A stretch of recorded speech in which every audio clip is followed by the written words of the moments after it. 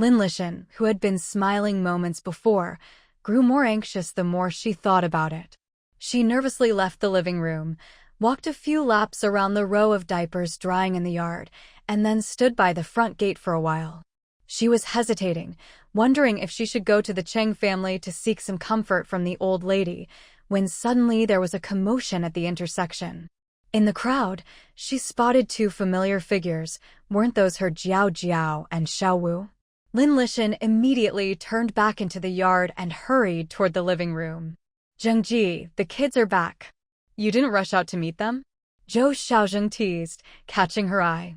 Thinking about her earlier actions, Lin Lishan laughed. I was this close. But at a crucial moment, I can't let the kids lose face. Judging by the noise, they won. They won. Zhou Xiaozheng shook his head to himself. This was just the beginning.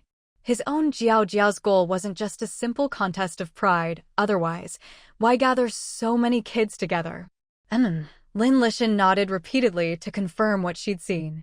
So, will the Liang family come to our door next? Should I prepare anything? Seeing his wife all eager for action, Zhou Xiaozheng's lips curved into a cheerful smile. He reminded her, if our kids are bullied, as parents we're angry. But we don't meet with them. Huh? Lin Lishan looked at him in surprise. But their goal is to bring us down. I was just thinking about how to teach them a lesson. Zhou Xiaozheng shook his head. There's not enough evidence, so it's all about public opinion now. This is something for the younger generation to handle. You shouldn't get involved, and there's no need to. The Liang family isn't even on our level. That's exactly why I'm angry. We're not going to do anything? Won't that make people think we're easy targets? Anyone can take a shot at us. Zhou Xiaozheng gave her a mysterious smile and didn't explain further. Some things could only be understood, not spoken. Easy targets? Anyone with half a brain could try and see what happens. Here we go again. Lin Lishan felt a headache coming on when she saw that expression, but it also reassured her. Whenever father and daughter wore that look, it meant they had everything under control. As Zhou Jiao and Zhang Guoqing entered the living room, the Qing family's elderly couple arrived at the front gate, having heard the news. Now everyone was here. Once everyone was seated, before anyone could speak, the twins on the small bed woke up right on cue and began wailing in a duet. Aunt Sun hurried over, and Aunt Chen served tea. Zhou Jiao left Zhang Guoqing to keep everyone company and took Wu Yi with Aunt Sun to settle the children in the West Nursery. After feeding the twins, Zhou Jiao put her clothes back in order and watched as Aunt Sun gently patted Lu Yi's back. She was moved. Auntie, thank you for all your hard work. Aunt Sun shook her head, unconcerned. Taking care of two kids wasn't hard, the children were well behaved, and the Zhou family was easy to get along with. Whenever the young couple could, they always looked after the kids themselves. Honestly, she was very content with this kind of life. I'll be starting school in a couple of days. I'll have to trouble you to look after these two little ones, Zhou Jiao said. Don't worry, I'll take good care of them. Aunt Sun hesitated, then glanced at her. There's something I wanted to talk to you about, but please don't take it the wrong way. Zhou Jiao smiled encouragingly. The kids sleep with you at night now, but I'm worried they might not get used to it. Maybe, for the next few nights before you start school, I could stay with them. That was exactly what Zhou Jiao had in mind, so she happily agreed. If you're not comfortable staying here alone, Aunt Chen can keep you company. And if you need anything, don't hesitate to ask. Aunt Sun nodded with a smile. In her heart, she thought it would be even better if she didn't have to stay in the main house. She always felt uneasy around Director Zhou.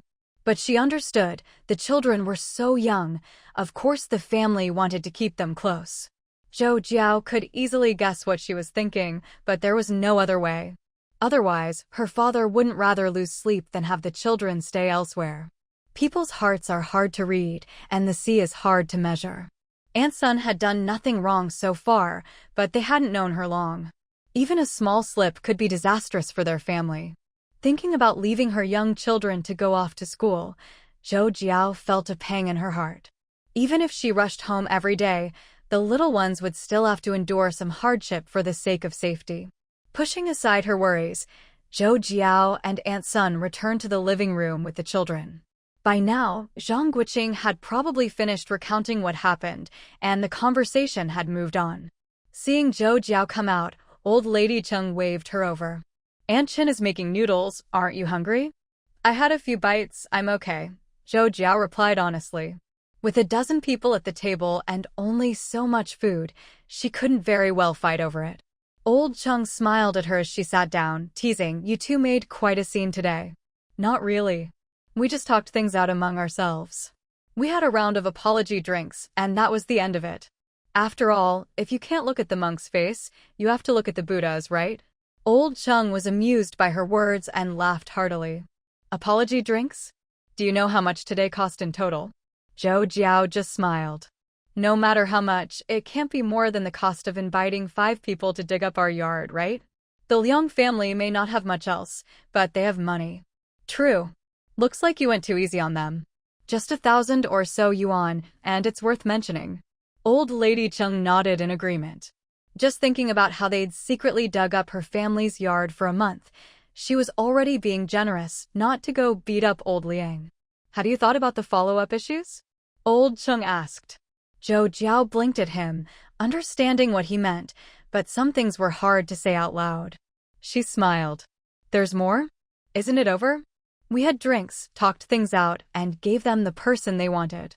Oh, and if they want to dig up the yard again. She looked at old lady Cheng. Andy, that's your family's land. Tell me where the Liang family's ancestral graves are, and I'll go dig them up myself, no need to hire anyone. That brat actually dared to say he didn't care for dead people's money. Fine. Then I'll take a fancy to their dead people's money. Isn't Granny Song short on cash? I heard foreign exchange is tight too. Old lady Cheng laughed and nudged her husband. We can pass those words along to the right people. Auntie, have people already come to see you? Zhou Jiao asked. A hint of worry crept into old lady Cheng's smile. The Liang family will definitely give an explanation before tonight. They have plenty of grandsons, losing one is no big deal. But your road ahead will be much tougher. Of course Zhou Jiao knew what the consequences would be. She grabbed the old lady's hand and reassured her, I don't care about fame or fortune. It'll be fine. Old Cheng glanced at Zhou Xiaozheng and Zhang Guoqing. Seeing they looked unconcerned, he realized they must have already made up their minds. Since there were so many people present, he pointed toward the study. Zhou Xiaozheng immediately stood up and invited him in, signaling for Zhang Guoqing to join them, but left Zhou Jiao to keep old lady Cheng company. His daughter had her own plans, and he had no intention of revealing them in front of outsiders. In the study, old Master Cheng glanced at the 2 men in front of him, his son-in-law and grandson-in-law, then looked up at the calligraphy hanging on the wall, the single-character nation. The script was upright and proper, yet somehow it just fit perfectly. How many calligraphy scrolls has the chairman given to Jiao Jiao? He asked. Zhou Xiaolong smiled at the question. Uncle, actually, quite a few. There's one every year, and sometimes, if he's in a good mood, he'll throw in a couple of books or copybooks as well. Old Master Cheng knew more about these things than outsiders did. For example, the little details, like the child thoughtfully gifting handmade cloth shoes in return, were clear signs of genuine affection and respect. Such a considerate and sensible girl, who wouldn't wish for a dozen daughters like her? Old Master Cheng took the teacup Zhang Guoqing handed him. Just the other day, old M.O. and the others kept asking me, why are you kids making such a big fuss over a get-together? He glanced at the 2 men across from him. But today, they've all gone quiet. Before I came here, I got 2 calls. One said, this is good, let the kids sort out their own issues. The other said, don't let things get too out of hand. As elders, we still need to keep them in check. Zhou Xiaozheng remained calm, sipping his tea. He couldn't be bothered to ask who had called. As long as his children were in the right, he had no intention of backing down. Zhang Guoqing lowered his eyes, rubbing the teacup. How come he'd never noticed how nice this tea set was before? No wonder his father-in-law liked to make tea and play with it all the time. Their attitude and what they mean is already very clear. The once unsettled lake has suddenly calmed after you threw in a little pebble. What comes next is the real test. Zhang Guoqing looked at him in shock. Uncle, aren't you exaggerating? We've already settled things peacefully. None of that has anything to do with our family. Zhou Xiaozhong glanced at his son-in-law with a smile, then lowered his eyes to listen in silence. See, I was just planning to get a few friends to testify and clear things up. Who knew those guys would show up uninvited? Like Jiao Jiao said, digging up the yard or whatever, that's really not a big deal. We lent the place out and haven't been back for years. Who has the energy to care about that? But what they really shouldn't have done was go all the way to the northwest to look for the Lin family. And the person they picked, Jiangyu. Who is she? If I'm not mistaken, she's old Zhang's own daughter, right? The Liang family wants to take down my dad and build up their own alliance. That's not going to happen. We need to let everyone see just how much we've been wronged, don't you think? Old Master Cheng shot him a sidelong glance and chuckled. And the evidence? The investigation team sent to the northwest hasn't even figured things out yet, and you're already so sure. Evidence? What a joke. If there was solid evidence, would they still be playing these games? Zhang Guoqing stared at him in disbelief. What investigation team? Wait. In front of over 100 people today, young Master Liang didn't even deny it. Zhou Xiaozhong interjected, that's classified information. It's understandable you and Jiao Jiao don't know. See, Dad, you're just too principled. Zhou Xiaozhong scolded with a laugh, you rascal. What nonsense are you spouting now? Dad, I'll bet you even Uncle Cheng knows the investigation team went to the northwest and that the trail's probably gone cold. Or maybe someone's even willing to take the blame. Zhou Xiaozhong shook his head slowly. Let them mess around. If we have nothing to hide, we have nothing to fear. A glint flashed in Zhang Guoqing's eyes as he looked at old Master Cheng, frowning in worry. Uncle, even if my dad steps down, what good does it do the Liang family? Dad, every position has its person. Other than those so-called treasures, are you really in anyone's way? Maybe you should just step aside and let someone else take over. Who knows what dirty tricks they'll try next? Zhou Xiaolong almost burst out laughing at his son-in-law's theatrics.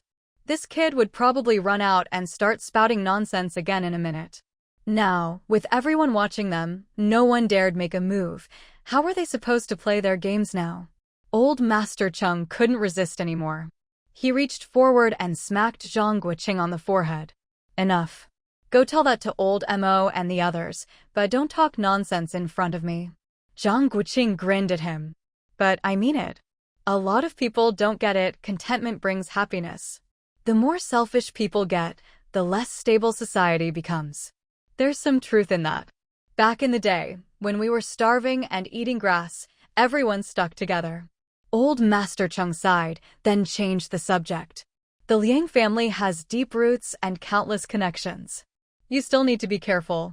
I'll remember your advice, Zhang Guoqing said earnestly. Xiao Wu, stay home for the next couple of days. Now it's your dad's turn as the elder to take a stand. You two caused a stir on a whim, so your dad's putting you under house arrest. Zhou Xiaozhong shook his head with a smile. Uncle, I'm not going to make the kids suffer for others to see.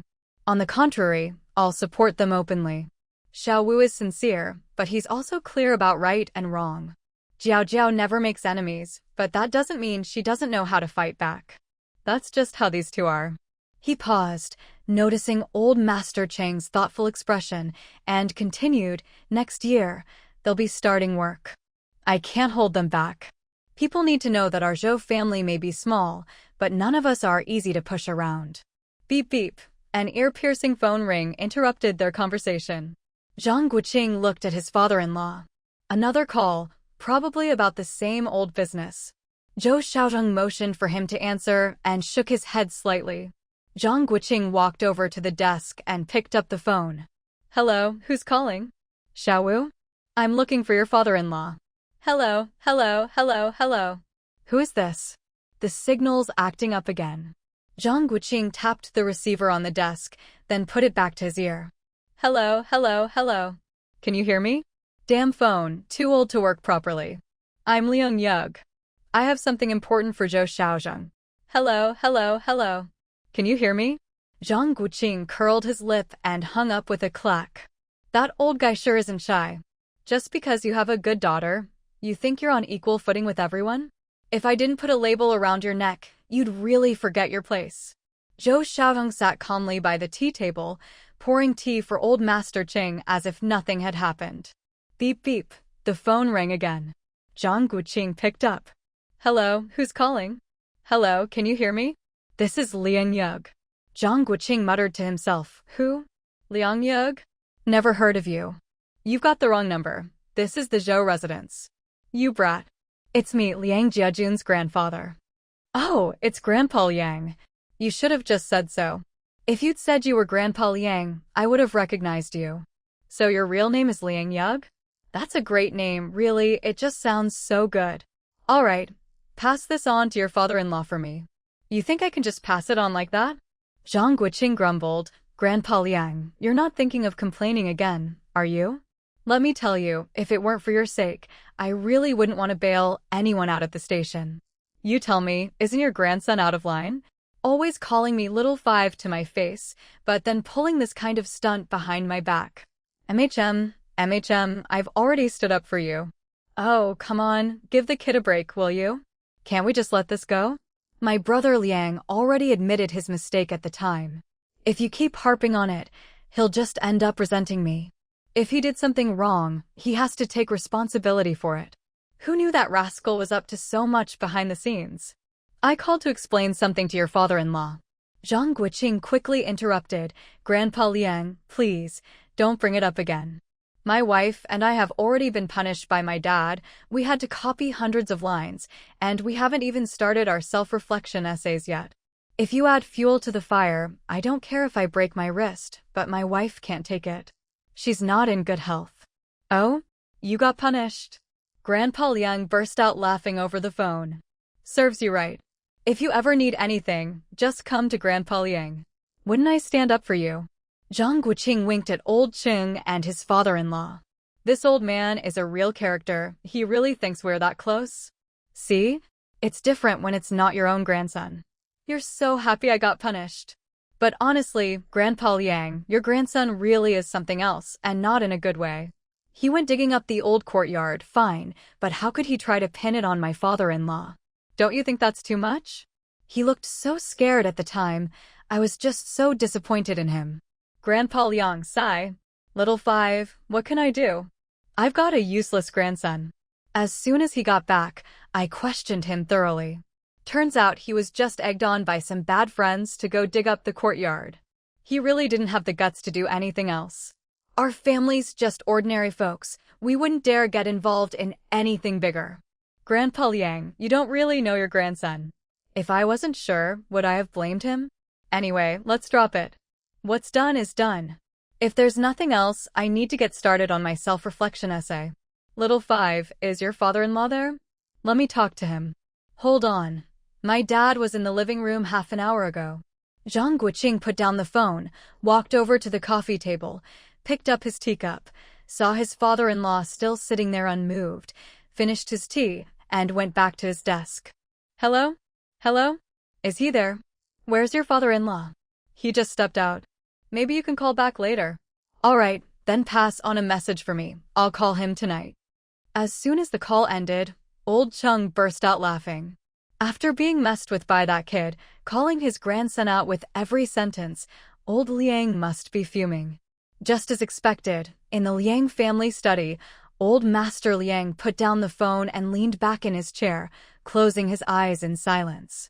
Hearing the conversation over the phone, the 7 or 8 men of various ages standing in front of him didn't dare breathe loudly, all staring nervously at their father or grandfather. As time passed, a young man tried to shuffle his feet, but a middle-aged man next to him shot him a glare, and he immediately stood stock-still, eyes downcast. So, what do you all think now? I've warned you time and again, the times have changed, and our family isn't what it used to be. But you? Still not convinced? Old Master Liang's voice floated through the room, full of resentment and frustration. Thought you were all so clever, huh? Look how that turned out, caught off guard. How many times have I told you? Don't bite off more than you can chew. But you all forgot, thought everyone was an easy target. Now you've hit a brick wall. Even if the Zhou family doesn't make a move, plenty of trouble will come knocking. You'd better watch yourselves. The eldest son of the Liang family adjusted his glasses and tried to reason. Dad, don't be upset. From what I heard on the phone, it's not a big deal. Since they said it's over, we just need to spread the word a bit, and with little sister mediating, it shouldn't be a big problem. A slightly younger man beside him frowned, a glint in his eye as he glanced over. Of course you think it's not a big deal. He's your son. I hope it's not a big deal. Old Master Liang opened his eyes and looked at his eldest. But are you fooling yourself? The whole circle knows about this. Do you really believe that kid's nonsense? As the father and son spoke, the others watched silently, each with their own thoughts. And you think your little sister can smooth things over? You think this isn't serious enough? Still clueless. Do you really think they made such a big scene just to target our family? They practically named the culprit. Reprimanded by his father, the eldest lowered his head, not daring to speak, though he was secretly unconvinced. Sure, his son was young and got tricked, but wasn't he just following orders? The third son, always favored by their father, complained to the eldest, "Big brother, think before you speak. What if you upset Dad at his age? Dad, after hearing that call, maybe we should try a different approach. What if we ask the Qing or Wen families to step in?" Old Master Liang looked at his third son. "You think Zhou Xiaozheng is deliberately avoiding our calls? Everyone says he dotes on his daughter, and today's her big day. It hasn't been that long. No matter what he's thinking, he wouldn't just leave the kids alone at home." Old Master Liang fell silent, pondering. Maybe we should have the Cheng family step in? The Gu family is technically Grandma Chang's side, so we owe her an explanation.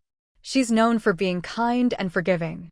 We'll bring Xiao Jun to apologize to her tonight. As for the letter, just tell Xiao Jun what to say. Old Master Liang considered his son's suggestion. That did seem better than calling the Zhou family directly. If Lu Mei went with them to the Zhou family, it would be easier to talk things through. The eldest looked gratefully at his third brother. If they could smooth things over, his son wouldn't have to suffer in the countryside. Meanwhile, the second son, always overlooked, waited anxiously. He realized the Gu family's treasure, what he cared about most, had been forgotten by the others. Maybe the other brothers already knew, and his branch was just being excluded. In his anxiety, he signaled to his own eldest son. Catching the hint, the second son's eldest piped up, "Third uncle, will Grandma Cheng really forgive second brother? What if she gets even angrier when she sees him? And about the Gu family treasure, should we use a different excuse?" The third son didn't want to bother with these questions and brushed him off. No need. The Zhou girl said herself they have confessions. "Third uncle, what's the deal with the Gu family treasure anyway? Can you tell us? If there's real evidence, maybe we could even turn things around." The third son glanced at his nephew, whose eyes were shining with greed, and sighed inwardly. No matter how favored he was, his father would never share family secrets with him. He looked at the old man, then at the eldest. "I'm not sure either. Let your uncle explain. After all, the eldest and second were full brothers. Let them sort it out themselves." With that, the third son lost interest. After all, not being born of the same mother made a difference, just like how the sisters never felt close to him. Under the soft orange glow, Zhou Jiao sat in the nursery, arms wrapped around her knees, quietly watching Aunt Sun skillfully prepare formula, change diapers, and feed the babies. Little Ping'an, sitting beside her, mimicked her posture, snuggling close. After a while, he asked softly, "Mom, do you miss Louie and Wui a lot?" Zhou Jiao replied with a sigh, "I miss all three of you. Your little brothers are the most pitiful. Before, I was with you 24 hours a day. I'll keep them company for you from now on, Mom." "All right. But whenever I can come home at night, I'll be here with you all. Once I start working, things will get better. I'll have more time to watch you all grow up." Aunt Sun, having settled the babies, couldn't help but smile as she listened to their conversation and waved them over. Seeing this, Zhou Jiao stood up, took Ping'an's hand, and tiptoed over. The babies were already sound asleep. Looking at their peaceful faces, she felt a pang of loss. "Mom, will you take me to bed?" Thankfully, she still had one who needed her. Zhou Jiao nodded happily, then laughed at herself for being so sentimental. If the babies really started crying and fussing, would she even be able to leave for school with peace of mind? Mom, can you leave my door open? If my brothers cry, I'll hear them, Pingyan reminded her anxiously as he lay in his own bed. Okay. I'll wait until you fall asleep before I go, Zhou Jiao said, tapping her son's nose.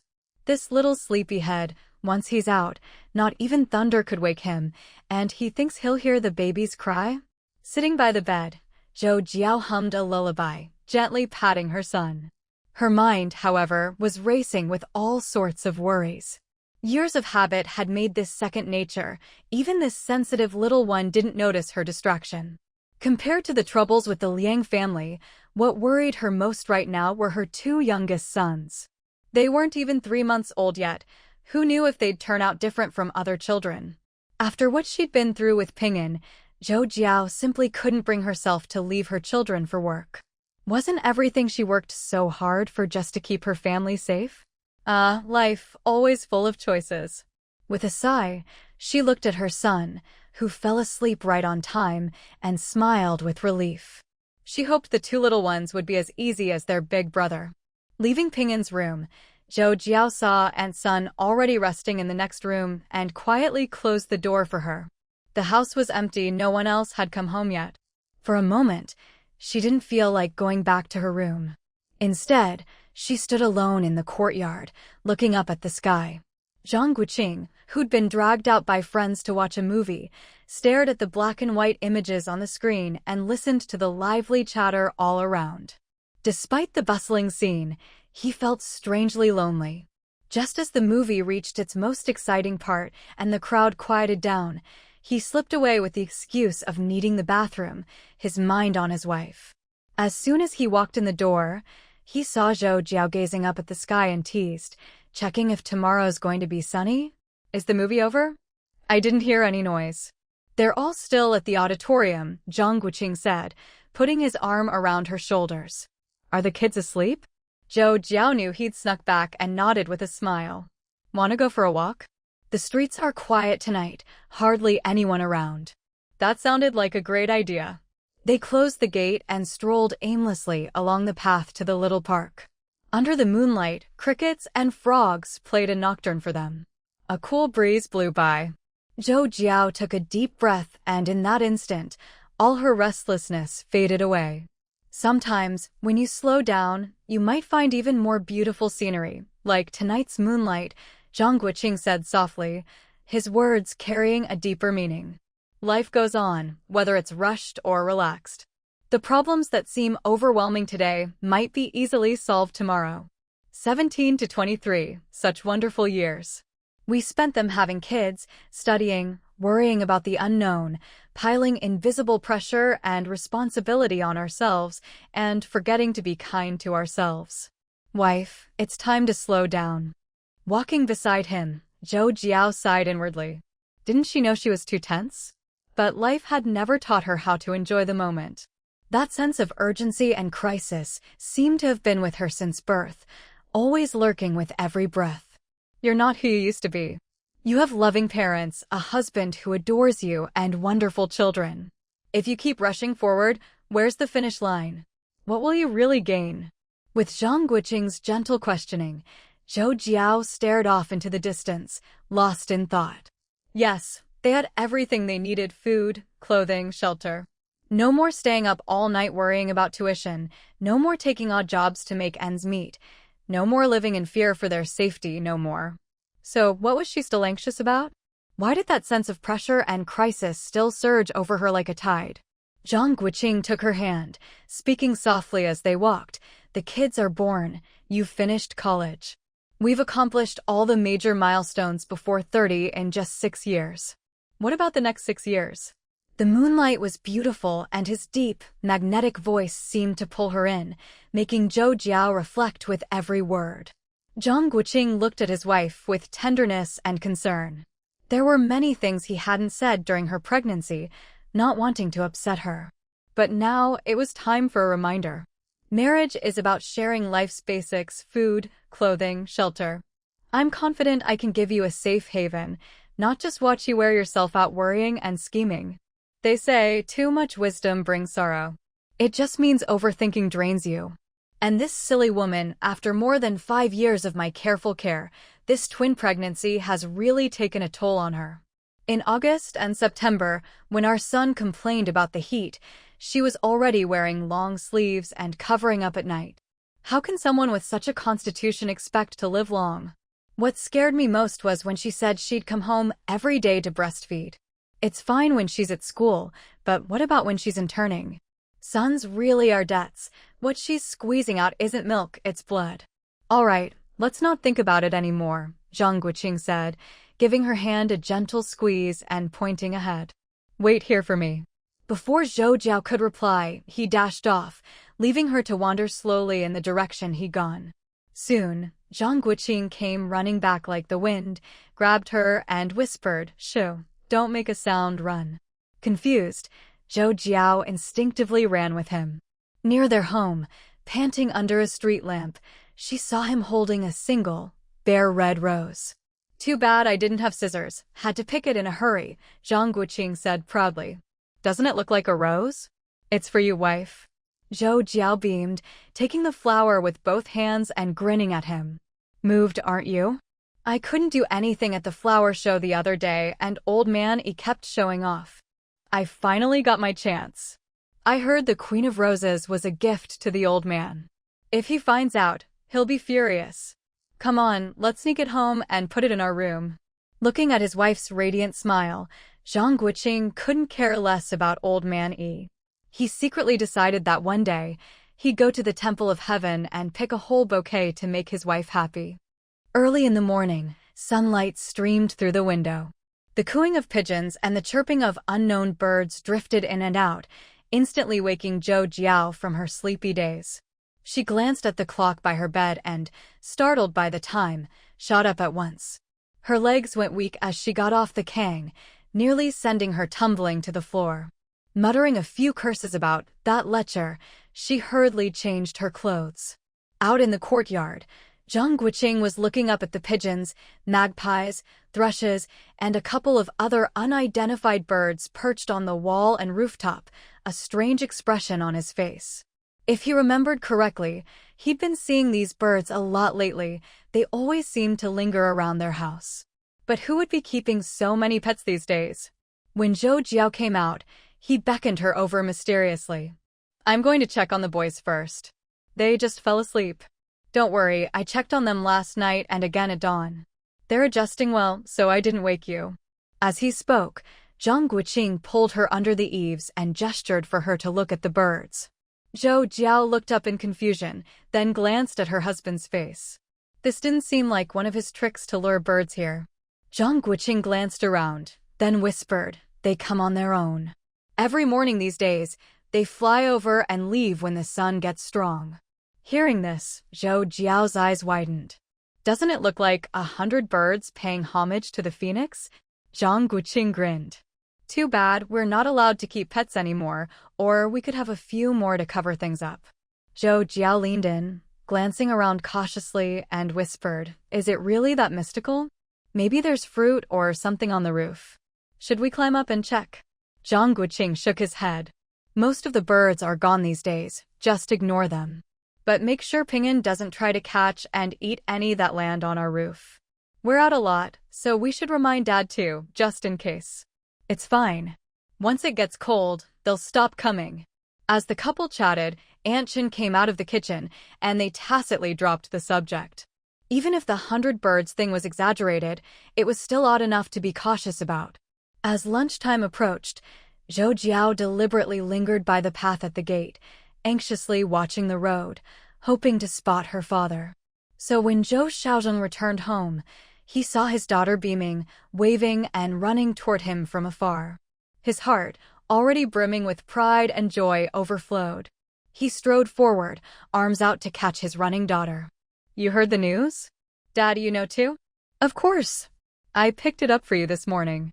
Zhou Jiao blinked in confusion, only snapping out of it when her dad pinched her cheek. "Dad, wait, I think we're talking about different things." "Even better, double the good news." As soon as they entered the courtyard, Zhou Xiaozheng called out for his wife and Zhang Guoqing. When they appeared, he let out a hearty laugh. Seeing his father-in-law's genuine smile and deep dimples, Zhang Guoqing glanced at his wife. Lin Lishan asked Zheng Ji, "Did you get a raise?"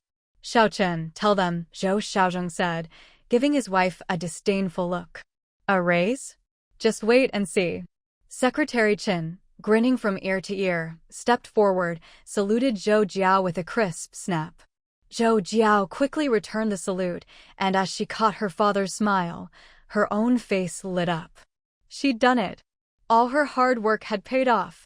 "Comrade Zhou Jiao, first of all, congratulations." Secretary Chen took a document folder from his briefcase and handed it to her. "Inside are your personal first-class merit certificate and medal, which the chief accepted on your behalf this morning." Zhou Jiao looked at her father in surprise. Zhou Xiaozheng nodded proudly. "In addition to the award, there's also a notice. Tomorrow at 8 a.m., there will be a commendation ceremony in the third-floor conference room at the City Bureau." "Thank you, Secretary Chen." After Secretary Chen finished, Zhang Guoqing put his arm around his shoulder and led him to the West Wing. "Chenji, tell me exactly what happened?" Xiao Wu, Jiao really made a name for herself this time. Everyone in the conference room was saying, like father, like daughter. The chief's eyes turned red when he accepted the award. So many people congratulated him, and he said that at last, he and his daughter were worthy of the Guo nation in their name. The chief is devoted to the country. If those bastards try to frame him again, it'd be outrageous. Before the meeting, some people even tried to speak up for the Liang family, but as soon as the meeting ended, they all went quiet. "Sigh." Zhang Guoqing patted his shoulder, and the two exchanged wry smiles. Last night, Zhou Xiaozheng had attended a gathering, with Secretary Chen following as always. Some people had only brought old man Liang along to watch the show. Secretary Chen thought it was infuriating that an old man with no official position could get into such circles. But remembering some recent meeting topics, he couldn't help but smirk. This society really needs to be cleaned up. If everyone relies on connections, how can soldiers justify their sacrifices? Zhang Guoqing couldn't guess what was on his mind. He carefully asked about the attitudes of key figures and the details of tomorrow's ceremony. Compared to the Outstanding Youth and Outstanding Cadre awards he'd received before, this was about the same level. But a first-class merit from the General Political Department was truly impressive. In the living room, Lin Lishan was all smiles, chatting nonstop with Aunt Chin and Aunt Sunday. In the study, Zhou Xiaozheng and Zhou Jiao had returned to their usual calm. Ever cautious, Zhou Jiao looked at the open document bag on the coffee table and turned to her father. "Isn't a first-class merit a bit much? I was expecting a second class at most." Zhou Xiaozheng smiled knowingly. "Didn't you up the ante? The information you provided during the new year has already proven extremely valuable." Zhou Jiao smiled sheepishly. "Silly girl. Even a first-class merit feels too little to me. Last time you went abroad, you only got a commendation, and last year you caught enemy spies. Even if they wanted to hold you back, they couldn't deny you a first class this time." Zhou Jiao nuzzled his arm. "Dad, I'm really happy." I'm happy and proud too." Zhou Xiaozheng stroked her hair. "Now you can relax. With all the attention on you, Xiao Wu won't stand out anymore." Zhou Jiao giggled, swinging his arm back and forth. "Dad, why are you so smart?" "Well, I guess I inherited your high IQ. Daughters always take after their mothers. The ancients weren't wrong." Zhou Xiaozheng patted her head. "Silly girl. Does he know how much you've done for him? Let me teach you something. No matter how good a couple is, you have to let the other person know what you've done.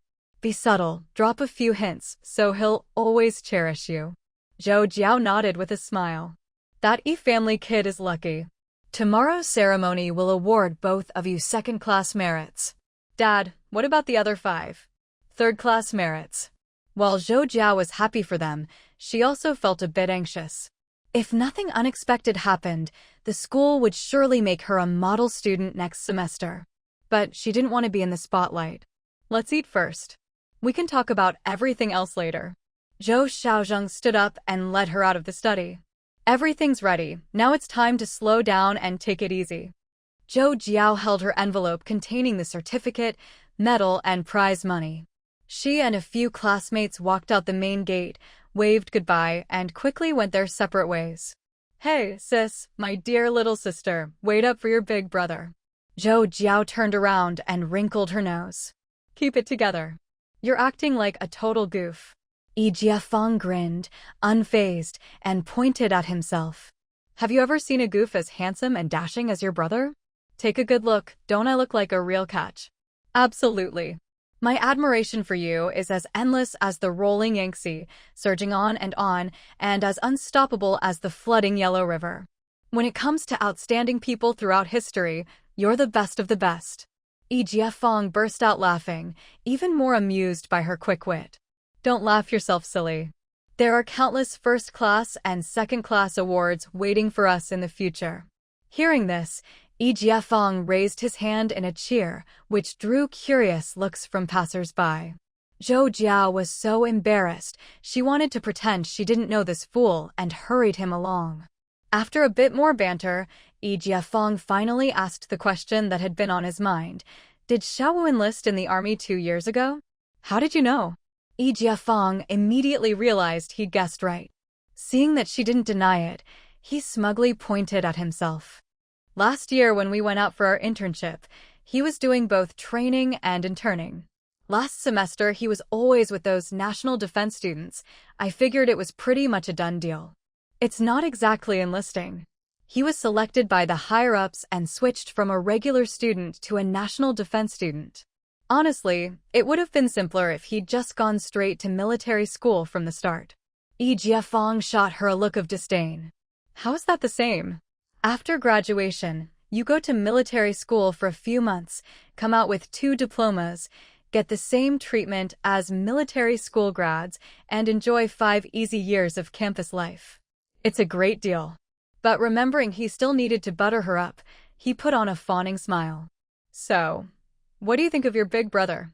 Zhou Jiao smiled and nodded. Not bad. How come no one ever asks if I want to be a national defense student? Zhou Jiao stopped and looked at him in mock surprise, pointing at him. No way. Weren't you dead set against joining the army?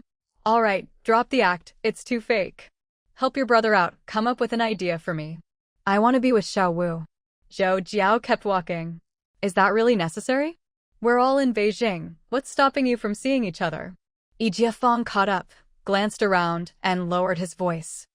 I don't know why Xiaowu changed his mind, but I'm sure it was because of you, right? Otherwise, he'd want to be in the same unit as you. Are you really my biological sister? You'd let your big brother work himself to death, and if he's not careful, get sent off to eat sand? Girls really do side with their men.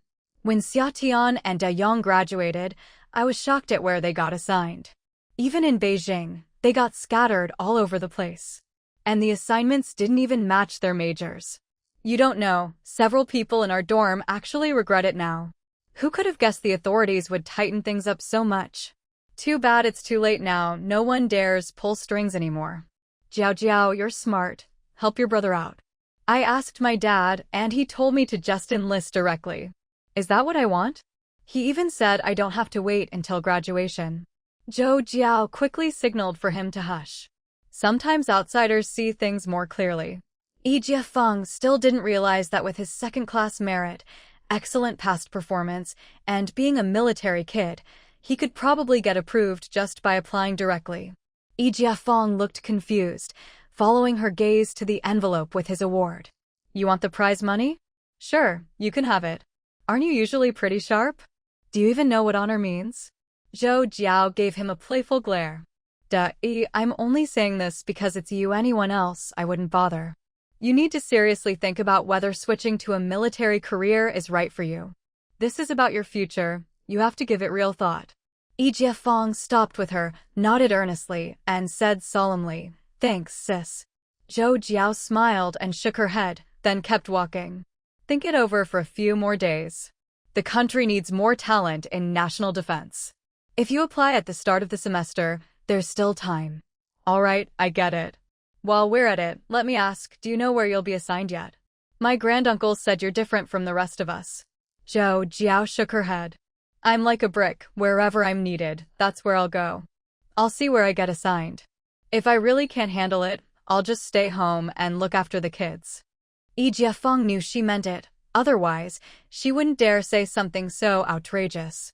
After all, the country didn't train you just so you could pick and choose the cushiest job, right? It was only because they were the same kind of people that he felt comfortable confiding in her.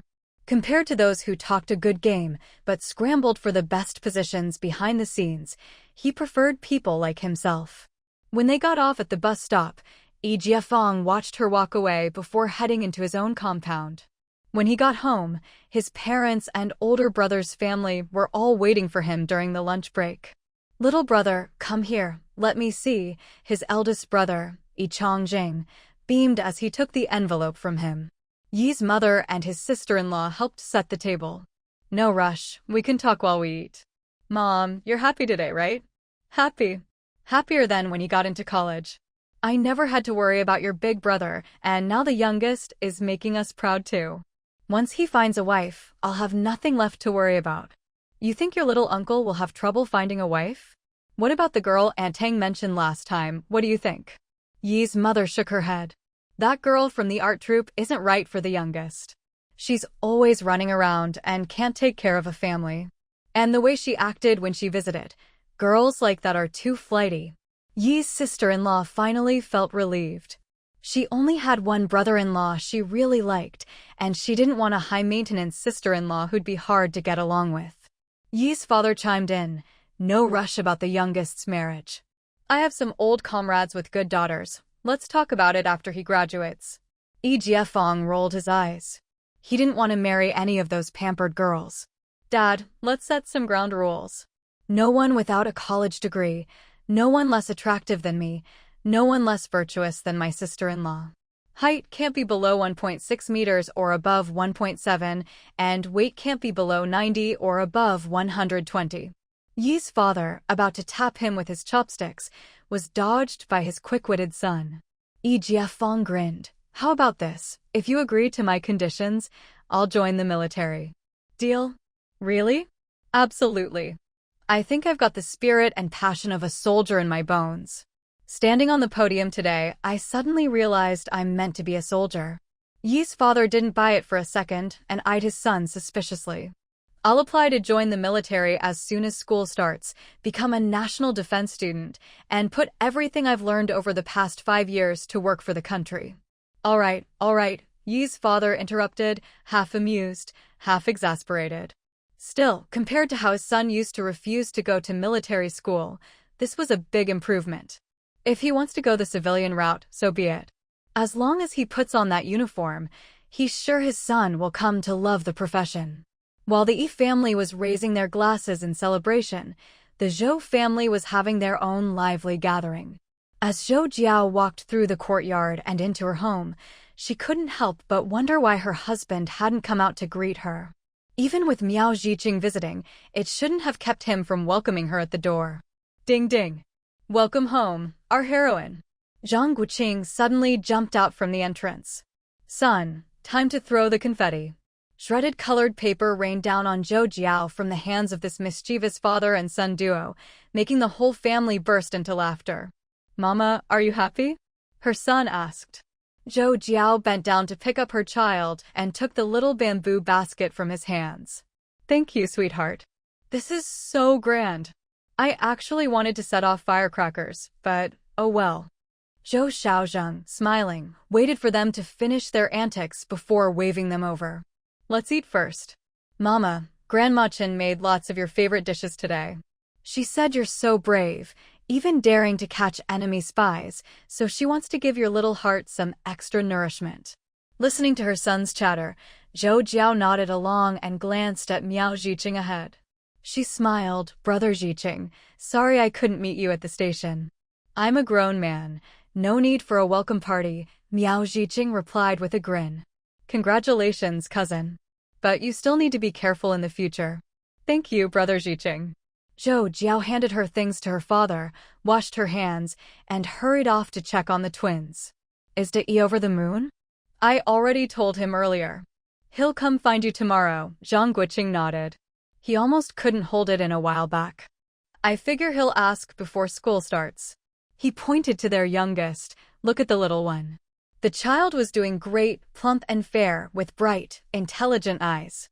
Zhou Jiao looked at him, puzzled. We see him every day, so we don't notice. But today, as soon as Xiqing saw him, he said, he looks just like his cousin. Look, isn't it true? The older he gets, the more he resembles you. Zhou Jiao looked back and forth between her two chubby little buns, but still couldn't see the resemblance. Maybe the dimples when they smiled were inherited from her. At the dinner table, Zhou Jiao listened to the family's conversation while occasionally glancing at her father. Her 3 sons would soon inherit the same growing pains their grandfather had, and the thought secretly amused her. Xiao Wu, take photos of these certificates and medals this afternoon. Make a few extra copies and send them to your mom and godmother so they can share in the joy. Zhang Guoqing was happy to oblige, nodding cheerfully at his mother-in-law's suggestion. Off to the side, Miao Zhiqing remarked, a few years back, someone from our commune got a second-class merit in the army. There was a big parade with drums and gongs. Too bad this time it's in the city.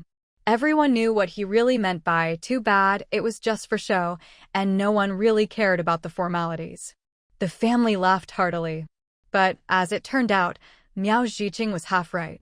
In a small city in the northeast, early in the morning, Father Zhang finished his Tai Chi and chatted with a few old friends before slowly heading home with the other old men from the front courtyard. As soon as he entered the house, he saw his wife looking up at the sky. Curious, he asked, "What are you doing, dear?" "I was just wondering what our Xiao Wu is up to right now. School started, who knows how she's eating at school. And what about the twins? Can we trust others to take good care of them? I even dreamed early this morning that Jiao Jiao was calling for her mother.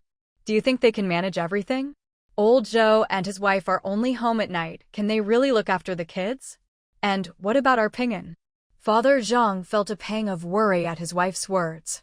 School had started days ago, and the kids really weren't getting much attention. He knew a bit more than his wife. Old Zhou and his wife weren't just away during the day. Sometimes they had to leave on sudden business trips, so the kids were truly left on their own. He hesitated, then suggested, "How about I stay and watch the house, and you go to Beijing tomorrow?" Mother Zhang shot him a look. "Our second daughter-in-law is heavily pregnant. How can I leave? Winter's coming, and we need to stock up for the season. Xiao Wu and Ping'an love dried beans, so I need to dry extra for them. Plus, I have to dry more veggies and mushrooms to send. Can you see if anyone's having a wedding so we can get some pork?" Father Zhang couldn't help but laugh. He thought she was gearing up to make a trip, but now she'd just stirred up his worries and circled back to talking about meat. "You really aren't going?" "I can't. I'm sure Xiao Wu will manage. Jiao Jiao's master's family, Aunt Ya, and old Lady Cheng are all there. It should be fine, right?" But even Mother Zhang sounded unsure. Seeing his wife's worried expression, Father Zhang could only smile reassuringly. "Xiao Wu told me if things get too busy, she'll send a telegram. Remember how you used to worry about the kids raising kids when we split up the family? But look, Ping'an turned out just fine. Don't worry. Once our second daughter-in-law gives birth, I'll go with you to see the grandkids." "It's not the same back then. Jiao Jiao was at home," Mother Zhang replied, waving her hand. "Anyway, let's leave it for now. I want to go back to the village today. Are you coming?" "Of course." Father Zhang agreed, then thought for a moment. "Did you tell our second son? We won't be back quickly this time, and there's a lot of work to do in the backyards. He said I can do as I please. His wife's had kids before, it's nothing new. Back in the day, she still had to work in the fields. Better to get back to the village and prepare things early." Father Zhang nodded. After sharing a breakfast of corn porridge and 3 mixed grain buns, they got ready to return to the village. Life in Zhangjia village had improved a lot over the past 2 years, and several new courtyards had sprung up at the foot of Beishan after the family split. When the old couple entered the village, the work team was already out in the fields, so it was quiet and there weren't many people to greet them. Mother Zhang looked around and sighed. "It hasn't even been 30 years, and there are so many new houses here.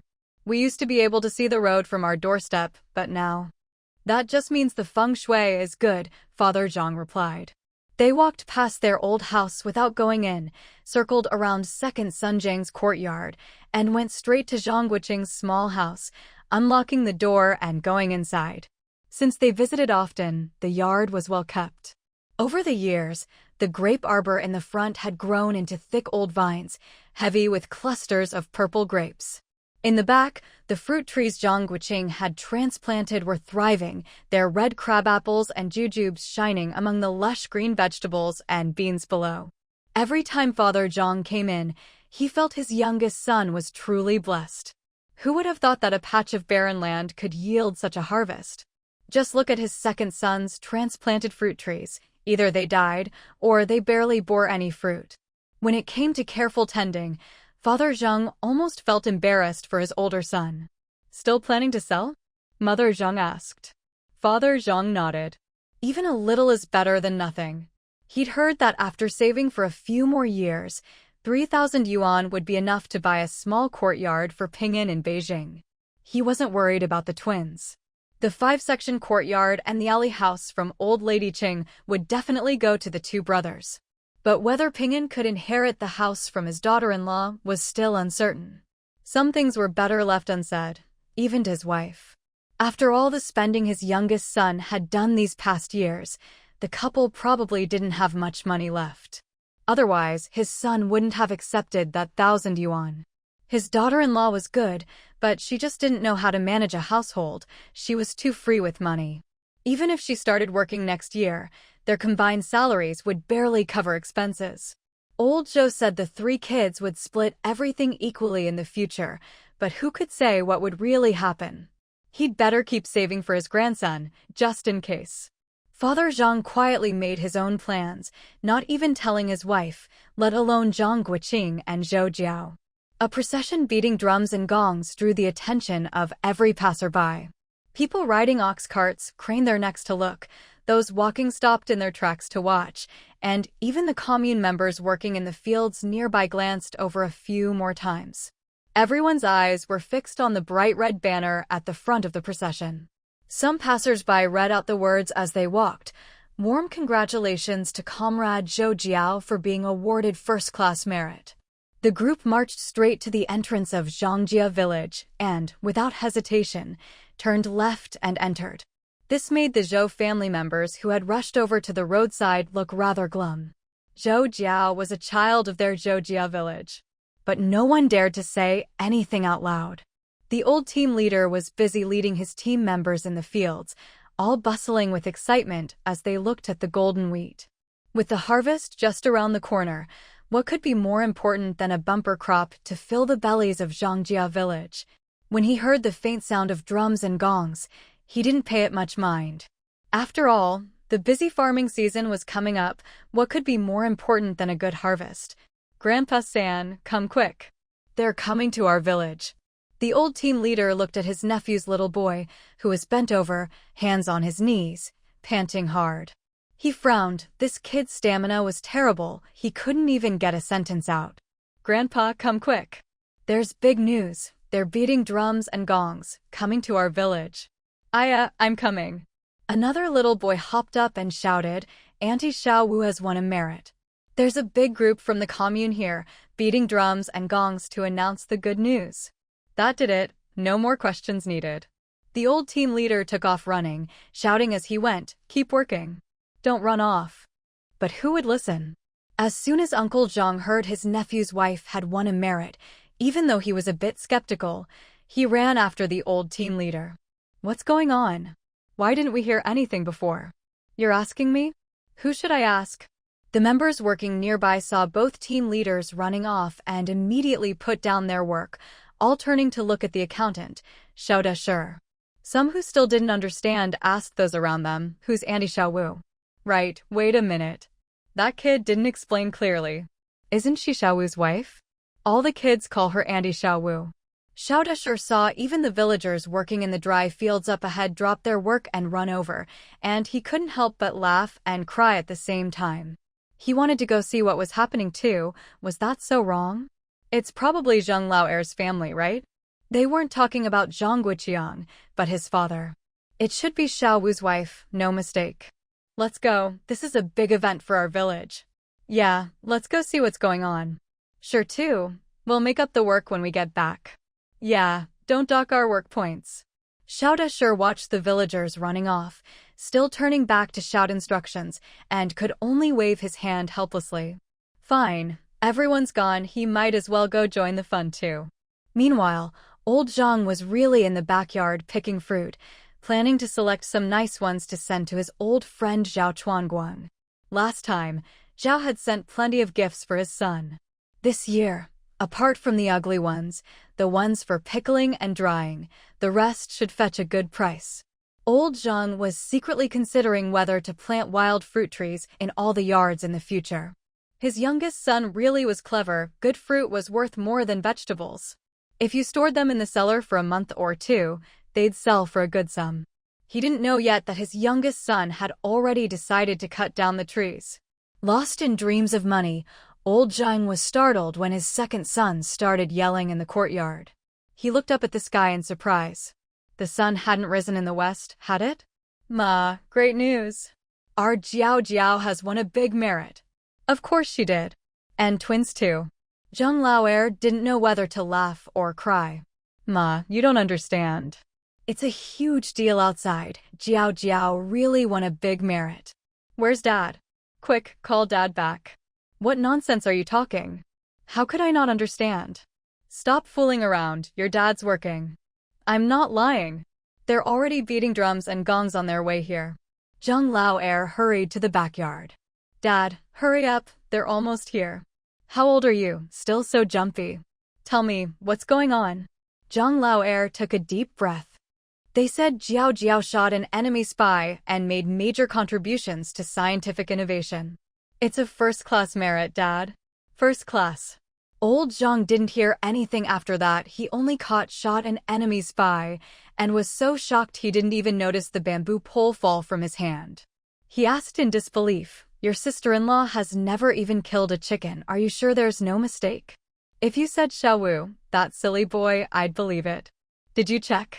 Truth be told, Zhang Laoer hadn't asked for details. As soon as he got the news, he ran straight to the village without even telling his older brother. He said, not very confidently, Dad, it shouldn't be wrong. They said Zhou Jiao. How could that be a mistake?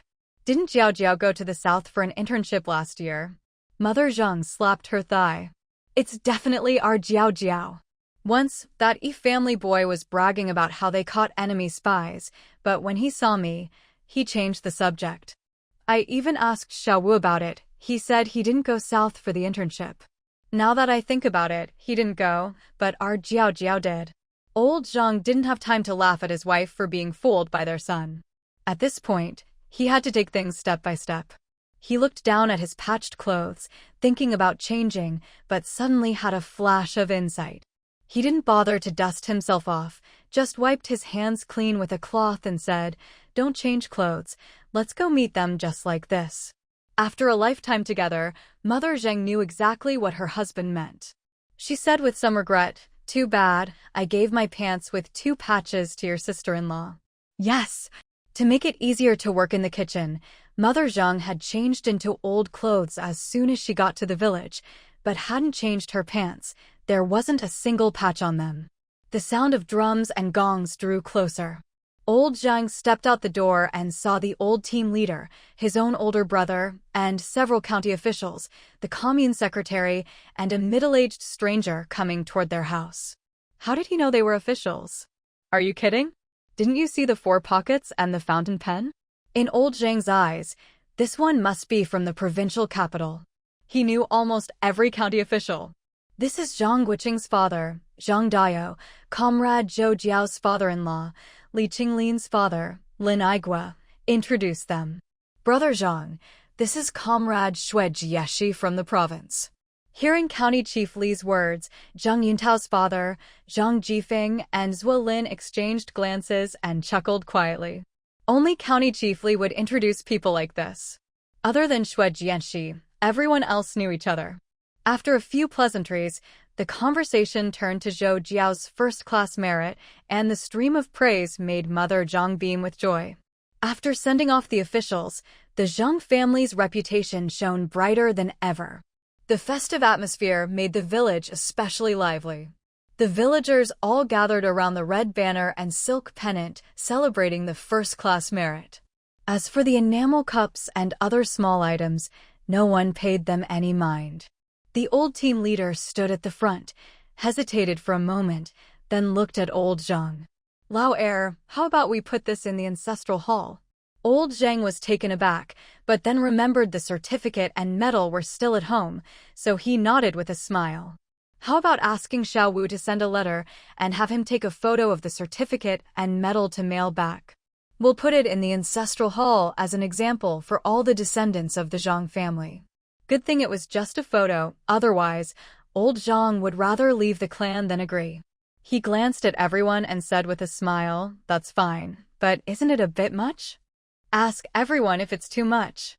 This is a huge event. Didn't the neighboring county have a second-class merit? Their village held a banquet for 3 days." Seeing everyone clamoring to share in the good fortune, old Zhang had no choice but to accept. Ever since his son's photo with the chairman was put up in the ancestral hall, the old team leader had his eye on their family. If he'd known there would be such a big celebration today, he and his wife might as well have stayed at the county house. He wanted to hang the silk pennant at home too. Was that so wrong?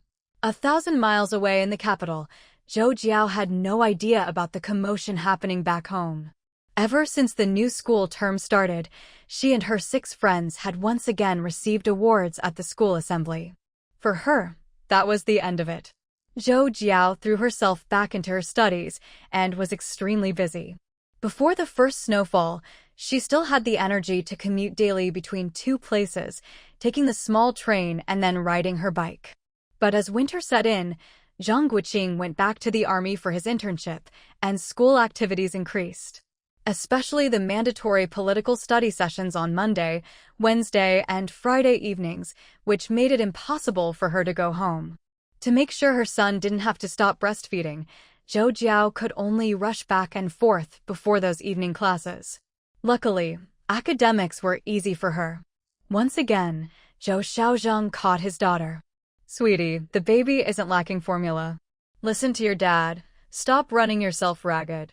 Otherwise, I'll really have Xiao Wang pick you up from school every day." Zhou Jiao just grinned sheepishly. "Otherwise, I won't keep this from Xiao Wu anymore. Just stay at school. He'll come home every night to be with the baby. If you don't trust your old man, can't you at least trust him?" Zhou Jiao knew she couldn't dodge it this time. She clung to her dad's arm and acted cute. "Dad, if I can't trust you, who can I trust? You're my favorite, no one else comes close. You little rascal, always sweet-talking your dad." Zhou Xiaozheng enjoyed his daughter's affection, knocking her gently on the head with a laugh. "Enough with the nonsense. Pick one." "Fine, I'll listen to you. I won't come home on Mondays, Wednesdays, and Fridays, okay? Besides the baby, I miss you too, Dad. I'm not used to being at school alone." Zhou Xiaozheng frowned with concern. "How about taking a sick leave?" "No need, the holidays are almost here." "Too much trouble." Zhou Jiao wrinkled her nose, then broke into a smile. "I asked my teacher, next semester I'll intern at the motor factory for 2 months. Then I can come home every day." Lin Lishan, standing nearby, handed her a cup of malted milk. "I've already talked to Anchen. Starting tomorrow, after lunch she'll go to your school every day. You just give her the bottle." "Huh. I've been watching, and after these months, Aunt Sun seems pretty reliable. And with Anchen around, plus your great-aunt dropping by every day, she won't dare slack off." Of course Zhou Jiao had thought about this, but she worried that if Anchen wasn't home, the kids might suffer. She wasn't worried about the evenings, but during the day both her parents were at work, and Grandma Chung couldn't always be home either. Was Aunt Sun really trustworthy? She looked at her dad. Zhou Xiaozheng nodded. "If you hire someone, trust them. If you don't trust them, don't hire them." Thinking about how Aunt Sun had helped with the kids for almost 5 months, Zhou Jiao finally nodded. "All right, let's try it for a few days." With that settled, Zhou Jiao checked the time, hurriedly said goodbye to her parents, and rushed back to school. Lin Lishan looked at her husband. "You and Xiao Wu really aren't going to tell Zhao Jiao?" "Who says we won't? We'll tell her when she has some free time. Look at her, flying around every day." If she found out she could make money just by taking the twins out for a walk, she'd worry herself sick. Lin Lishan sighed. Zhou Xiaozhang shot her a look. Isn't it good that our grandkids bring good luck? Think about how many good deeds you've done lately. Lin Lishan burst out laughing and gave him a playful slap. Anyway, if you ever go out without money, just take the twins with you. You'll never go hungry. Zhou Xiaozhang chuckled at his own joke. Zhangji, Aunt Sun is a bit afraid of you. Remind her not to take the kids out in this cold weather. If she wants to get some sun, just stay in the yard. Zhou Xiaozhang nodded. He'd remind her even without his wife's prompting. Watching the three kids every day was a constant source of surprise. He wondered if the twins would be as precocious as their older brother. If they were, even Aunt Sun wouldn't be able to stay. Meanwhile, Zhou Jiao, rushing back to school, had no idea her two younger sons had caused more mischief. By Ping An's calculations, it'd be another 7 months before anything major happened. By then, she'd have more time with the kids. Even with Aunt Chen ferrying breast milk, Zhou Jiao still ran home whenever she had a spare moment. Compared to before, at least things were more manageable now, and she wasn't as exhausted. As the semester drew to a close and exams approached, her husband Zhang Guoqing returned to school. There was barely time for them to catch up before Zhou Jiao finished her exams and rushed home. As for her husband? Zhou Jiao was not happy. She couldn't scold her dad, but she could scold her man. Did he really think hiding things from her was for her own good? When had Zhou Jiao ever been careless? If outsiders discovered the twins' secret, would they try to steal them or accuse them of being monsters? At that point, not even Aunt Sun or Aunt Chen could be trusted. Back home, Zhou Jiao protested to her dad. He always said she was his favorite daughter, but he didn't trust her intelligence. She was very upset. Without hesitation, Zhou Xiaozhang immediately shifted the blame to his son-in-law. Who else should take the fall? As a father, he wasn't about to shoulder it. Let the son-in-law handle it. The poor kid was already in trouble. What's one more thing? Father and daughter immediately huddled in the study with the twins, plotting together. Plotting what? Definitely not taking the kids out to pick up money. Dad, have you thought about this? Was it June 1st or May 1st? Zhou Jiao asked, blinking. Or do they have to be together for it to work? Zhou Xiaozhang hadn't tried that. The weather was the main issue. He'd be crazy to take such young kids outside. Maybe when the weather's better, we can take them out and see? Zhou Xiaozhang shook his head. No need. Most people wouldn't make the connection. If Xiao Wu hadn't mentioned that 100 birds pay homage to the phoenix thing, I'd have thought it was just a coincidence. When the kids are older, we'll explain it to them so they know to keep it quiet. So how did Mom figure it out? At that, Zhou Xiaozhang burst out laughing, tears streaming down his face. Zhou Jiao looked at him, puzzled. Was there more to the story? It took Zhou Xiaozhang a while to stop laughing. He lowered his voice, still chuckling. Your mom, that unlucky duck, has never found anything good on the street in her life. She's more likely to lose things. She said that when she was a kid, even if something was right in front of her, her friends would always spot it first. Imagine her carrying the twins to your great-aunt's house, walking along, and suddenly stepping on some money. How do you think she felt? It happened 3 times in a row. She was over the moon, thought she'd struck it rich. Zhou Jiao could just picture her mom showing off to her dad. She must have been thrilled. Her luck had finally turned. The funniest part is, she didn't believe it at first. After that, every time she walked outside, she'd keep an eye on the ground. One day she even said maybe it wouldn't work anymore because she'd told us about it. But just a couple days later, she took the twins out to get some sun and found money again. She was ecstatic. Zhou Xiaozhang shook his head. If his son-in-law hadn't warned her, she'd probably still be making a fuss. She kept talking about it, and if you say it too much, people start to get suspicious. Xiao Wu had to remind her a few times otherwise. How do you think your mom found out? Zhou Jiao thought of her mom and didn't know what to say. All right, don't take it out on Xiao Wu.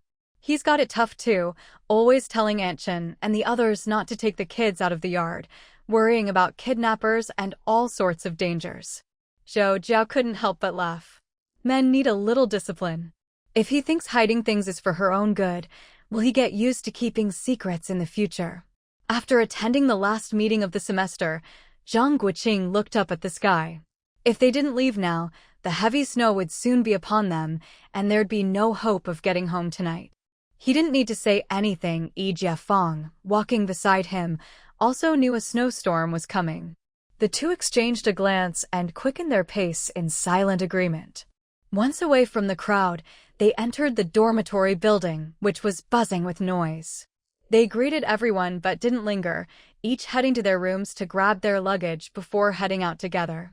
The northern wind howled, and the biting cold made Zhang Guoqing secretly grateful that his wife had left ahead of him. When he stepped onto the thick snow, he felt even smarter for it. From the little train to the swaying transfer bus, night had already fallen. As expected, heavy snowflakes began to fall. The weather grew colder, and there were hardly any people left on the streets. Seeing the lights glowing from every window and thinking of the warmth inside, Zhang Guoqing felt an even stronger urge to get home, where his wife and sons were waiting for him. "Isn't there still a closing ceremony?" "There's no need to rush home," Zhou Jiao said, sounding annoyed.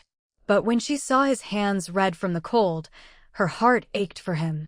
Zhang Guoqing took the ginger tea she handed him. "I was afraid someone would be sticking pins in a doll of me tonight."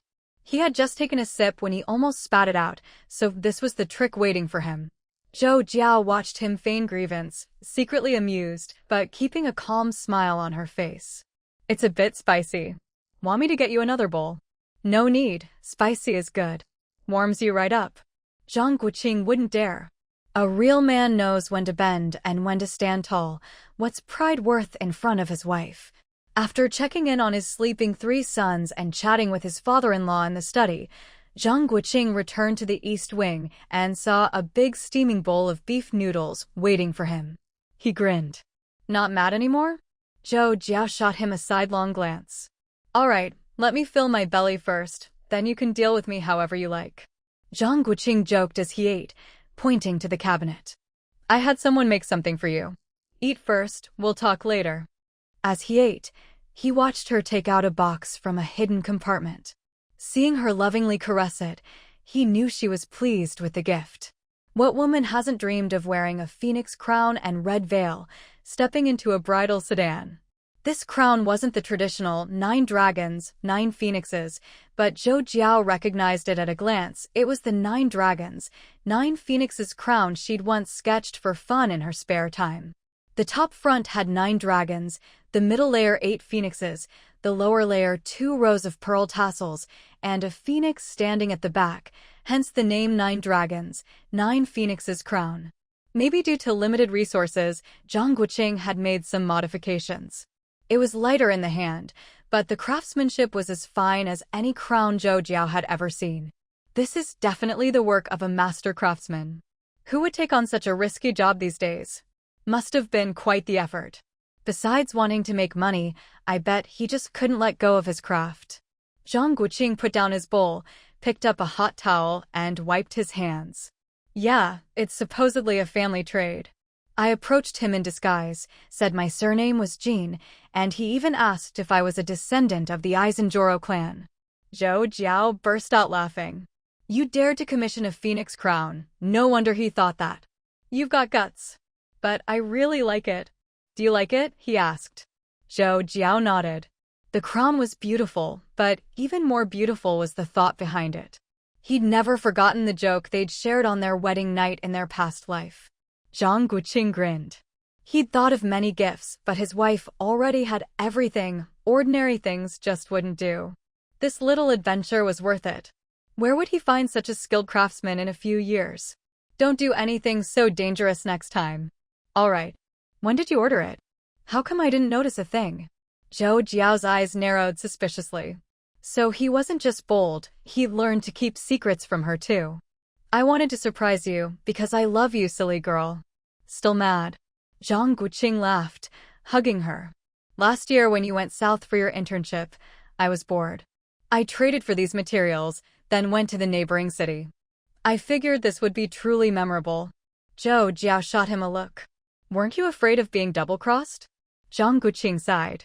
"What's gold and jewels worth these days? I paid 300 gene of grain coupons, no one would risk it for less. That's not all, is it? What else? Zhang Guoqing couldn't help but laugh. She really couldn't be fooled. The deposit was 2 boxes of penicillin.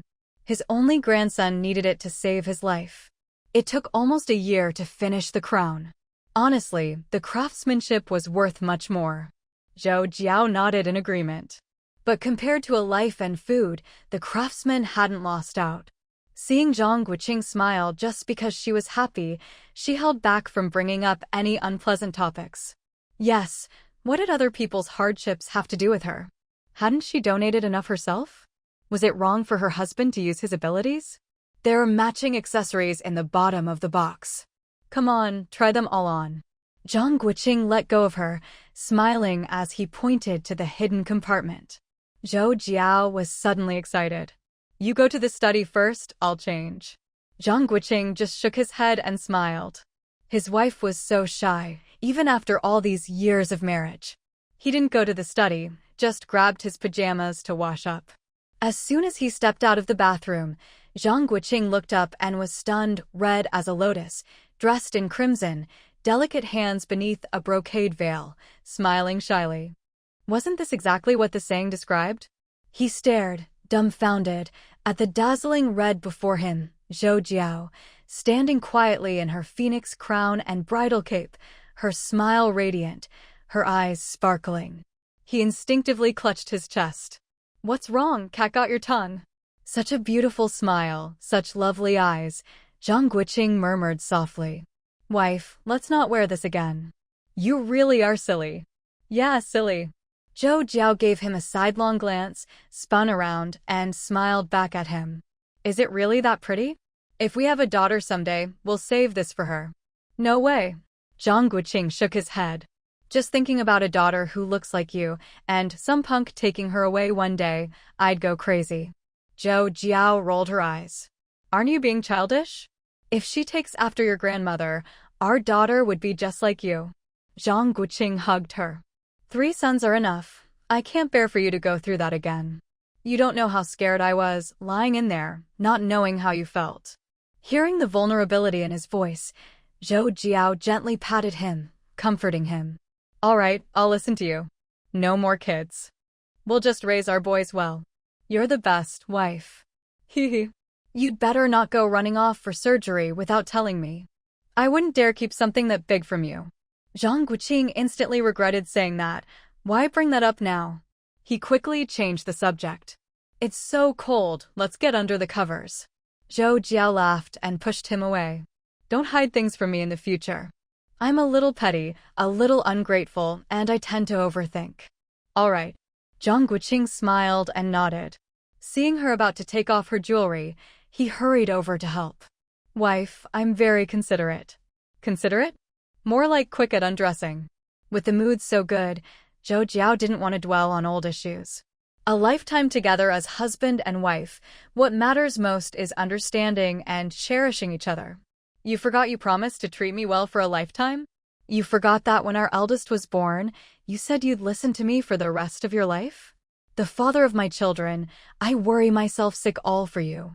The snow in the northwest was as sharp as a knife.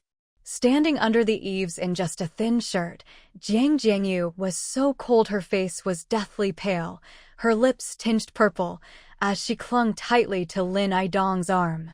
I can't bear to see you suffer, to see you ostracized, or to watch you spend your days in gloom, never achieving your ambitions. Don't blame me for keeping things from you, okay? You're my husband. If I weren't afraid of making you worry, why would I hide things from you? Your father ignores me. When something this big happens, I can only turn to my own dad.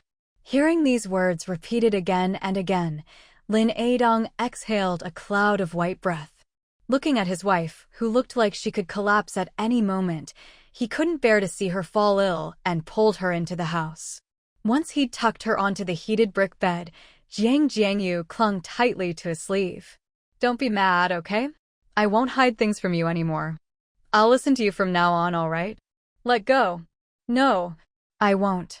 If I let go, you'll just run out again and not come home. Do you not want me anymore? How old are you now?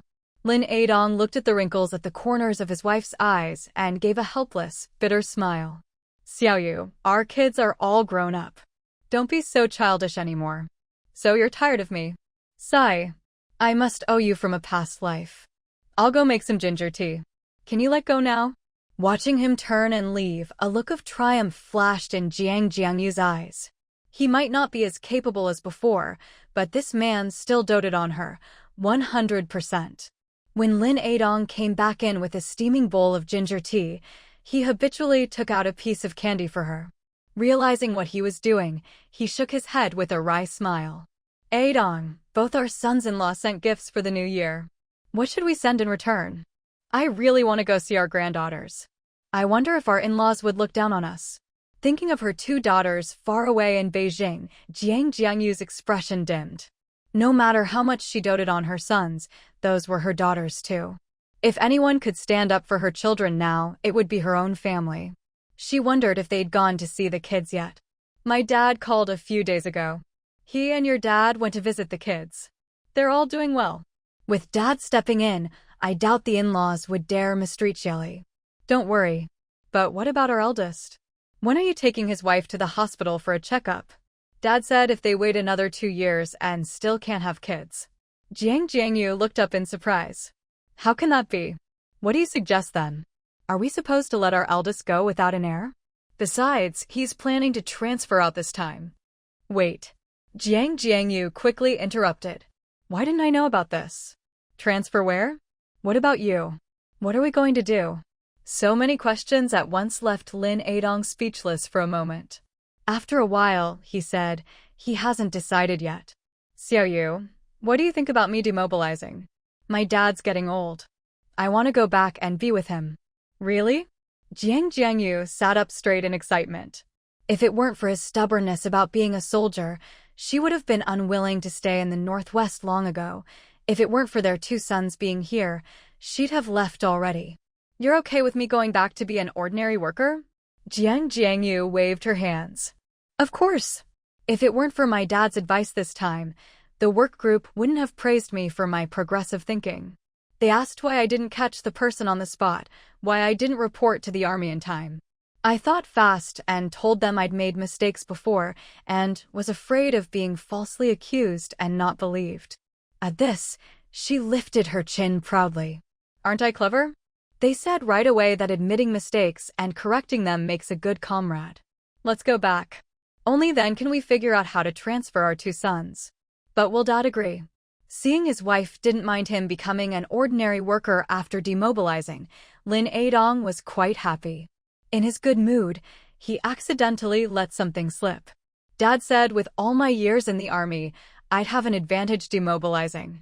He plans for me to apply for discharge first. Your dad can't just ignore me then. As long as her husband wanted to leave, Jiangyu didn't care about her parents' opinions.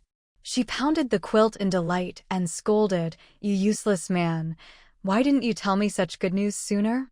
I was just afraid you wouldn't want to go back. Lin Adong didn't have the heart to say his wife cared about saving face. Going back was good, but facing old friends and relatives. What he was thinking, Jiangyu was too. She sighed, what's face worth anyway? I've thought it through. Let people laugh if they want. Only if we go back can we better arrange things for our 2 sons, and our daughters will have us to rely on so they won't be bullied. At this, Lin Adong pulled a long face. He thought of the favor his eldest brother had asked of him, but he really didn't want to deal with it. What's wrong? It's my big brother again. Jiangyu's face immediately darkened, but then she remembered something and forced a smile. Is he asking you to look after that girl again? Honestly, doesn't your brother know you're in a tough spot too? He's washed his hands of it all and still makes things hard for you. Exactly. I think your brother is just selfish, especially your sister-in-law. She talks a good game. Their family of 3 is doing well, but they never think about how their daughter's situation makes it hard for us to stay here. Lin Adong. Your brother, Sai, I don't even want to talk about him. But we can't afford to offend him. We'll still need his help in the future. So, what does he want this time? If you don't want to deal with it, I will. Lin Adong sighed. He just wants me to check on her in private. But what good will that do? I can't just pretend she's dead. Then just tell him you've already checked. He said to do it privately anyway. Lin Adong shook his head.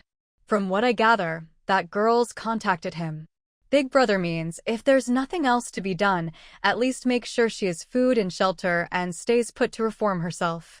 Pfft, Jiang Yu sneered. He's got some nerve, no wonder you want to demobilize. Blood may be thicker than water, but nothing beats a daughter in his eyes.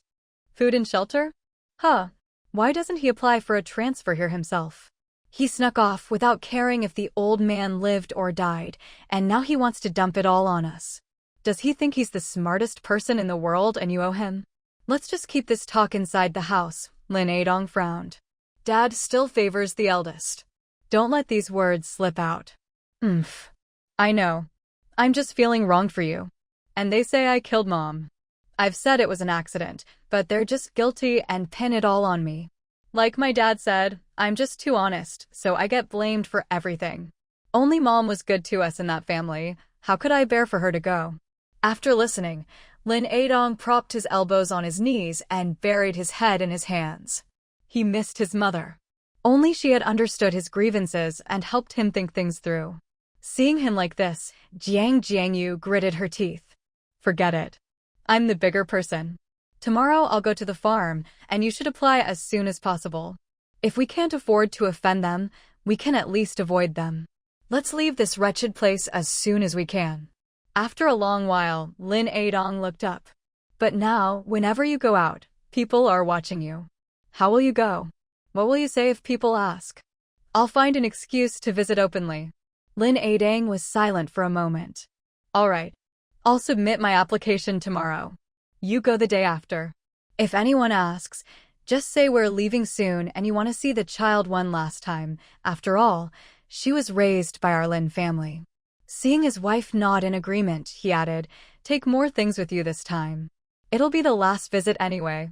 In a dugout pit along the edge of a depression, Lin Xuelin curled herself into a ball, huddled in the corner of the communal sleeping platform. She looked up at the branches above, the roof covered with a layer of wheat straw and sprinkled with dry earth. The platform beneath her, big enough to sleep 40 or 50 people, was too crowded to light a fire, making it bitterly cold. A gust of wind blew through, lifting the burlap sack that served as a door at the entrance, prompting a round of curses from the other women on the king. These sounds repeated year after year, day after day. When she first arrived, she would join in with a few complaints, but now she only felt the deep malice of fate. Numb with cold, her eyes rolled dully before returning to lifeless stillness. An old woman with a shepherd's whip lifted the burlap sack and lashed it down on the pit. You want to argue? I'll give you something to argue about. Captain, we won't dare again. The women quickly shrank back against the wall, begging for mercy. Dozens of lowered eyes glinted coldly, each wishing they could strangle the arrogant old hag before them. But no one dared. Any sign of resistance would bring countless captains and countless punishments from outside. What was there to fear about death? The real terror was being left half alive, unable even to die.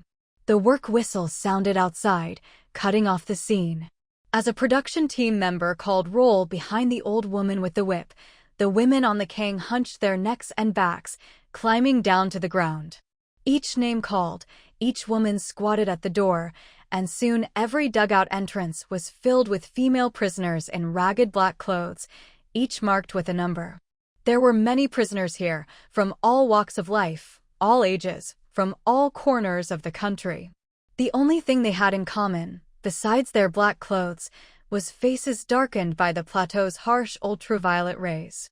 After roll call and registration, each woman was shackled at the ankles, picked up her tools, and, under the old woman's lead and the watch of 4 soldiers, was marched outside to work. Unlike the outside world, the farm's production followed the cycle of autumn plowing and spring planting, harvesting in autumn and threshing in winter. Ordinary farmers could rest during the snowy season, but not them. What was an off-season? Lin Xuelin had never known. Over time, she had done every job: farming, feeding pigs, herding horses, driving carts, making bricks, firing kilns, digging canals, one after another. Today, unlike before, she was shackled again. She knew this meant they were going far to dig earthworks for irrigation. The authorities feared they might try to escape, and a flicker of irony crossed her downcast face. She had thought about escaping. But looking at the flat, open land around her, with nothing but a single endless road leading out, she realized this was a natural prison. As long as they guarded that one road, no one could escape the wilderness. Even if someone slipped away, they'd die of exhaustion or starvation before reaching safety. So she had tried everything, hoping someone would help her. But those so-called relatives, for the sake of their own comfort and status, had all abandoned her. She was unwilling to accept it. Why should it be this way? Thinking of this, Lin Xuelin looked up at that road with a dark expression. If she ever got out, she would make everyone who owed her a debt taste this same despair, especially the parents who brought her into this world only to abandon her. Mealtime. After a few whistle blasts, several baskets of bread, a few buckets of vegetables, and hot water were brought to the worksite. The prisoners, after half a day's labor, scooped food into their small bowls or enamel mugs and sat wherever they could, eating their cold meals in the biting wind. Lin Xuelin rubbed at the bloody sores on her ankles from the shackles and closed her eyes. How much longer could she endure days like this? She didn't want to die, not before dragging a few people down with her. That afternoon, another woman fainted and was whipped several times for not behaving, then tied up and left in the cold. Seeing this familiar scene again, Lin Xuelin knew she had to leave. If she stayed any longer, she wouldn't make it. In the darkened snow, the group was marched back to the farm. The same process repeated: roll call, squatting, dropping their tools. When Lin Xuelin's number was called, she didn't even react until someone behind her pushed her. 258694, you have a visitor. Lin Xuelin's dazed mind snapped to attention. She looked at the captain in disbelief. Hurry up. Thank you, Captain, thank you. Lin Xuelin bowed deeply as she hurried away, eyeing the raised whip. Was it finally her father, who had ignored her letters for so long, coming to see her? Jiang Jiangyu, after a long day's journey, rubbed her hands together for warmth, not daring to look around. If she didn't still need the eldest brother's family in the future, she would have turned and left already. What kind of hellhole was this? Just standing at the gate had nearly scared her to death. The rammed earth walls were 6 or 7 meters high and just as thick, with 4 or 5 sentry posts on top. There were guards both above and below the main gate. What kind of serious criminals were kept here? Nervous and uneasy, Jiang Jiangyu cursed the eldest brother's family in her heart, but also wished she could see her niece and leave as soon as possible. After a long wait, just as she was about to give up and go, she finally heard movement. She turned to see a woman being brought in and frowned, wondering who else was unlucky enough to be visiting today. Sitting on the benches, she turned away indifferently. Whoa, auntie. Hearing the familiar voice, Jiang Jiangyu slowly turned her head, suspiciously studying the woman in front of her, eyes wide in disbelief. Xiao! Xiaolin? Is that you? How could this woman, black as coal and nothing but skin and bones, be her fair-skinned, beauty-obsessed niece who used to look down on everyone? Auntie, it's me, Xiaolin. Please take me away, I'm dying here. Please talk to my dad for me, I'll never disobey again, I promise, I'll be good, I'll never do it again. Lin Xuelin had thought her tears had long since dried up, but now she realized she still longed for someone to care for her, to love her. Auntie, I miss you, I miss Mom, I miss everyone at home. Where's Mom? Why hasn't she come to see me? Please, I'm begging you, help me get out. I'll repay you for the rest of my life. Auntie, I can't take it anymore, have mercy on me. Jiang Jiangyu felt a pang of sympathy at her pleas, but then remembered how her own children had been implicated and looked away. After a long silence, she steeled herself and said, You know we can't save you. You brought this on yourself. Just focus on reforming yourself. Before she could finish, Lin Xuelin interrupted through her tears. Where's Dad? Where's Mom? Xiaolin, it's useless. What about Shelby? He doesn't even acknowledge me as his only sister? Please, ask him to beg Mom and Dad, beg Grandpa, please. Auntie, look at me, just look at me. Please have pity and help me beg them. Afraid she'd say something truly rebellious, Jiang Jiangyu quickly cut her off. Enough. Xiaolin, the Lin family has done enough for you. Because of you, our lives haven't been any better than yours. Please, just let us go. At this, Lin Xuelin immediately wiped her tears away, glaring at the woman in the thick army coat, her eyes burning with hatred. Cut the crap. Just get me out. Name your price. Seeing Lin Xuelin's face twist with hatred, Jiang Jiangyu was momentarily stunned, shaking her head in disbelief. You've really changed. Don't blame me, you know I don't have that kind of power. Even your mother is more capable than me, let alone shall we now. If you want to blame someone, blame yourself or blame them. Because of you, we can't stay here anymore. After this visit, we're leaving too. Xiaolin, face reality. With that, Jiang Jiangyu stood up. Seeing her about to leave, Lin Xuelin's face changed. Explain yourself before you go. Jiang Jiangyu took a few steps, then turned back with a look of pity. You know the truth in your heart, don't you? Bitch, you're all bitches. You'll all die miserable deaths. As the soldiers dragged her furious, cursing niece away, Jiang Jiangyu sighed and quickened her pace. Everyone has their own fate, she couldn't be blamed. If even her parents could harden their hearts, what could she do? Jiang Jiangyu left by car and spent the night at a guest house in the nearby county. The room had no heating and she shivered through a sleepless night. Lying awake, her mind was a jumble. Some things became clearer, others more confusing. For a moment, she felt a surge of gratitude toward fate, thankful her elderly father had rescued her all those years ago, and she thought of her 4 children. Comparing her life to others, she realized maybe things weren't so bad after all. The next morning, after checking out, Jiang Jiangyu didn't rush home to see her husband. She didn't know how to face Lin Aidong. Before she left, her husband had repeatedly urged her to calm things down and keep the peace, but it seemed she'd only made things worse. The look of hatred in those eyes had sent chills down her spine, especially how quickly that person's expression could change. Was that someone she could handle? She was already regretting bringing those things with her. As she got into her eldest son's car, Jiang Jiangyu turned for one last look at the direction of the farm. She never wanted to set foot there again for the rest of her life. After sunset, Lin Dingxing came home from work. He barely had time to be happy about his mother's visit before hearing what had happened.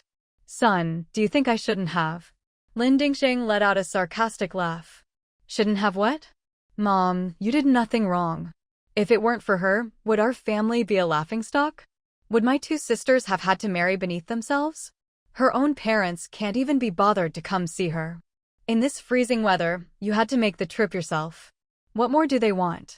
If Grandma were still around, do you think she'd have let her off so easily? Sigh. Lin Dingxing handed her a cup of tea. No need to sigh. Let's call Dad in a bit so he won't worry.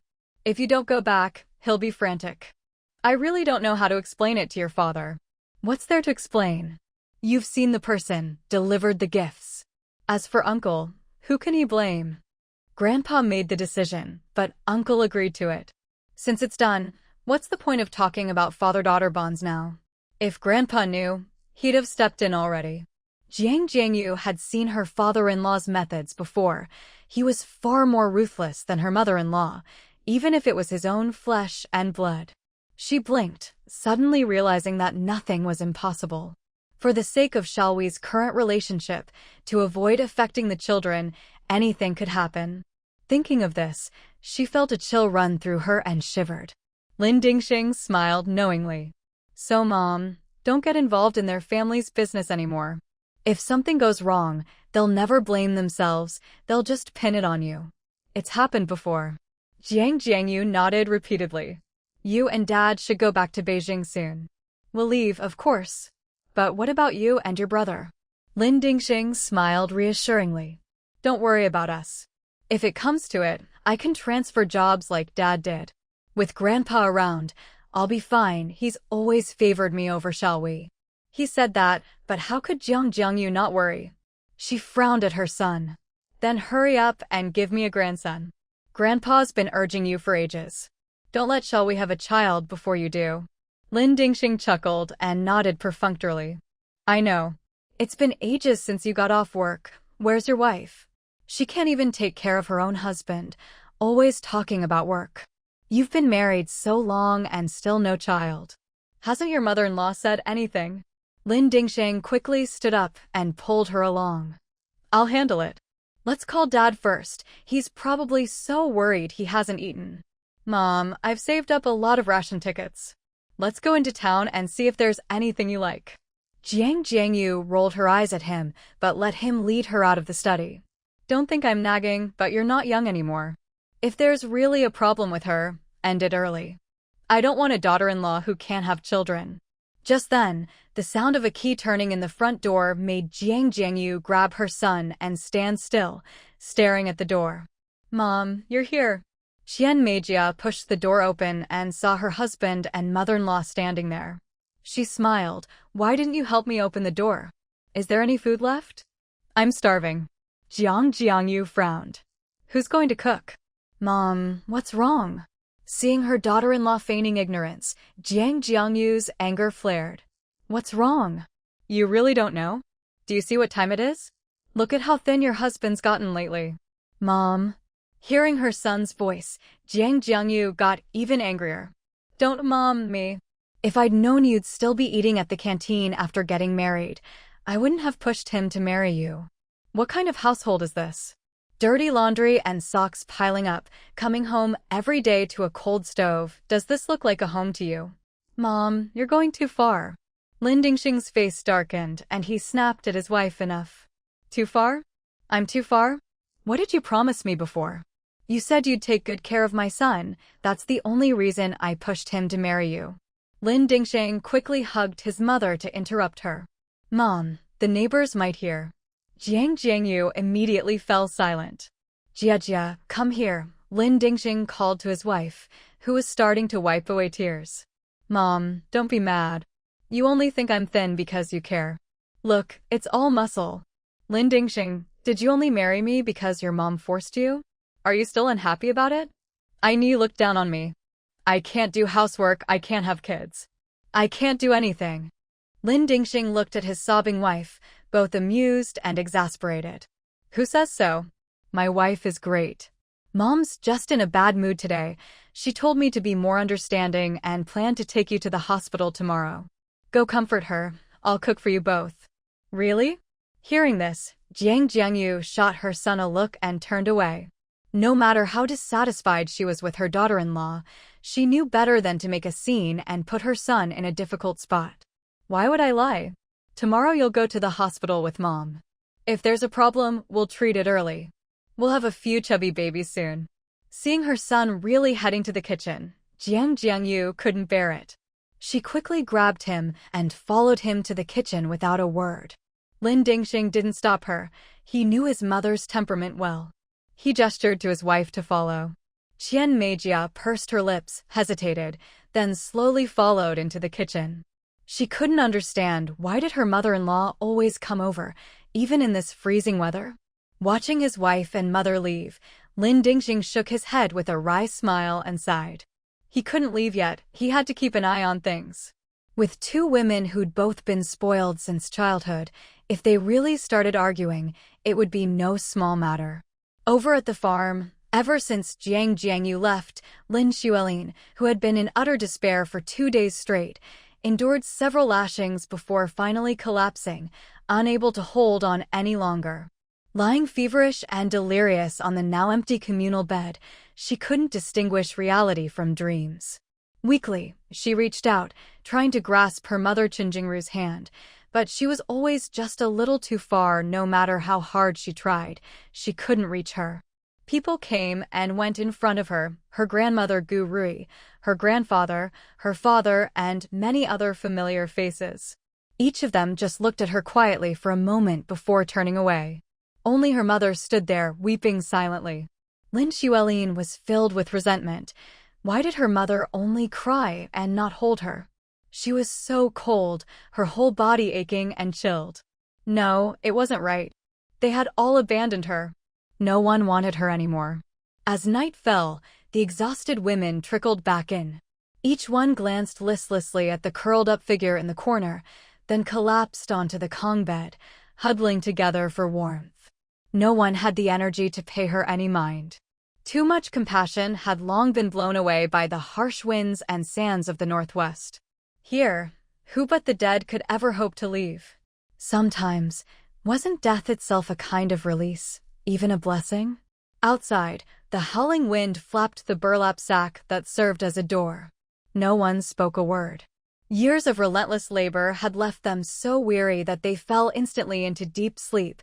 Only in dreams could they find a taste of paradise. When news of Lin Xuelin's death reached Qinjingru, she was holding a cup of hot tea, deep in thought about her son's housing after marriage and planning when and where the two families would meet. Lin Aigua came in, hands tightly clenched, dropping all pretense as he softly said, "Xiaolin is gone. Our Xiaolin is really gone." Looking at the man with reddened eyes not far away, Qinjingru's mind went blank. She collapsed to the floor, losing consciousness. With a loud bang, Lin Aigua had no time to grieve for his lost daughter. He rushed forward, scooped up his wife, and pinched her philtrum hard until she slowly came to. Seeing her vacant eyes, Lin Aigua couldn't hold back his tears. "Dear, don't be like this. We still have Shelwy. Our son still needs you. If you have anger or hatred, take it out on me. It's all my fault. I shouldn't have left for all those years. I'm the one who deserves to die most. It's all my fault. If I hadn't left, our child wouldn't have ended up like this. Why couldn't she wait a little longer for me to find a way? Why couldn't she hold on just a bit more? How could she bear to let us, her gray-haired parents, bury our black-haired child? She was our first child. I deserve to die, I deserve it most. I shouldn't have come back and still neglected her. No matter how disobedient she was still my child. I abandoned her. I'm the one who ruined her." Qinjingru struggled to her feet, step by step making her way to the bedroom, where she lay down stiffly on the bed, staring at the ceiling. Lin Aigua grasped her right hand. "Shiru, say something. Please don't be like this." Qinjingru closed her eyes, motionless. "Shiru, should I have shall we come home to keep you company?" With a hoarse voice, Qinjingru replied, "Don't tell him. Please, if you have anger, take it out on me. I beg you, pull yourself together. This is all my fault. Hit me if you want." Qinjingru lay there in silence. No matter how heartbroken she was, her tears had long since dried up over the years. The day she abandoned her daughter, she knew she could never keep her, truly, she couldn't. How did that tiny little girl grow up? She had forgotten. She didn't deserve to be a mother. She was the real sinner, the one who should die. She shouldn't have let that old woman spoil her child, shouldn't have worried about whether her daughter would resent her or not. "I'll resign right away. We'll go to the Northwest now, we'll find our child." Qinjingru opened her eyes. "It's not your fault." She went to get revenge on her grandmother. Lin Aigua was stunned, his mouth agape as he stared at her. "Your mother is the real culprit, the real sinner. It's all her fault. Without her, my daughter would have been as outstanding as Shelwy. Without her constant talk of marrying well, without her meddling, my Xiaolin wouldn't have become so arrogant, wouldn't have set her sights so high, wouldn't have gone astray. My Xiaolin was so little, reaching out for me to hold her, but your mother would immediately send me to the kitchen. Your mother wouldn't let my Xiaolin visit my family, because they were just poor workers, unworthy of your family. Your mother wouldn't let my Xiaolin marry, because the man was a peasant, not good enough for your family. And your wonderful siblings, always sowing discord between me and my daughter, between brother and sister. How much suffering did my children endure because of them? It was all their fault. And your brother-in-law, if he hadn't kicked her when she was down, how would my Xiaolin have ended up in that godforsaken place in the Northwest? It's all their fault my daughter lost her life. And your father, he personally cut off my Xiaolin's last hope." Listening to her words and watching his wife slowly regain her spirit, Lin Aigua closed his eyes tightly. Maybe this was for the best, let her hate, let her live on with that hatred. Their family had already lost a daughter. They couldn't afford to lose anyone else. Didn't your younger brother say his wife just saw the child not long ago? Lin Aigua opened his eyes, looked at his wife who seemed to have recovered, and nodded. I sent so many packages, just hoping she could get by, hoping one day I could bring her home myself. She used to write to us, so why did my child die right after that woman visited her? Lin Aigua's brow twitched. My dear, I have one request. Lin Aigua held his breath and solemnly agreed.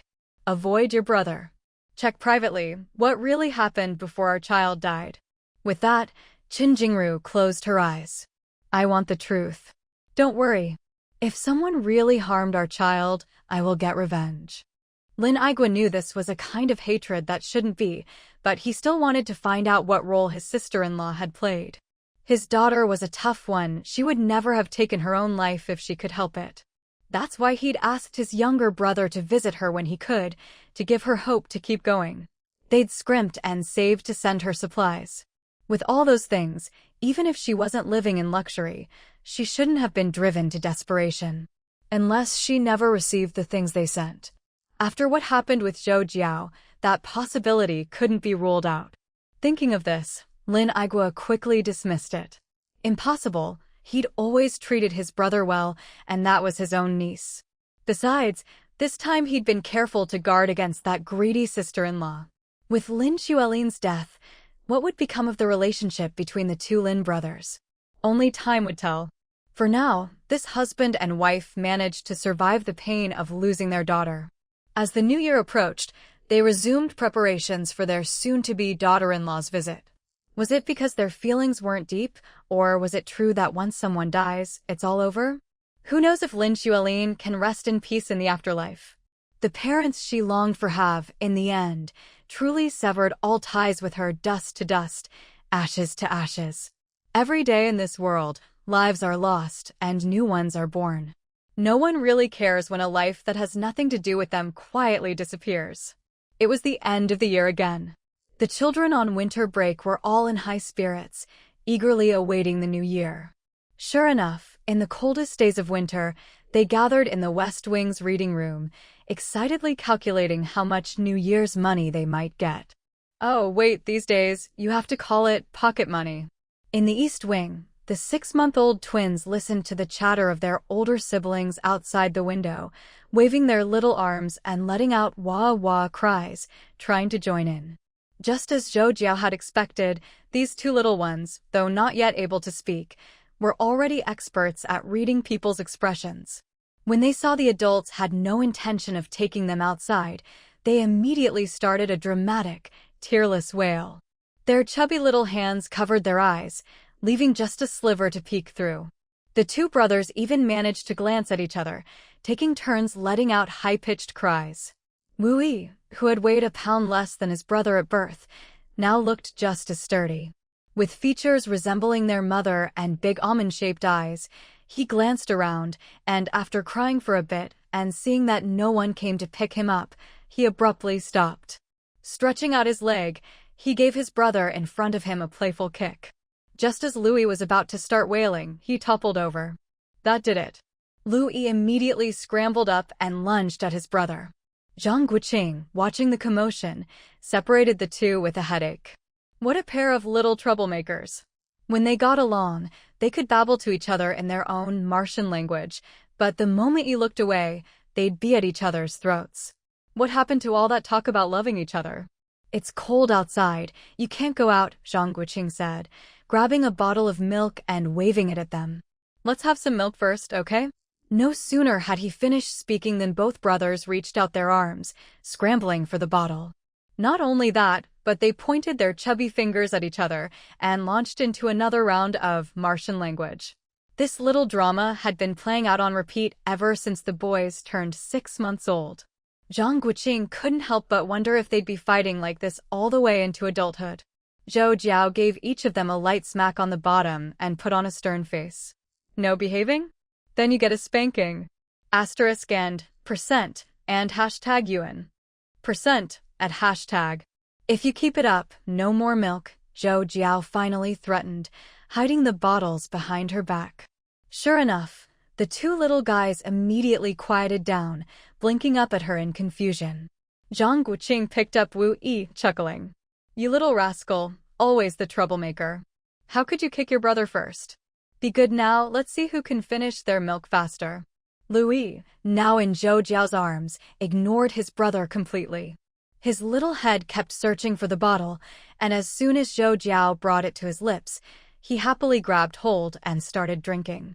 Aren't twins supposed to have a special bond and get along really well? How come these two are always at odds? Just let them be. Wife, are you trying to tell me something? Not long after they'd eaten and drunk their fill, the two little lords were sound asleep. Zhou Jiao let out a sigh of relief. Boys really aren't as easy as little girls. Zhang Guoqing smiled at his two sons. No wonder Dad says the house is getting livelier by the day. Once these two start walking, it'll be total chaos. It's already chaos. Zhou Jiao shot him a look. Haven't you noticed that Yua hardly dares go near them anymore? Well, she did try to steal their bottles. Oh, listen to yourself, Zhou Jiao said, glancing at the pile of toys on the carpet. I think they're just as stingy as Ping'an. Zhang Guoqing knew full well how stingy his three sons could be, but he still protested. Who says? Ping'an didn't even blink when he gave all his favorite toys to his little brothers. He added, whenever Ping'an has milk, those two never fight over it. He's generous, you know. Zhou Jiao looked at him, amused, and nodded. Right, your son is generous. She paused, then added, just wait and see, with Ping'an whispering in their ears day and night. Hearing this, Zhang Guoqing had to stifle a laugh as he ushered her out the door. Once outside in the courtyard, he couldn't hold it in any longer and burst out laughing. Who else had a kid like Ping'an, always telling his brothers that if they gave something away, it'd be gone for good? Thinking of Ping'an, Zhang Guoqing felt genuinely content. Brother, bring back some paint for me when you get a chance. What are you painting now? The kids are still so little, there's no need to put up so many literacy charts, Zhang Guoqing frowned. You should rest more when you have time. Just as Zhou Jiao was about to reply, she spotted Aunt Sun and her daughter coming in, and her eyes flickered as she lowered her gaze.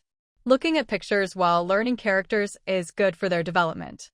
She knew she couldn't hide the boys' precociousness from those who were paying attention, so she had to take action early. She needed to give people the impression that the children were just being well educated by their parents. Since the holiday started, she'd been racking her brains over their food and spending all day interacting with her sons. All this effort was just to cover up certain truths. Just now, when Louis kicked out and Louis toppled over, or when Louis, in a fit of anger, left a red mark on Yueya's arm, or all of it clearly showed the boys had inherited their father's talents. Their strength was hard to hide, but some things still needed to be kept secret. Zhou Jiao could already imagine the commotion if Aunt Sun started bragging about the three boys to outsiders. Tomorrow, then. You'll have to come with me to the countryside, Zhang Guoqing said. Zhou Jiao nodded knowingly. These days, when they needed supplies, they didn't go to the black market anymore, but used the excuse of trading in the village. Especially since the policy had loosened up a couple of years ago, with private plots and encouragement to raise more pigs and poultry. It was almost funny. Trading privately was strictly forbidden and harshly punished, but bartering was somehow allowed. So, of course, people found ways around the rules. Take pigs, for example. Besides what was needed at home, the rest had to be sold to the meat processing plant at a fixed price. But who really wanted to do that, except for the timid and rule-abiding? Naturally, some farmers took the risk and applied for extra pigs for personal use, to sell at higher prices. Did Captain Qian and the others really not know? They just turned a blind eye. As long as the quota was met, who wanted to pick a fight with the villagers? Besides, anyone who could afford to raise pigs in those days must have had some ability. This way, it was less risky than the black market, and prices in the village were lower. Many city folks suddenly found themselves with a lot more relatives. This time, they were going for pork. Compared to outsiders, Aunt Qian trusted this young couple much more, and had already set aside the family's New Year pork for them, waiting for a barter. Zhou Jiao wasn't short on supplies, but knowing how quickly policies could change, she wouldn't refuse. So even with wild game piling up at home, she still accepted. It's a pity we can't go back home this year. Uncle Sanyuan wrote to say Captain Lu's village had another bumper harvest. I wonder how much he managed to buy. Zhou Jiao shot him a look. You think he'll get any fine grains? Zhang Guoqing smirked. I bet he's just showing off, no way he got much. Wasn't it obvious? That year, the young couple had gone undercover and bought up so much fine grain. Afterwards, even though no one starved in those production teams, it was easy to imagine how much they regretted it. Zhou Jiao, sharp-eyed, spotted Ishumin at the door, carrying her daughter in. She nudged Zhang Guoqing and went to greet them. Yueta, have you eaten yet? Little brother. Seeing the little girl nod and point toward the east wing, Zhou Jiao squeezed her tiny hand. The boys are asleep. Why don't we go have some milk? No need, she just had a small bowl of noodles, Ishumin said, pointing to the west wing. Mommy will take you to play with your brothers, okay? No, brother, want Dolly. Zhang Guoqing chuckled at the little girl's baby talk, nodded to Ishumin in greeting, and headed off to the west wing. Luyi and Wuyi are asleep, Zhou Jiao said as she took the child and led the mother and daughter into the east wing. It's fine, they're in the bedroom. Let's go to the study. Yueyar, how about we wait for your brothers to wake up and play together? Play. All right, Auntie will give you a treat. Wow, I want wow. Zhou Jiao couldn't quite understand and glanced at the child's mother. Ishumin laughed. She means a doll. The boys don't play with dolls. Funny enough, Zhou Jiao actually did have dolls. Yijia Feng and the others were mischievous, and just a few days ago, seeing how Wuyi was starting to look more and more like Zhou Jiao, they jokingly gave her 2 dolls. Zhou Jiao went into the inner room, grabbed a doll for the child, and only after settling her did she pour tea. Sitting on the kang in the study, Ishumin glanced enviously at the doors connecting the 2 bedrooms. You guys move fast, decided to move, and just did it. No choice. If the boys are even a little unhappy, they start wailing at the top of their lungs. My parents can't rest at night, and it's impossible to have any peace when guests come during the day. This is much better. It's easier for Andy to come in too. Zhou Jiao smiled and nodded. It was true. In winter, it wasn't so bad, but come summer, it really wouldn't be appropriate for Andy to be coming in and out of the main house all the time. With the new semester starting and her internship, she wouldn't need to stay at the school, so she'd have more time to spend with the kids in the evenings. After some small talk, Ishumin hesitated, then asked quietly, I heard the Liang family sent you a basket of seafood the other day? A whole basket? That's an exaggeration. Just a few yellow croakers and some shrimp. Why, do you want some? The shrimp are gone, but I can give you a fish. No need, we still have some at home. I wasn't talking about the seafood. Of course Zhou Jiao knew what she was getting at, but she had no intention of discussing it with outsiders. Ever since the Liang family sent Liang Jiajun down to the countryside, they'd kept up the old family friend courtesies. Was she supposed to cut ties completely? Take things as they come. Everyone plays the same game, don't they? Since the Liang family's backing hasn't fallen, what's the point of picking a fight with the small fry? Zhou Jiao looked at her with a smile. If you don't want any, that's even better. There's barely enough to go around as it is. What's really going on between your 2 families? We all thought you'd either become enemies or at least cut off contact this time. Zhou Jiao looked genuinely surprised. Why would we? Liang Jiajun is Liang Jiajun. The Liang family is the Liang family. Grandpa Liang already came over and made things clear. What grudge is there? That's just something you tell the kids. Do you really believe it? And if I don't?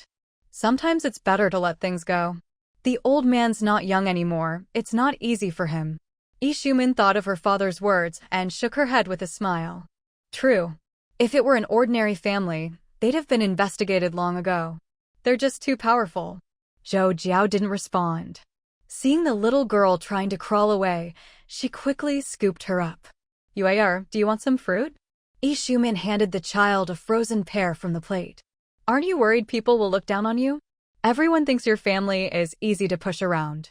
With her back to Ishumin, a sharp glint flashed in Zhou Jiao's eyes before she lowered her gaze and smiled. So, what do you think I should do? Ishumin was momentarily speechless. Zhou Jiao set the child down to let her walk around, shot Ishumin a glance, and sighed inwardly. Looks like this friendship was over too.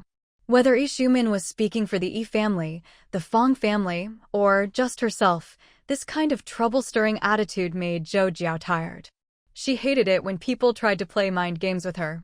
The Liang family wasn't even worth her concern, but she also didn't want her father to end up in a life-or-death struggle with their backers, only for outsiders to benefit.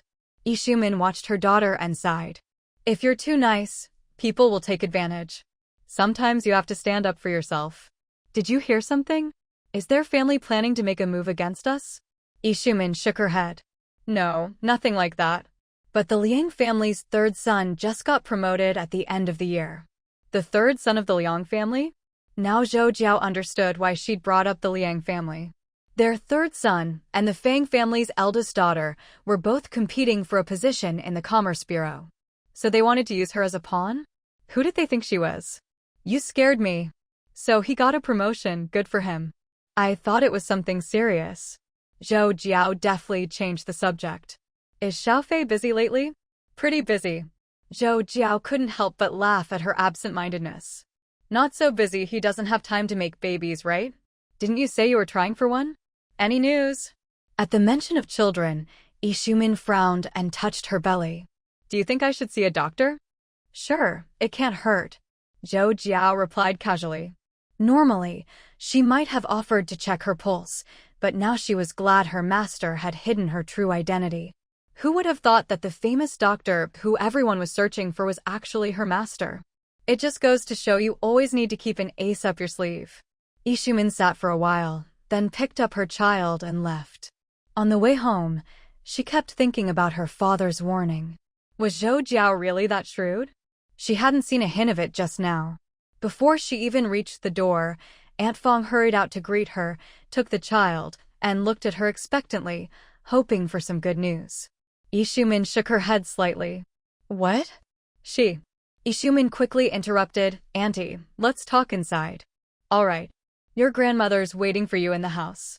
Aunt Fong, eager to know more, carried the child into the living room, handed her off to the nanny, and dragged her niece-in-law into the old lady's room.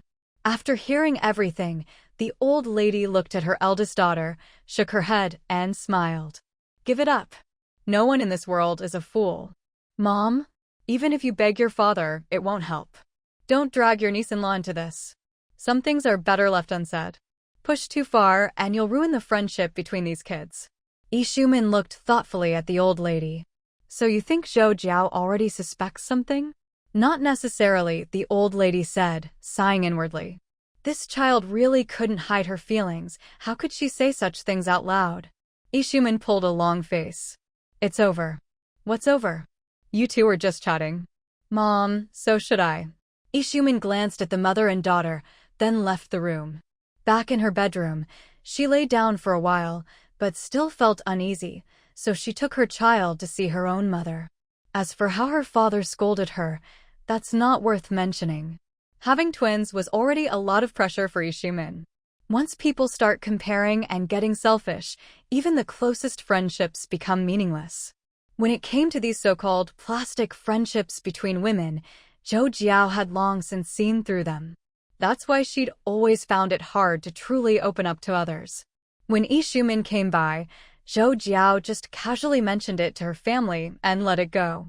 Anyone who didn't have a place in her heart was no different from a stranger passing by on the street.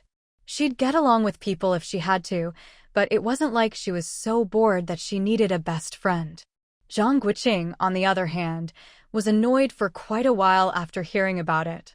Why did these weirdos always seem to show up around his wife? And they even wanted to take advantage of her, unbelievable. He didn't mention it to Fang Fei, but he couldn't help feeling a bit uneasy about it. A while later, Fang Fei came running over, all excited, to tell him that his own wife was pregnant.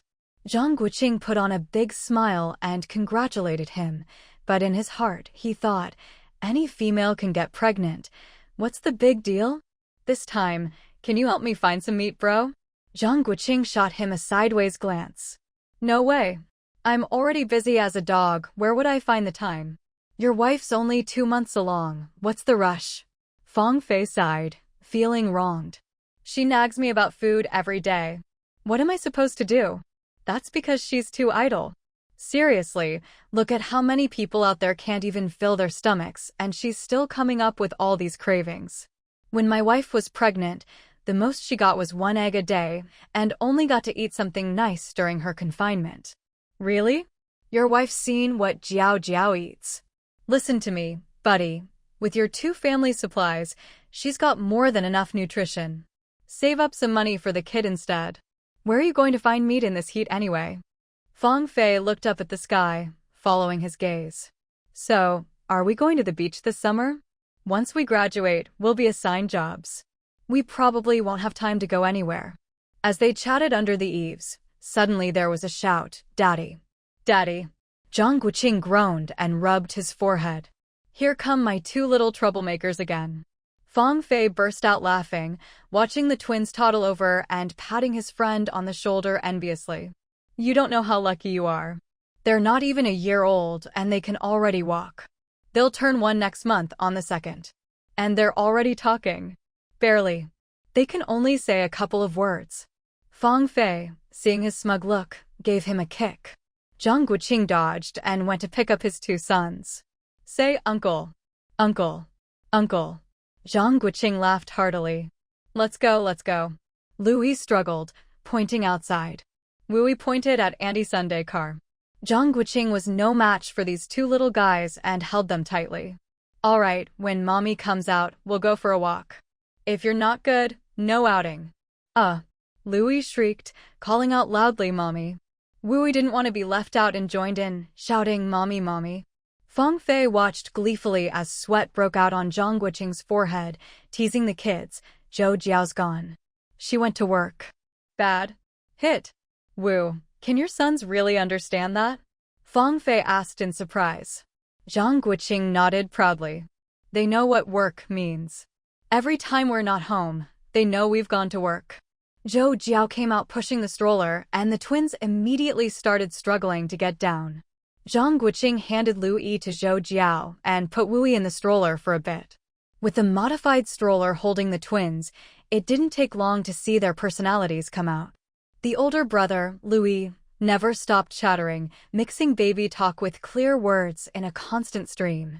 In contrast, the younger brother, Wu Yi, lounged lazily, silently observing the scenery and passers-by.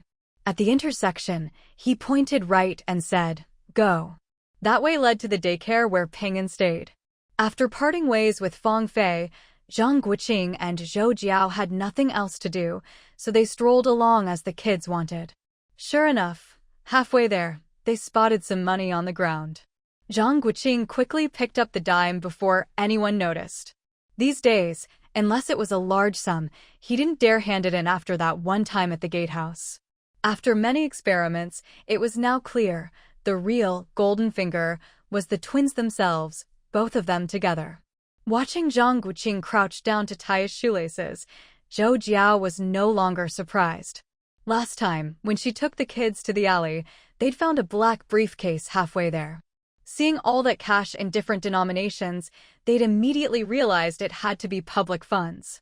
She actually felt lucky for the owner. If someone else had found it, it probably would have been pocketed. Second sister-in-law should be due soon, right? Just about. We'll prepare a gift when we get the telegram. Time really flies. Once we get our diplomas, our college days will be over. Zhang Guoqing nodded in agreement. Is that Deong up ahead? Is he looking for you? Zhou Jiao suddenly spotted a young man at the intersection who looked like Wan Deong, glancing around. Zhang Guoqing had better eyesight. He followed her gaze, recognized him, and grinned, waving him over. When they met up, Wan Deong complained, "Why aren't you at home in this heat? Where are you off to? Something urgent?" Zhang Guoqing pointed at his sons. It's rare to get a break, and the little ones wanted to go out. Wan Deong squatted in front of the stroller, looking at the twins. Wu Yi, remember your uncle? Uncle, the 2 boys chorused in greeting. Zhang Guoqing laughed out loud. Serves you right for not wanting to be called uncle and trying to take advantage. After playing with the kids for a bit, the 3 of them wandered off to a quieter spot. It was nearly dusk, and after the early summer rain, the afternoon was less stuffy and a bit cooler. Since Wan Deong, Ding Datu and Geng Daji had graduated and started working last year. The group rarely hung out together like they did in college. Judging by his expression, Wang Deong must have something important to discuss with Zhang Guoqing. Seeing this, Zhou Jiao pushed the stroller ahead, giving them space to talk. Watching Zhou Jiao up ahead, Zhang Guoqing put his arm around his buddy's shoulders and asked, "Good news? I heard from Grandpa Wan that you're getting married soon." Wang Deong shook his head. "Nothing's set yet. If I really found the right girl, I'd definitely introduce her to you guys. Don't be so picky. Settle down early so your dad can have grandkids sooner." Zhang Guoqing glanced at his face. "Did you get promoted?" "Promoted my foot. I regret not applying for the defense program like you guys." Zhang Guoqing rolled his eyes. This guy was just being sarcastic. Everyone knew the second bureau wasn't a place just anyone could get into. Out of all their friends in the compound, he and Ding Data were the lucky ones. Not having to go rough it was already a blessing. Woo, none of us can compare to Daji. He's living it up at the railway bureau. He wasn't even happy about it at first, just goes to show, fools have their own luck. Zhang Guoqing nodded in agreement. Of all of them, only Geng Daji had been assigned to the Beijing Railway Bureau's engine department.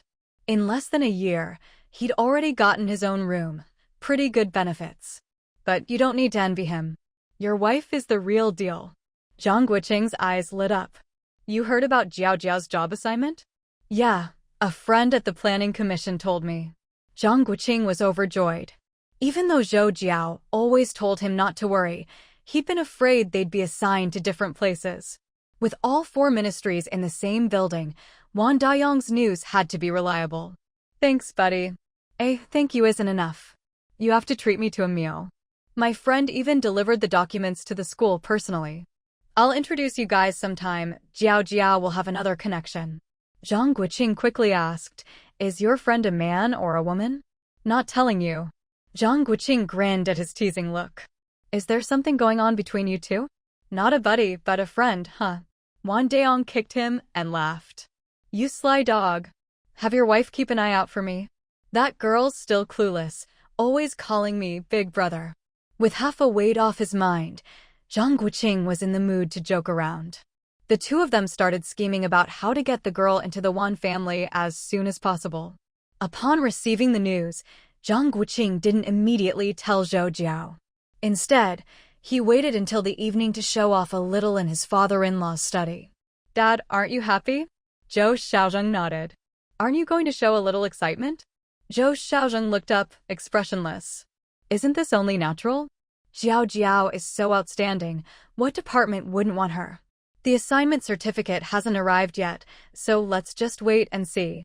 Zhang Guoqing carefully observed his father-in-law's expression, wondering if he'd heard some other news, or if there were other units vying for Jiao Jiao as well. But that didn't seem right. Just a couple of days ago, his father-in-law had said he couldn't influence Jiao Jiao's assignment anymore, and he looked a bit frustrated at the time. Seeing his silly son-in-law shaking his head, Zhou Xiaozheng asked, "You haven't told Jiao Jiao yet?" "Nope. Spoiling the surprise isn't any fun. She still thinks the planning commission is out of reach and figures she'll end up in the fourth department like Wang Deong and the others. I'm not worried about Jiao Jiao. What about you? Are you ready? Life at the military academy won't be easy. I'm not worried about your physical ability. I'm just afraid you'll be too young and hot-headed." Hearing this, Zhang Guoqing immediately sat up straight. "Dad, I'm listening. The military academy has a much higher bar than local schools. Once you step through those doors, all your previous titles, student president, outstanding cadre, mean nothing. You need to be clear about that." Zhang Guoqing nodded. "The students training with you this time include not just defense students, but also elite soldiers handpicked from the army. Those who were chosen have not only ability, but also strong backers. Likewise, there are both children of high-ranking officials and those from farming families. Even if they seem to get along on the surface, there are always underlying tensions." Zhang Guoqing had already considered this and listened thoughtfully. 3 months may sound short, but it's right before assignments are handed out. Underneath, there will be all kinds of undercurrents, and conflicts will only intensify. If they end up divided into factions, your position could become awkward. Have you thought about how you'll handle it? That's one reason I never insisted you go to the military academy in the first place. As he spoke, Zhou Jiao pulled open a drawer and handed over a file. Here's the list of your classmates this year. Take a look. Zhang Guoqing hadn't expected his father-in-law to act so quickly. The list detailed everyone's name, hometown, and even which important figures had praised them and their backgrounds. Ever since old Master Lin had pulled strings to get Lin Dingxing a spot, Zhang Guoqing understood just how lucky some people were to get into the academy. Naturally, he'd face all kinds of challenges. But what was there to fear? If he couldn't even get through this hurdle, how could he stand on his own and support his wife and children? Zhou Jiao was very satisfied with his son-in-law's calm and confident demeanor. The boy was mature and capable. Zhou wasn't worried about whether he'd stand out, just holding steady would be enough. Stay neutral, but don't let yourself be isolated. That's my motto for you. Stay calm in all situations, and don't let your heart go soft. That's what I expect from you. Zhang Guoqing stood up and said solemnly, Dad, I won't let you down.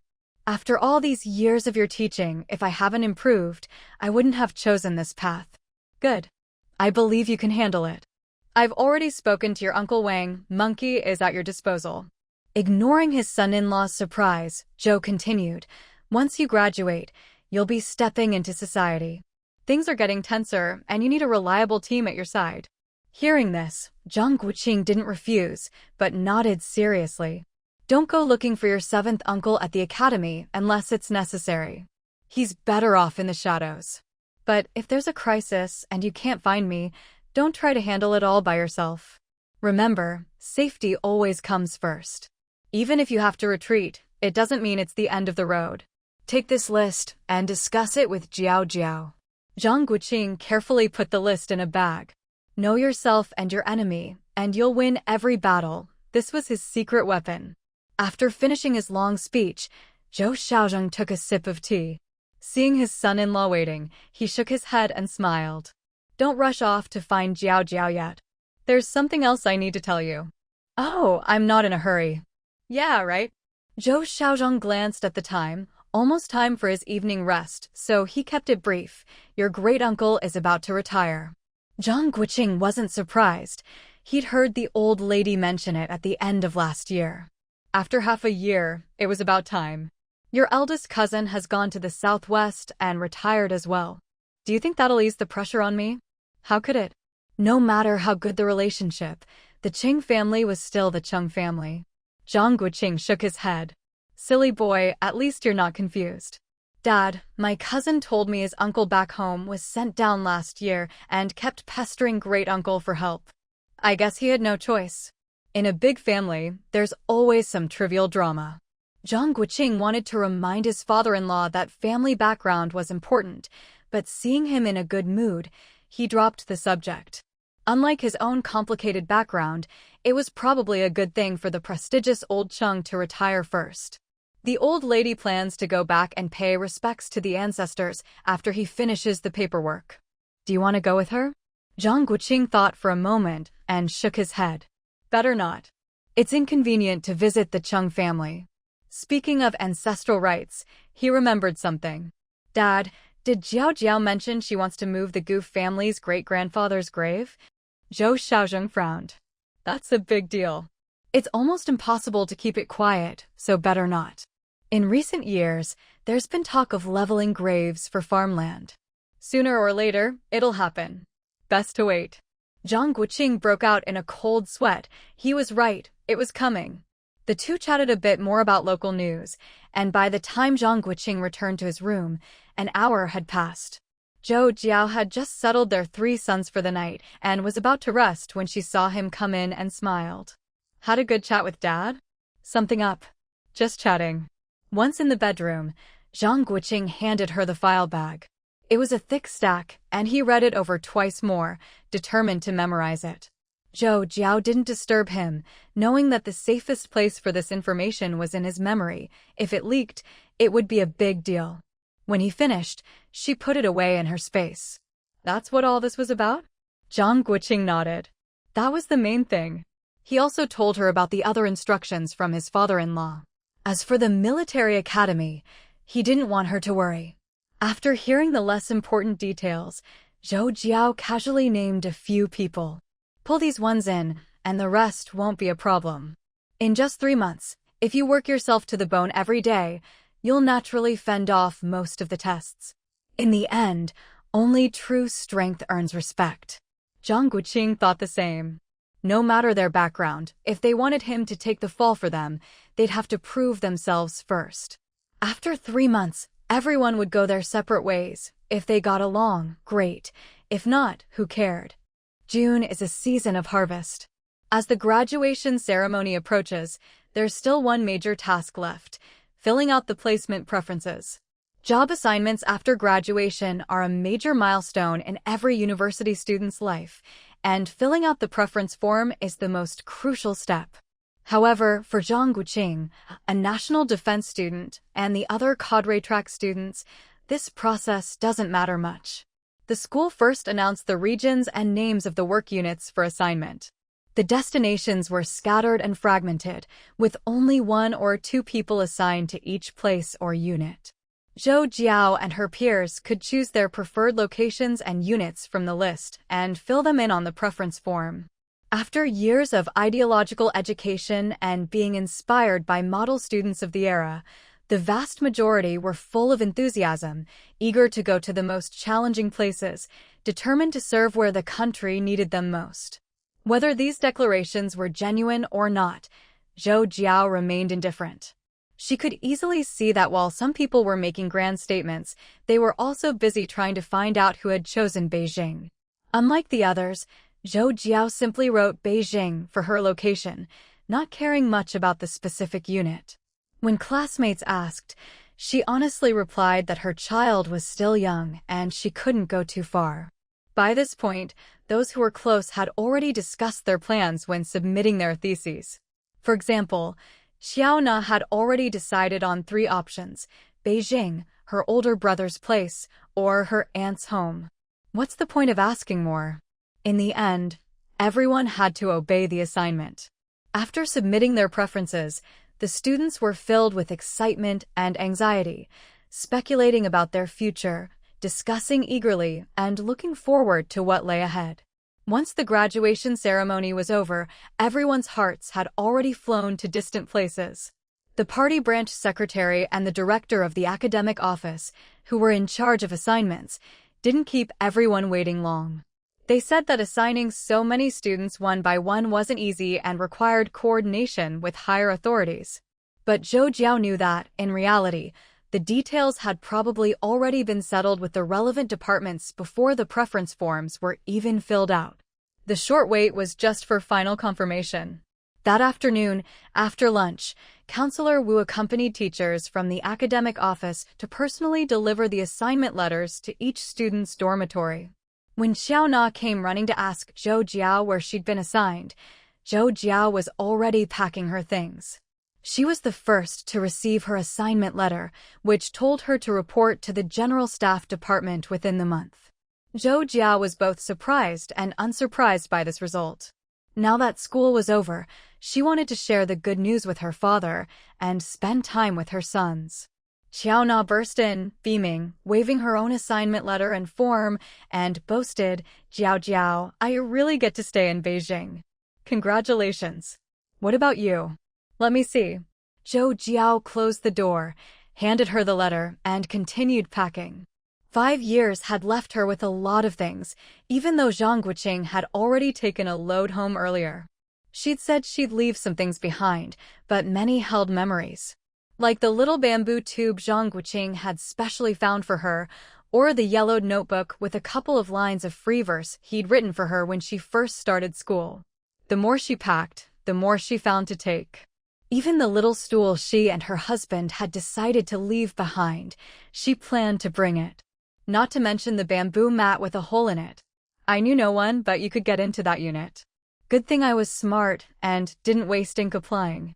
The Second Ministry's Research Institute isn't bad either. Xiao Na nodded happily. Don't be busy yet, let me tell you where everyone got assigned. At that, Zhou Jiao paused.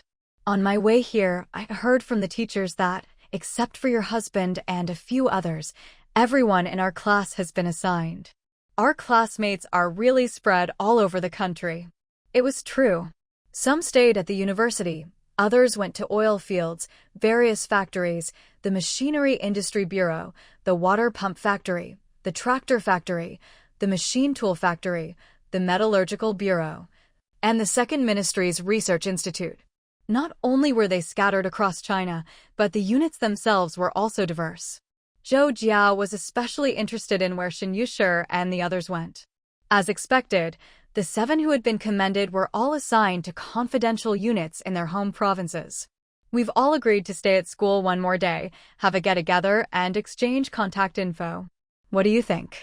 It looked like she wouldn't be leaving right away. Zhou Jiao took the assignment letter, put it in her bag, and smiled. Sure, just let me know when, and I'll be there. Xiao Na stamped her foot in mock exasperation. Shouldn't your husband be organizing this? You're here, but where is he? Apart from seeing him give a speech at the graduation ceremony, he's been nowhere to be seen. Zhou Jiao smiled awkwardly. He'll be back tonight. Is Dai with him? Yes, they have some things to take care of after graduation. Let Shen Yushi host for now. Tonight, let's have our class party and use up the leftover class funds. I'm not a class officer, you tell everyone. Okay, I'll go later. Anyway, except for the local students, no one else can leave today. With the time set, the plan was settled. Xiao Na helped her pack and started gossiping, mainly about who was secretly unhappy. With so many people and limited spots, not everyone could get their dream assignment. For example, Xia Fong was sent to a tractor factory in a neighboring city. No wonder she wasn't happy. Before Zhang Guoqing returned, Xiao Na had already left to find out where the girls in other classes had been assigned. By then, Zhou Jiao had finished packing everything except her bedding. As soon as he walked in, Zhang Guoqing congratulated his wife. Zhou Jiao shot him a look. You haven't seemed worried at all these days. You must have gotten the inside scoop already, right? Heh. Zhou Jiao pulled his cheek in mock annoyance. You're never straightforward. Wife, easy. I have something to report. She let go and looked at him, signaling him to go on. Next month, Dai and I have to go to military school. Once we're there, we might not see each other for 3 months. Should we go somewhere for a honeymoon? Where do you want to go? I'll report in tomorrow and see if I can start work by the end of the month.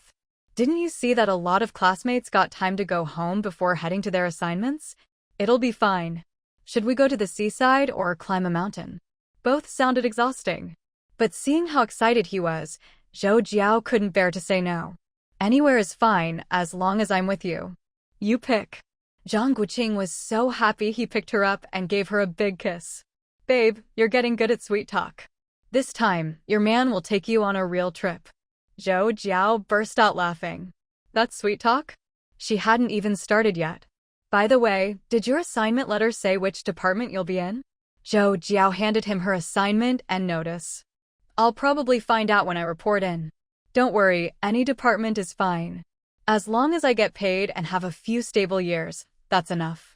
That can't be. Isn't there supposed to be at least a month before you start?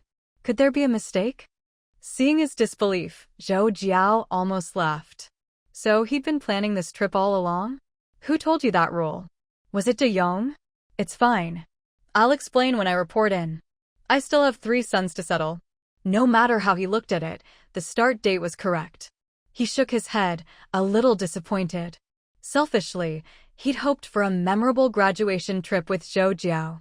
He'd missed out in his previous life and wanted to make up for it this time.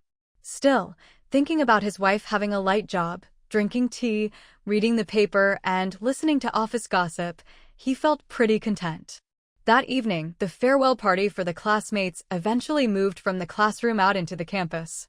A group of them visited the vegetable garden that held so many memories and strolled through all the familiar corners. Finally, they gathered on the lawn not far from the second gate, looking up at the starry sky, each sharing their feelings about the past 5 years, teasing and joking with one another. They chatted all night until dawn, with so many topics and so little time. After watching the sunrise, everyone prepared to set off for their new jobs, luggage in hand. It was only when they reached train stations all over the country that it truly hit home. After 5 years of being together day in and day out, the time had come to part ways. Tears brimmed in everyone's eyes as they gripped each other's hands tightly, repeating over and over, "Keep in touch. Don't forget to write." Train after train departed, and those staying behind in Beijing, eyes red, said their goodbyes and left. They were the lucky ones, still able to breathe the same city air. But what about those who were leaving? Back at the compound, the Zhou family's living room was already filled with relatives and friends concerned about the young couple. Even Lin Shuiying and her husband, who were usually distant, had come. As soon as Mrs. Chung heard from Aunt Chin that they were back, she couldn't care less about her usual poise and rushed to the door. "Why are you only just getting back?" Startled, Chung Ruju hurried after her, supporting her. "Mom, don't rush. You should sit down first." As soon as Zhou Jiao stepped into the courtyard, she saw the old lady at the door and quickly ran over. Zhang Guoqing, worried, followed closely behind her. This made them move faster, but left little Ping'an dumbfounded. It seemed the adults weren't as steady as he was. He didn't run. With such capable parents, why didn't they have more confidence in themselves? "How did it go? Did Great Aunt know we got our assignment certificates?" She heard at noon. "Why are you only back now?" "We went to the train station to see off our classmates." Zhou Jiao helped her to a seat and greeted everyone. Zhang Guoqing was already reporting to his father-in-law. Compared to everyone else's joy, his father-in-law seemed calm, but Zhang Guoqing noticed how his clenched fists finally relaxed. He must be happy too. Now his precious daughter finally had both free time and a good income. Zhou Jiao solemnly handed the notification and assignment certificates to her father with both hands. To be honest, she hadn't dared hope for too much, especially after her father said even he couldn't influence her job placement. She'd been worried she'd be sent off to some secret research institute along with all those documents. Who doesn't want to move up in the world, to have both leisure and confidence? How could she not be excited? She had given up a comfortable life and spent 5 precious years to achieve this. Blistered hands, bloodshot eyes from sleepless nights, all the careful maneuvering, and the frustration of having to suppress her true feelings and not fight back. Finally, Zhou Jiao had taken a huge step forward. With such a good starting point, she no longer feared any storms ahead, nor would she have to wear a false face to guard against schemers. Zhou Xiaozheng could sense the excitement beneath his daughter's calm. After reading the documents, he smiled encouragingly at her. "Well done." Father and daughter exchanged a smile, then both looked at Zhang Guoqing. Now it was his turn. Old Mrs. Chung followed their gaze and, remembering that Zhang Guoqing would be going to military school for 3 months next month, she laughed heartily. "This is great. Now your workplace will be close by, no more long commutes every day. Tomorrow, Great Aunt will take you to report in." Old Mr. Chung laughed. "You think it's like Ping'an going to school? You'd better not go. If you start chatting with those old guys, the young people might think our Jiao got in through connections." "You're right. The older I get, the more muddle-headed I become." Mrs. Chung chuckled at herself, looking at Zhou Jiao with loving eyes. "Find some time to tell your grandparents the good news, so they can be happy for you in heaven." "Okay." Zhou Jiao looked at her parents and Zhang Guoqing. "How about this weekend? We'll bring the 3 little ones. The whole family can visit Grandpa and Grandma. Aren't the kids too young?" Zhou Xiaozheng glanced at Mrs. Chung. She was the authority on these matters.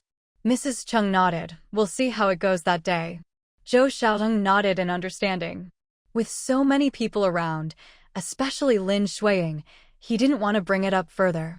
He changed the subject, telling Aunt Chin to cook a few more dishes so the men could have a drink together. As for Li Jianjun, his former brother-in-law, Zhou Xiaozheng still admired him. He was capable, had vision, and was smart. If it had been anyone else, they might not have escaped the trap he'd set last time. Meanwhile, after everyone took their seats, Ping'an dashed back to his room and came out with a military satchel. "Mom, while you and Dad were away these days, so many letters came." "There really were a lot, a satchel full."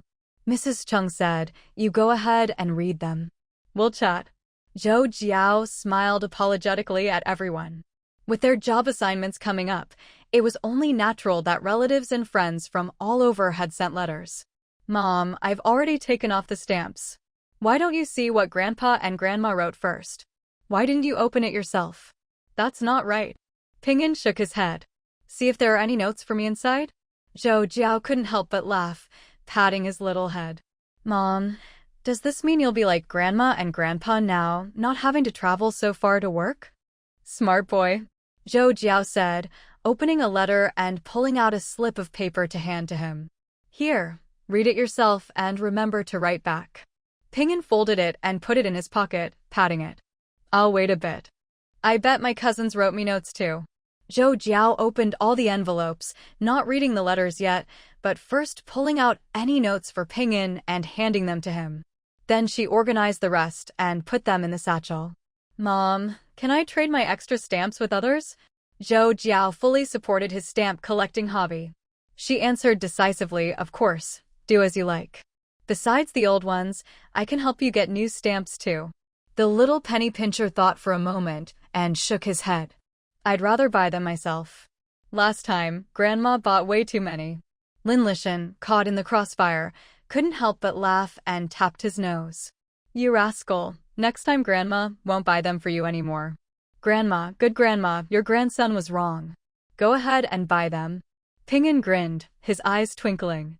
I just didn't want you to spend too much and have no money left for yourself. That sweet talk made Lin Lishan beam with joy, and everyone burst out laughing. Lin Shuiying glanced at her elder sister, feeling a genuine sense of envy. Some people really were blessed by the heavens, always cherished and protected by their families. After the guests had left, and after settling the slightly tipsy Zhou Xiaozheng, Zhou Jiao walked out of the living room, her smile growing brighter and brighter until she couldn't hold back her laughter any longer. Her father had said that his precious daughter finally didn't have to bear any more hardships, that she'd made it through 5 tough years, and as her father, he was absolutely overjoyed. Zhang Guoqing followed her out. Wife, I'm happy too. Really, really, really happy. Standing in the courtyard, Zhou Jiao burst into another round of hearty laughter at his words. It wasn't because she had landed a good job, but because she knew her father and the man beside her were both happy that she was finally free from farm work. Jiao, from my name, I can feel my father's love for me all over again. His greatest wish for me was nothing more than for me to live a life worthy of the word Jiao, delicate, cherished. Brother, I'm the Jiao from such beautiful rivers and mountains. I'm not changing my name. Under the night sky, Zhang Guoqing gently patted her head, looking into her sparkling eyes. All right. There was so much meaning in her words, but he understood. It wasn't the first time some ignorant junior had mocked his wife's name, only to be put in their place by her. At least now, he could enjoy some peace and quiet. There might be more storms ahead, but he was confident. As long as he could hold her hand, he'd carve out a bright path for them, even through hell itself. Zhou Jiao looked down at her tightly held right hand, then placed her left hand firmly over his. The warmth of their joined hands was enough. With him by her side, she feared nothing. After standing there for a while and calming down, Zhou Jiao took him to check on their sons before heading back to the bedroom, handing him her satchel. Tonight, they had a lot of letters to reply to. Once we finish reporting in tomorrow, let's send the good news to our parents first. Good idea. Little me should be dropping by in the next couple of days. We can send the letter with her and save some money. Aunt Sun is already worried about not having enough milk powder. After joking around, Zhang Guoqing, as usual, read his father's letter first. Second sister-in-law Lin Juhua and second sister Zhang Meihao had both given birth to daughters in May. According to his father, the Chen family was over the moon, showing off to everyone they met. In contrast, his second brother and sister-in-law's attitude toward their daughter was much less enthusiastic. Finally, his father asked if their job assignments had been confirmed and if they'd be bringing the 3 kids back home for the summer. After reading the letter, Zhang Guoqing winked at Zhou Jiao. Any thoughts? No wonder your second brother didn't send a telegram to announce the news. Why is he still so obsessed with having sons? 2 sons and 2 daughters is perfect. 2 good characters. How traditional. He's got issues. After cursing his own brother, Zhang Guoqing tore open the next envelope to see what he had to say. After reading it, he couldn't help but laugh in exasperation. Can you believe he actually said he didn't send a telegram because he was worried I'd be jealous that he had a daughter? As if I'd care. Does he really think his daughter can compare to my son's? Zhou Jiao shook her head speechlessly. Well, looks like he's just as biased. Truly, the apple doesn't fall far from the tree. Forget it. Don't stoop to his level. Jiao, take a look at second brother's letter. He mentions Zhou Shui's son. That child is the same age as our Ping'an, right? Zhou Jiao nodded. Speaking of Zhou Shui, she'd been sentenced to 10 years back then, and unless something unexpected happened, she'd never get out. Last year, when the Liang family got in touch with Jiang Jiangyu, Zhou Jiao had taken the opportunity to look into Zhou Shui, whom she'd nearly forgotten. Apparently, Zhou Shui was still in a labor camp, and no relatives had ever visited her. Her husband from the Wang family had remarried a woman who couldn't have children, and as for the child, who knew how he was doing now? Zhou Jiao took the letter, skimmed over the beginning, and sighed after reading it. Other than the head of the Wang family being corrupt, they were actually good people. Huang Zhaodi had been ruthless to her, but she was a devoted mother to her own daughter, doing everything she could for her. They all brought it on themselves. Don't waste your sympathy on the Zhou family. Look, the child seems to be doing fine. With a stepmother who can't have kids, at least he won't be mistreated. If the three of them can go to Beidawang, all the better. Away from their hometown, the past won't be brought up, and that's good for the child. I'm not sympathizing with them. I was just thinking about Huang Zhaodi. For all her faults, she really did care about her own kids. No matter how bad a person is, there's always a good side to them. Who cares if she's good or evil? Anyone who lays a hand on you deserves to die 100 times over. After flipping through a few more letters, Zhang Guoqing found that aside from asking about their job assignments, the rest was all trivial stuff, and he didn't bother reading them in detail. Finished reading? What did they all say? Godmothers sent us a package. Lindsay and Taozi are planning to get married during National Day or at the latest, New Year's. They really want us to be there. The rest just asked about our job assignments. Looks like Lindsay and Xiaowei are finally together. He should be getting his assignment notice these days too. Last time Xiaowei rushed over to drop off a big bag of stuff and barely said a word before running off. That girl hasn't shown up in half a year, who knows where she's gone now. Zhang Guoqing recalled how Hu Xiaowei had bolted the moment she saw his father-in-law return, and couldn't help but laugh. Was this the gentle, graceful girl his buddy had described? He must have been blinded by love. Mom said before that Lindsay might get a job in Beijing. If it weren't for the Bai family's help, he wouldn't have made it. He's written so many times and never breathed a word. How stingy. If it were Yuan and her husband, they'd have been bragging to you ages ago. It's just a difference in personality. Zhang Guoqing nodded and took out pen and paper to write back. There was no need to reply to his two best friends. By the time the letters arrived, they'd already be off to their new jobs.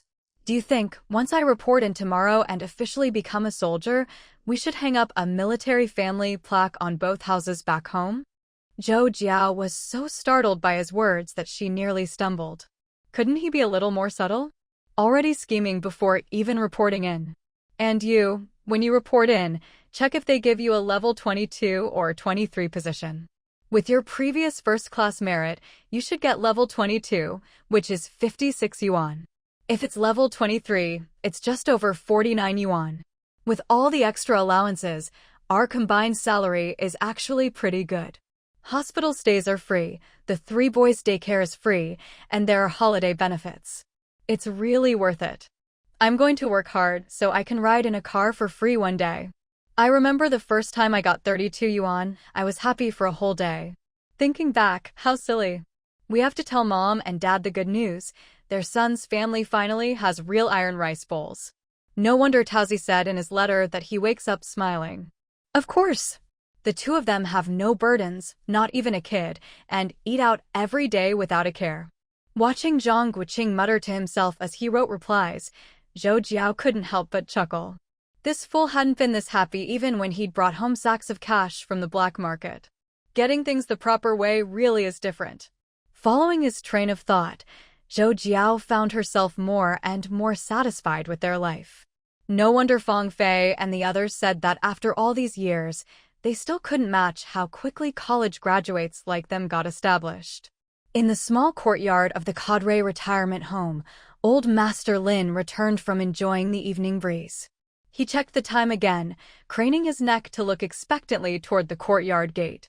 When Lin Liang and her husband arrived on their bicycles, they saw the old man eagerly awaiting them. Once inside, Lin Liang didn't keep him in suspense. As they walked together, she explained, the graduation assignments were indeed announced today. The young couple were seeing off their classmates and didn't get back to the compound until dinner time. As she spoke, she subtly supported the old man's arm. My brother-in-law invited us to stay for dinner, so we're running a bit late. Li Jianjun greeted the old man with a quiet "Dad" as he entered, then silently followed his wife. It wasn't until they reached the living room and saw the housekeeper that he stopped to ask a few questions about the old man's daily routine. Thank you for your hard work, Auntie. It's my duty.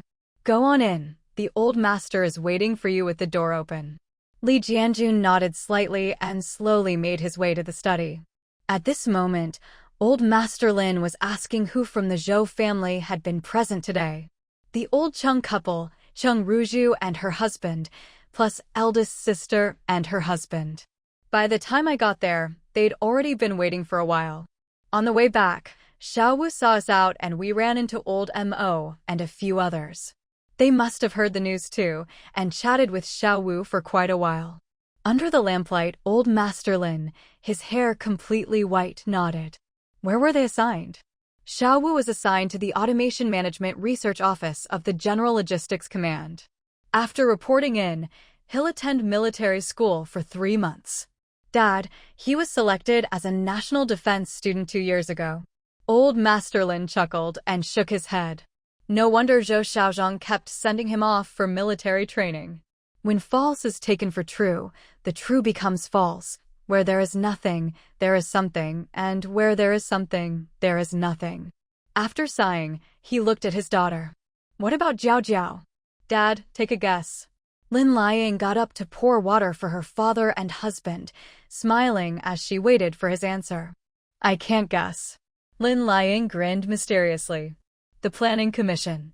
The old man raised his eyebrows in surprise and looked at his son-in-law. Only when he saw Li Jianjun nod did he believe his daughter wasn't joking. Isn't that odd? When Xiao Wu told me, I thought I'd misheard. Before we went, I assumed she'd be assigned to one of the research institutes under the Second Ministry of Machine Building. The old man shot her a look. If it were that simple, he wouldn't have sent the two of them to inquire. As he'd expected, she'd really been assigned to an administrative department. You don't understand that child, old Master Lin said with a hint of regret in his eyes. She always knows what's most important. That incident with the Liang family boy earned her a lot of respect from the elders. Lin Liang looked at him in confusion. Since he didn't elaborate, she turned to Li Jianjun. The Liang family? Wasn't that last year's issue? What does it have to do with today's assignments? Li Jianjun glanced at his pouting wife and smiled. Every family has a troublemaker or two. Last time, Zhao Jiao and her husband gathered all the younger generation together and, in effect, set a rule. If anything happens, we settle it among ourselves. Lin Liang snorted and immediately retorted, then what's the point of the law? Li Jianjun smiled meaningfully. Who says it's useless? Whether things blow up or not is up to the elders. The Liang family is a perfect example. Have you ever thought about this? The Liang family isn't much compared to the Zhou family, but they have powerful backing. If Zhou Jiao didn't want her father to end up in a mutually destructive fight with that person, their family would have to swallow their anger. But would she agree to that? If the elders can't make a scene, then the younger generation steps in. She first got dirt on the Liang family's grandson, so she had the moral high ground. That gave her the advantage. If the Liang elders tried to escalate, your brother-in-law could crush him like an ant. But would the person behind him dare to step forward? Lin Liang followed his reasoning, shaking her head thoughtfully. If they did step forward, wouldn't that be admitting the anonymous letter was connected to them? The key point is, when Zhou Jiao made that scene, everyone present would go home and report to their elders. She was sending a message: if you want to bring down the Zhou family, you'd better cover your tracks. Didn't you see? As soon as that letter came out, she caught 5 of their people? Who knows what other evidence she's still holding? Lin Liang sighed.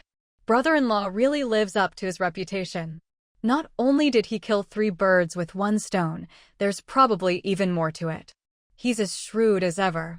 Li Jianjun looked at his father-in-law. Somehow, he felt this wasn't Zhou Xiaojing's doing. But he'd only heard rumors and wasn't sure of the details. Old Master Lin sat upright, quietly listening to his son-in-law's analysis. When his daughter spoke, he shook his head. Compared to them, he knew his eldest son-in-law better, and had already asked Lin Dinghui, who'd been there that day. Dad, what do you mean? If I'm not mistaken, this was all Zhou Jiao's doing from start to finish. Zhang Guoqing just helped set the stage. Your brother-in-law used the Liang family as a training exercise for her.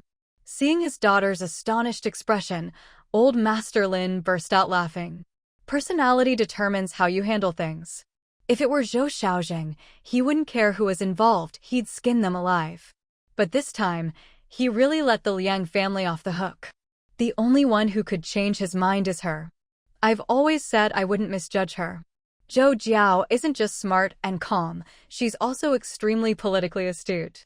What she cares about is interests and the bigger picture. As Jianjun said, what does crushing the Liang family get her? Even when beating a dog, you have to consider its master. She'd never let her father get into a lose-lose fight that only benefits outsiders. After hearing all this, Lin Liang hesitated, glancing at her father. Then she thought of today's assignment certificate, and her feelings grew even more complicated. Old Master Lin smiled at her. With her experience, she'd never understand how those people think. She was better off staying a military doctor. He changed the subject. Did you mention Xiao Hui's wedding on August 1st? How did your brother-in-law react? Lin Liang nodded. I brought it up while everyone was in a good mood and invited the Changs on your behalf. Brother-in-law said he and big sister will be busy during that time, and Xiao Wu will be at military school, so it'll depend on whether Jiao Jiao is free. Old Cheng asked me to congratulate you and said he'd find time to visit. Oh. Old Master Lin nodded. Did they ask which family the bride is from? Lin Liang shook her head. They didn't mention it, so I didn't bring it up. Li Jianjun lowered his head and sipped his tea, shaking his head inwardly. Who would care which family a junior member is marrying into? Did your big sister say she'd come visit me? Dad, if you miss her, just go over and see her. Those twins are a handful. They're not even a year old and already talking. When Pinyin glares at them, they immediately sit quietly. But when they see Xiao Wu, they know he's been to the back mountain and ignore Pinyin completely. If Xiao Wu could give me a chubby grandson next year, that'd be great. Old Master Lin avoided the topic of visiting the Zhou family. Your eldest niece-in-law still hasn't gotten pregnant after all this time. I wonder if something's wrong? When marrying a daughter-in-law, you need someone who can bear children. If you get a chance, ask about it for me. Lin Liang nodded. I'll write and ask. Oh, and while you're at it, ask how Xiao Li's marriage prospects are going. Lin Liang sighed bitterly. There was a head nurse at my workplace. Good looks, good character, even volunteered to transfer over there. I thought she was a good match and tried to set them up, but that brat turned her down. So immature. That Yi family boy also didn't want to get married, but his father forced him, and now their chubby son is already walking. Your second brother just doesn't have the authority to keep his son in line. When old Master Lin brought up Lin Adong, Li Jianjun knew the conversation was about to turn into a long criticism of his second sister-in-law, Jiang Jiangyu. Honestly, he had no patience for such pointless talk. Sensing this, he changed the subject, asking about when his brother-in-law's in-laws would meet, the betrothal gifts, and other trivial matters. Early the next morning, as soon as the first bugle sounded, the Zhou family courtyard was just as lively as ever. A little figure was already in the yard, stretching and warming up. When he saw the 3 others coming out one after another, he shouted a cheerful, "Good morning." The last to come out was Zhou Jiao, who ruffled his hair and said, "Wait for me to come back." Little Ping'an grinned, watching her run off. He quickly settled into a horse stance, waiting for his mother to return so they could practice boxing together. As time passed, the twin babies, who had woken up early and finished their milk, carefully made their way into the courtyard with Auntie Sun's help, holding onto their stroller and taking cautious little steps. "Brother!" The twins spotted Ping'an in the yard and called out to him in unison. In their excitement, they both tumbled to the ground with a thud. But neither of the little brothers cried. Instead, they giggled at each other, clapped their hands, grabbed the stroller, and pulled themselves back up. Auntie Sun steadied the stroller and watched them with a smile. "Don't shout for your brother so loudly, or your mom will spank your little butts." "Bad." "Spank," Wooey shouted, reaching his chubby hand back to pat his bottom. Auntie Sun laughed heartily at that and nodded. "That's right, if you bother your brother, your mom will spank you. Be good and she'll give you fruit." The two little beans blinked their big eyes, not sure if they understood, then turned to look at the east wing. After a moment, they toddled off, pushing the stroller towards Ping'an. "Brother, brother, play." Auntie Sun stayed close to protect them. As they got near, she quickly grabbed the stroller to stop it. Louie tugged at the stroller, but it wouldn't budge. He looked at it in confusion. Wooey pushed from the other side, but it still wouldn't move, so he looked at his brother. "Pull," Louie called out. The two of them grabbed the edge of the stroller and pulled hard. With a crack, the wooden rail broke, and both boys fell to the ground on either side of the stroller. Lying on the ground, the brothers waved the broken wooden pieces at Auntie Sunday. "It's broken." "Stroller broken," Wooey declared, tossing his piece aside. Auntie Sun stared, dumbfounded, at the stroller now missing its side rails. How were these kids getting so strong? She didn't even notice the difference in how the two boys reacted to the mishap. Lu Yi's "it's broken" and Wu Yi's attempt to shift the blame were two entirely different things. The brothers glanced at Auntie Sun, then scrambled up and wobbled off toward Ping'an. "Oh, my little ancestors, slow down. Be careful not to fall," Auntie Sun called out. Startled by her loud voice, the two boys promptly toppled over again, then turned and shouted at her angrily. "Bad." "Spank." Just as Ping'an finished his horse stance, he turned to see his little brothers. Frowning like a little adult, he ran over and bent down to check their hands. "Does it hurt?" "No." Ping'an watched them shake their heads. "Falling like that and not hurting? Silly boys." "Auntie Sun, I wasn't paying attention for a moment, and the twins broke the stroller. That thing cost dozens of yuan. What should we do?" she fretted. Ping'an knew she was worried about being blamed by the family. He glanced at Auntie Sun, who was checking the twins' knees, and comforted her. "Grandma Sun, as long as my brothers are okay, it's fine. We can fix the stroller and keep using it. But it'll cost money. I shouldn't have let them walk by themselves." Not only is the stroller broken, but the babies fell several times too. Seeing how upset she was, Ping'an smiled and reassured her. "Grandma Sun, my mom said I used to fall a lot when I was little too. Before long, I was running everywhere.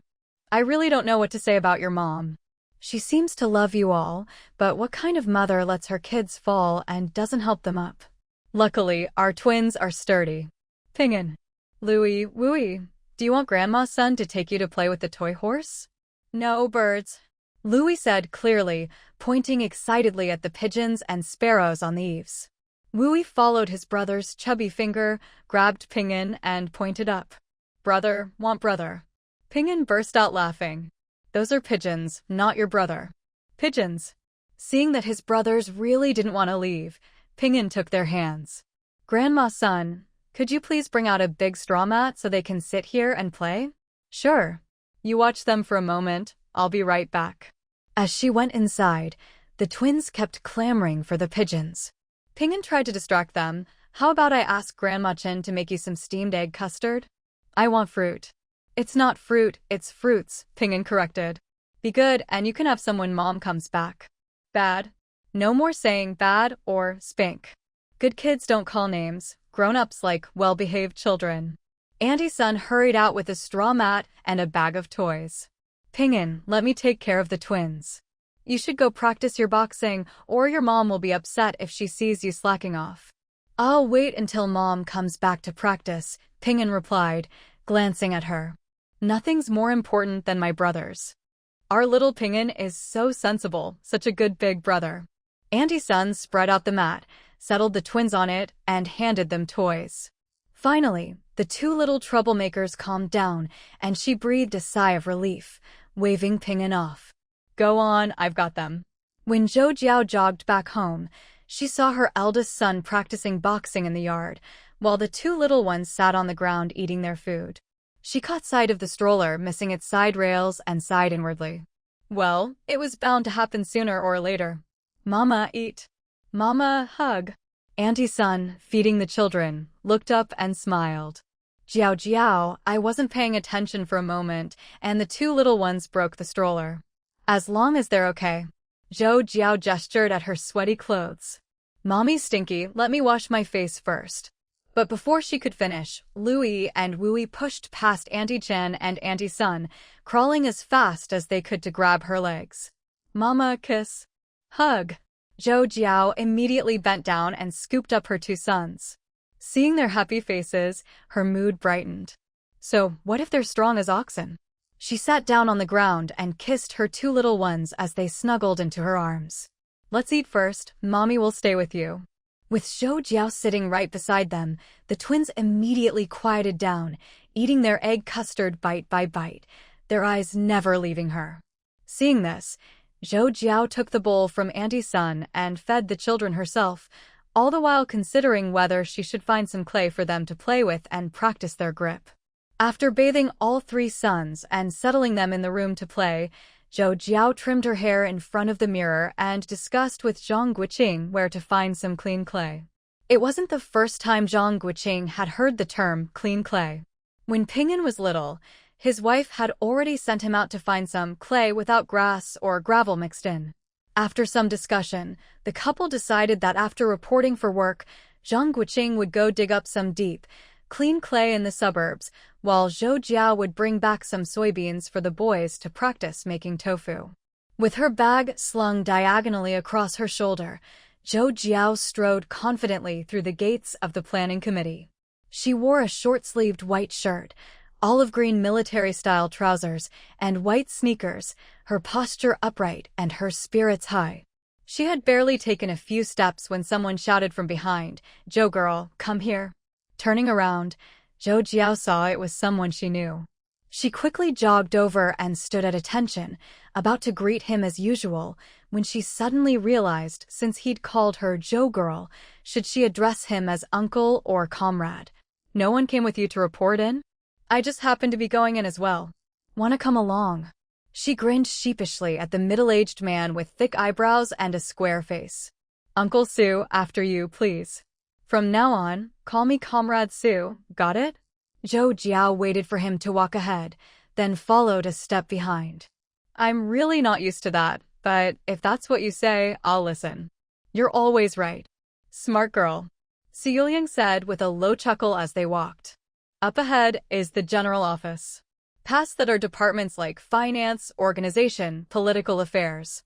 Zhou Jiao watched his back thoughtfully as she followed.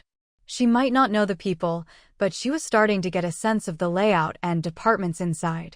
When they neared the registration area, Zhou Jiao excused herself. She didn't want to look like she'd brought a relative along for support. She'd gotten in fair and square, not through connections, so why make it seem otherwise? Inside, Zhou Jiao approached a woman in her 30s, short hair, striking phoenix eyes, full lips, and an air of confidence and straightforwardness. Before Zhou Jiao could finish her question, the woman led her straight to an office. Inside sat a middle-aged man who, even without a uniform, exuded the unmistakable authority and strength of a soldier. That kind of presence couldn't be faked. He sat upright at his desk, engrossed in paperwork. At Zhou Jiao's report, he looked up, slightly displeased at first. He appeared to be in his early 40s, with a neat crew cut, a square face, thick eyebrows, and thin lips pressed together. When he heard she was Zhou Jiao, his expression softened into a smile, his eyes crinkling at the corners. So your comrade Zhou Jiao. I'm Bao Jilin, welcome, welcome. When he stood up, Zhou Jiao realized he was tall and broad-shouldered and, yes, quite tanned. His hands were calloused, the mark of a former soldier. "Hello, Comrade Bao," Zhou Jiao greeted him, handing over her folder of registration documents. "Xiaojin, pour Comrade Zhou a cup of tea." Zhou Jiao quickly thanked him but declined. She guessed he'd soon send her off to the personnel or finance office. Sure enough, Bao Jilin quickly flipped through her documents, then handed the folder back. "Comrade Xiaojin will take you to register. If you have any questions, just ask her." As Zhou Jiao left, she was still a bit confused. The hallway was bustling, but she decided not to ask anything just yet. Xiaojin, however, was warm and enthusiastic, introducing Zhou Jiao to her colleagues and leading her through several departments. After finishing up at the archives, they circled back to Bao Jilin's office. Now sporting a work badge around her neck and holding a piece of paper, Zhou Jiao finally felt relieved to see Bao Jilin again. "Xiaojin showed you around the office, right?" Zhou Jiao smiled gratefully at Xiaojin and nodded to Bao Jilin. "That's all then. Just come to work when it's time. You're both free to go." As soon as he finished, he buried himself back in his work. Zhou Jiao rolled her eyes. How rude. Once outside, she clung to Xiaojin, following her to the area where she'd be working in the future. "Sister Jean, I'll be counting on you to look after me. If it weren't for you today, I'd have gotten lost before I even finished the paperwork. There are so many offices. There are only 4 of us in the office, including you. We're all colleagues, no need to be so formal. If you have any questions, just ask." Since Xiaojin was so open, Zhou Jiao didn't hold back. She'd spent quite a bit of effort negotiating a late start date, and Xiaojin had been there to hear it all.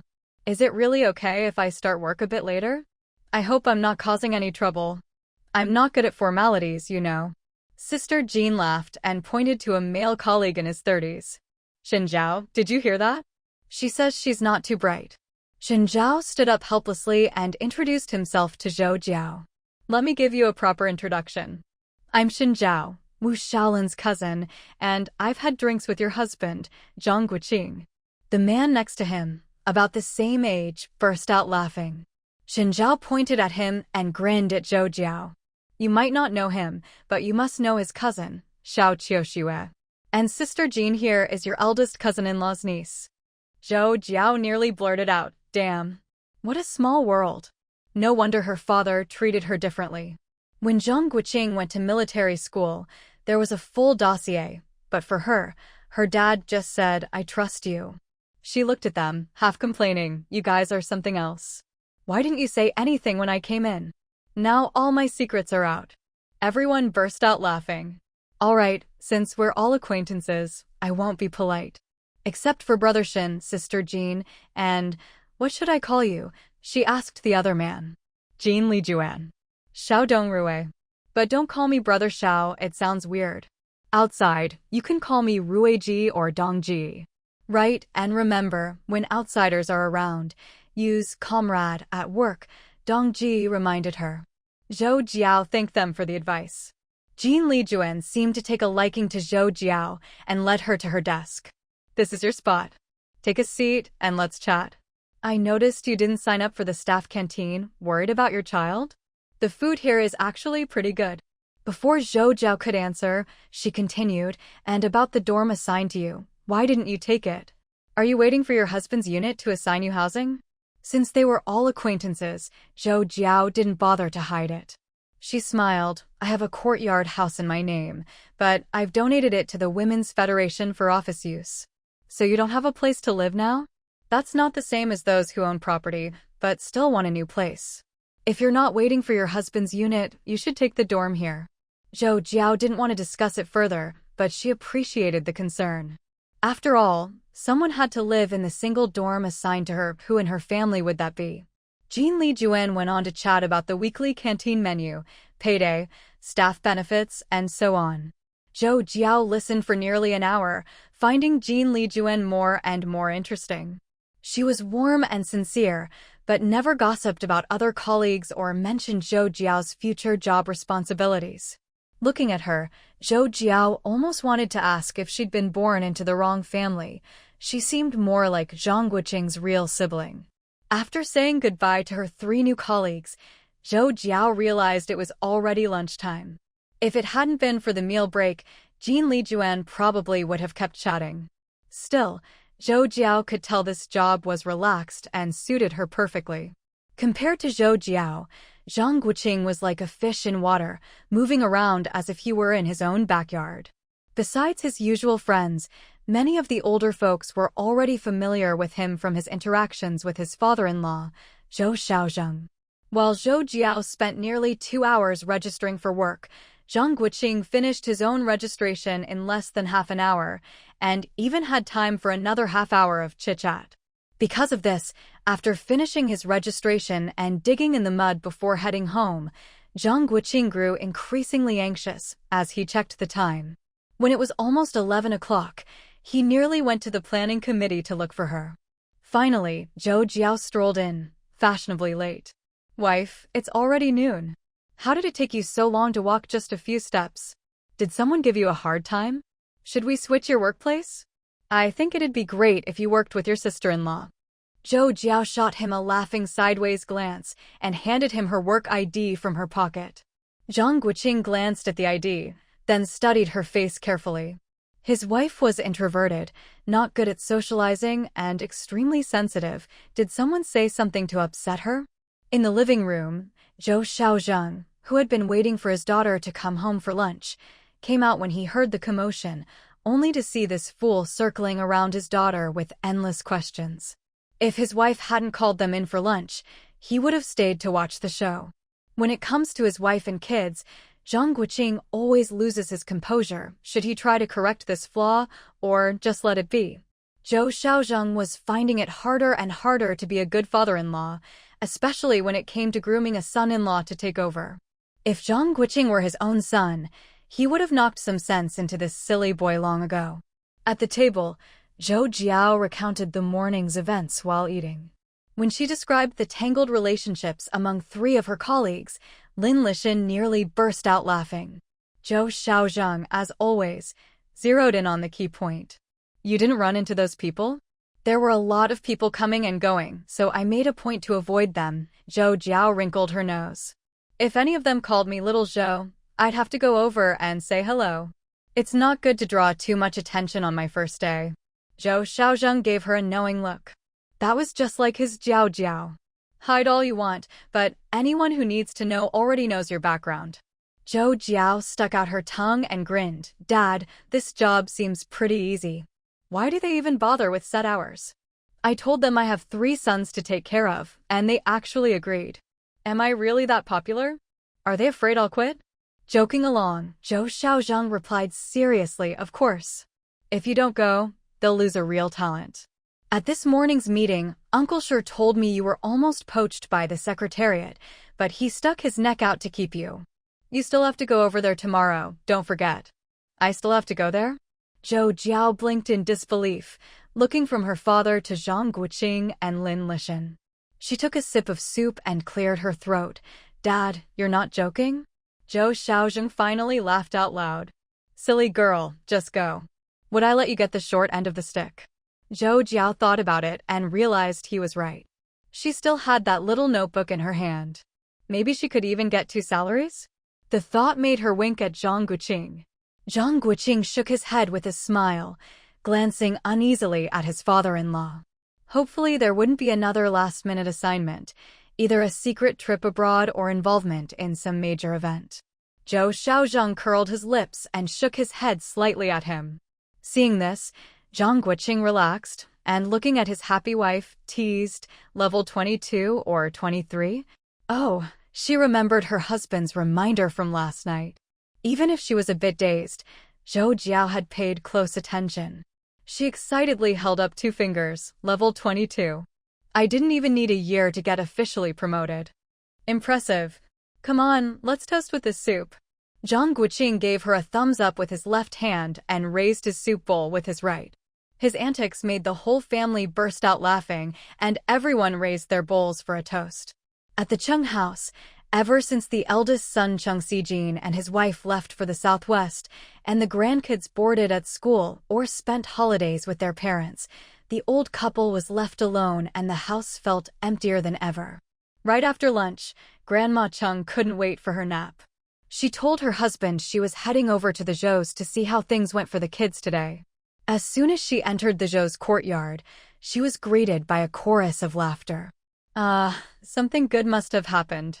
The old lady was delighted at the thought. She hurried inside and asked with a smile, "Everything went smoothly?" Ping'an quickly put down his chopsticks and ran over. "Great-grandma, everything's settled. Did you have the lotus root and pork rib soup today? Was it good? I told Granny Chen you'd love it, right? It was delicious. I had 2 whole bowls. But if I had some, was there enough left for you?" Grandma Chung said, waving at the family to keep eating. "Granny Chen made a big pot, there's plenty. Great-grandma, if you finish it and want more, just tell me. If you like it, I'll ask Granny Chen to make more soup." "Good. You're such a sweet, thoughtful boy."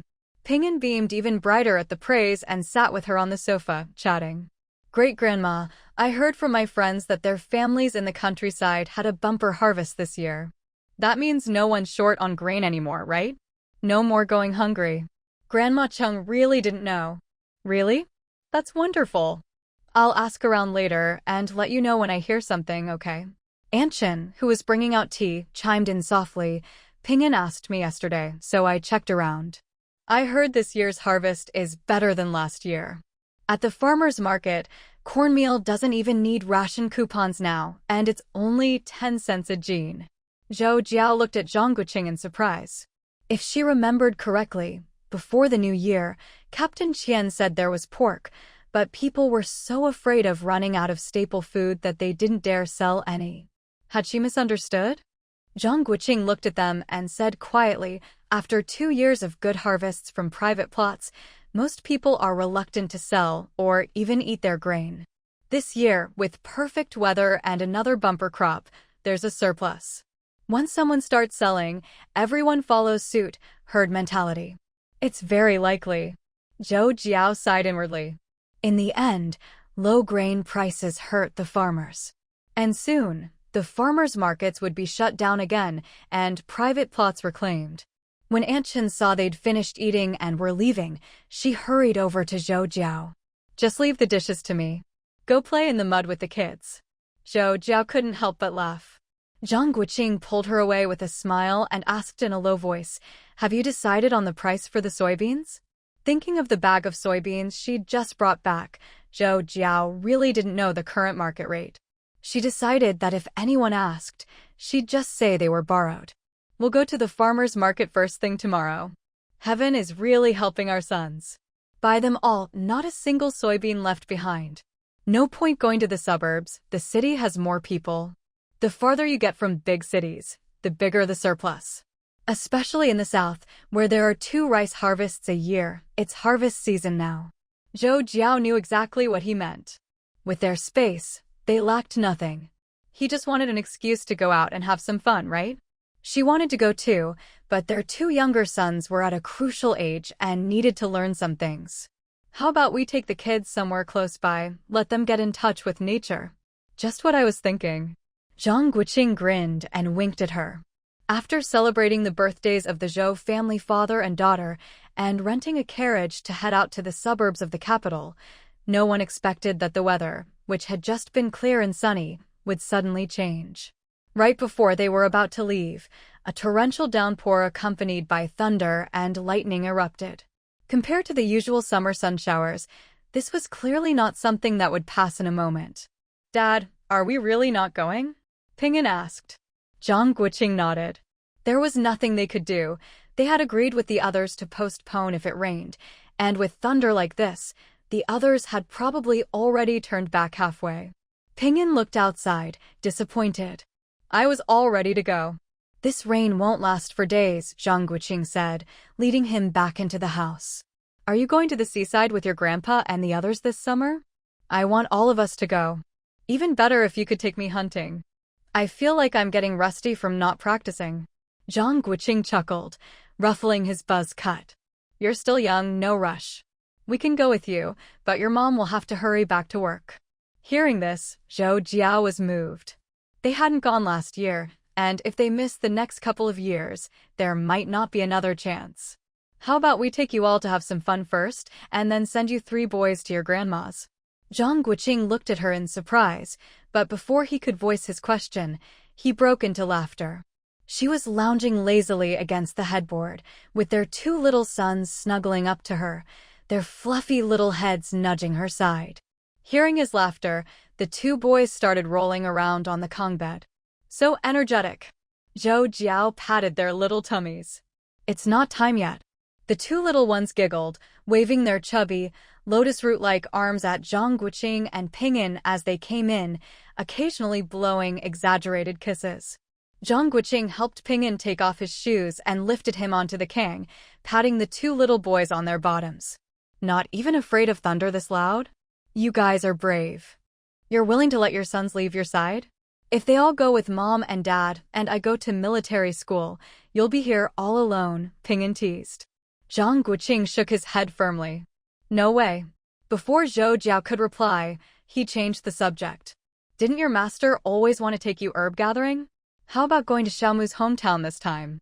The weather's cool, the scenery's great, and Aunt Ya and the others can help watch the kids. Most importantly, it's peaceful there. He mentioned it to me a few days ago too. Even if more people go, it's fine, Xiaomu's family has plenty of yurts. Ping'an's eyes lit up. Compared to the suburbs, he much preferred the grasslands, hunting, horseback riding, gathering herbs, and his beloved dog. Mom, let's go.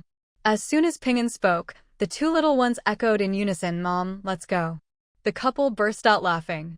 Zhou Jiao and Zhang Guoqing exchanged a look and nodded to the 3 boys. It's rare for you all to agree. This trip is unanimously approved, let's do it. Ping'an jumped up in delight. Great. The 2 little ones followed their brother's lead, bouncing up and down, startling their parents into quickly reaching out to steady them. Sure enough, one of them tumbled over. Zhang Guoqing wiped imaginary sweat from his brow. One of these days, this Kong is going to collapse. Zhou Jiao laughed in agreement. Let it collapse. It's rare to see the 3 of them so happy. She wrapped an arm around Ping'an. This is exactly how you should be at your age. No need to force yourself to grow up. In our eyes, you're still our baby. Ping'an blushed and buried his head in Zhou Jiao's arms. He knew his parents loved him most. They wouldn't play favorites just because he had younger brothers. Suddenly, Zhou Jiao remembered Grandma Cheng, who would be home alone, and suggested, let's forget about your master. Senior brother said she's been wanting to take a break. How about we ask Great Aunt to come? She's heading that way to see little cousin anyway. Mom, that's fine. I miss my little uncles too, Ping'an chimed in from her arms. All right, we'll do as you say. Once the thunder stops, I'll go ask her, Zhang Guoqing said with a smile, shaking his head. This was really killing 2 birds with 1 stone, no 3. And let's mention it to Da-yi and the others, since some of them are on leave. Zhang Guoqing looked at her, a bit exasperated. So much for a honeymoon. Now it was a family trip, and now it was turning into a group outing. He jokingly asked if they should invite Fang Fei. Zhou Jiao immediately vetoed the idea. His wife's pregnant, it's not convenient. Huh. Clearly, Yi Shumin had gotten on her bad side. Zhang Guoqing laughed to himself. She's not even showing yet 3 or 4 months pregnant. What's the big deal? So petty and vengeful. But he liked his wife just the way she was. Zhou Jiao shot him a look. What, you think I'm petty? I'm broad-minded, thank you very much. Of course, of course. Who is my wife, after all? She's not like ordinary people, Zhang Guoqing agreed. But for her safety, let's not invite Xiao Fei. But just because you don't invite him, doesn't mean he won't hear about it and show up anyway. Sure enough, 2 days before departure, Fang Fei and his wife came over themselves to confirm. They needed to hunt some game for her nutrition after all. One thing led to another, and by the time they set off, what was supposed to be a small family trip had turned into a real group outing. Yi Jiafeng brought his little nephew, and then there was Geng Daji from the Railway Bureau, who brought 3 little cousins. If they hadn't bought tickets, Wan Daong and the others would have kicked them off the train on the spot. They were going to relax, not babysit. With laughter and chatter, they arrived at the Chengshe military district, spent a night at the guest house, toured the city for a day, and the next day set out for the grasslands. With elderly, pregnant women and babies in tow, they took their time, slowing the carriage down so much it was barely faster than an ox cart. By the time they reached Xiaomu's tribe, they were already a day behind the agreed schedule, making Mu almost go to the county seat to look for them. "I thought you weren't coming," he exclaimed. Zhang Guoqing smiled apologetically. "Hope we didn't make you miss work? I've already checked in, but I don't start for a few days." Zhang Guoqing understood. These guys were all waiting until the last minute to start work, just like him. He shot a meaningful look at Fang Fei and the others, who had all taken leave. Most of their week's vacation had been spent on the road. What fun could they have left? Of course, the others understood his meaning, but just smiled and didn't explain. They'd already swapped shifts with colleagues before leaving, and even brought some wild game as a thank you. While the men exchanged glances, Grandma Cheng and the other ladies had already been warmly welcomed into a yurt by Grandpa Mu and his family, enjoying food and drink. This year had been good, and with Xiaomu as the pride of the tribe, the only college student, the warm and generous herders welcomed their guests with open arms. Of course, it helped that Zhang Guoqing's family had left such a good impression last time. Even the Mu family's big dog remembered Ping'an, wagging its tail as he hugged it. Ishuman looked at their warm hosts and sighed. This really is paradise on earth. Beautiful people, beautiful scenery. Zhou Jiao translated for everyone, and as she thought of the immigrants she'd just seen, a bright smile lit up her face. Yes, this was an unspoiled hidden paradise, far removed from all the ugliness of the world. Under a star-studded night sky, a group of people sat together on the grass. Not far away, a bonfire roasted a wild mountain goat, and a large pot suspended above it bubbled, sending waves of meaty aroma through the air. The honest and sincere Mu, with a smile flickering on his face, said, "There's a farmer's market in town. When dawn comes, you can buy all sorts of good things. Now that the market's open, more people are raising sheep. My family has more this year too. It's too hot in the summer, I'll send some to you in the winter. Watermelons, there are plenty of those. Wild fruits aren't worth much, no one buys them." Not far away, Zhou Jiao listened absent-mindedly to these bits and pieces of conversation, feeling a little dazed. Was this the era she was living in, or was it the future? People from the county and the commune have come to persuade them to return home. But habits become second nature, and this is their hometown too. Some have relatives and friends to rely on. It's not like before. Now there's an army camp, so it's safer. The population has multiplied several times. When I was little, you could still hear wolves howling at night. The pregnant Ishuman stretched out, lying down with Zhou Jiao behind her. It's really nice here. If it weren't for Xiaofei not being able to leave, I'd want to transfer here for work. Zhou Jiao smiled, but didn't answer. It was fine to stay for a few days, but to truly live a herder's life long-term was a whole different experience. Not to mention, without Zhang Guoqing's skills, eating meat every day would be impossible. The bleeding lambs in the pen were a family's hope for the coming year. Except for special guests, who would be willing to slaughter them? And the harsh winter was a real test for herders. Life isn't easy for anyone. Some people just hide their pain deep inside, while others get used to receiving sympathy and help. When do you plan to send Louis and his brother to the nursery? Zhou Jiao laughed. That's quite a topic shift. Ha ha. If I weren't pregnant, I'd have brought Yueya along this time. It's best for kids to stay close to their mothers. I think Louis and his brother are so smart because of your teaching. You just think the grass is greener on the other side. Izzy or Yueya clever too? Grandma Fang said she already knows not to play with kids who have runny noses. I don't know who this girl takes after, she's so bossy, but she's really fun right now. She claps her little hands and sings every day, and knows to carry a handkerchief with her. Listening to her talk about her daughter's good points, Zhou Jiao smiled knowingly. A happy mood really does help you relax. She no longer worried about whether the baby in her belly was a boy or anything else. The next morning, the group wobbled into town on the production team's ox cart. As soon as they stopped, Zhang Guoqing took a baby carrier from his backpack. With Zhou Jiao's help, he strapped in the twins, then looked apologetically at his eldest son. "How about Daddy carries you?" Aunt's son anxiously circled around. "I can watch the kids, give me one." Ping'an shook his head, giggling. "Grandma's son, Dad just wants you to relax and have fun." Such emotional intelligence. Old Lady Qing and Zhou Jiao exchanged a smile and persuaded her, "All right, you're the one who usually looks after the kids. This time, listen to Xiaowu. Come, walk with us." On the other side, Fang Fei carefully helped his wife down. "Are you sure you want to go in? The market's crowded." Old Lady Cheng waved. "Leave her to me, I'll watch her.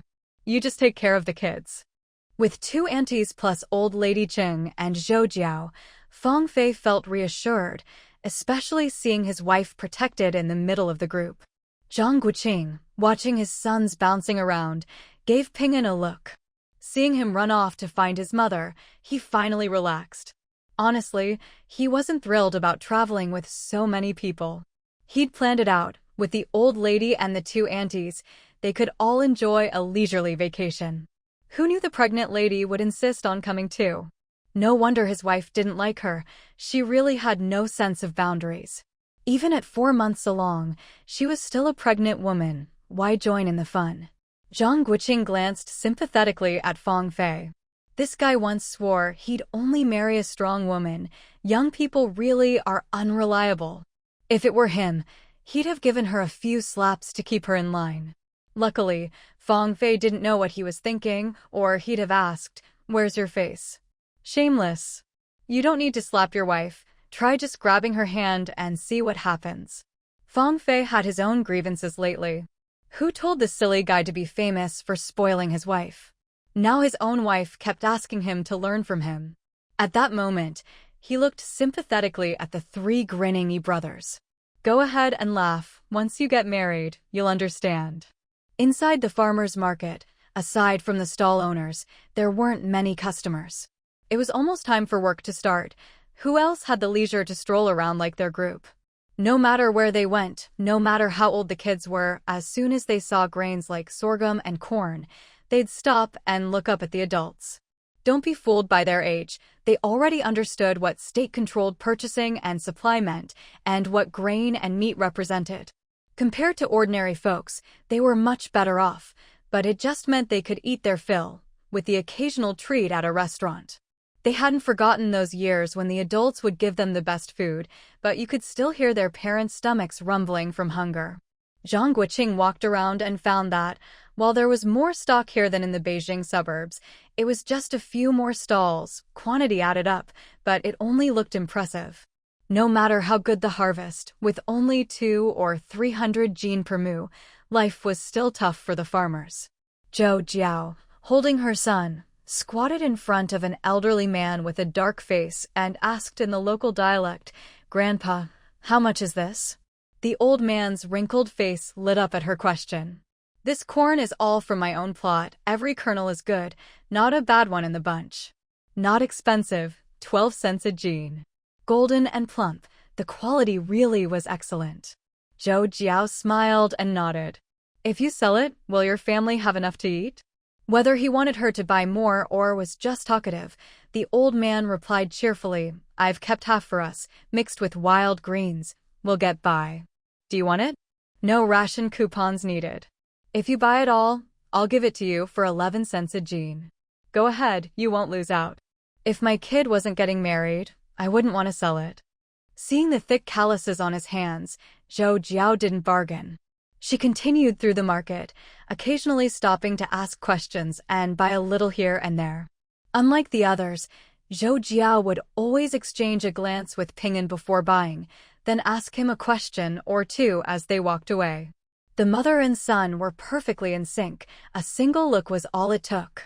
While Aunt Sun and the others focused on prices, Old Lady Chang, who was just browsing, gradually noticed something different. Still young at heart, she deliberately followed Zhou Jiao and her son. Old Lady Cheng patted Zhou Jiao on the shoulder with satisfaction. There's knowledge in every aspect of life, and the details reveal true skill. With a mother like this, how could her 3 children not turn out excellent? With a messenger bag slung over her shoulder, wearing a short-sleeved white shirt, olive green military-style pants, and a pair of white sneakers, Zhou Jiao strode confidently and energetically through the gates of the planning commission. She hadn't gone far when a loud voice called out behind her, "Zhou girl, come here." Zhou Jiao turned around and, recognized the person. It was someone she knew.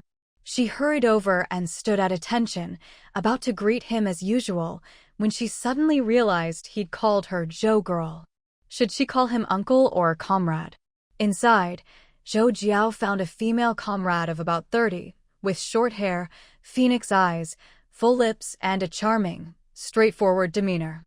Before Zhou Jiao could finish her question, the woman led her to an office. Inside sat a middle-aged man who, even without a military uniform, exuded a strong sense of military authority and strength. That kind of presence couldn't be faked. At the moment, he was sitting upright at his desk, head down, working intently. When Zhou Jiao knocked and announced herself, he looked up, a bit displeased. He looked to be in his early 40s, with a neat crew cut, a square face, thick eyebrows, and thin, tightly pressed lips. Xiaojin, however, was very enthusiastic, introducing Zhou Jiao to her colleagues and leading her through several departments. After finishing the handover at the archives, they returned to Bao Jilin's office. Now wearing her work badge around her neck and holding a piece of paper in her right hand, Zhou Jiao finally breathed a sigh of relief when she saw Bao Jilin again. "Xiaojin should have shown you around the office just now?" Everyone burst into laughter. "All right, since we're all acquaintances, I won't stand on ceremony. Except for Brother Shen, Sister Jean, and Brother Xiao, can you tell me your full names?" Jean Li Juan. Xiao Dongrui. Don't call me Brother Xiao, it doesn't sound good. Outside, you can call me Ruiji or Dongji. That's right, your Dongji is right about one thing. When there are outsiders at work, remember to use comrade. Zhou Jiao thanked them for the advice. Jean Li Juan seemed to like Zhou Jiao, pulling her over to the desk. "This is your spot. Take a seat and let's chat. I noticed you didn't sign up for the staff canteen. Worried about your child? The food here is actually pretty good. So you don't have a place to live now. That's different from those who already have property but still want a dorm. If you're not waiting for your husband's place, you should take the dorm here for now."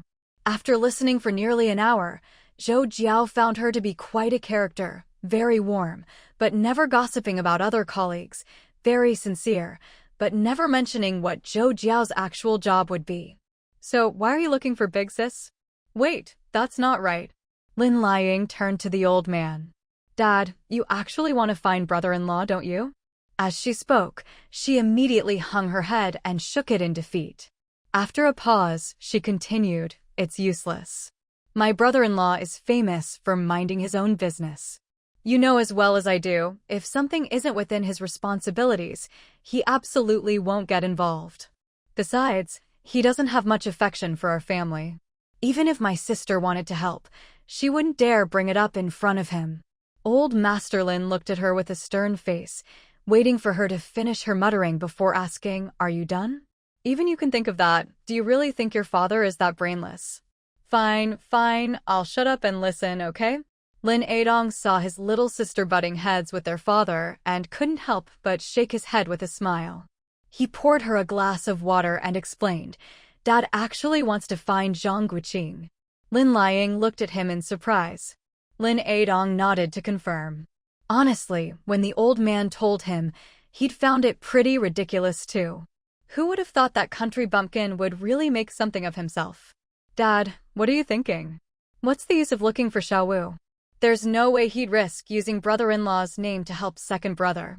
Without the aura of being brother-in-law's father-in-law, he's not even on par with our Jianjun."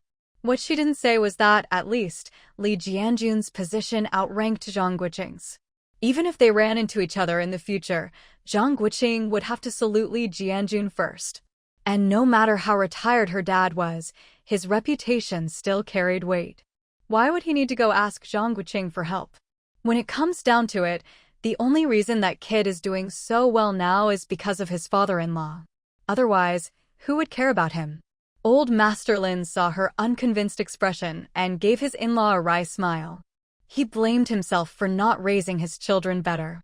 Sometimes, current power is more useful than past glory, not to mention how many people are watching every job assignment. How could he make a move? Go find Wu and hint that he should arrange a good position for his son? At best, Wu would ignore him. At worst, he could get reported for corruption. He'd already explained all this to his son and couldn't be bothered to waste more words, so he signaled for Lin Adong to explain to his sister. Little sis, we really do need to find Zhang Guoqing. Don't forget, Zhang Guoqing used to be in their system. I heard Minister Wu thinks very highly of him, and the two are close despite the age gap. Lin Adong sighed with a bit of disappointment. 5 years is enough for someone to build up their own network. He's not that penniless kid he used to be. His eldest had made the wrong move. If he'd gone to military school earlier and transferred back to the capital sooner, instead of listening to grandma's advice to get promoted at the grassroots first, he wouldn't be behind anyone now. Life is unpredictable. One wrong step leads to another. Lin Liang felt even more hopeless after hearing this. Looking for Zhang Guoqing was even less useful than looking for Zhou Jiao. Anyone who knew that couple knew who wore the pants in the family. But would Zhou Jiao help? That girl might smile at you, but there's not a trace of warmth in her eyes. She's even colder than her father. Of course, she wasn't about to say that out loud and offend anyone. She didn't believe the old man couldn't see who really called the shots in the Zhou family these days. He was just clutching at straws. Old Master Lin understood this perfectly well. He patiently said, "Help Dad go find your big sister. As long as she agrees, Xiao Wu will help put in a good word with Wu. I heard from your sister that Xiao Wu is very filial. He handles everything for her." Lin Liang had no desire to get involved. She knew it would go nowhere. If she went to Beihei, Zhou Jiao would probably shoot her down before she even opened her mouth. "Xiaoying, look at me. Every day I sit here alone with no one to talk to. You're busy with work, your big brother is out of town, and I want to keep your little brother nearby, just so there's some family around. I'm not asking for much, just for your little brother to stay in the city." Lin Liang clapped her hands and interrupted him happily. "That's easy. Dad, you can just move over there. If there's no retirement home, you can go back and forth. Besides, my little brother can come home every weekend." Old Master Lin was so angry he nearly spat blood. At this point, no matter what his youngest daughter was thinking, he didn't want to let his in-law see a joke. He forced a smile and shook his head at old Jiang. "Silly child." Old Jiang played along and smiled. "This isn't something that can be rushed. I'll head back now. It's almost time to eat. Why not stay for dinner?" "No, I still need to stop by my eldest's place." After a few polite words, old Master Lin personally saw him out. Turning back to his children, he sighed inwardly. "Call your brother and tell him to come home." He looked uncertainly at his daughter. "Hasn't your big brother been gone for over a month?" Lin Liang shook her head. She didn't live with the old man. How would she know? Busy, always busy. I don't even know what he's busy with. Other than phone calls, I never even see a shadow of him. Look at you all. I'm getting old. Can't any of you spend some time with your father?" Seeing the old man get angry, Lin Liang quickly supported him and comforted him. "Dad, isn't Xiaohui getting married soon? My brother is saving up his vacation days. Now that my little brother is back, we'll all come visit you on weekends." Behind them, Jiangyu curled her lips. What a show-off. She just volunteered all their weekends. But she knew times had changed. No matter how much she resented it, she didn't dare say a word. She could only curse her scheming sister-in-law in her heart. If there was anyone she disliked most after marrying into the Lin family, it was definitely this one. Back then, relying on the old lady's favoritism, she'd bullied her openly and secretly, never taking her seriously. Compared to Lin Lishan, this sister-in-law was truly something else.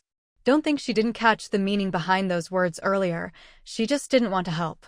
Thinking of this, she secretly tugged at her husband and shook her head slightly.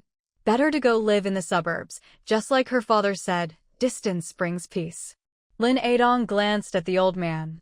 While he wasn't looking, he silently mouthed, "What's up?" Jiang Jingyu looked at the father and daughter chatting ahead and felt more and more that only her own parents could be relied on. Thinking of her father's earlier words, she silently replied, "Forget it." Lin Adong nodded knowingly. He didn't want to stir things up either. If you lose one butcher, you can still eat hairy pork. Compared to his own job, favors were better spent on his two sons. Poor old Master Lin was still trying to persuade his daughter to ask for help, unaware that the couple behind him had already reached a consensus. Especially his daughter-in-law, she had no desire to stay by the old man's side.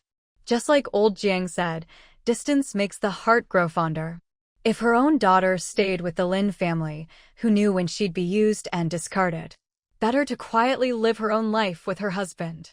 "Dad, just forget about me. If I have to go to the hardware factory, then so be it. It's better to use our family's connections to help Xingli and his brother instead. They're the key. In the future, our family will have to rely on them and Shao Wei and his brothers. There's no need to waste favors on me, use them too much, and they lose their value. Besides, it's not a bad thing for me to go somewhere farther away. Our family isn't the best, but we're better off than many. With you and my father-in-law around, no one would dare give me trouble outside, and my wife can work and save up more money for Xingli and his brother. In our generation, we really only have my eldest brother to depend on. Don't make things hard for him, he's got it tough enough as it is. It's my fault as the younger brother for not being able to help him. Don't worry, Dad. Whenever I have time off, my wife and I will come visit you. I really can't keep dragging you down. I don't want you, at your age, to still be worrying about your useless son." Hearing his youngest son say this in the living room, old Master Lin was deeply moved. Out of all his children, only this one was truly considerate. No wonder the old lady favored him. At this moment, he even thought how great it would be if his two sons could swap places. The hardest thing to satisfy in this world is the human heart. This old soldier, who had walked the fields and never taken a thing from the common people, forgot that so many of his old subordinates had put down their guns and taken a pose. Even more, those old comrades who had fought alongside him, their descendants still guard the frontiers today. And what about the souls of the fallen, buried in the earth? What about their children? As the saying goes, for a general's success, thousands of bones wither. Just as Zhou Xiaolong once said, when a person stands at the top, they often forget to look back at the bloody path they've walked. Every day in Beijing, stories of deep father-son bonds play out. Besides the Lin family, the Liang family, who are also entangled with the Zhou family, were gathered in their study at this very moment. The Liang family is nothing short of legendary. After hundreds of years, their family heritage is no less than the once renowned Zhou family. Especially during the Republican era, when warlords rose everywhere, the Liangs thrived, moving with ease through the chaos. When the Zhou family's rented house was awash in blood and fire lit up half the sky, that was the moment the Liang family entered their own golden age. It's said that the very first foreign supervisor came from their family. Of course, their descendants would never admit it, and such rumors have faded quietly into history. Unlike the Zhou family, who rose through the imperial exams, the Liang family's fortune began when a beautiful grandaunt entered the palace. In ancient times, having a favored concubine in the family truly meant everyone rose with her. From that generation on, Liang daughters were cherished and raised to be accomplished in every art. Even though no more concubines appeared after that, the daughters they raised often married into powerful families, forging generations of influential alliances. Thanks to these connections, the Liang family survived wars and dynastic changes. At the most critical moments before liberation, they once again escaped disaster thanks to their grandaunt. This grandaunt, known as Liang the Beauty, was not only blessed with the family's good looks, but was also a passionate, liberated woman of the new era. But no matter how loudly people proclaimed that women hold up half the sky, she still edged out the original wife and became the much younger second wife of a man more than 20 years her senior. At this moment, She sat upright in the study, dressed in a crisp cadre's uniform. Her jet-black, soft curls framed a fair, oval face. Under her long, arched brows, her eyes shone with calm intelligence. Though over 40, her face bore not a single wrinkle, as if time had left no trace on her. Compared to younger women, she carried a more reserved allure, a composed elegance that radiated confidence. Liang the Beauty once again reassured her eldest brother that she had already sent someone to make contact with their nephew, Liang Jiajun, in the countryside. Although he had to participate in production like any other commune member, privately, he hadn't suffered at all. Her eldest brother trusted her completely, not only because she favored his son, but also because she never spoke carelessly. Old Master Liang nodded slightly. Don't worry about your brother harboring any resentment. I'd already been thinking of sending the boy out to toughen up. This is a good opportunity. The eldest brother quickly nodded in agreement. Things had come to this. What was there to complain about? So it's the countryside, then. They'd just have to wait a year or two until the Zhou family's anger cooled, then find a way to bring him back. But how naive. Did you really think someone as petty and vengeful as Zhou Jiao would just let it go? Your son has no chance of returning to the city. She's just waiting for fate to take its course. She wouldn't even bother playing games with you. Xingnan, what urgent matter brings you here this time? Old Master Liang paused. The Zhou family is on guard now. It's not wise to make any more moves. Liang the Beauty, her real name, Liang Xingnan. She'd changed her name herself when she was young, which showed just how self-assured she was. But no matter how good she thought she was, after being harshly criticized by her husband, she understood she still had to rely on men. She also realized that the Zhou family was no longer something she could handle in the short term, otherwise, all her years of effort would be wasted. Upon hearing her father's words, Liang Xingnan deliberately avoided mentioning the Zhou family and softly asked about her third brother's new work assignment. Old Master Liang lowered his eyes, knowing that their match with the Zhou family had ended in total defeat. It seemed they'd have to maintain the relationship for now. These past few months, it looks like everyone gets along, but they still haven't given me any real authority. I'm still just writing reports, said the third brother. Liang the Beauty was silent for a moment. Third brother, just wait a little longer. It won't be long now. The third brother was clearly dissatisfied. After hesitating, he finally advised, little sister, without proper status, it's best not to get too involved in certain things. Before Liang the Beauty could reply, old Master Liang scolded him sharply. What do you know? Without Xingnan, would the Liang family be where it is today? Do you think she's only doing this for herself? The third brother lowered his head and sighed inwardly. He shouldn't have said anything. Dad, Liang the Beauty drew out her words, then looked at her third brother. Third brother, how hard is it to get a legitimate opportunity? I've waited too long, I don't want to wait anymore. Hearing this, the third brother stared at the blue bricks on the floor, his expression unreadable.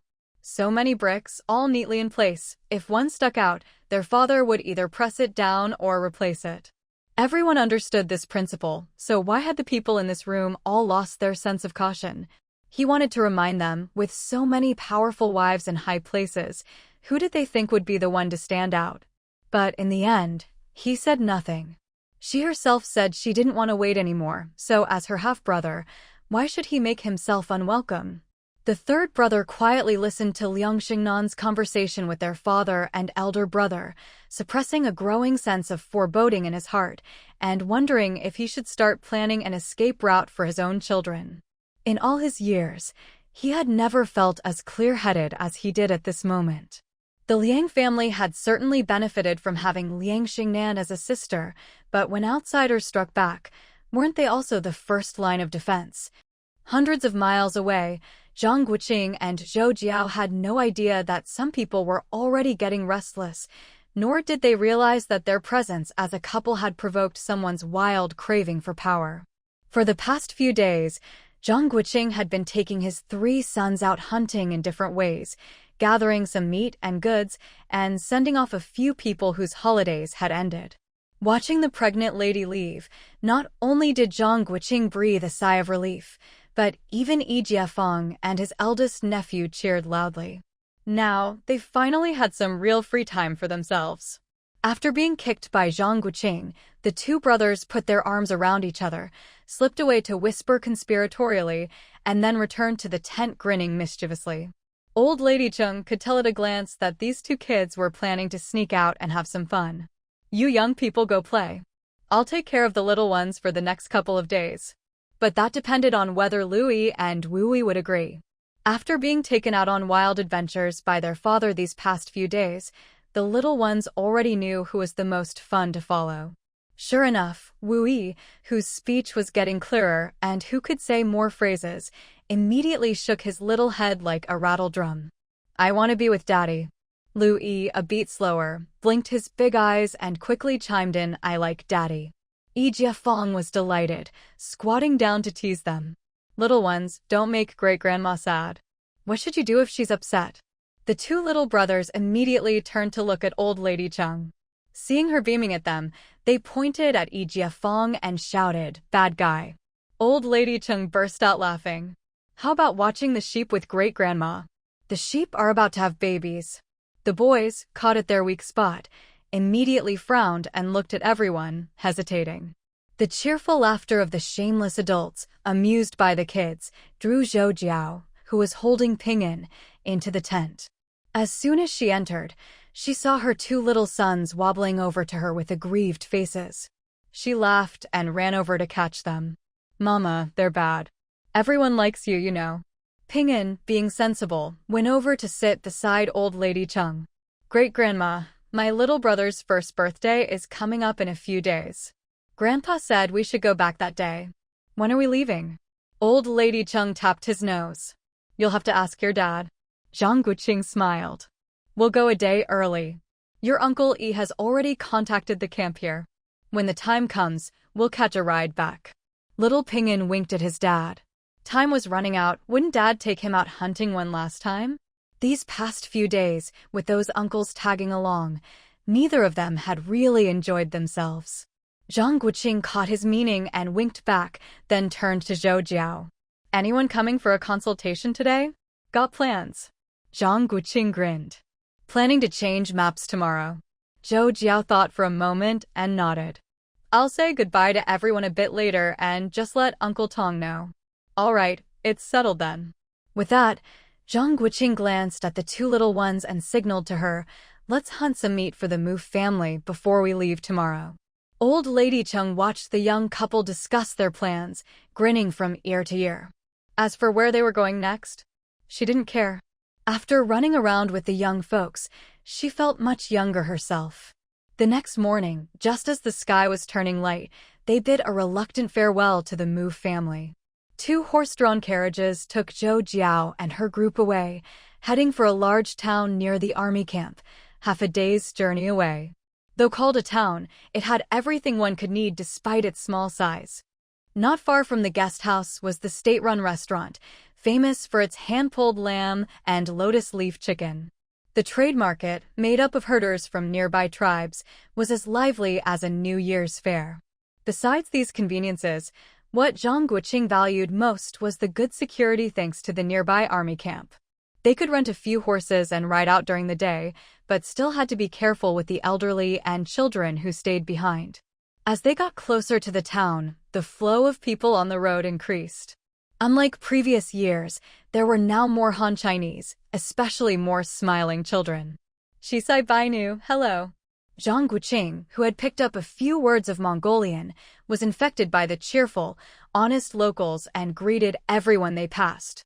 Often, a friendly herder would respond and then launch into a long string of Mongolian, at which point Ping'an, sitting in his arms, would start translating.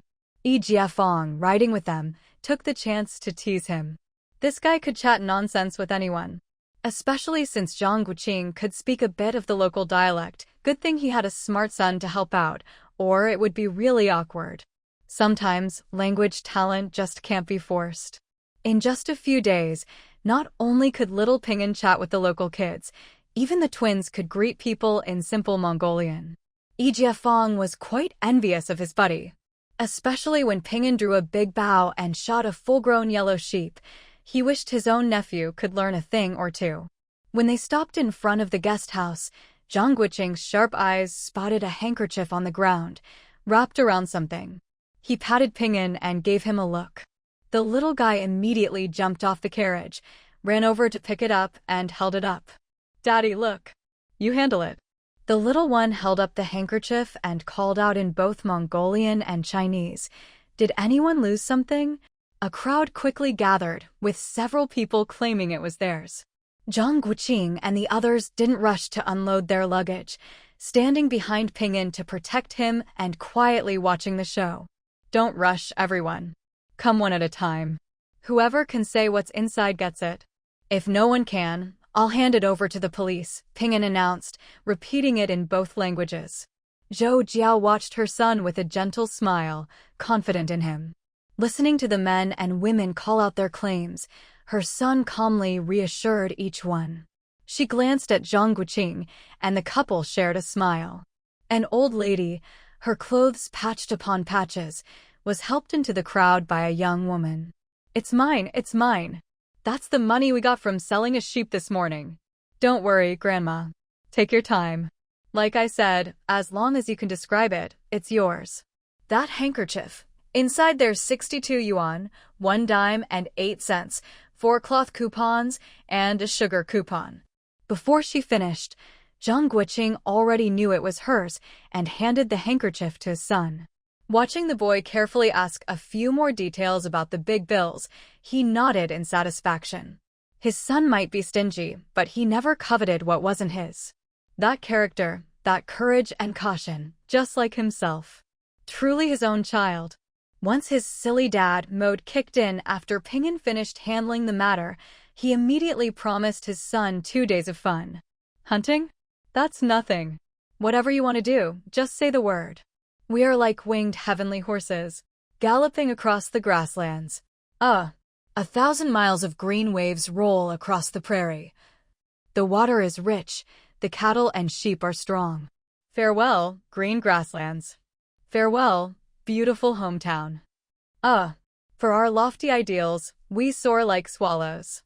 Singing a cheerful morning song of the grasslands, the group boarded the military truck and set off on the road back to Beihai River. No matter how free and comfortable the days were, it was time to leave. This time, it wasn't just Zhang Guoqing and his wife who had stocked up on private goods. Even old Lady Cheng had sent quite a few packages to the northwest, and Aunt Sun had also bought plenty of things. Especially Yi Jiafeng, who was sitting in the truck now, grinning from ear to ear. He lost quite a bit of money to Daong and the others a few days ago, but it seemed he'd made it all back. "Uncle, when are we coming back next time?" Yi Jiafeng tapped his little nephew on the forehead. "We've just left and you're already thinking about next time? The stuff we sent your dad this time is enough for you and your brother for half a year." The 10-year-old, with his round face, rubbed his forehead and grinned, hee. "I've already made a deal with Ping'an. Next time, you have to bring me along." Yi Jiafeng nodded at that. He was more than happy for his nephew to get along with Ping'an and pick up a few tricks from that clever kid. "This time when we get home, no more sleeping in. Look at Ping'an, he's younger than you, but gets up earlier every day. From now on, you have to join the morning exercises at home, got it?" The little guy, still impressed by his new friend, thumped his chest. "I've already practiced horse stance for 2 days. I'll be able to hunt soon. Just wait, Uncle, I'll make you proud." Yi Jiafeng burst out laughing. "All right, let's see you bring home some meat first. Uncle, you can't always crush my confidence." Listening to the kid calling Uncle over and over, Zhang Guoqing was reminded of his own nephews. He wondered how Shizi was doing after a year at university, and what about the other little rascals? That evening, they arrived at Beihai River. After a joyful family reunion, Zhang Guoqing and his wife received some unexpected news. In the study, Zhou Jiao blinked. "Dad, you mean Uncle Yi is stepping down to a secondary position, not retiring?" Zhou Xiaozheng smiled and nodded. "So who's taking over his post?" "It'll go to the next in line." Father and daughter exchanged a knowing smile. Zhang Guoqing, watching from the side, remarked, "That's not quite what he said before." Looks like he kept a card up his sleeve. Well, that's good. Without real power, he'll have a much easier time. No matter how close the Zhou and Qing families were, in the end, you had to rely on yourself. With that, Zhou Xiaozheng changed the subject. I was planning for your mom to go back to the city with you the day after tomorrow, but there's been a change. He looked at his daughter with a smile. The old chief mentioned you a couple of days ago, said now that you've graduated, you need to work even harder for the country. Zhou Jiao was taken aback. Seeing his son-in-law equally stunned, Zhou Xiaoyang almost wanted to tease the two of them, but thought better of it. No need to scare his own kids. He continued, yesterday, your grandpa Zhou also mentioned you. There's a batch of machines being negotiated right now. You probably won't have any free time once you start work. Zhang Guoqing frowned. Is there a chance I'll be sent on a business trip? It's possible. It won't be like last time, gone for 3 months, will it? He didn't bother to ask why they'd assign him a task right after he started work. What else would they do? You won't be going abroad, at most a month. Of course, if it did involve going abroad, Zhou Xiaoyang couldn't say for sure. But nothing was set in stone yet. Not catching any hidden meaning in his father-in-law's words, Zhang Guoqing breathed a sigh of relief. Zhou Jiao, on the other hand, shot her father a knowing smile. If her dad mentioned 2 big names in one breath, could it really be that simple? To make sure she didn't neglect the 2 little ones if she was suddenly called away, Zhou Jiao spent the next 2 nights discussing early childhood education with Ping'an, especially how to hide one's talents. After celebrating the twins' first birthday, a milestone they were reluctant to leave behind, Zhang Guoqing and his wife, together with Yi Jiafeng, set off again for Beijing. As soon as they got home, Zhang Guoqing and his wife didn't even bother to wash up before calling home. While waiting for the operator to connect, they looked at each other, neither daring to ask how the kids were doing. Zhang Guoqing felt especially guilty about his twin sons.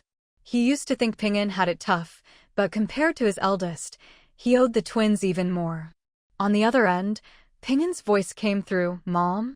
Dad? Yes, it's us. We just got home. Did Louie and Wooey cry after we left this morning? No, Grandpa went to work and Grandma took us to the beach for a while. Ping'an paused, then added, they only wanted Mom after their nap. I told them you went to work and they didn't fuss. Zhou Jiao shot him a glance and took the phone. Mom will be home after work every day. If you miss me, just call. Have fun while you're there. Once you start school, you won't get another chance to visit, understand? Zhang Guoqing chimed in cheerfully, son, don't just look after your brothers, go play with your friends too. When Dad gets back from the military academy, I'll spend time with you. Ping'an giggled happily. Okay. Grandma said we'll go home before August 1st. Well, all that worrying was for nothing. They'd all be back in a month anyway. Mom, Dad, do you want to talk to my brothers? What are they doing now? They want to go out and play. Great-grandma and grandma just took them to the beach. I heard the phone and ran back. Should I go get them? Zhou Jiao checked her watch. No need. Just tell Grandpa and Grandma we got home safely. If your brothers cry for Mom tonight, call us at home. Okay. Mom's hanging up now. After hanging up, they both relaxed. The days of having everything done for them were over. They'd have to make their own dinner tonight. Since they had to start work the next day, they kept dinner simple and didn't go out. Instead, they took the letters that had arrived while they were away and went back to their room. In the study, Zhang Guoqing took Zhou Jiao's hand. Come on, I've got something good to show you. Zhou Jiao rolled her eyes as he led her to the bedroom. When he let go and started rummaging through the luggage, her face turned red in an instant. Under the light, Zhang Guoqing turned to see her expression and burst out laughing, waggling his eyebrows at her teasingly. After Zhou Jiao gave him a good thump, he finally stopped laughing and pulled out a Suzhou-made camera from under the clothes. Everything I bought at the commission store in Qing City is for you. Zhou Jiao walked over to the king and, without asking why, took out a pair of snow plum porcelain jars from her space. The matching jars, one large and one small, were round and elegantly crafted, very beautiful. Seeing this, Zhang Guoqing quickly stopped her. If his wife took everything out, they'd never get to sleep tonight. He shook his head with a smile. Those were picked out by the boys and given to me. Zhou Jiao blinked thoughtfully and proceeded to take out everything the twins had chosen at the various commission stores that day. A wooden mantel clock with a Pegasus on top, about 20 centimeters tall. The wooden case was in good condition, but the clock itself had stopped working. Zhou Jiao remembered that this Western-style junk had cost 5 yuan at the time. There was also a standing antique wooden grandfather clock, about a meter tall.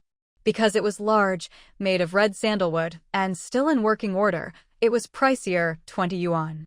The rest were a hand-crank wooden phonograph from the Republican era and the camera in front of them. These 4 items had been picked out by their 2 sons from 2 different consignment shops. Since there were no outsiders present, Zhou Jiao had happily bought them for the kids. Thinking back now, she felt something was off. The other 3 might have attracted the boys with their sounds, but why would Mayday Wu Yi cling so tightly to that broken Pegasus clock? Zhang Guoqing could tell she was onto something. He smiled, went to the study, and brought back a screwdriver and other tools. Soon, he started taking apart the Pegasus clock. And he really took it apart, piece by piece. After 5 years studying electrical engineering, if he couldn't reassemble and repair these things, he'd have no business in his field. When he opened the base, there was a sudden thud as a bundle of black oiled paper fell out from the joint, startling the already suspicious Zhang Guoqing. Jiao Jiao. Zhou Jiao was overwhelmed with emotion and patted his shoulder. You must have saved the entire galaxy in your last life. Otherwise, how could all the good luck keep landing on you? Heh. Zhang Guoqing grinned sheepishly and nodded. Good thing we're in this together, or I'd be scared to death. Scared to death? It's just getting started. Zhou Jiao couldn't even be bothered to tease him. Seeing him move on to the other big clock, she put on gloves, squatted down, and cleaned the dismantled parts with kerosene, wiped them dry, and reassembled them, adjusting the pendulum several times. When the tick-tock sounded, the clock started working again. Meanwhile, Zhang Guoqing wasn't in a rush to check the bundle of oiled paper. He first weighed the grandfather clock, admiring its exquisite craftsmanship. If it weren't for the mystery, he'd be reluctant to take it apart. This time, he was much more careful, even laying a military blanket underneath, just in case he damaged the antique. After Zhou Jiao finished with the mantel clock, she saw him still examining the grandfather clock with interest and teased. So, what have you figured out? Zhang Guoqing chuckled and pointed to a worn spot on the upper part. If I'm not mistaken, that must have been a famous inscription. A regular person's monthly salary. Only people like us would dare to buy the stuff, Zhou Jiao said with a laugh, giving him a sidelong glance. If it had a famous name, it'd be even more valuable. Gengzheng, watchman's clock? Zhang Guoqing's eyes lit up. That's right, it was a Gengzheng. He hesitated. Let's take it apart. Who cares about its origin? Zhou Jiao nodded in agreement. If there was something hidden inside, it would be even more valuable. Better to get it out sooner rather than later. Just as Zhang Guoqing picked up his tools, he suddenly turned to Zhou Jiao. Wait. If it was an imperial gift, no one would dare damage it. Who'd risk hiding something inside? Zhou Jiao followed his train of thought and smiled. Even if it belonged to a high official, they'd worry about ruining a fine piece of craftsmanship, so it must be hidden in the wood itself. The couple spoke in unison and exchanged a smile. This time, Zhang Guoqing didn't need Zhou Jiao's prompting. He leaned over the clock, tapping gently on every part with his fingers. Zhou Jiao held her breath, afraid to disturb his listening. Minutes ticked by. Zhang Guoqing tapped back and forth twice, then knocked again just above the base of the clock and nodded at her. Zhou Jiao let out a deep breath, rubbed her sore legs, and leaned in for a closer look. There wasn't even a seam. She looked at Zhang Guoqing in confusion. Ha. After all this investigation, maybe it's just faster to take the whole thing apart. Zhou Jiao thought he was right. They were overthinking it and burst out laughing together. They really had too much time on their hands to be overanalyzing like this. Half an hour later, they pulled out a large sheet of red paper from the base. When they unfolded it, the couple collapsed with laughter. The contents were indeed valuable, but it turned out to be a dowry inventory. No matter how grand the wedding, it was all history now. Thinking this, Zhou Jiao casually tossed the still unopened oiled paper bundle aside. Wait. Startled by Zhang Guoqing's sudden outburst, Zhou Jiao blinked at him in confusion. Why would someone hide a big red sheet like this? Zhou Jiao glared at him. Isn't it always you men's fault? Either favoring the concubine over the wife or some other household drama. She gave him a meaningful smile. That's why young men are often fickle. Wife, heaven and earth can witness, the sun and moon can attest, I've been so faithful to you, I almost have a chastity mark. Even the female mosquitoes don't bite me anymore. Zhou Jiao burst out laughing. What kind of analogy is that? Is that how a chastity mark works? The young couple horsed around for a while before turning their attention to the hand-crank phonograph. After the grandfather clock ordeal, they decided to just use brute force this time. They opened the 30-centimeter wide wooden box, removed all the parts, and Zhang Guoqing didn't even bother knocking. He just took the box apart. Once the sides came off, the bottom panel stood out. It was twice as thick as the side panels. If the owner hadn't seen the machine was intact, they'd have figured it out right away upon opening it. Zhang Guoqing pried it open with a knife. Both sides were hollowed out, with several exquisitely made embroidered pouches stuck to one side. Wife, open them up. I bet they're all jewelry. Zhou Jiao took the panel, pulled off a pouch, squeezed it, nodded at Zhang Guoqing, and poured out a long ruby necklace onto her lap.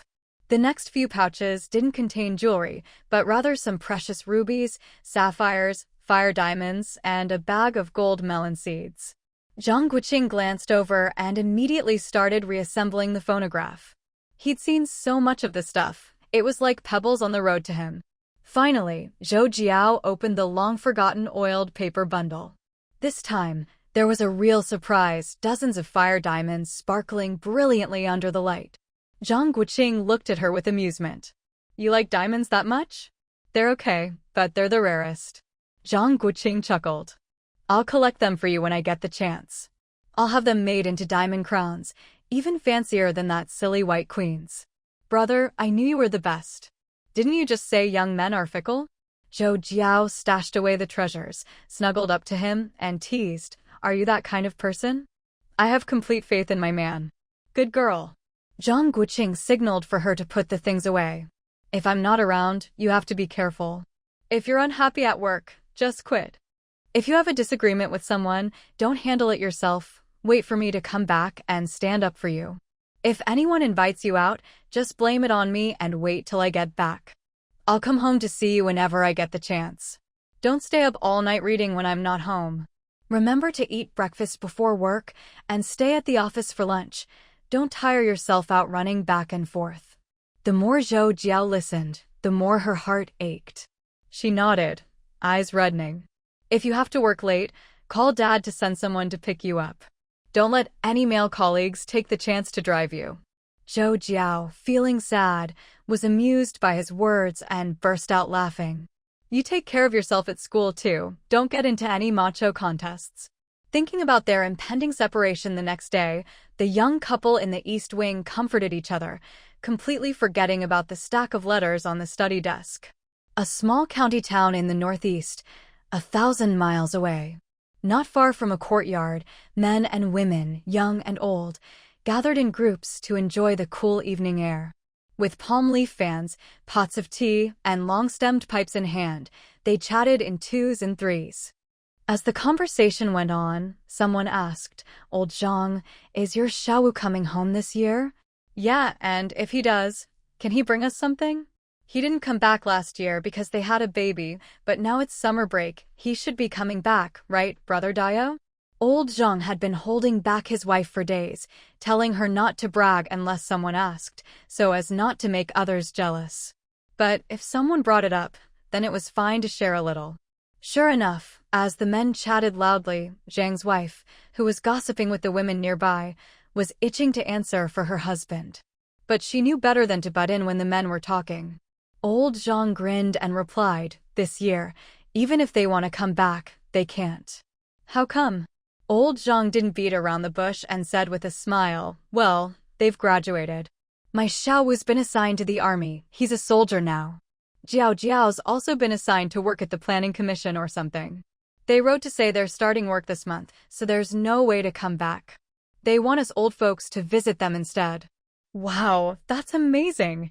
Congratulations, congratulations. Old Zhang, with such great news, you have to treat us to a drink. Old Zhang nodded happily, of course. I'll set up a little feast soon, and we'll all get together. Hearing this, the women nearby turned to Zhang's wife. Sister, you really kept this under wraps. No wonder you two never mentioned when Xiaowu was coming back. If I remember right, those twins of Xiaowu's are almost a year old now, aren't they? If the whole family can't come back, are you and your husband going to the capital? Zhang's wife beamed. Yes, they're turning 1. Zhou Jiao writes to us every day asking us to visit. She says the kids can already call out to people. Oh, really? That's just like my little Ping'an. Your daughter-in-law's asking you to come, aren't you lucky? Zhang's wife tried to hide her pride, smiling. It's not like your daughters-in-law aren't filial. All our kids are good kids, we're all blessed. That was true. Everyone living in this neighborhood was from a good family, retired elders with status and pensions.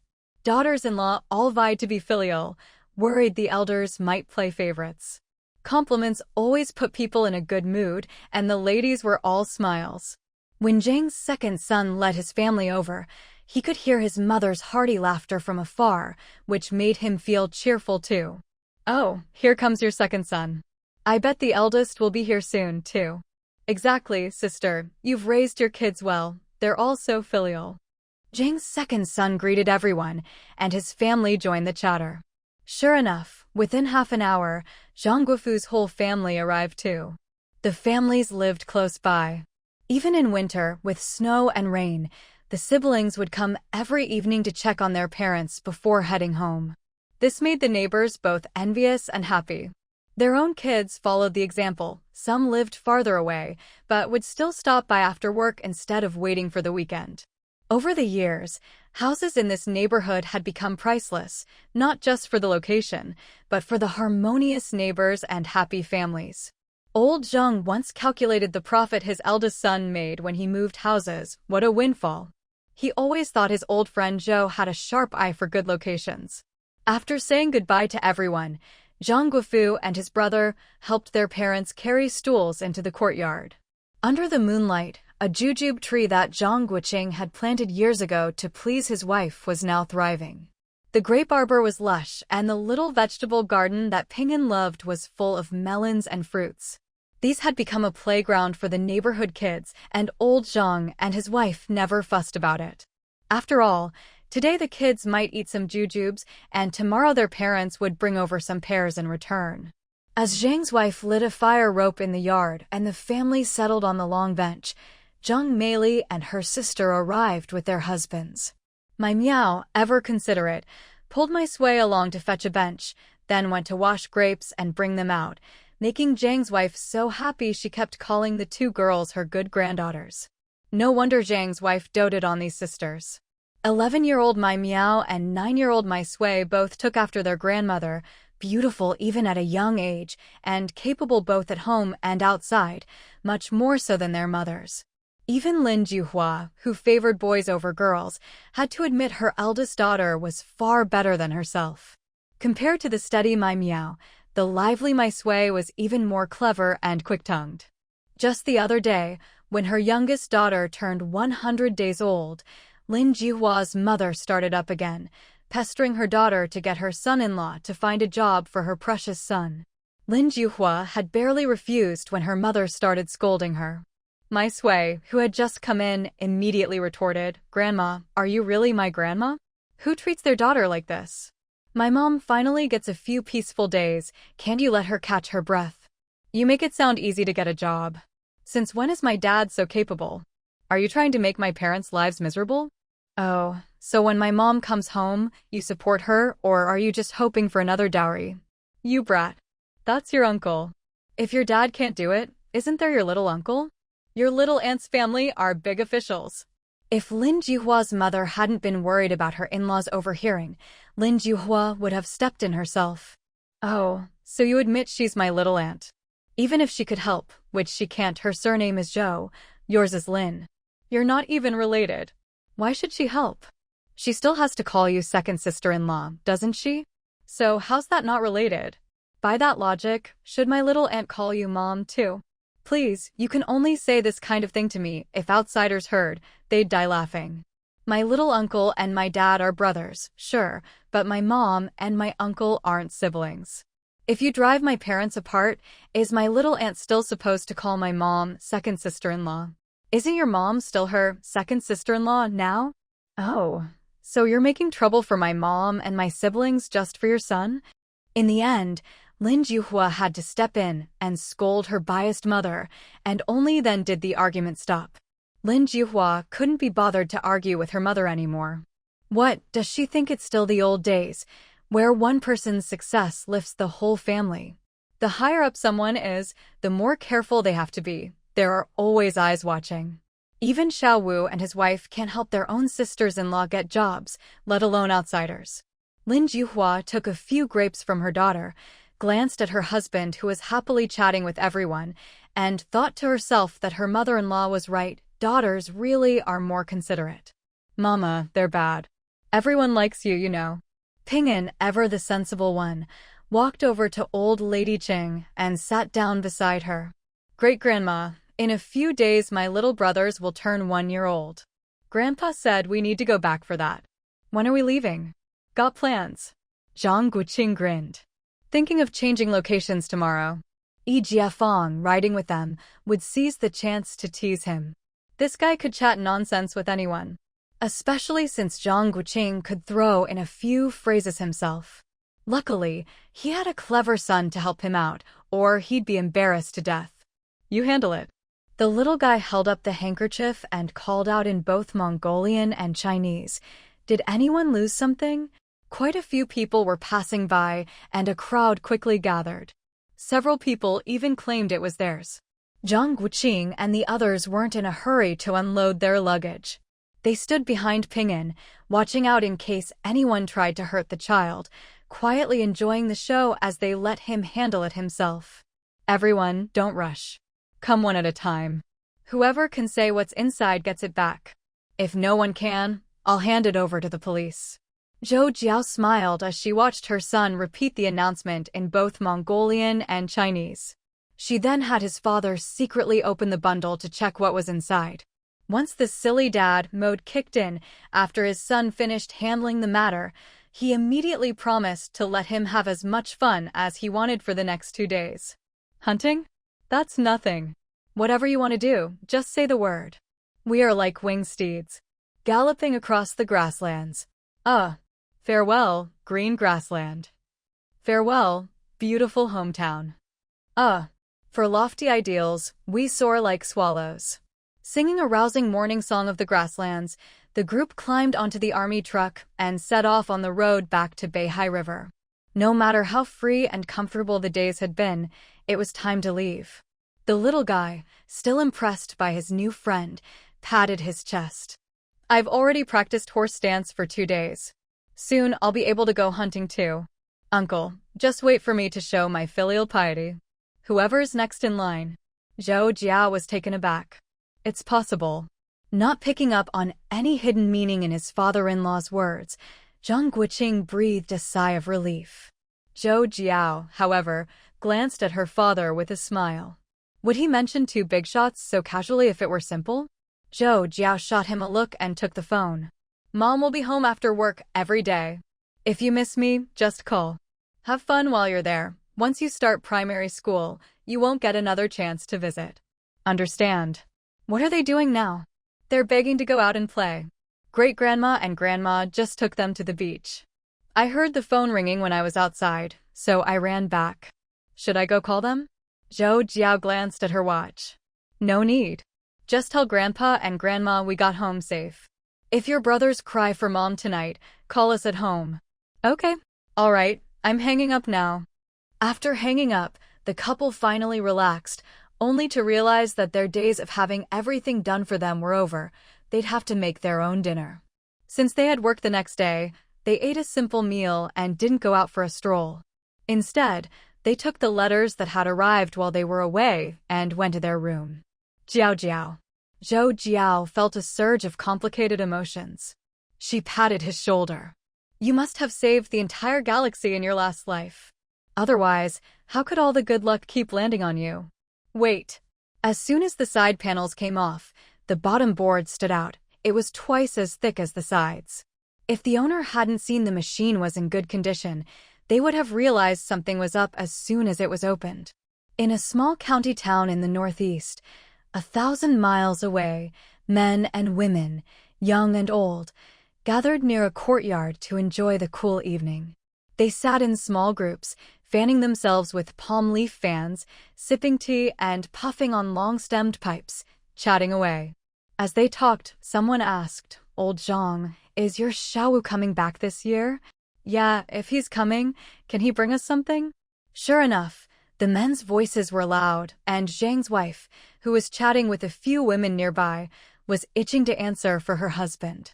But she knew well enough that when the men were talking outside, it wasn't her place to butt in. That was true. Everyone living here was from a good family in the county. The elders had status and pensions, and every daughter-in-law worried about being outshined, all eager to show their filial piety. In the moonlight, the jujube tree that Zhang Guoqing had planted years ago to please his wife had grown tall and strong. The grape arbor was lush, and the little vegetable patch that Ping'an loved was heavy with melons and gourds. These had become a paradise for the neighborhood kids, and Zhang's parents were never stingy. After all, today someone's child ate some dates. Tomorrow their parents would bring over some pears in return. Zhang's wife lit a coil of mosquito-repellent incense in the yard, and as the family settled onto the long benches, Zhang Meili and her sister arrived with their husbands. My Miao, always quick on the uptake, pulled my Shui along to fetch more benches and then went to wash grapes and bring them out, making Zhang's wife so happy she kept calling the two girls her good granddaughters. You think getting a job is easy? Since when did my dad have that much pull? Are you trying to make things hard for my parents? Oh, so if my mom comes home, you'll support her, or are you just hoping for another bride price? You little brat. That's your uncle. If your dad can't do it, isn't there your little uncle? Your aunt's family has big connections. If it weren't for her in-laws being nearby, Lin Jihua's mother would have started a real fight. By that logic, my aunt should call you mom too. Please, you can only say that to me. If outsiders heard, they'd die laughing. My uncle and my dad are brothers, sure, but my mom and my uncle aren't siblings. If you make my parents divorce, is my aunt still supposed to call my mom second sister-in-law? Lin Jihua couldn't be bothered to argue with her anymore. Did her mother think it was still the old days, when one person's success lifted the whole family? In the courtyard, Grandpa Zhang listened to the children chatting. He glanced at his eldest grandson, who was sitting quietly and steadily, and smiled with satisfaction. Are you heading back to the village again soon? Yeah, I plan to take my younger siblings up the mountain to gather some herbs. Grandpa Zhang reminded him worriedly, don't go too far. Okay. Shizi looked around at everyone, then asked softly, Grandpa, if you really don't want to do it, why don't you go to the capital with Grandma? You already have a ready-made excuse. Grandpa Zhang shook his head with a smile. The neighborhood committee is giving our family face. Refusing once is being polite. Refusing again would be putting on airs. Besides, wearing that red armband actually feels pretty impressive. The job isn't hard, and sometimes I can help out the neighbors. Even though it's just temporary work, there's still a wage. And there's something else, have you noticed? Shizi looked at him, puzzled. Grandpa Zhang leaned in and said proudly, compared to those other retired old men, your grandpa is still young. Having something to do keeps people from thinking I'm just idling my days away. Shizi grinned. Maybe he wouldn't have understood this before, but after spending time in the provincial capital, he now knew what enjoying life meant. Still, he was a bit worried. Won't people get jealous? Of course Grandpa Zhang had thought of that. He laughed. Your Grandma Wang got everyone to vote for me. What's there to be jealous about? I wasn't even going to take the wage at first. Your uncle said it was basically volunteer work. But Grandma Wang said if I didn't take it, the other temps would complain. That's good then. Shizi breathed a sigh of relief. Grandpa, we'll take care of the backyard in the village. That could fetch a good price, so Grandpa Zhang quickly refused. Your uncle's yard can wait until your grandma and I get back. Those string beans need your grandma to handle them. Your uncle's family loves those. Just then, Zhang Meili overheard and laughed. Dad, I've already sent plenty. Don't let Xiaowu get sick of them.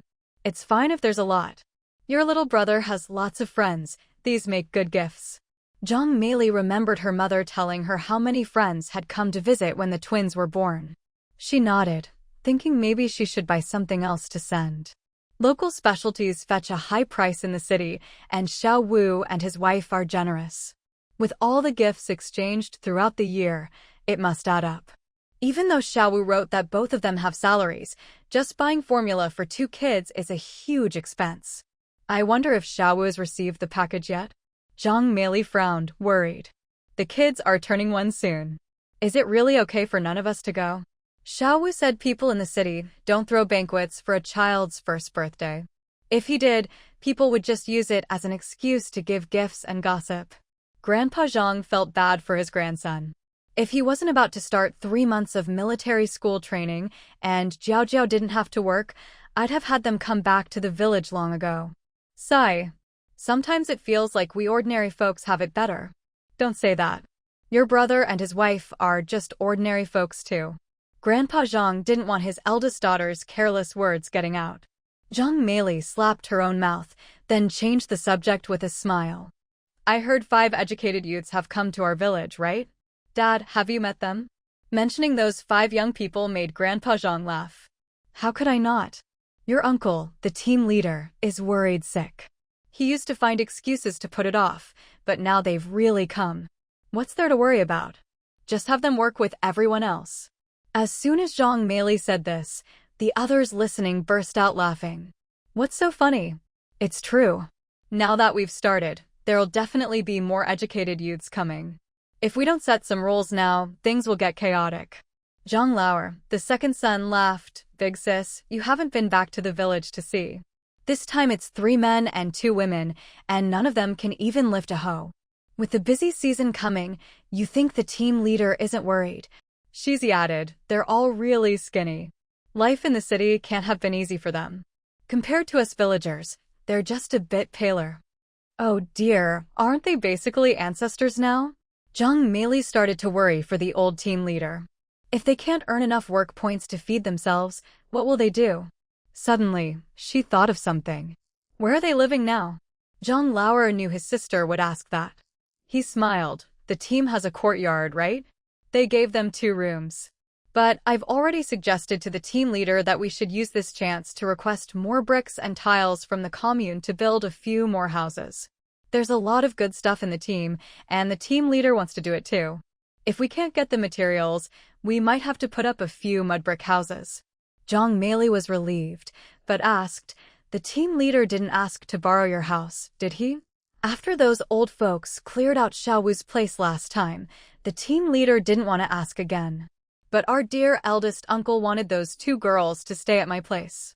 Grandpa Zhang, annoyed by his son's loose tongue, picked up his long pipe and knocked him on the head, laughing and scolding, no respect.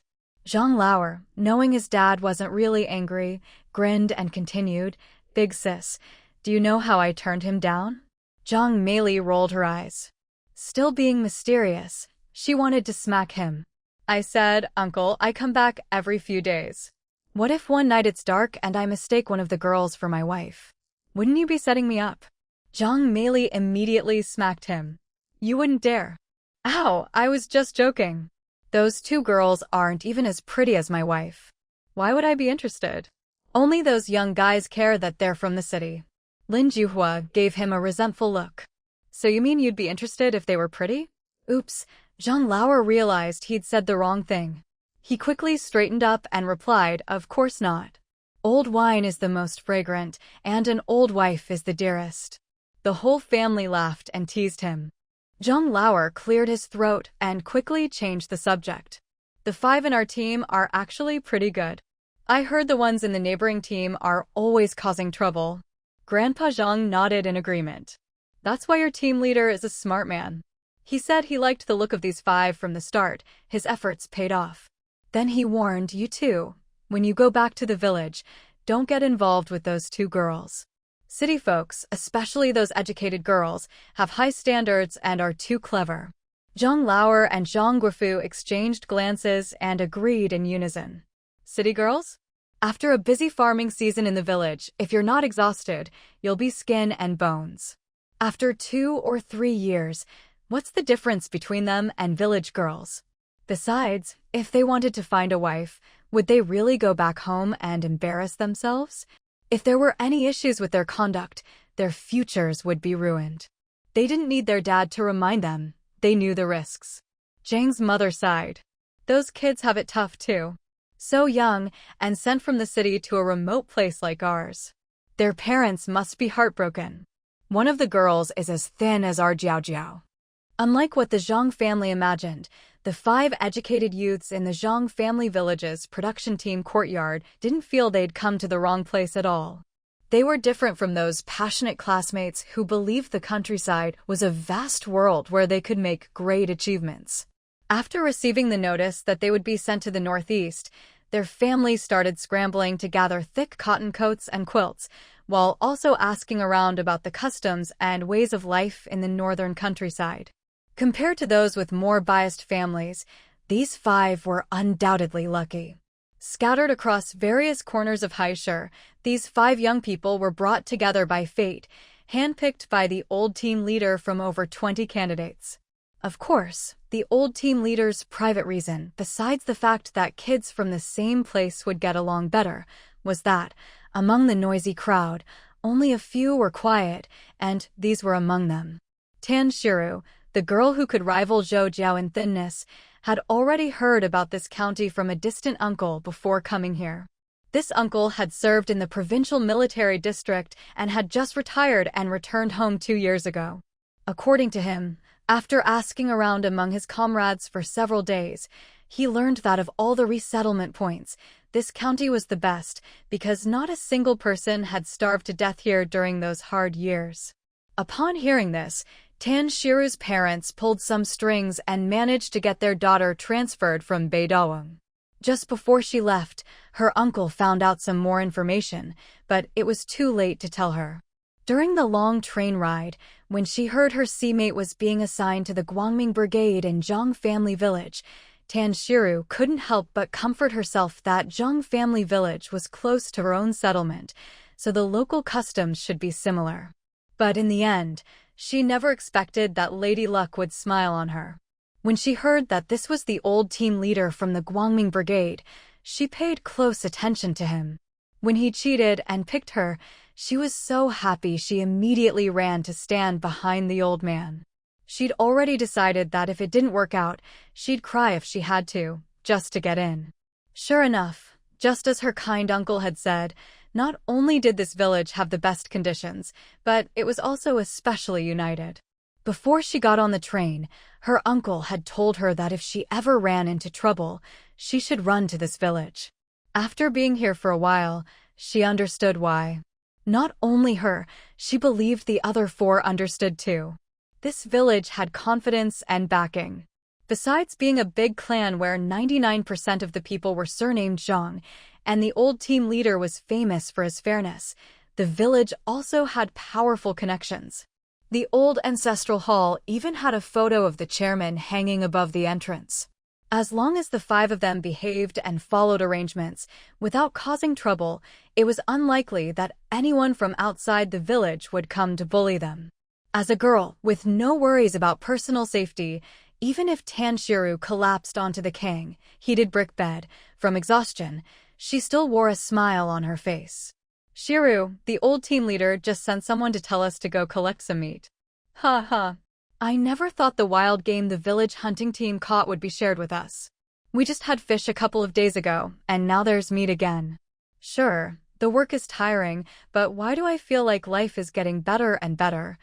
Listening to her girlfriend's chatter, Tan Shiru's smile grew even brighter. Across the country, there were many high school graduates like Tan Shiru who had volunteered or half-volunteered to go to the countryside. But after sweating away their youth, did their feelings really differ much? As the wave of youthful enthusiasm swept the country in 1964, with newspapers everywhere reporting on it, Zhou Jiao, now working, had thought it had nothing to do with her. But seeing Cheng Ruzhu trembling with anger in front of her, she realized that as long as you lived in this world, it was impossible to remain unaffected. In the Wen family's bedroom, Zhou Jiao handed her a cup of tea. "Auntie, don't get upset. Has little Xian signed up yet?" The little cousin she referred to as Cheng Ruzhu's eldest son, Wen Jixian. "Not yet, but that brat is on a hunger strike at home. If it weren't for his grandfather pretending to be sick, he would have run off already. I can't exactly discuss it with your aunt over the phone either. Have you thought about why? Maybe he's just sick of you and uncle always talking about college entrance exams." Cheng Ruzhu paused. "Really?" Zhou Jiao thought it was very likely. How old was Xiaoyu? Even now, she kept telling Ping'an that his parents were great except they were always pushing him to study. Plus, with a scholarly family background, if old Master Wen hadn't been forced by circumstances, he'd never have joined the army. With a grandfather like that, it was easy to imagine how much pressure the kids were under. "So, what do you think I should do?" Looking at Cheng Ruzhu, who treated her like a daughter and now looked haggard, Zhou Jiao, who usually minded her own business, couldn't just stand by. After a moment's hesitation, she said, "How about I talk to him? Your uncle just wants you to come and talk some sense into him." Cheng Ruzhu waved her hand. "Go on, and if he still won't listen, give him a good smack for me." Zhou Jiao didn't think she had the ability to persuade a rebellious teenager. She'd have to tempt him somehow. Besides, even if he got into college, so what? But she couldn't say that out loud. "Auntie, if he really doesn't want to study, have you and uncle thought about what to do next? You can't just let him sit at home doing nothing. His grandfather wants him to repeat a year." Zhou Jiao sighed inwardly. She'd expected as much. But things are different now. If he doesn't go to Beidawang, maybe let him start working. Zhou Jiao nodded. After a moment of silence, she asked softly, "What about the second cousin? He's almost in high school too. You'd better start planning early." There wasn't much more she could say. Cheng Ruzhu took her hand. "What kind of fate is this for your aunt? I had 3 sons, and everyone said that was great, but I always thought daughters were better. See? After all that effort raising them, now they don't listen. When they get married, will I ever have a good day again?" Zhou Jiao laughed. "Auntie, I have 3 sons too." Sigh. Seeing Cheng Ruzhu about to start complaining again, Zhou Jiao quickly made her escape. When she got to Wen Jixian's room, the brat was still pretending to be dead. Zhou Jiao thought to herself, he's just spoiled. If it were her own Ping'an, she'd drag him off to dig mines without a second thought. Let's see if he'd still act up after 2 months of that. Zhou Jiao pulled up a chair and sat down. "All right, out with it. Where do you want to go?" "Beidawang, right? It's a good place. Shows you have the right spirit." When Jixian peeked at the door, then shot up from the bed. "Sis, I knew you'd understand me. I'm telling you, our whole class signed up, even the girls. Understand my foot."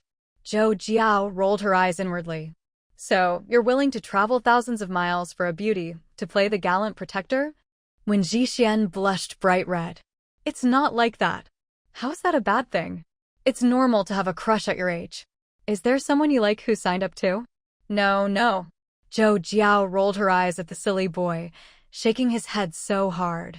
If there were no romantic entanglements, it would be easier to handle. "Since you want to go, let me tell you what it's really like over there." When Jixian glanced at the door and nodded eagerly. "The place you're going is too far, I've never been there myself. Let me tell you about the place where I spent more than 10 years. You all keep asking why I'm so afraid of the cold, right? It's not just because I'm physically weak. Honestly, it's the psychological shadow left from those years. In the dead of winter, the northern wind could practically blow me away." When Jixian couldn't help but cover her mouth and laugh, Zhou Jiao laughed along unconcerned. Starting from October, the heavy snow would begin to fall. At first, the wind was just like knives, you could grit your teeth and bear it. But later on, it got unbearable. I'd be so cold I'd lose all feeling, and when I got back to the heated brick bed, it was both freezing and itchy. Most of the time, I'd end up with chills and fever. In the past, we could still hibernate through winter, but not anymore. Now it's not just cold, but also hungry. 2 meals a day of plain boiled cabbage with a sprinkle of cornmeal on top. Even if you went out to work during the day, at most you'd get a couple more cornbread buns. One year, a lot of the strong laborers in the village were starving. They heard that if you went to help build the dam, not only could you eat your fill, but after half a month, you could even save up 15 cornbread buns. So, everyone who could still move went.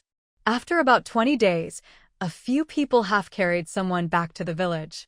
The women who had stayed behind at home burst into tears when they saw them. Do you know why they cried? Zhou Jiao saw him shake his head and smiled.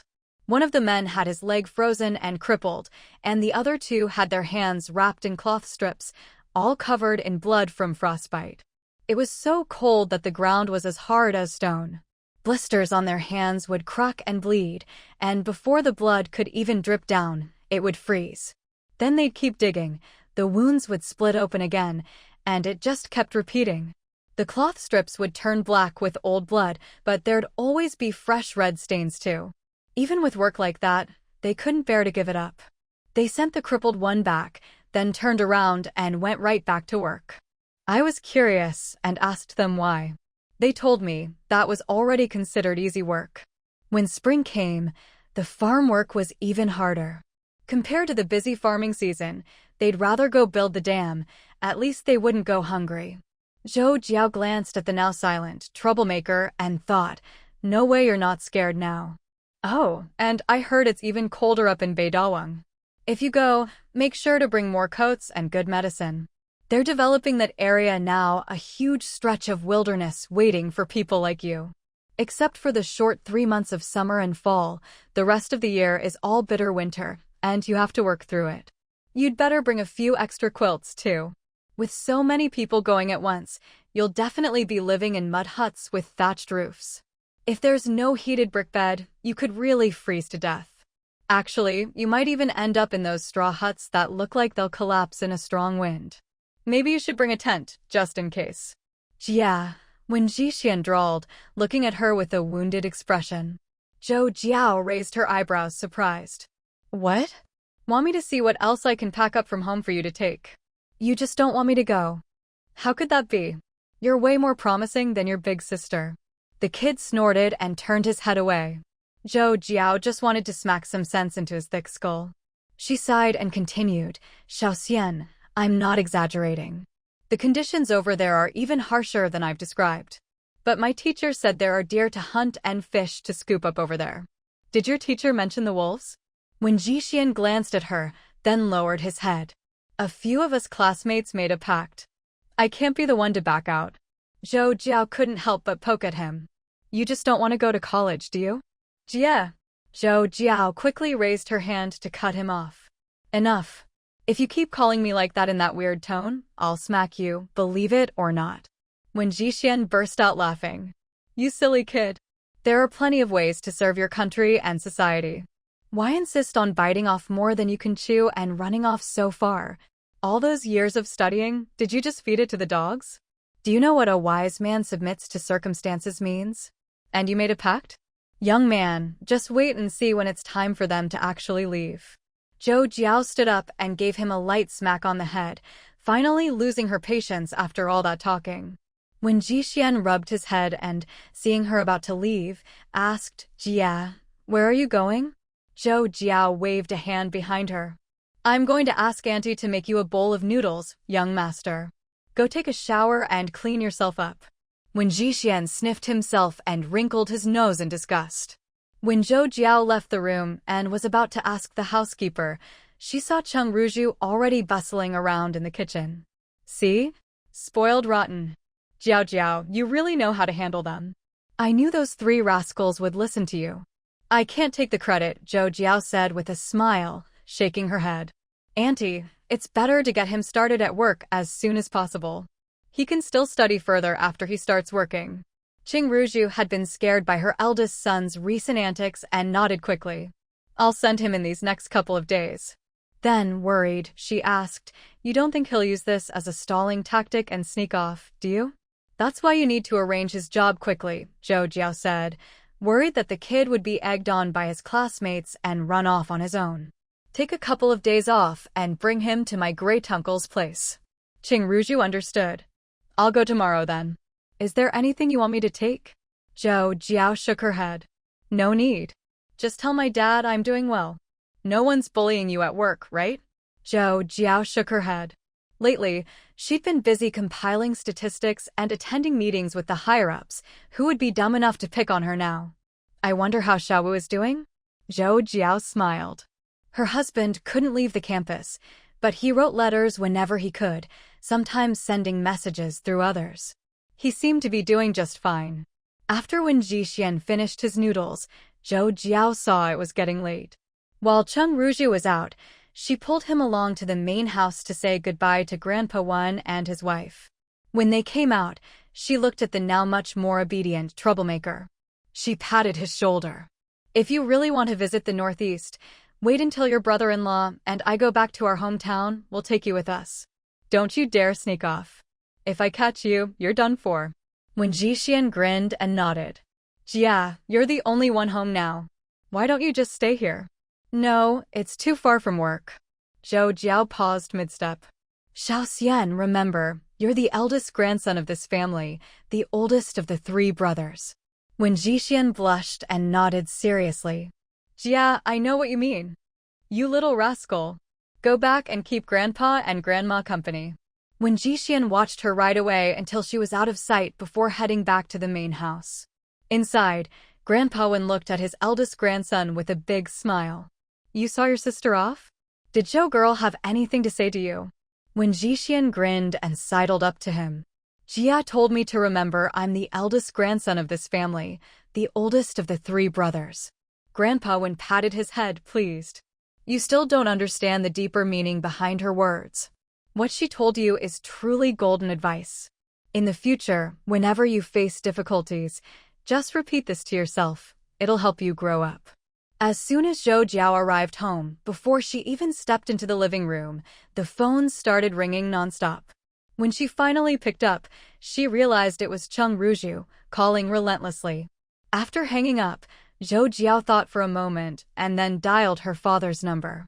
Hearing the familiar voice of the operator on the other end, she felt a little embarrassed herself. As soon as the call connected, she was greeted by the voices of her 3 sons shouting, Mom. The house, which had felt so empty just moments before, suddenly felt warm again. Little Ping'an asked worriedly, Mom, aren't you scared being alone? Louie and Wui chimed in, making a fuss. Mom, you're scared. Zhou Jiao laughed. Haha. Mommy's a grown-up. I'm not scared at all. Did you eat on time? What did you have for dinner? Dad called at noon today and was worried about you. He said he doesn't know your work number. Zhou Jiao thought it was a pity. Really? What else did he say? He said he's doing well and told me to tell you not to worry. He also said he misses us 3 brothers and wants us to listen to Grandma and Grandpa and stay safe. Zhou Jiao knew Guoqing wouldn't say too much over the phone. You all must remember, don't go to the beach without an adult, okay? I'm watching my little brothers. They're very well behaved. I'm well behaved. I'm well behaved too. Zhou Jiao couldn't help but laugh. You 3 are all so good. Are Grandma and Grandpa home? Mom, Grandpa's right here with me. Grandma just went out for something. Dad, why didn't you say anything? I thought you were in a meeting again. How's your health these days? My little aunt might visit you tomorrow. Do you need anything? I didn't get a chance to speak. No need to bring anything. We have everything here. I'm in great health. You just make sure you don't skip meals with all your work. Zhou Jiao stifled a laugh. Xiaowu is doing well at school. I heard he came first in all his training this time. He probably wants to tell you the good news himself. You take care at home by yourself. Okay. If there's nothing else, I'll hang up. The kids are with your mom, so focus on your work. That's the downside of direct dialing. Her dad always has to say these formal things. After hanging up, Zhou Jiao felt much more at ease. She wandered into the kitchen, planning to make some meat sauce to send to Zhang Guoqing. Even though he said he was doing fine, she figured he was probably just barely getting by. Meanwhile, over at the military academy, Zhang Guoqing was also thinking about his wife. Since cadets weren't allowed to leave the campus at will and outsiders couldn't come in, except for upperclassmen who got leave, All the other cadets had to buy their daily necessities from the campus store. So even though they were in the same city and not that far apart, he hadn't seen his wife in 46 days. Other than thinking about her, the kids, and his family in the quiet of the night over this past month, Zhang Guoqing had gradually become part of the team. Just as his father-in-law, Zhou Jiao, had said when he first arrived, he was nothing special among so many talented people. All the honors he'd won in college meant nothing compared to classmates who had medals for second-class merit and the like. Aside from a few people he'd trained with before, everyone else was an elite selected from military regions across the country. To be honest, he felt a lot of pressure. Fortunately, with his father-in-law's advice and his own natural talent, he didn't worry too much about winning or losing in the short term. After a month of hard work, he once again proved with his strength that he, Zhang Guoqing, was second to none. Unlike regular universities, where classes are divided differently, at the military academy, classes are organized according to military squad structure, 8 people per squad, sharing a dormitory. There were many squads in the company, all managed by the company officers. On the first day, they were issued military caps, summer uniforms, white vests, shorts, military satchels, raincoats, canteens, towels, wash basins, and a set of backpack ropes, everything a soldier needs. Thinking back to the days when a few feet of cloth ration tickets was all you got, Zhang Guoqing couldn't help but feel that the country really didn't shortchange its soldiers. In that moment, he was filled with hot-blooded enthusiasm. He was all in. The past month of military training was led by Instructor Zhang. There were 6 main areas: formation drills, barracks management, marksmanship, tactics, physical fitness, and education. At the end, formation, barracks management, and marksmanship would be assessed and ranked across the entire academy, with the top 3 freshman squads awarded banners. On the last day of training, there would be a full academy field exercise. This training was much tougher than before. As Instructor Zhang joked, "Since you're all the elite, it's time to show what you've got." Yi Jiafeng had privately complained to Zhang Guoqing about this more times than he could count. And it was true, they were on the administrative track, not heading to the front lines. But since they'd chosen this path and come to the military academy, the army would teach them loyalty. Obeying orders and following commands is a soldier's duty. Loyalty is more important than ability. Standing at attention under the blazing summer sun, with temperatures over 30 degrees, almost 40, the sun beating down, the ground burning hot, wearing summer uniforms tucked into their pants, belts fastened tight. The uniforms and pants were not breathable at all. Sweat poured from their heads and backs, running down into their pants. In less than 5 minutes, their shirts, pants, and even socks were soaked. Instructor Zhang said, "Push your limits. Stand for 40 minutes. This is a test of your willpower." After the first day, 2 people collapsed, but by the next morning, everyone was back at it. Day after day, even Zhang Guoqing, who never tanned, was sunburned and peeling. Within a week, he was bronze, not to mention everyone else. Looking down the rows of squads, all you saw were patches of different shades, knees and elbows with mended spots, liberation shoes with holes, yellow-green turning black.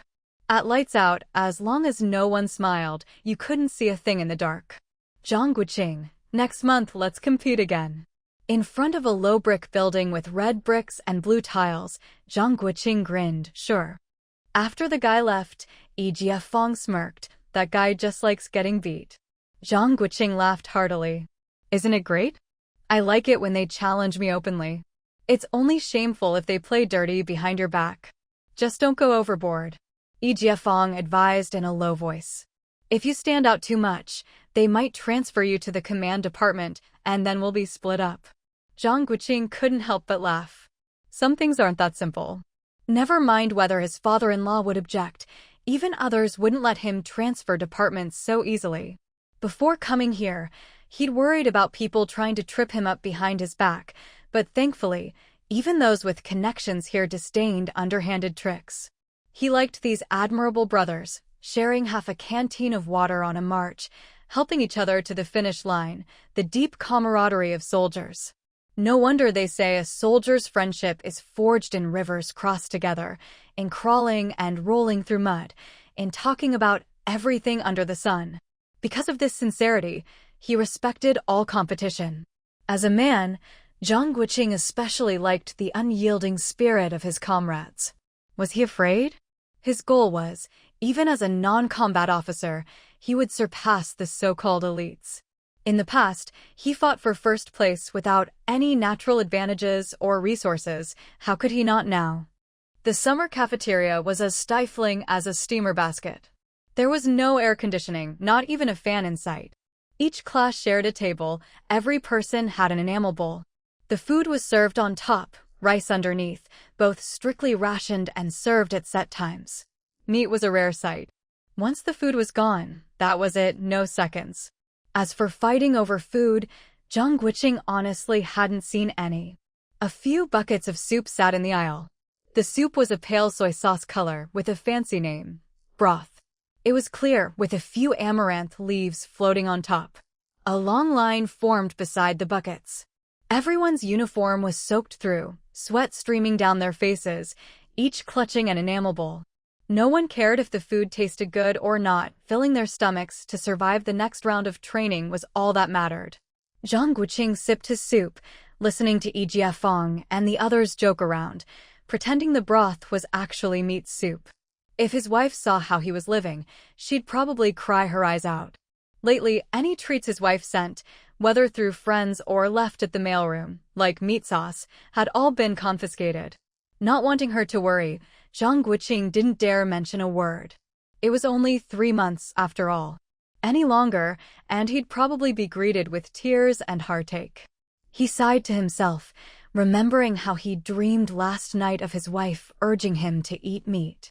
Of the 8 of them, aside from his buddy Yi Jiafeng, the other 6 came from all over.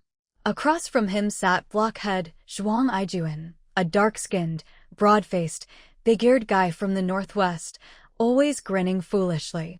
Both his parents were local civil servants, and he had 6 siblings. According to him, his father was once a soldier, and as the eldest, he was sent off to join the army as soon as he was old enough. He'd been handpicked for this unit.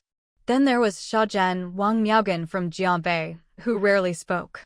He looked honest and simple, but was actually shrewd. He joked that since his father had no brothers, he'd grown up watching his dad get bullied in the village.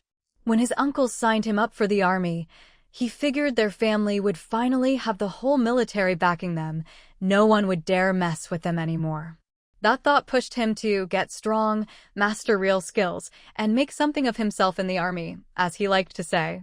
Next was Big Cannon, a tall, strapping guy from the northeast, a bit older than the rest, always cracking dark jokes in his thick accent. He'd joined as a conscript and had won 3 second-class merits and a collective first-class merit. On the bunk above Zhang Guoqing slept young Masterly Li Guangming from a neighboring city. His father was a deputy dean at a military academy, and thanks to his dad's strong recommendation, young Masterly had joined their team with ease. According to Zhou Xiaojing's files, he was also a national defense student and had even won a national martial arts championship.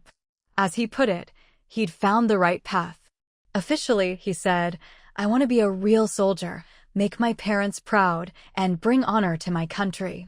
Then there was big guy Wu Kuei from the Northwest Military District, nearly 1.9 meters tall, burly and imposing, about the same height as Zhang Guoqing.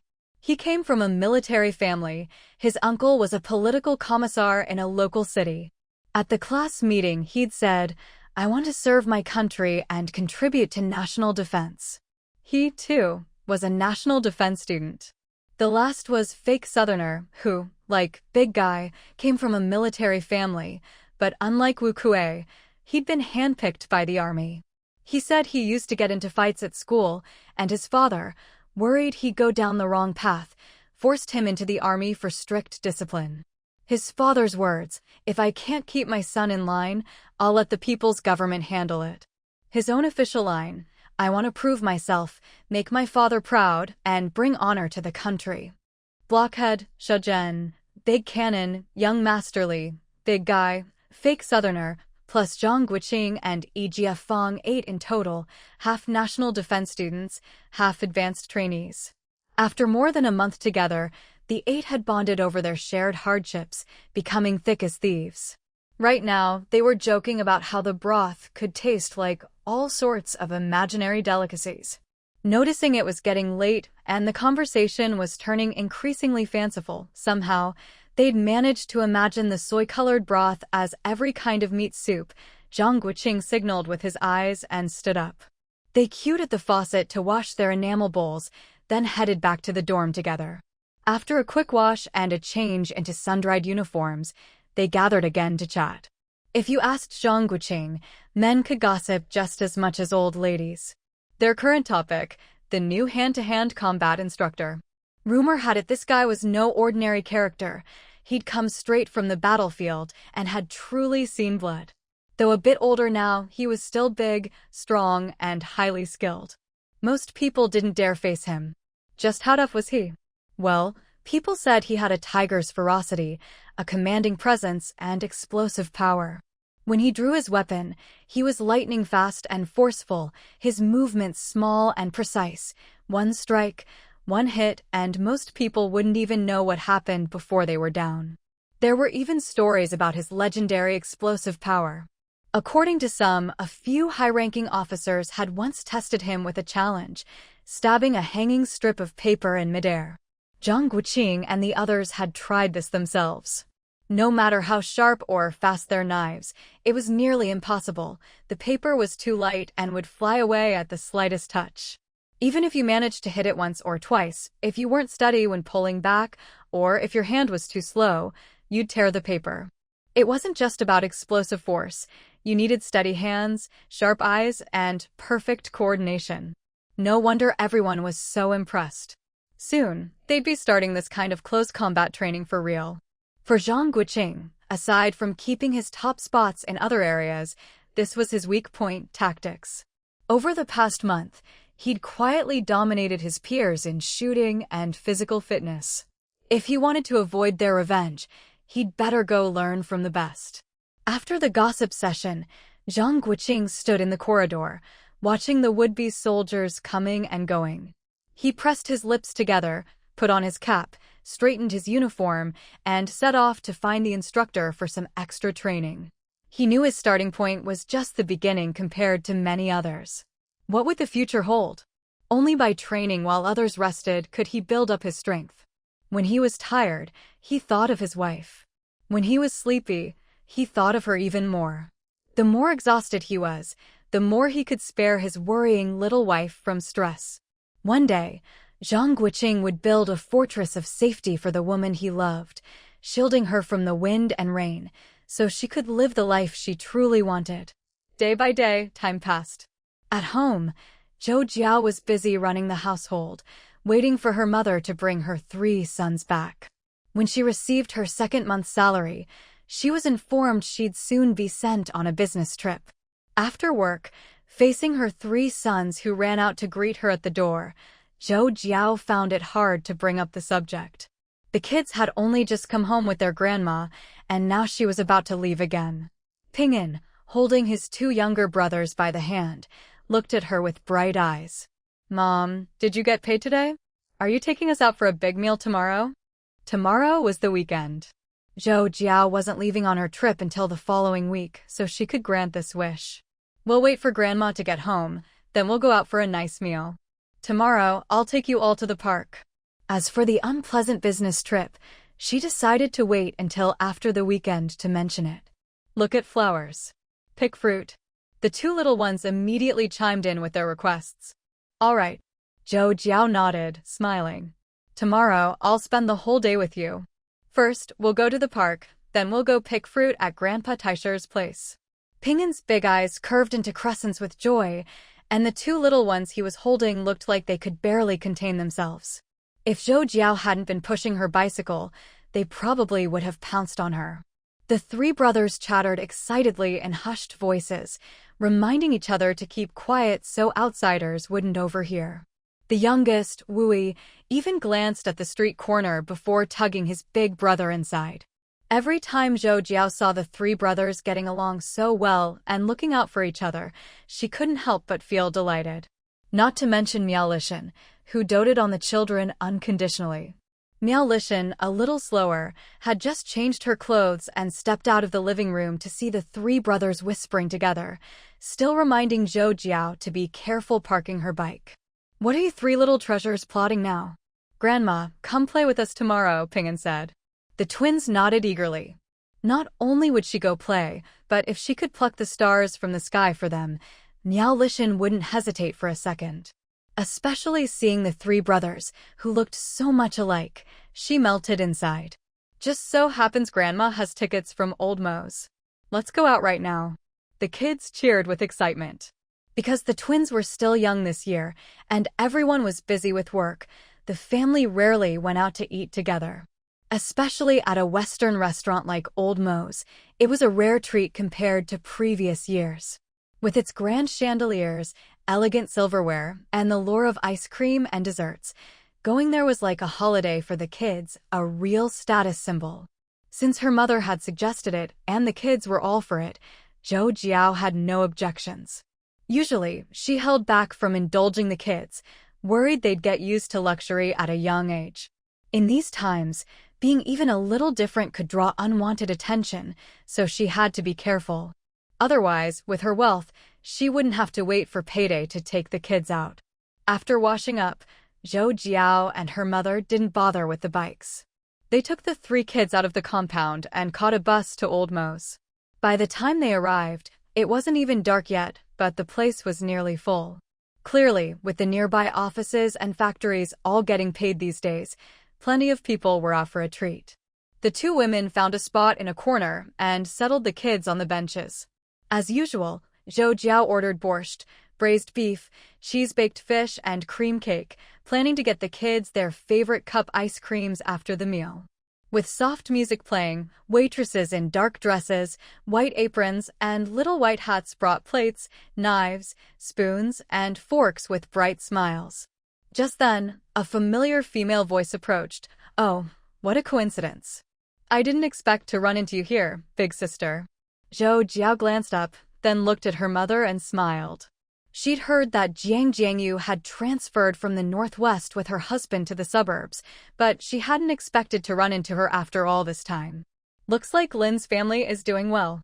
Miao Lishan paused, looking at Jiang Jiangyu, who was hurrying over with a 4- or 5-year-old girl in tow. "And who's this?" Jiang Jiangyu smiled, Xiaoli's daughter. She patted the little girl. "Sweetie, come on, say hello. This is your grandaunt, this is your aunt, that's your cousin Ping'an, and those are your little brothers." The little girl blinked in confusion at all the titles. She really couldn't keep them straight. She just echoed her grandma, "Brother, brother." The twins burst into giggles. The little girl, seeing them laugh, pouted unhappily. "I'm the little sweetheart. Big sister, these two are twins, right? They look just like little Ping'an." If they weren't different ages, people would believe they were triplets. Jiang Jiangyu praised enthusiastically, "These three kids are really good-looking, just like Jiao Jiao." Ping'an glanced at his mother. Seeing she didn't tell him to greet them, he turned back to look after his brothers. Unlike the twins, he was very familiar with the Lin and Zhou family affairs. After all, this woman had poisoned his grandma and even withheld packages from his grandpas. It's been so long and Jiao Jiao still looks like a young girl. "Your two cousins mentioned you today, come visit when you have time." Zhou Jiao smiled and nodded politely. "Your husband and Xiaowu didn't come today?" Jiang Jiangyu picked up her granddaughter. "Look how well-behaved your brothers are." "The men are all busy," Miao Lishan replied, glancing behind her. "Anyone else with you?" Zhou Jiao looked at her mother, speechless. Was she really hinting for them to leave so obviously? "No, just this little one. She insisted on coming here for ice cream and cake." Xiaoli was about to scold her, so I brought her along. Miao Lishan paused, then smiled, "Then let's eat together." "Big sister, it's been ages since we chatted. Since we've run into each other, I'm not leaving. Today, it's my treat." Ping'an glanced at the self-inviting Jiang Jiangyu. Even though he frowned slightly, he obediently moved to sit beside his mother. As for the little girl, After glancing at her when she arrived, he hadn't looked at her again. The little girl, once in the high chair, started banging on the table, demanding ice cream. Before Zhang Jiangyu could stop her, Louis frowned and pointed at her, dummy. Next to him, Wui clapped and giggled, cry, hurry up and cry. The twins, always eager for mischief, spoke in unison, making Miao Lishan laugh. She knew exactly why Louis called the little girl a dummy. Because Zhou Jiao always reminded her kids about table manners. Even though the twins had only been to Old Mo's once, she taught them how to use the utensils and the order of eating. Zhang Jiangyu looked at them in surprise. Big sister, how old are they? They speak so clearly. They're 2, Miao Lishan replied proudly. It's all thanks to our Pinyin. He started teaching his brothers to talk very early. Zhou Jiao noticed her mother glossed over the twins' exact age, but didn't say anything. Grandma, ice cream, the little girl interrupted again. Zhang Jiangyu apologized with a smile. All right, little ancestor, I'll get you ice cream. She ordered 4 servings, and Zhou Jiao didn't object, only reminding the waitress to bring the other 3 after the meal. She also told the kids they could take theirs to go. They sat quietly, waiting for the food to arrive. The atmosphere was a bit awkward. In the end, Miao Lishan broke the silence and asked, "What's this child's name? How many kids does Shelly have now?" A flash of delight appeared in Zhang Jiangyu's eyes as she quickly replied, "Shelly is 3 months pregnant right now. Besides this girl, she also has a son who's just over 2. This girl's full name is Ma Weihong, her grandpa picked it. She's got a bunch of nicknames, but in the end, her dad just kept calling her Little Treasure, so that became her nickname." The little girl immediately started showing off to the twins. "My little brother, Zayajita, is so well-behaved. My grandma really likes him." Seeing that the twins didn't even look at her, she glared at them angrily. "My grandma said that when Zayajita grows up, he'll be a great general." Louis snuck a glance at Miao Lishan and Zhang Jiangyu chatting, then quietly muttered back, "Idiot." Xiao Pingyun noticed that Zhou Jiao didn't stop them, and a faint smile curved his lips. He sat upright, face serious, looking just like his grandpa Zhou Xiaozheng. Wu Yi, always eager to stir the pot, added, "Your grandma doesn't like you." That finally caught Zhou Jiao's attention. She suddenly realized her youngest son had a sharp tongue. That wouldn't do. Speaking harshly could easily offend people. "You're lying. My grandma doesn't dote on big sister, she only likes Little Treasure." The little girl pouted. "My grandma says our family has 2 great-grandpas, so everyone has to like me." A hint of sarcasm flashed in Zhou Jiao's eyes. As expected of Zhang Jiangyu, her family manners were something else. Wu Yi, seeing that his 2 brothers weren't responding, rolled his big black eyes, clapped his chubby hands, and giggled, "Your grandma likes your 2 great-grandpas." Zhou Jiao quickly hushed him. Kids would be kids, but she didn't want her own children getting too close to these people. If her mother hadn't spoken up, she would have made sure the others left. She glanced at Zhang Jiangyu again. This one really knew how to read the room, kept bringing up her own family's embarrassing stories, keeping her mom fully engaged. After dinner, everyone went their separate ways. By now, night had fallen, and there were more people out strolling and cooling off. Miao Lishan was still digesting the news about Lin Xuelin's passing. Pinyin grumbled to her, "Grandma, that woman was Mom's enemy." Sigh. How could Grandma forget? It's just thinking about how she was as a child. Sigh. So young and now she's gone. Such a pity. Pinyin knew his grandma was having one of her moments again. If his grandpa heard this, he'd be furious. What a meal, nothing but bad news about people who had nothing to do with them. Really ruined his appetite. Thinking of this, he turned to Zhou Jiao. "Mom, how much did you pay just now?" Zhou Jiao glanced at him, amused. "A little over 22 yuan." Pinyin silently calculated how much the 2 outsiders ate, clutching his chest in pain. "How much do you make at work each day? We can't invite outsiders again." That little girl alone ordered 2 ice creams and 2 cakes, and ate a lot of the other dishes too. Louis and Wui barely ate anything. Zhou Jiao was helpless. They wouldn't leave. What could I do? I couldn't just kick them out, could I? A sly smile flashed in Pingyin's eyes. Next time we run into freeloaders, let's order more meat dishes and then not pay. Let's see if they dare to tag along again. Miao Lishan laughed and patted his head. You and Grandma just care about saving face. Did you see how that woman said she'd pay, but when it came time to pay, she kept searching her pockets and couldn't find any money? I was worried she'd wear a hole in her pants. Miao Lishan knew exactly what her former sister-in-law was like and burst out laughing. Grandma, don't take this lightly. If she's doing it on purpose and finds out where we're going next time, she'll tag along again. But if you use this trick, you'll definitely deal with her. Louie, wooey, let Big Brother teach you something. Seeing Ping'an talking to them, the twins nodded eagerly, eyes wide. If you ever run into someone trying to freeload, you have to be even more shameless than they are. If you need to cry, cry. If you need to make a scene, make a scene. You called that little girl stupid? She ate till she was stuffed. Ping'an shook his head. So you two really were silly today. When Mom was about to pay, you should have grabbed her and Grandma and cried and made a fuss to leave. I'm silly? Louie looked at Zhou Jiao and her daughter, then at Wooey. Everyone always said he was smart. Huh? Wooey stared at Louie, then at Ping'an, paused for a moment, and said, Big Brother is silly. Big Brother doesn't cry. Big Brother's grown up. If I cry, people will laugh at me. But you and Louie are still little kids. If you cry, no one will laugh at you, they'll say you're clever. Hearing this, Zhou Jiao smiled. The world of children, she really didn't get it. The next day, Zhou Jiao spent the whole day with the kids.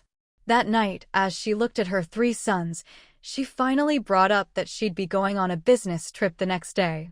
Ping'an immediately asked, Mom, will it be dangerous? Her son's words warmed her heart. No, a batch of imported machines is arriving. I'll just go with my colleagues to inspect them and come right back. Does Grandpa know? Zhou Jiao nodded with a smile, but still felt uneasy. She reminded him carefully, while I'm away, spend more time with your brothers. Don't leave the compound, and don't let the other kids bully them.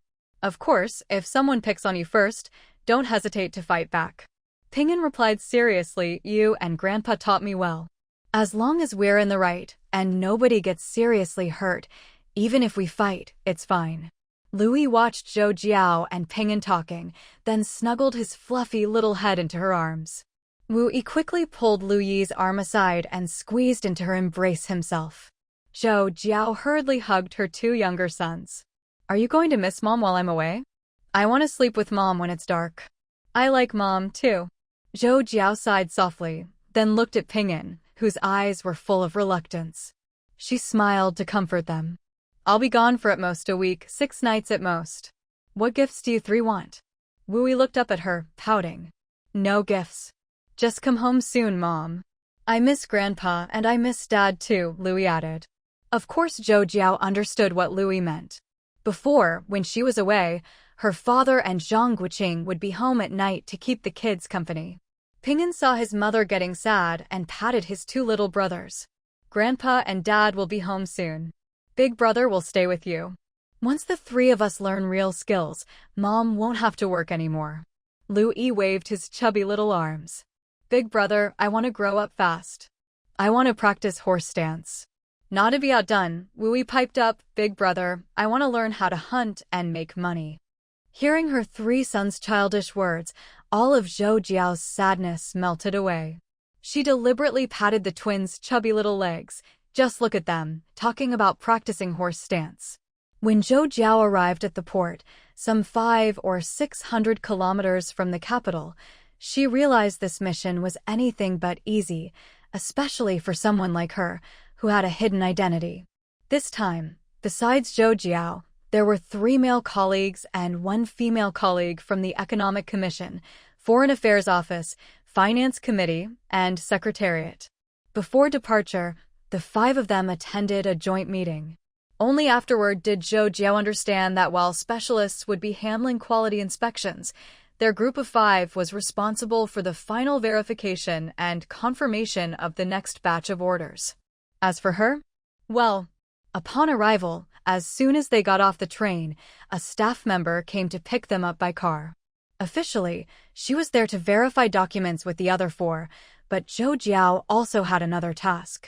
Fluent in several foreign languages, she was to keep a close eye on the foreign engineers. If anything suspicious happened, she could reveal her credentials and take charge. With about $35 million worth of imported precision instruments and equipment involved, every department was on high alert. Among the more than 6,000 instruments and devices being ordered this time were 2,100 radio measuring instruments, 250 radiation devices, 1,000 optical instruments, over 300 mechanical measuring devices, more than 450 thermal engineering instruments, about 350 electrical instruments, over 350 analytical instruments, 40 meteorological instruments, more than 110 timing devices, over 250 material testing machines, 1,100 laboratory devices, and 36 computers and peripherals. To advance the nation's science and technology, these instruments had been painstakingly acquired through diplomatic maneuvering, breaking through blockades. It wasn't just a matter of spending vast amounts of foreign currency, it was the result of the tireless efforts of countless people, both in the open and behind the scenes. So, when Sherdashan gave her this assignment, Zhou Jiao didn't dare let her guard down. Even after she realized there were plenty of plainclothes officers patrolling the area, she still insisted on checking her pistol every night before bed, ready to eliminate any enemy agents at a moment's notice. "Comrade Zhou, are you all still working overtime tonight?" a local staff member quietly asked as she approached Zhou Jiao. In her eyes, among the 5 from the capital, Zhou Jiao was the most approachable. Zhou Jiao smiled and nodded. "You all work so hard." Zhou Jiao glanced at the experts bustling around and just smiled ambiguously. If it weren't for the special circumstances of the country and the fact that she couldn't find a good enough excuse, she'd really want to go abroad for a while. All these piles of metal, this was the blood and sweat of ordinary people. Who knows how much material had to be exported just to earn that little bit of foreign currency, only for it to be spent on things like this. These past few days, she kept recalling Sherdashan's teary-eyed words. Who in the future could imagine that a prosperous nation once had to tighten its belt and rely on its people's sacrifices just to get by? After 5 tense days, watching truck after truck of machines being escorted away by soldiers, Zhou Jiao finally returned to the guest house and slept from dusk all the way to noon the next day. When she woke up again, she saw her female colleague from the finance department on the next bed, also blinking sleepily at her. The two couldn't help but burst out laughing. "Want to go shopping before we head back?" Zhou Jiao glanced at her watch. The train was in the evening, so they had half a day left. Having not spent a single cent yet, she figured she might as well go out and celebrate. "Comrade He, are you planning to leave after lunch?" "Just call me by my name in private," Helan said, sitting up. "It's not often I get to come here. I'll treat you to some local snacks and then we can stroll around the shops." Helan was about the same age as Zhou Jiao's parents, so Zhou Jiao didn't feel comfortable calling her by name. She smiled and nodded. "Then I'll call you Aunt Lan and you can call me Xiao Xiao. As long as we make the evening train, I'll go wherever you want this afternoon. We actually get 3 days off for this trip. I thought a young girl like you would want to stay and have some fun." Zhou Jiao just smiled, not mentioning that she had 3 sons waiting for her at home. Young girl? Anyone with connections would know at least a bit about her background. She didn't care whether Helan's words were intentional or not. After all, to be sent on a mission like this, none of them were ordinary people. After washing up, the two greeted their 3 male colleagues and were eventually invited to have lunch at the municipal cafeteria. By the time they left, it was already getting late. Zhou Jiao followed Helan to a nearby department store.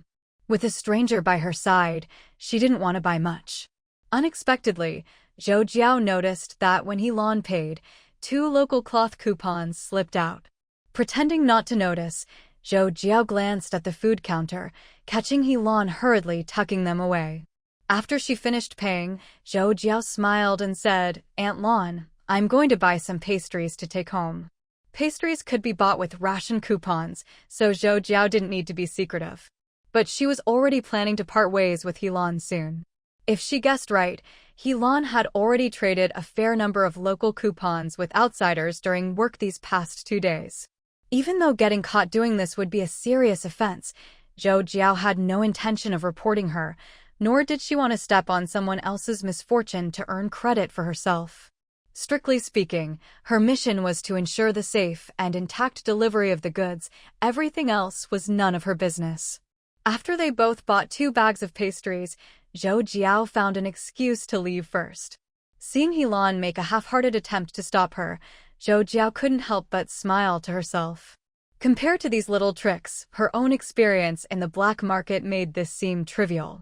Once out of the department store, it was already past 3 in the afternoon. For a moment, even though Zhou Jiao was familiar with the city, she couldn't think of anywhere to go. She thought about visiting the farmer's market, but most city markets closed before noon, and there wasn't enough time to get to the countryside before her train. As for other department stores, she didn't really need anything, and besides, she didn't have local coupons. She wasn't about to trade her national ration coupons with others, either. In the end, without hesitating long, Zhou Jiao did what she always did. She strolled down the main street toward the docks. Now that regulations were looser, there were always some clever folks slipping through the cracks. On that trip to the grasslands, she and her husband had disguised themselves and processed the last of their wild game at 2 slaughterhouses. Now, her storage space was much emptier. Zhou Jiao, who liked a fully stocked pantry, still felt a bit uneasy. Before she started working, she had plenty of time to collect seasonal fruits and vegetables. But now, with early mornings and late nights, and the occasional weekend spent being dragged to the hospital by Dr. Hu for training, plus 2 more sons at home, her food reserves were being depleted rapidly. With 3 days off, Zhou Jiao planned to visit the farmer's market a few more times. Once Zhang Guoqing was back at work, she figured they wouldn't have much chance to go together. Comrade. Zhou Jiao was walking absent-mindedly down the street, not noticing someone calling her from behind as she secretly planned how to quickly stock up on fruits and vegetables. An elderly woman, shuffling quickly on small feet, caught up to her. Comrade, wait a moment. Zhou Jiao's heart skipped a beat. She immediately stepped back and sized up the woman. Her face was wrinkled, and she reeked of fish. Zhou Jiao was sure she didn't know her. You're not from around here, are you? The old lady asked. Zhou Jiao glanced around and realized the area was a bit secluded. She silently scolded herself for being careless. If this had been anyone but a frail old woman, she might have been in real danger. The old woman followed her gaze, took a step forward, and bent over with a fawning smile. Comrade, I'm old, but I'm not a bad person. Age has nothing to do with whether someone is good or bad. In fact, the older people get, the more cunning they become. But Zhou Jiao had no intention of arguing with her about this. She simply nodded expressionlessly. What do you want? Do you want some big lobsters? Zhou Jiao couldn't ignore the irritation rising inside her. She frowned and shook her head. Speculating and profiteering will get you arrested. You'd better not break the law, Auntie. Hey, comrade, don't worry. My house is just up ahead. 30 cents a jean, how about it? They're all big lobsters over a jean each. Hearing this, Zhou Jiao became even more wary. She tossed out a sentence and left. You're old, so I won't make things hard for you, but if you keep pestering me, I'll call for help. No matter how the old woman reacted behind her, Zhou Jiao kept walking quickly until she reached the main street before glancing back. She considered doubling back to follow the old woman, but thought better of it. No need to invite trouble. She had always trusted her instincts. That woman just now was either a human trafficker or bait for some kind of phishing scam. If Zhou Jiao had shown any interest, she'd probably have been greeted by a few burly men. Lobsters over a jean each? Yeah, right? Who's selling fish smells of it, but has clean pants and shoes? Still uneasy, Zhou Jiao decided to take a roundabout route home. She drew a sketch of the old woman's face and wrote an anonymous tip-off letter, mailing both to the local public security bureau. As for what happened after that, that was no longer her concern.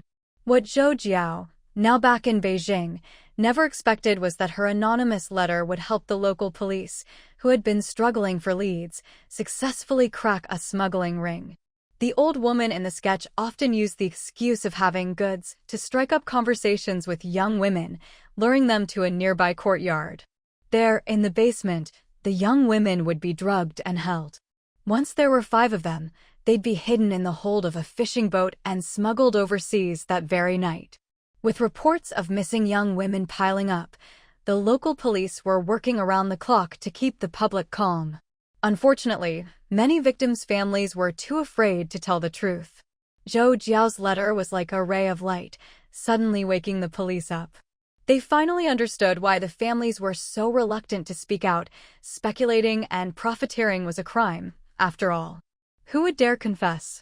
With the lifelike portrait Zhou Jiao had drawn, the police quickly caught the old woman at the dock area mentioned in the letter. Once you start investigating, even the slyest fox will show its tail. This time, the police didn't dare take the stubborn, protesting old woman lightly. When they checked her family, they found her son was a fisherman. They immediately put the suspects under strict surveillance and within a week, successfully rescued 3 unconscious young women from the basement. Luckily, the traffickers had been waiting to sell them at a high price, so the girls had not yet been harmed. Meanwhile, Zhou Jiao, unaware of all this, was happily making friends with a young woman at the post office and managed to buy some rare, discontinued stamps from the warehouse. Her son Ping'an had already filled 3 stamp albums, but she'd never seen these particular stamps before. She figured he'd be over the moon when she brought them home. Back in her room, Heelin was waiting anxiously for her return. We will post videos on Monday, Wednesday, and Friday at 5 p.m. If you want to watch the free video earlier than on YouTube or want to join to get more access to the video, please go to our website www.bookloverai.com. As soon as she saw Zhou Jiao, she said happily, "I was just about to go out and look for you. I was afraid you'd gotten lost. I was just walking around nearby, didn't go far." Zhou Jiao noticed Heelin had another travel bag and changed the subject. "It's about time for dinner. Aunt Lon, would you like to join me?" "Sure, it's our last meal together after all. Give me a moment, I'll go wash my face." Heelin, of course, had no objections and picked up her leather bag with a smile. The bag was like a man's briefcase and gave off the strong leather smell. Zhou Jiao had almost advised her to change it several times, but later, seeing Heelin carrying it under her arm, walking with her head held high and a stern face, Zhou Jiao finally understood. Some people are both insecure and proud. Maybe she really did want to be treated as equal to men. As they headed out, Heelin commented on the price differences between here and Beijing. From Zhou Jiao's experience traveling around, there really wasn't much difference. It's not like the 2 places were worlds apart. Under the planned economy, prices were tightly controlled. Last time, a colleague went on a business trip to Haishi and bought her daughter a red silk scarf with gold threads, 5 yuan each, really beautiful. I've never been there, or I'd buy one for my own child. Under the sun, the gold threads really shine. That red would suit a young woman like you. You can wear it as a hair accessory, and when it's cold, as a mask. 5 yuan sounds expensive, but it's worth it. Zhou Jiao forced a smile. This didn't quite fit Heelin's usual image. Could it be that even iron ladies have a princess heart? "This is your first business trip, isn't it?" Zhou Jiao nodded and greeted a familiar face passing by, not really catching what Heelin had said before.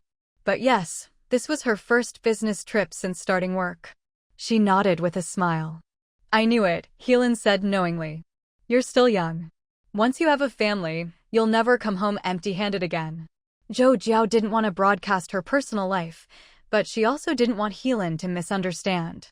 "Aunt Lon, I'm already married." Heelin shook her head. "What a pity." Zhou Jiao just smiled and didn't respond. Pity about what? She didn't care to know. In this world, besides Zhang Guoqing, what other man was worth her lifelong devotion? "Where's your husband from? Is he in Beijing too?" At the mention of Zhang Guoqing, Zhou Jiao couldn't help but smile.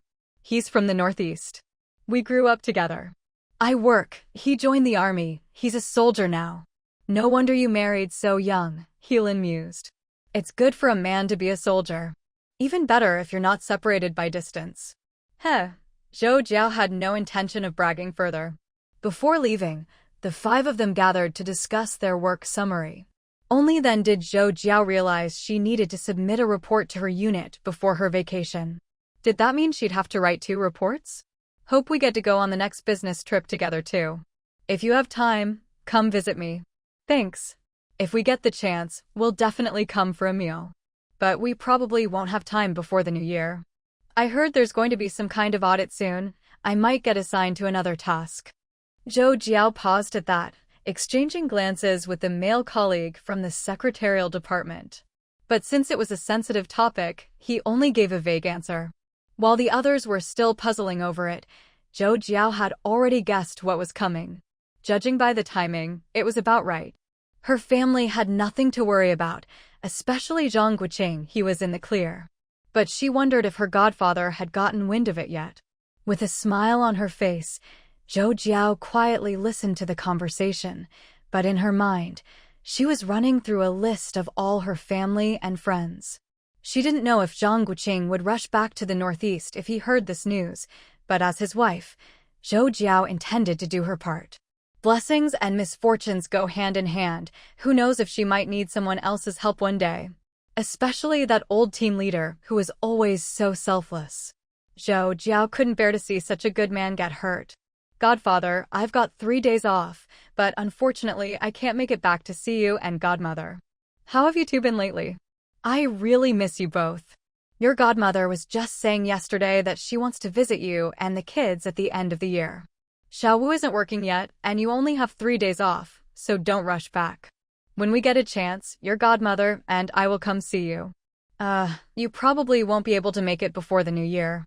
Zhao Chuangang paused, then immediately asked, Where are you now?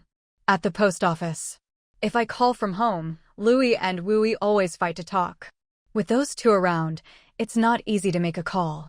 Godfather, Louis and Wui can recognize quite a few big characters now, and they can count too. But the numbers they count aren't always in order. Oh, Zhao Chuangang asked with interest, then tell me, what big characters do those 2 little ones know? As for numbers, maybe they're just interested in a few right now because they're young. When they're older, it'll come naturally. Haha, my dad says the same thing. The 2 of them stare at their copybooks every day, from top to bottom, then right to left. They only know 4 or 5 characters, but they're so into it. Louis keeps muttering the numbers 1, 2, 4, 5, 9, 7, and Wui does it backwards. He likes to count from 9, 8, 7, 5, 3, 4, 2, 1. Zhao Chuangang quickly jotted down the 2 sets of numbers with his pen. Godfather, I heard from Ping'an that he plans to write you a letter. Knowing him, it'll probably take at least a month or 2, but he'll definitely send it. All right, don't rush the kid. Is the little one starting school this year? We're planning for next year. He wants to spend another year at the nursery with his 2 younger brothers, help them get used to it, and then start school himself. But things don't always go as he wishes. Still, I'll let him be. As long as the kids are safe and happy, that's what matters most, right, Godfather? My daughter is still the smart one. If he starts a year later, so be it. He's still young, not yet school age. You all be careful over there, too. Okay. Godfather, if you have time, take Godmother to the village and check on the yard. The fruit should be ready to harvest. No problem. I was just about to visit your father-in-law. When my brother's back at work, I'll call you again. I'll hang up for now. Please tell Godmother I miss her.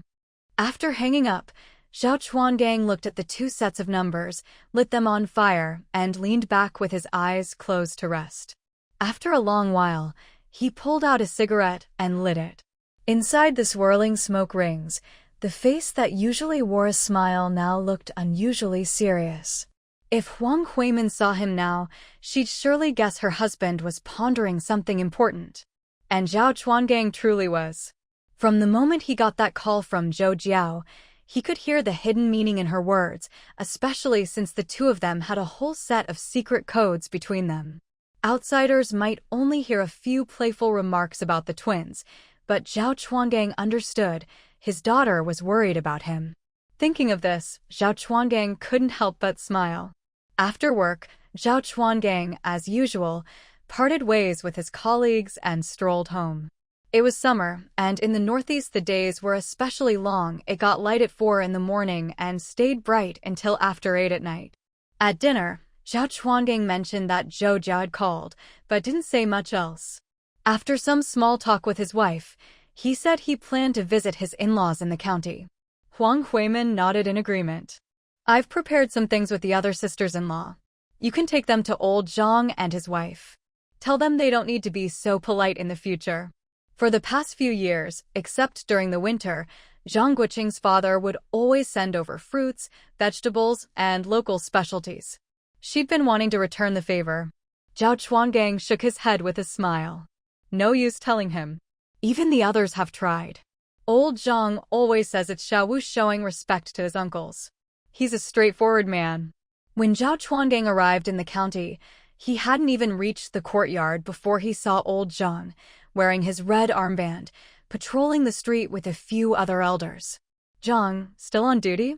Old Zhang saw the car stop and recognized Zhao's voice. He burst out laughing, just about to head home. Haven't seen you in a while. Good to see you. Wait a sec, let me say goodbye to the others, then we'll head home. Watching old Zhang cheerfully say his goodbyes, Zhao Chuangang was reminded of Zhang Guoqing, polite and warm, just like his father. No wonder they're father and son. Zhao Chuangang's arrival delighted Zhang's wife, who hurried to call their sons to come keep Uncle Zhao company. But Zhao Chuangang declined. He had important matters and no time for the younger generation. He didn't say much, just pulled old Zhang along to have a drink with Zhao Dashan. If there was advice to give, he'd give it, but how much they understood was up to them. He didn't want to reveal too much and involve his daughter. What brings you here today? Not busy lately. Zhao Chuangang pretended to leave. If I'm not welcome, I'll go. Zhao Dashan knew his tricks, grabbed his arm, and pulled him inside. All right, if I said the wrong thing, I'll punish myself with 3 drinks. How's that? No way. Everyone knows you're afraid of your wife and don't dare drink. Let's not split hairs between brothers, all right? Zhao Dashan rolled his eyes, then changed the subject. You working tomorrow? Yeah. Hearing that, Zhao Dashan knew something was up, otherwise, Zhao wouldn't have come to the county on a weekday. He felt both worried and grateful. Cheng Hongli set the table and left, leaving just the 3 men inside. After some small talk, Zhao Chuangang casually said, this year might be colder than usual. Make sure you're prepared in advance. Old Zhang glanced at Zhao Dashan. What an odd thing to say in the middle of summer. Zhao Dashan raised his glass. Come on, brother, let me toast you. Zhao Chuangang realized they understood and joked, you rascal, just 1 glass? We're brothers, no need for formalities. Or should I take you to a fancy restaurant in the provincial capital next time? How's that for brotherhood? No need for all that. Zhao Chuangang hesitated, then joked, but Hong La Jiao is a different story. Aren't you afraid she'll check the accounts with you?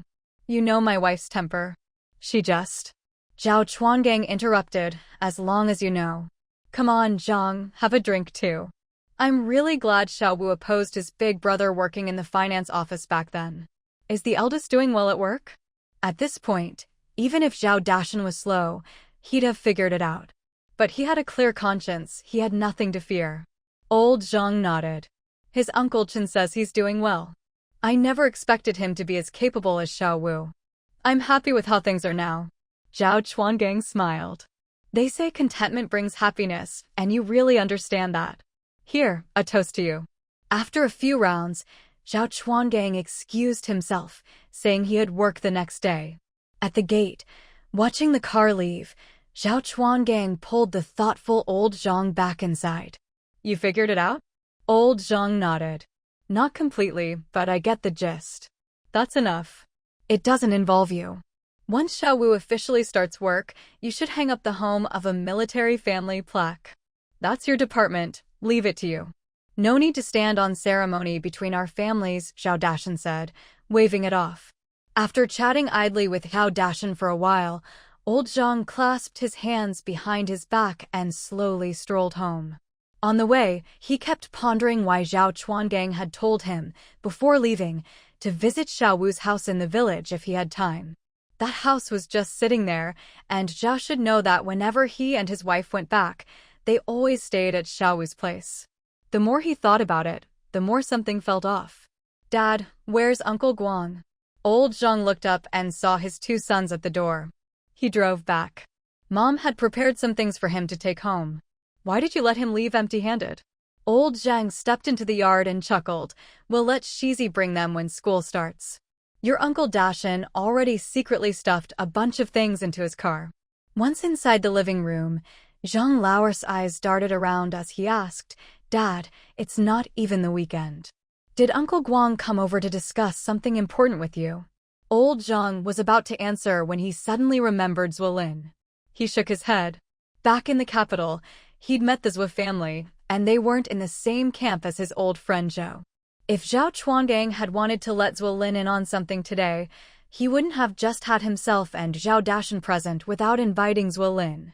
He didn't really understand all these twists and turns, but he knew that if Zhao Dashin wanted to say something, he'd bring it up himself. It wasn't his place to ask. "So why did Uncle Guang come over?" Old Zhang smiled. "Silly boy. Didn't you see how much stuff your Uncle Guang brought? He said Zhou Jiao called him a few days ago and mentioned your mom and me. He came to visit us on behalf of his goddaughter. He was chatting with your Uncle Guang about Xiaowu joining the army," Old Zhang added, then suddenly asked, "Xiaowu should be almost done with his training, right?" Zhang Guofu nodded worriedly. "A little over half a month left. I heard the military training is really tough. I wonder if our little brother can handle it? Did Uncle Guang mention anything?" "Your Uncle Guang said Xiaowu is in close training right now. I figure it's tough, but that's okay. The more he learns, the better." Zhang Lauer shook his head. "I just don't get it. Why didn't that fool just get a job like Zhou Jiao? Why become a soldier and work himself to the bone?" Old Zhang shot him a look of disdain. His youngest son was sharp. No way this kid could guess the real reason. "Dad, what's with that look?" Old Zhang chuckled. "You just don't get it." Zhang Guofu burst out laughing at his younger brother being scolded by their father. "Big brother, do you get it?" Zhang Guofu actually had a clue. He nodded. "Uncle Zhou only has Zhao Jiao. He wouldn't treat his own son-in-law badly. You know how much Xiaowu used to oppose joining the army. For that stubborn kid to willingly enlist, it must be a good deal." "I get that, but I'm just afraid that fool will act on impulse." Zhang Lauer trailed off, suddenly remembering that their parents would worry. Zhang Guofu shot him a warning look, then grinned at old Zhang. With Uncle Zhou's smarts and Jiao Jiao by his side, Xiaowu will be fine. Unlike Zhang Lauer, old Zhang wasn't worried at all about Zhang Guoqing's choice. He had faith in his clever son. If there weren't any benefits, his son wouldn't have agreed. And if it were dangerous, not only Uncle Zhou but even his own daughter-in-law wouldn't have allowed it. What was really on his mind now was why Zhao Chuangang wanted him to go back to the village and take a look. Take a look at what? Their household registration wasn't even with the production team anymore, just that little courtyard left. If something happened, it wouldn't involve their family. Wait, but his eldest brother and younger brother were still in the village, auditing the accounts. Old Zhang felt like he was onto something, but couldn't quite put his finger on it. He tapped his long pipe in frustration. Sure enough, not having much education was a disadvantage. "Big brother, I'm getting a raise next month." "That's great. Your years of service are up. It's about time." "Haha, you're doing well too, sitting in the office every day. Any business trips coming up before the new year?" Zhang Guofu shook his head. "No. The finance department does have a lot of business trips, but I don't really want to go. Too tiring." Old Zhang quickly interjected. "Doesn't the finance department handle payroll? Why do they need to go on business trips?" Zhang Guofu couldn't help but laugh, patiently explaining, "Dad, it's not that simple. The Grain Bureau has accounts with other units too. Sit down and tell me what exactly they do." Zhang Guofu didn't hesitate. His dad rarely showed interest in this stuff. "In our unit's finance office, besides the old cashier and accountant, each has a few assistants. Besides handling grain procurement with the various grain depots, sometimes we have to coordinate with other places, so finance staff often go on business trips. It's complicated, hard to explain all at once. Remember when the finance office dealt with someone in the spring? Back then, Xiaowu was worried about money issues and was afraid I'd be used. Look at our eldest sister's father-in-law. He managed the village accounts for years, and didn't his 5 sons all live better than our family?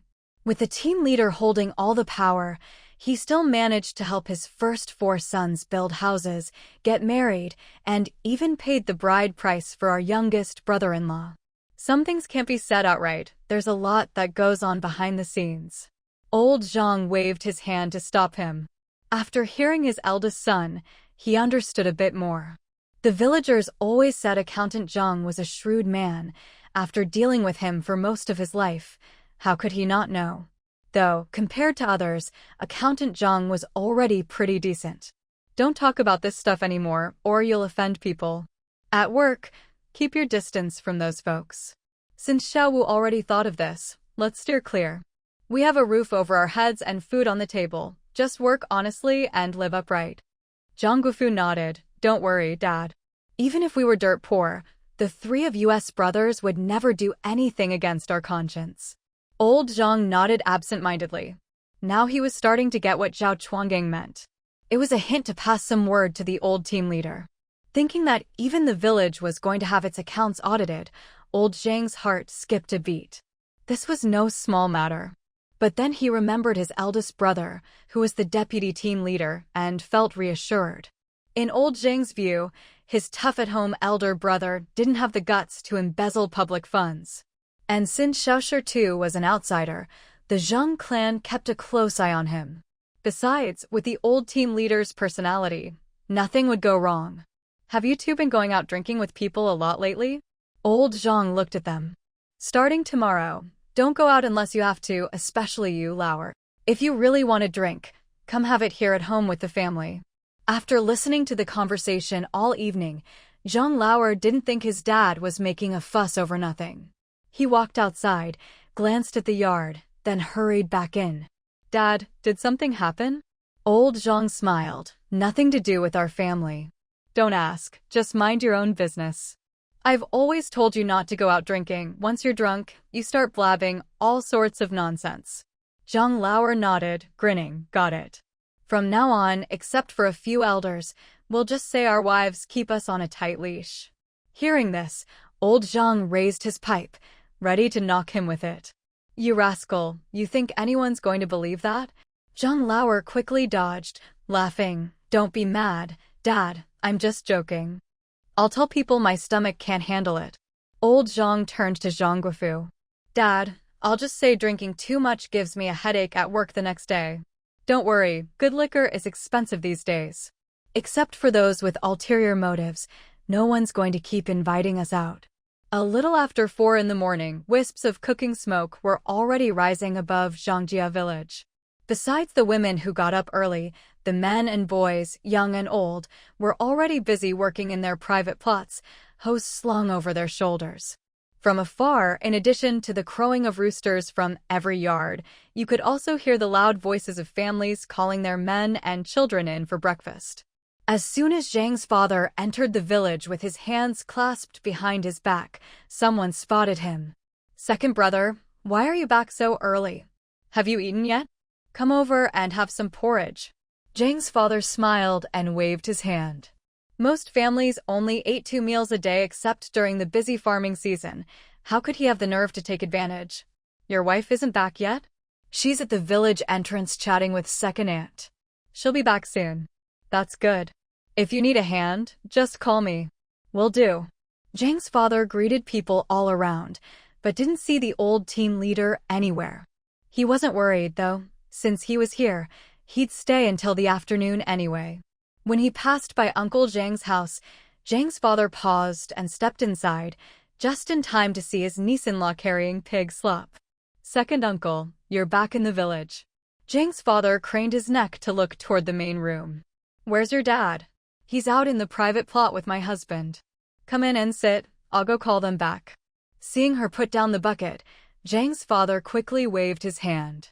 You go ahead and finish your chores. I'll find your dad later. It's no trouble, they're close by. No need, the pigs are so hungry they're squealing. With that, Zhang's father turned and headed toward Zhang Guoqing's small courtyard. Meanwhile, Zhang Qingshan's wife had been standing at the door, waiting for him to leave before entering the yard. She pursed her lips and sighed regretfully. Old Mrs. Zhang came over from the backyard and, seeing her eldest daughter-in-law dawdling instead of working, couldn't help but ask, "The pigs are squealing with hunger. What are you looking at?" "Mom, second uncle is back." Old Mrs. Zhang glanced at her and lowered her eyes. "What's so special about your second uncle coming back? Doesn't he come back every few days anyway? He came looking for Dad before even going home." Old Mrs. Zhang nodded. "Stay out of the men's business. Hurry up and feed the pigs. If your dad comes back and hears this, he'll lose his temper." Chided, Zhang Qingshan's wife quickly picked up the bucket and headed to the backyard, calling for her two daughters in the kitchen to come help as she went. Old Mrs. Zhang shook her head at the sight. This daughter-in-law really doesn't know how to cherish her girls. She'd better not regret it when she's old. She herself was already a grandmother and couldn't be bothered to say more. What was the point if the advice fell on deaf ears? When Zhang's mother came into their yard carrying a fish, she saw her husband about to head for the backyard. "Why are you getting to work the moment you get home?" "I feel restless if I'm not doing something." Zhang's mother laughed and scolded. "You really are made for hard work. Where'd you get that catfish? It's not easy to get meat in the village. Next time, just turn it down." She shot him a look. "You think I don't know that? Second nephew at the village entrance gave it to me." The boy still remembers the favors our family did for him. Zhang's father had a lot of second nephews. If his wife hadn't mentioned the favor, he wouldn't have known which one. "We'll send some brown sugar as a thank you." "That's what I was thinking too." Zhang's mother grinned. "Little Wu's Aunt Yi is really something. Looks like that little one is out of danger now. Bone and muscle injuries take 100 days to heal. Did you tell the young couple? That daughter-in-law is careful. Since it's their son, I didn't need to say much." She brought it up herself. "But the boy is too mischievous. Heard he was climbing trees again the other day." As his wife walked toward the kitchen, Zhang's father lost interest in going to the backyard and stood in the yard listening to her chatter. "Why can't these kids be as well-behaved as our Ping'an? Not to mention Ping'an, even Louis and Wu Yi were better at that age. Husband, let's go to Beijing to see our grandchildren at the end of the year. Looking at the photos Zhao Jiao sends just isn't the same. I won't feel at ease until I see them in person." Zhang's father burst out laughing. "Sure, whatever you say. You want to go this winter? I want to see how little Wu is doing too."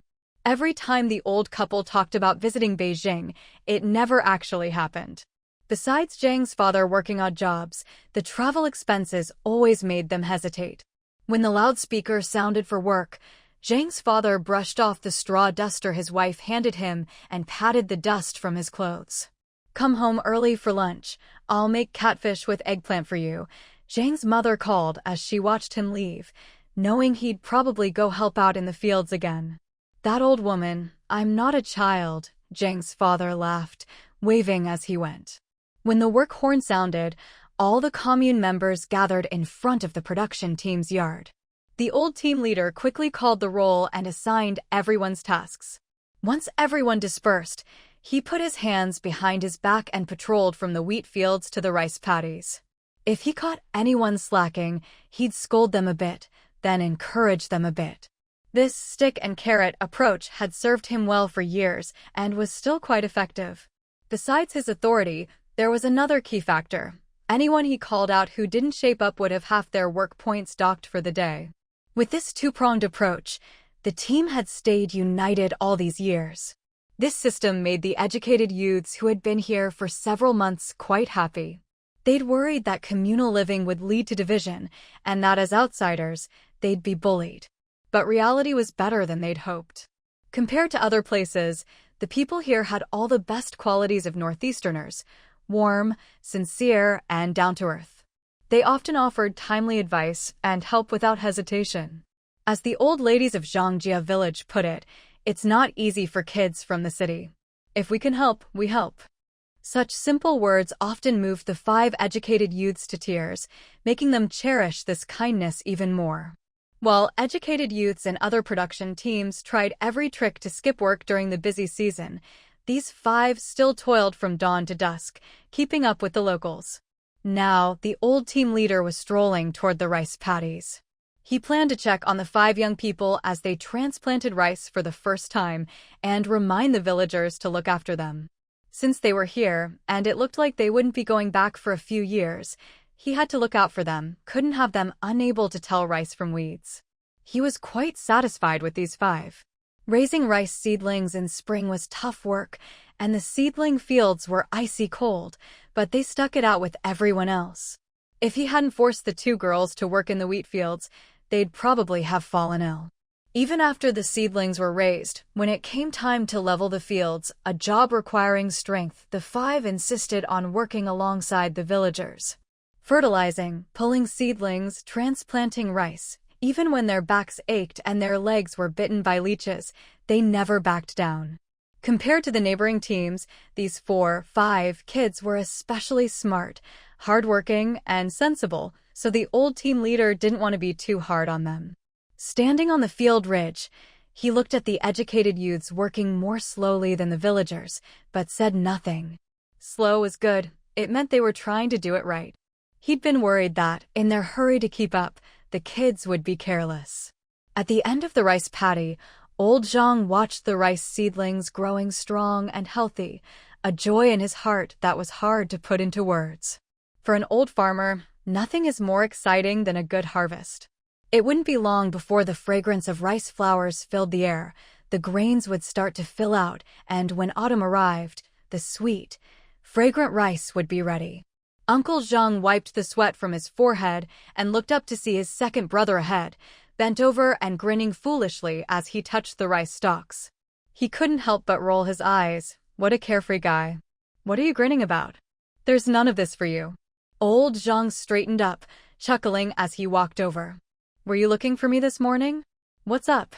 Nothing much. Just haven't seen you in a few days. Thought us 3 brothers could have a chat.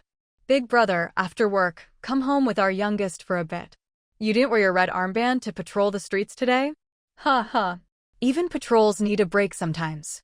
Old Zhang didn't like the teasing in his brother's tone, so he quickened his pace toward the front. I'm off to find the old team leader. We'll talk later. The old team leader had already heard their loud voices. Seeing old Zhang hurrying over, he took a few steps to meet him, smiling. What's the happy occasion this time? You couldn't blame the old team leader for asking. There was always something good happening in old Zhang's second brother's family. Ever since his 3 sons went to the county town, it was one thing after another, sons and daughters-in-law getting into university, grandsons going to university. While others had a son, they had twins. While other families got a commendation from the commune, theirs would beat drums and celebrate a first-class merit. Old Zhang glanced around. Nothing major. Looks like we're in for another bumper harvest this year.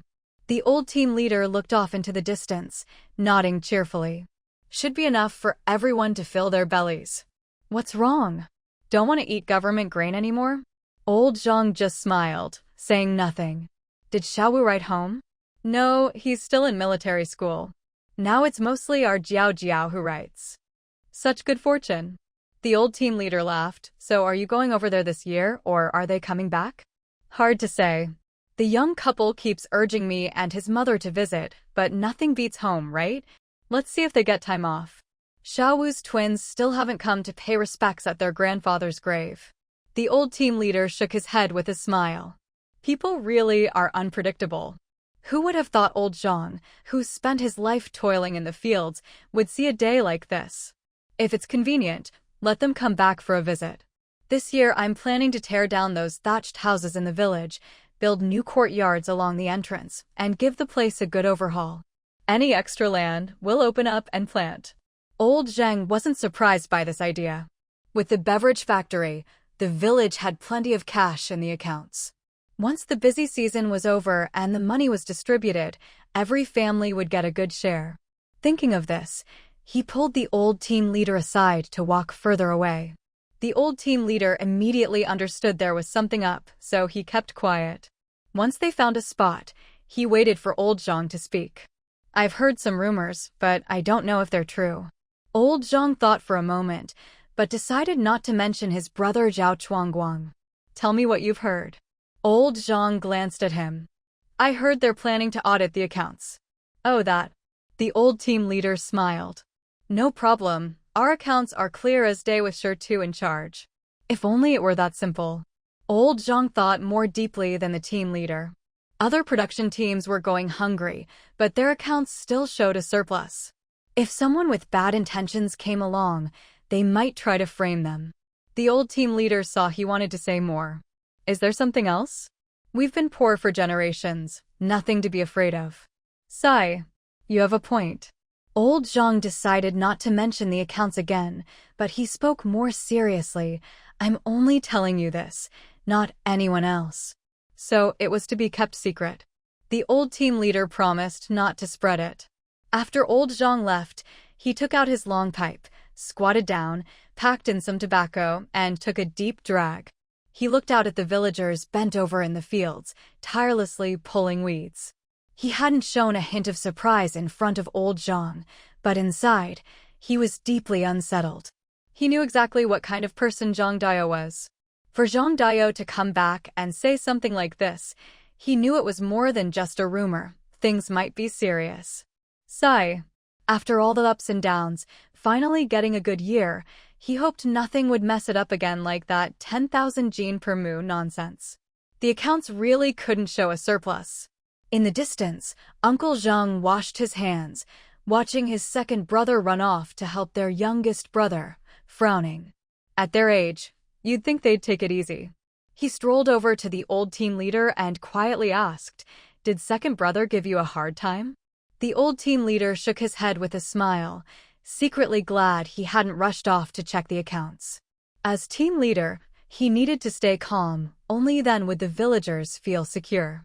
Uncle Zhang eyed him suspiciously. Don't overthink it. What could his family possibly need a mud-legged guy like me for? Your second brother, not just in the commune, even in the county, he's well-connected. And you know what he's like, always cheerful, never one for grudges. He'd never get us to rally the troops for a fight. Uncle Zhang burst out laughing. You might as well just say he's a pushover. A pushover? The old team leader just smiled. As the saying goes, the eldest is honest, the second is cunning, the third is the sharp one. Even if old Zhang wasn't cunning, he had plenty of smarts. My father always said my second brother was too gentle. I think that's a good thing. All his kids take after him. If he had a temper, we'd be fighting every day. Meanwhile, old Zhang, having finished his business, felt at ease and wandered over to his youngest brother. Third brother, have some water. I'll take over for a bit. His youngest brother laughed. Is that really necessary? Quit talking. Look at you, sweating buckets. Come over for lunch. Your second sister-in-law's making catfish and eggplant stew. How about the three of us have a drink together? Sounds good. Why wouldn't I? He didn't stand on ceremony, and seeing his second brother already working, he bent down to help out too. So when are you heading back? I'll leave when it gets dark. Then why bother coming here? Just running around for nothing. The youngest brother looked around, lowered his voice. No matter how much you work, you won't get any extra grain. You don't get it. With my feet in the mud, I feel at peace. The youngest brother looked up at the red sun in the sky and shook his head. He really couldn't understand what kind of people were these. After a couple of hours, sweating under the blazing sun, what was so comfortable about being drenched and sunburned? The sweat stung your eyes, your arms and back burned, and yet you called that comfortable? Third brother, don't you feel happy seeing all these crops? That's how I feel. With a good harvest, not only will your family have better days, everyone will. Now, there are no more invaders coming to steal, no more bandits raiding for grain. As long as they don't take too much for procurement, all this belongs to us ordinary folks. A bountiful harvest spread like a virus from north to south. This year, not only did the faces of countless commune members blossom with smiles, even the newspaper sent staff out to the countryside to report on the story. It was in this atmosphere that Li Qinglin arrived in the capital to start work at the newspaper. Compared to the last time they met, the addition of a pair of glasses made him seem even more steady and reserved. When he heard that Zhang Guoqing had gone to the military academy for further studies, he wasn't the least bit surprised. Looking over at Zhou Jiao, who was joking with who shall we, he asked, so you two won't be able to make it to Taozi and his fiancée's wedding? Zhou Jiao shook her head with some difficulty. We'll see. If I can squeeze out the time, I definitely will. Otherwise, it'll just be yuan going. I really can't manage it. Hu Xiaowei, who had heard stories about their past, couldn't help but laugh. Don't you laugh. Where are you two planning to hold your wedding? Don't tell me you're going out of town again. Hu Xiaowei blushed and glanced at Li Qinglin. Seeing this, Zhou Jiao couldn't help but twitch her lips, feeling a bit exasperated. Fake. It's definitely fake. Li Qinglin smiled at his beloved and turned to Zhou Jiao. Our elders are planning to hold banquets both in the capital and in the northeast, but I'll listen to Xiaowei's wishes. This public display of affection almost made Zhou Jiao want to smack the couple. Honestly, getting married and forgetting your own mother. Have you set a date? Li Qinglin nodded. Once I report to work, we'll get our marriage certificate first. The wedding in the capital will be during the National Day holiday. If there's no long holiday, we'll go back to the northeast at the end of the year for the banquet. Jiao, aren't Zhang Yuntao and his fiancée getting married at the end of the year? What if I hold my banquet right after theirs?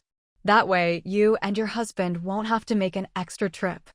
Zhou Jiao shot her a sideways glance. Are you sure you don't just want me there for moral support? Hu Xiaowei burst out laughing. I knew you'd get me. It's settled then. So friends are just for using, huh? Zhou Jiao teased, giving her a light slap. According to the rules, you get over half a month for wedding leave. You probably can't wait until New Year's. So nothing's set in stone yet. Zhou Jiao nodded understandingly. She only knew that Hu Xiaowei hadn't changed jobs, but wasn't sure if she'd told Li Qinglin the truth. With their kind of background, going on missions was as routine as eating or sleeping. Hopefully, the bride wouldn't disappear on the big day. When is your Zhang Guoqing coming back? I was hoping he could introduce Lindsay to a few more friends. Zhou Jiao rolled her eyes inwardly. Aren't you afraid your tough reputation will be exposed? What about Little White Dragon? That guy makes friends with everyone. Better to wait for your husband. TSK, you really think highly of him. Zhou Jiao thought for a moment. Let's wait until you two get your marriage certificate. No need to rush. Hu Xiaowei's eyes darted around. All right, I'll listen to you. You handle it. As long as things were discussed openly, Zhou Jiao couldn't be bothered with her little schemes. Even without Zhang Guoqing stepping in, who would dare disrespect the Bai family? Have you prepared your new home? Li Qinglin shook his head. I just got my job sorted out. There's no way we'll get a place assigned so soon. I was hoping Xiaowu could help find us a place. Hearing this, Zhou Jiao looked at Hu Xiaowei. She didn't believe her family hadn't prepared something. Don't look at her. Her mom did prepare a place, but my parents insist that since I'm the groom, the housing should be arranged on our side. Hu Xiaowei laughed and scolded, you and your stubborn principles. I think it'd be great if I could just apply for housing on my side, wouldn't cost a cent. No need. Even if you get it, it'll be too crowded and you'd have to deal with all sorts of neighbors. Li Qinglin shook his head in disagreement. After a long day at work, who wants to deal with neighbors? He preferred to close the door and enjoy his own little world. I'm going to keep Ping in company. You ladies chat. After Li Qinglin left, Zhou Jiao spoke up for her friend. You've managed to snag the last good man. You've got a good eye. Hee, I think Lindsay's great too. Zhou Jiao gave her a sidelong glance, amused. Of course. Not only is he great, your in-laws are wonderful people too. And most importantly, you don't have a sister-in-law. Your mother-in-law is so desperate for a daughter, she'll definitely adore you. Zhou Jiao wasn't exaggerating. Li Qinglin's mother had even considered adopting a daughter. Marrying into the Li family, at least there'd be no preference for sons over daughters when it came to having kids. Hu Xiaowei's eyes lit up.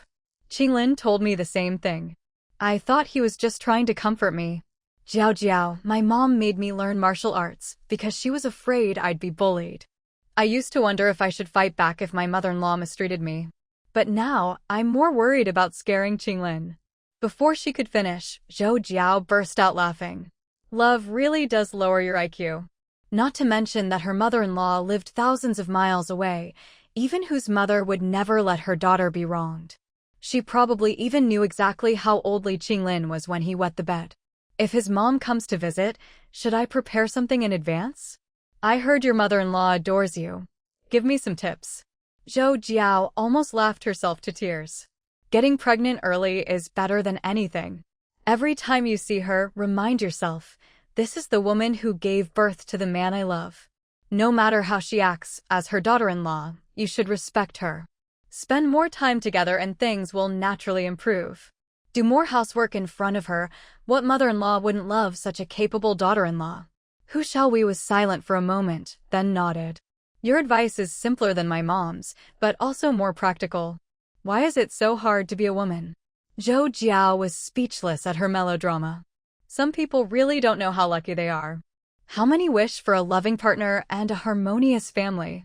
Especially after seeing so many so-called well-matched marriages in recent years, Zhou Jiao felt even more indignant for women. Even in this supposedly pure society, some dirty dealings were unavoidable. Her mother's performing arts troupe had just disciplined a female soldier recently. If even such disciplined units had problems, things must be even messier in places she couldn't see. She recalled a scandal she'd heard at a recent meeting about an expo in Haishur. Large batches of calipers were being sold off for just 6 cents each, and the velvet lining in the boxes alone could make 2 kipayas. Such waste of state assets, no one would believe there wasn't some shady deal behind it. Every day she handled reports from all over the country. No matter how much they tried to cover things up, she still felt uneasy. Some people and things were already forcing the authorities to take action. Have you been on any business trips lately? I wanted you to bring me something. Zhou Jiao shook her head. I have to wait for orders from above. I'm like a brick, sent wherever I'm needed. Tell me what you want, and I'll see if I can ask someone for help. Forget about others. It's a shame I didn't buy a watch last time I was out, now they're so expensive. Zhou Jiao understood and gestured for her to continue. What about your imported watch? It's long gone. Whether I was in school or at work, it wasn't appropriate to wear it. Zhou Jiao finished and shot her a look. They were both smart, she didn't believe the other didn't get it. Anyone flaunting wealth these days would eventually get into trouble. She didn't worry about Li Qinglin and his wife, but she did worry about Zhang Guoqing. With his personality, if a good friend got into trouble, he'd feel compelled to step in. Dismissed. As soon as the command was given, Zhang Guoqing immediately turned and dashed toward the dormitory. Wait for me. What's the rush? Zhang Guoqing rolled his eyes skyward. Of course he was rushing back to hug his wife. Still, he slowed down a bit to let Yi Jiafang catch up. So, should I go to your place first, or head home? The guys nearby burst out laughing at that. What's so funny? You don't get it. His family's definitely got some meat ready for him now that he's back, someone joked. Mouse teased, aren't you afraid you'll get kicked out if you go over? Yi Jiafang shot him a look of disdain. Xiao Wu invited me over last night. His family wouldn't have the nerve to kick me out. Are you guys coming or not? The big guy swallowed at the mention of meat. Wouldn't it be awkward if all of us showed up? Is it far? It was only then that everyone remembered Zhang Guoqing had invited them all last night, but aside from his work address, no one knew where his home actually was. Fifth brother, where's your place? Yi Jiafang looked at Zhang Guoqing, amused, waiting to see how he'd answer. Zhang Guoqing gave a playful kick to the troublemaker stirring things up. Just get on the bus outside, it's not far. Yi and I both live in the military family housing. Why not come with us and help open the door? Yi Jiafang stared at him, dumbfounded. This guy really could say anything. Maybe next time. We won't intrude on your family reunion this time. Li Guangming, the young masterly, glanced at the others and was the first to decline. Not all of their group knew about Zhang Guoqing's background, but those who did kept it to themselves since he never brought it up. Maybe some had looked down on him at first, thinking he'd just married well, but he'd proved himself with his own abilities. So what was the point? Haha, fine, next time then. I have to catch a train home before reporting in anyway. You guys better write me letters. Zhang Guoqing nodded at the big guy with a smile. He already had plenty of letters to write every month. A few more wouldn't make a difference. Everyone in the dorm finished packing up. Whether they were leaving now or later, they all gathered at the school gate to say their goodbyes. Everything that needed to be said had already been said over the past couple of days. Now it was just a wave and a take care. Zhang Guoqing and Yi Jiafeng didn't bother waiting for the bus and took a shortcut. We finally made it through the hardest part, Yi Jiafeng said, now that there were no outsiders around. Zhang Guoqing agreed with a sigh. Yeah, it wasn't easy. Luckily, it didn't last too long. Do you think, looking like this, I'll ever find a wife? Yi Jiafeng asked. Zhang Guoqing didn't even need to look back at his friend, who was tanned as charcoal, to know what expression he was making. He stabbed him with a joke, not for another 2 or 3 years, I'd say. Yi Jiafeng rolled his eyes. You're not much better. Watch out or my sister will dump you. Please, my wife values my inner qualities. You know what that means? Someone like me. I know, the inner qualities of a mangy dog. Before he finished, he took off running. You little brat, just you wait. We're gentlemen, gentlemen talk things out, not fight. Wrong, I'm a soldier. I like to speak with my fists. The two of them horsed around for a while, backpacks slung over their shoulders, arms around each other, whispering and laughing. Luckily, it was noon and the area was deserted under the blazing sun. Otherwise, anyone passing by would have been shocked. This was hardly the image of disciplined soldiers. After a good walk, they got on the bus, but didn't bother fighting for seats. Ever since they'd put on their uniforms, they knew they'd be expected to give up their seats anyway, so they might as well just stand. At the entrance to the compound, under the shade of a tree, stood one adult and 3 kids, huddled under an oil paper umbrella. From a distance, Zhang Guoqing spotted them and suddenly felt his nose sting. He didn't even bother saying goodbye to Yi Jiafeng and sprinted forward. Daddy! The 3 brothers saw Zhang Guoqing and broke free from Zhou Jiao's hand, running toward him. Being strong finally paid off. Zhang Guoqing swept all 3 boys up in his arms and, full of energy, strode over to Zhou Jiao. Zhao Jiao. Looking at his wife's radiant smile, he had so much to say, but what he wanted most was simply, I missed you so much. You've worked hard. Let's go home first. It wasn't hard at all. I just missed you guys. How come you've lost weight again? Did someone bully you while I was gone? Zhou Jiao shot him a playful look. Where did he see her losing weight? If anything, he was the one who'd gotten thinner. Dad, Mom's been busy. Have you all been good at home? Didn't give your mom a hard time, did you? No, and the twins were good too. Ping'an clung tightly to his neck with one arm, protecting his brothers with the other. You won't be gone so long again, right? Good boy. Zhang Guoqing nodded at a passing acquaintance, then loosened his grip a bit. From now on, you'll see Daddy every day. Great. I want to go to the countryside. No problem. We'll all go together this weekend. As they neared home, Zhang Guoqing suddenly remembered something. Why did you all come out in this heat? What if you got heat stroke? Zhou Jiao gave him a plaintive look. These 3 are stronger than me. Zhang Guoqing burst out laughing. He never thought the day would come when his wife would be outmuscled by their sons. Zhou Jiao found it funny too. The 3 boys had pushed and pulled her out the door so easily, all her motherly authority gone in a flash. Dad's not home. If he was, the boys wouldn't have dared. Zhou Jiao nodded. He's gone to the grassroots, said he'd be back tonight to celebrate for you. Nothing to celebrate, really.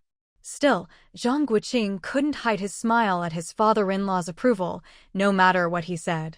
Zhou Jiao grinned and gave him a thumbs up. All-around champion. That's amazing. Dad almost agreed to let you transfer to the local department because of them. Zhang Guoqing shook his head. I'm not that great. There are so many talented people there. Some were studying while injured, others were malnourished for years.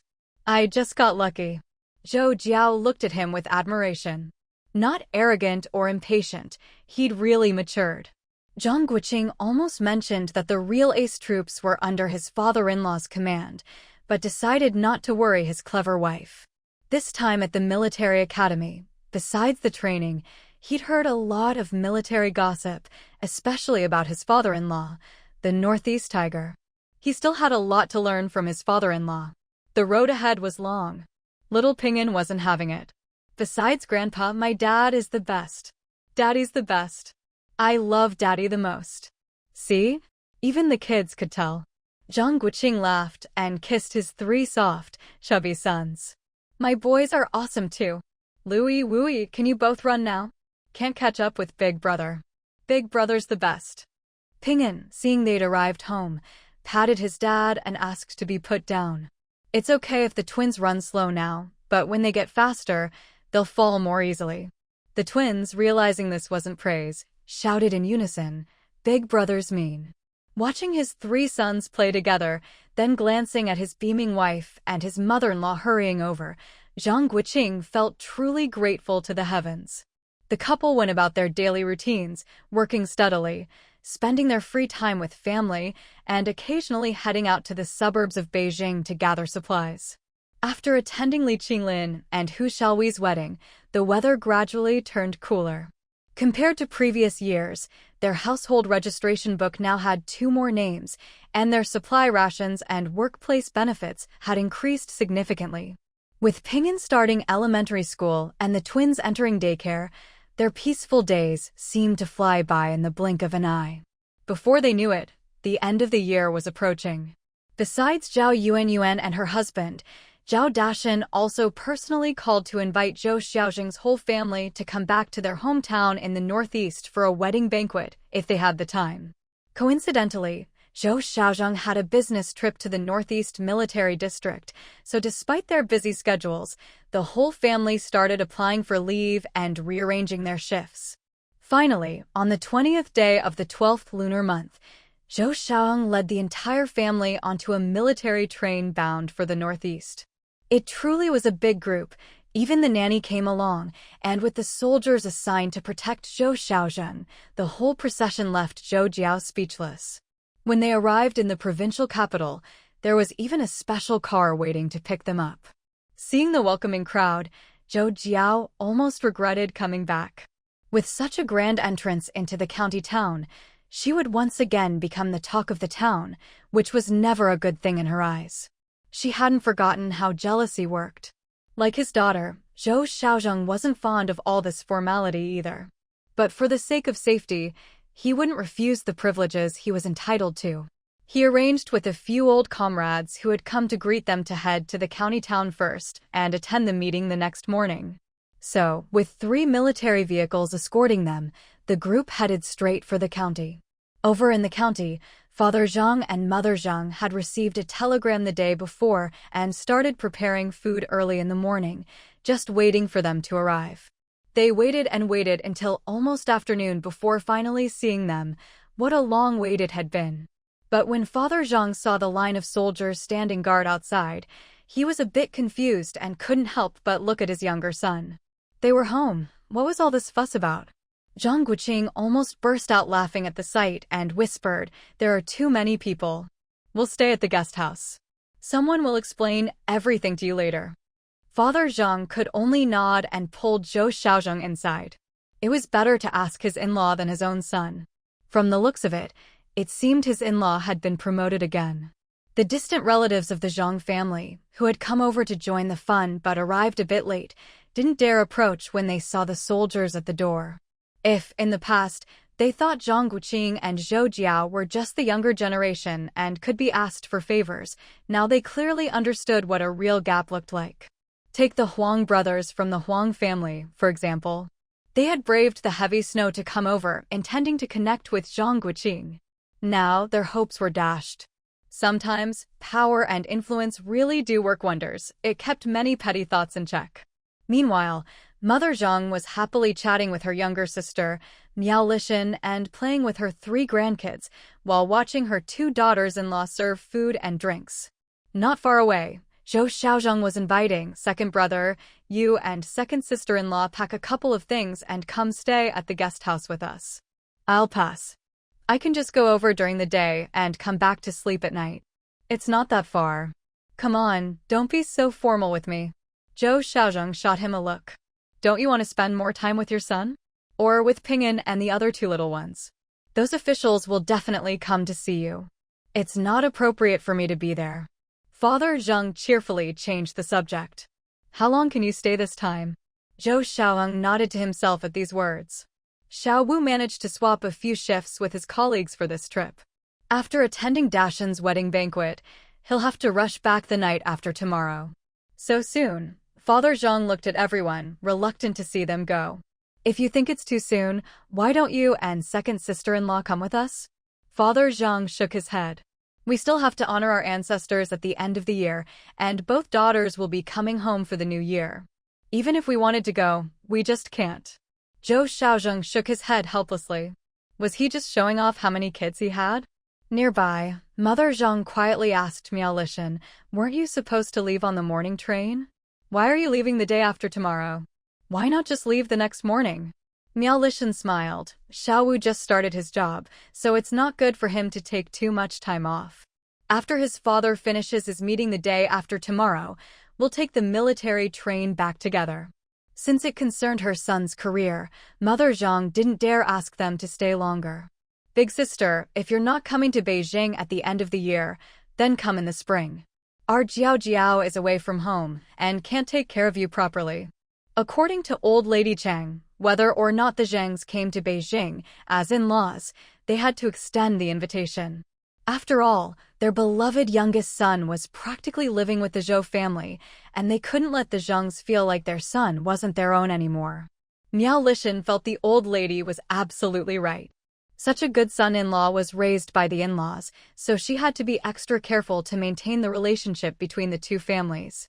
Haha, our Zhou Jiao has never forgotten to take care of us, Mother Zhang said with a smile, looking at Zhou Jiao. Even when she's not around, she's always thinking of us. Miao Lishan praised, that's because you and Big Brother treat her so well. Her great-aunt always says our Zhou Jiao is blessed, and there's no mother-in-law in the world as good as you. Before I left, she told me to check on you and help out if you needed anything. Zhou Jiao shot her mother a wry look. Say too much and you'll slip up.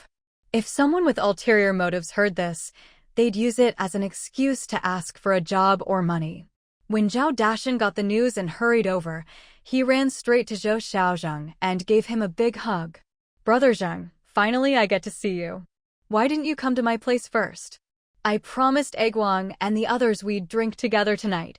Zhou Xiaozheng patted his shoulder and laughed. How does it feel to marry off your daughter? Zhang Guoqing chimed in teasingly. After all that hard work growing a nice cabbage, now a pig's come and taken it away. Uncle Dashan must be heartbroken. That made Zhao Dashan laugh out loud. Ain't that the truth? He let go of Zhou Xiaozheng and looked Zhang Guoqing up and down in his military uniform. You finally chose the right path. Thanks to you, Uncle Dashan. Zhang Guoqing knew what he meant and was even more grateful for all the effort he'd put into him. Otherwise, his father-in-law wouldn't have gone to such lengths to come all this way to congratulate him. No need to thank me. Zhao Dashan waved it off with a smile. How's work? It's good. They may not be as great as you, uncle, but they take care of the younger generation. Zhang Guoqing changed the subject. Is there anything I can help with at home? Zhao Dashan clapped his hands. Actually, yes. Tomorrow, are you going to be here or over there for the big day? They'd already discussed this before coming. Zhou Xiaozheng and the others weren't suitable to appear at the banquet, so Zhang Guoqing and his wife would represent them. Zhang Guoqing smiled. I won't go over there and join the crowd. It's better for me to be Yuan-Yuan's brother. I'll go over tonight to give a wedding gift and stay here tomorrow. Zhou Xiaozheng checked the time.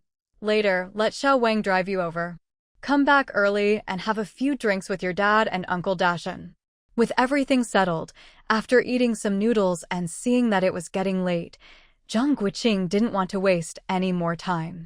He gathered the gifts and money, got in the car, and headed to the commune. The son of the commune secretary was marrying the daughter of the county armed forces department's chief. Even though the preparations were simple, there were still plenty of guests coming and going, and the atmosphere was lively and festive. As soon as the car stopped, Zhang Yuntao's parents hurried forward to greet them. The warm welcome from the elders made Zhang Guoqing feel a bit embarrassed himself. After offering his congratulations to Zhang Jifeng and the others, he paid special attention and noticed that the guests only brought small gifts in their hands, with no cash gifts being given. He quickly understood the situation. Where's your wife and kids? Is Shadow still in the county? Come in and sit for a while. Zhang Guoqing nodded to everyone and set down his gift. Uncle, they're all over at the bride's place. I still need to go into town to find Xiao Dao, so I'll have to excuse myself. Not staying a bit longer? Do you know where he is? Zhang Guoqing smiled. If I wait at the bride's house, I'm bound to run into him. That's true. They're hosting a dinner over there tonight. Xiao Dao will be there. All right, I'll let you get on with it. Watching Zhang Guoqing leave, Zhang Jifeng entered the house and saw that the women had already opened the gift he'd brought, a set of red bed sheets, quilt cover, and pillowcases. That's Zhang Guoqing from Zhou Jiao village, right? Zhang Jifeng nodded with a smile. They've been close since they were kids. That bedding set is really nice. I heard they all grew up together. Zhang Guoqing and his wife both came all the way here this time. Just the travel expenses must have been a lot. Zhang Jifeng just smiled and didn't say anything in response to everyone's chatter. Meanwhile, when Zhang Guoqing and Xiao Wang returned home, Zhao Chuangang and a few others were already in the courtyard, drinking, chatting, and playing with the kids. Look, our little son-in-law is back. Hello, uncles. Smart kid. I thought you'd salute us as soon as you came in. Uncle Madman gave him a thumbs up. That's for outsiders. We're all family here, Zhang Guoqing said, lowering his voice and pretending to be mysterious. Let me tell you a secret. Everyone quieted down, waiting for him to continue. I never salute my dad at home. Ha ha. This rascal, I thought it was something serious. He's still our little son-in-law. Zhang Guoqing picked up the wine jar. Let me pour for you. Uncles, you must be happy to get together today, right? My Uncle Wang and the others are always thinking of you, hoping you'll visit Beijing when you have time. Zhao Chuangang scooted over and pulled him to sit down. Your Uncle Wang keeps writing to brag about how thoughtful you and your wife are, and how you stand out among your peers. Tell us, what's the story? Zhang Guoqing laughed. Thoughtful, huh? You'll have to ask your little darling about that. Everyone burst out laughing. It was true. Even though they were far up north, they'd all felt Zhou Jiao's filial piety. She was always so considerate. I heard you made quite a stir at the military academy recently. Not going to show off a bit? Zhang Guoqing waved his hand modestly. Us rookies can't show off in front of you veterans. Rascal. Zhao Chuangang patted him on the shoulder. At least you didn't embarrass us. Still got a long way to go. After a long-awaited reunion, there was plenty of drinking and talking. In the end, the mischievous Zhao Chuangang almost managed to drink Zhao Dashan, the new father-in-law, under the table before everyone finally called it a night. Before heading back to the guest house, Zhang Guoqing pulled his two older brothers along. He wanted them to spend more time with the elders and strengthen family ties. He knew he'd be coming home less and less in the future, so the family would have to rely on them. Back in the courtyard, Huang Cuilan and Lin Juhua, the two sisters-in-law, were cleaning up. After a while, Huang Cuilan sighed. I never realized before, but things really are different now. Lin Juhua glanced at her, then lowered her head to stack the bowls. Are you going to see Jiao Jiao tonight? Lin Juhua frowned, then relaxed and smiled. Let her have a good chat with Mom. Once we're done here, let's go help Aunt Cheng. Huang Cuilan hesitated. All right. Isn't Jiao Jiao going to keep Yuan company? There are so many people coming and going at the Zhao house. Jiao Jiao doesn't like crowds, and with the kids, she'll probably go tomorrow, Lin Juhua said, picking up the dishes and heading out. Huang Cuilan followed close behind. You married in late, so you don't know what Jiao Jiao's life was like before. Who would have thought life is really unpredictable? Lin Juhua loved gossip, but when it came to Zhang Guoqing and his wife, she pursed her lips. The Zhang family owed everything to marrying Zhou Jiao. She hoped things would only get better for them, so she wouldn't join in the gossip. What do you think Jiao Jiao still lacks in this life? For a woman to have achieved this much, TSK. Lin Juhua said softly, isn't there a saying, bitter first, sweet later? I suffered a lot as a child, but now life's getting better. We're not in Beijing, so all we see is Jiao Jiao doing well. But look at how hard Shizi worked in college. Jiao Jiao also slogged through 5 years of university before she landed a good job. Huang Cuilan nodded. That's true. But Xiaowu treats her so well, and all 3 sons are so clever. Those twins are just as smart as Ping'an. She really knows how to raise kids. If she didn't know Huang Suilan often spoke without thinking, Lin Jihua would have almost snapped at her. If you don't cause trouble, your man won't be cold to you. Her own husband was different, and she thought her kids were smart, too. Mom and Dad are really generous, giving such a good grandson to the Zhou family. What do you mean, giving? He's still a Zhang family child. Lin Jihua retorted. Just now, when they called Shizi Big Brother, you couldn't stop grinning. Huang Cuelon chuckled, then suddenly asked, did you notice? Ping'an always teaches his brothers to call out Big Brother Shizi and Big Brother Shi too. Why doesn't he follow the order their grandparents taught them? Of course she noticed. Lin Jihua knew that no matter how close cousins were, they were still just cousins. Now, with Xiao Wu around, the family could always help each other, but once Ping'an and his brothers married and had kids, they'd drift apart. Just look at how her husband and his brothers got along with Qingshan's family. Otherwise, why would Xiao Wu help his own brothers but not the cousins? She didn't plan to explain all this to her sister-in-law. No matter how close you are, if you don't put in the effort, who's going to keep helping you over and over? With that thought, Lin Jihua hurried to finish cleaning up so she could go to Zhao Dashan's house and see if she could help. She also planned to use the next couple of nights to make some things for Ping'an and his brothers. She'd noticed earlier that the three boys were very active. In this cold winter, making them some hand-sewn cotton shoes and a few pairs of gloves would be better than any other gift. She kindly reminded big sister-in-law, Jiao brought a lot of things this time. When you have time, make something for her three kids. Huang Cuelon nodded quickly. I was just about to send a New Year's package. I'll talk to you about it later. Lin Jihua smiled in satisfaction. That's more like it. She didn't want the three sisters-in-law to fall out. Her husband and his brothers were so united, they couldn't be the ones holding them back. At the guest house, Zhang's mother was also putting on a good front, praising her two daughters-in-law to Zhou Jiao. She thought the same way as Lin Jihua. Besides wanting her sons to get along, she hoped her three daughters-in-law would visit each other more often. Your eldest sister-in-law is much better now. She doesn't hang around her own family as much anymore. Your father and I have completely handed over the old courtyard, and now she's the one handling everything inside and out. Your second sister-in-law is either looking after the kids or coming over to help me tidy up. Before winter, it's always the two of them helping out with everything inside and outside the house. With you here, they'll only be even more filial.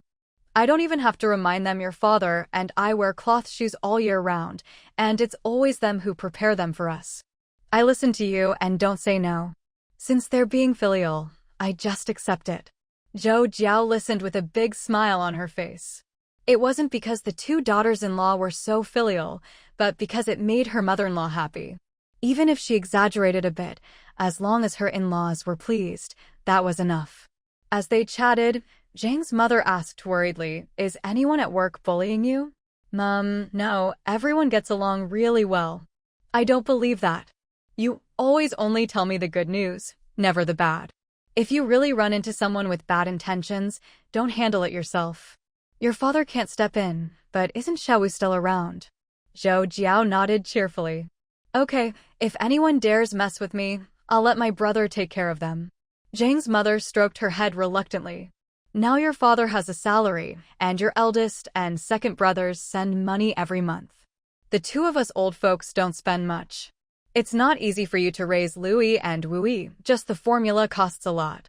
Don't send so much money home in the future, save more for yourselves just in case. Zhou Jiao agreed out loud, but she didn't really plan to do that. They already lived far away and couldn't look after their parents.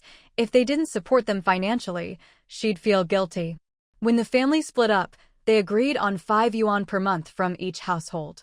Before she left for school, Zhang Guofu and Zhang Guoqing insisted that Xiao Wu and the others wait until after graduation to start sending money. Back then, she and her husband didn't have an answer, let alone now, when they only send a small amount each month. Just 10 yuan, how is that too much? If my brothers weren't worried about sending too much and drawing attention, we'd be sending more. You and Dad should spend as you like, don't worry about it. Silly child. How come I didn't see eldest sister today? Her second sister, Zhang Meihao, had come by to say hello, but it was odd that her usually enthusiastic eldest sister-in-law hadn't shown up. At the mention, Zhang's mother remembered something she hadn't said. Life in the village has gotten much better these past 2 years. Our work points are among the best in the area. Accountant Zhang was persuaded by some relatives back home and has been gone for over half a year now. Zhou Jiao raised her eyebrows in surprise. So his wife's health is better now? She recovered last year. But now that they're far away, they've forgotten the hardship. Your brother-in-law's father was coaxed and tricked by his eldest grandson into moving back. That was interesting. Zhou Jiao's eyes lit up as she looked at Zhang's mother. Want to know something? Zhou Jiao smiled sheepishly. Is eldest sister's absence today related to that? Smart. Zhang's mother praised, then sighed. Accountant Zhang sent word through someone this morning, asking your brother-in-law to go back and discuss something. Your eldest sister went with him. I heard a few days ago that his eldest nephew is getting married. I doubt it's anything good for your eldest sister's family. Zhou Jiao frowned. How could they be so muddle-headed? For years, it was eldest sister's family supporting the old folks. The nephews were still little, don't they remember that? Don't worry. Your eldest sister's mother-in-law is sharp and won't let them take advantage. I'm just worried about your eldest sister's temper. If I'd known, I wouldn't have let her go back. Zhang's mother glanced outside and lowered her voice. Before she left, I told your eldest sister to just spend a little money and not argue with them. Now that the others aren't living with her, her life is much easier. Before, Accountant Zhang even wanted to borrow your little courtyard. Where did he get the nerve to ask? Luckily, your brother-in-law turned him down himself. When your eldest sister told me, I didn't even want to say another word to that old man. You should keep an eye on Xiaowu. That silly boy told Ziwen and the others that if they had nowhere to stay when they came back for New Year, they could stay in your courtyard. See, now people are getting ideas. Zhou Jiao's heart skipped a beat. She glanced at Zhang's mother, but didn't voice her own guess. In her opinion, there was no way Accountant Zhang would ask his younger son for money this time.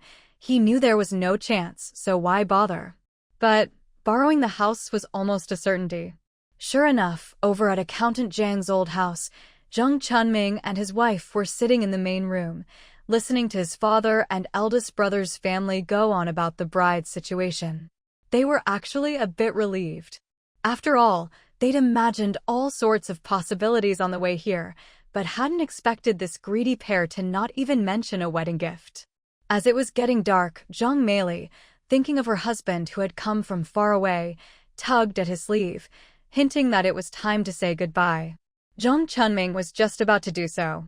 He stood up and smiled. We've still got things to do at home, so we'll head back first. Wait, youngest, the eldest brother quickly stopped him. It's not often you come back. We brothers haven't had a good chat in ages. What's the rush? Zhang Chunming's mouth twitched. He hadn't forgotten that there were 2 or 3 years when the brothers didn't speak at all. If it weren't for their parents, he wouldn't have come at all.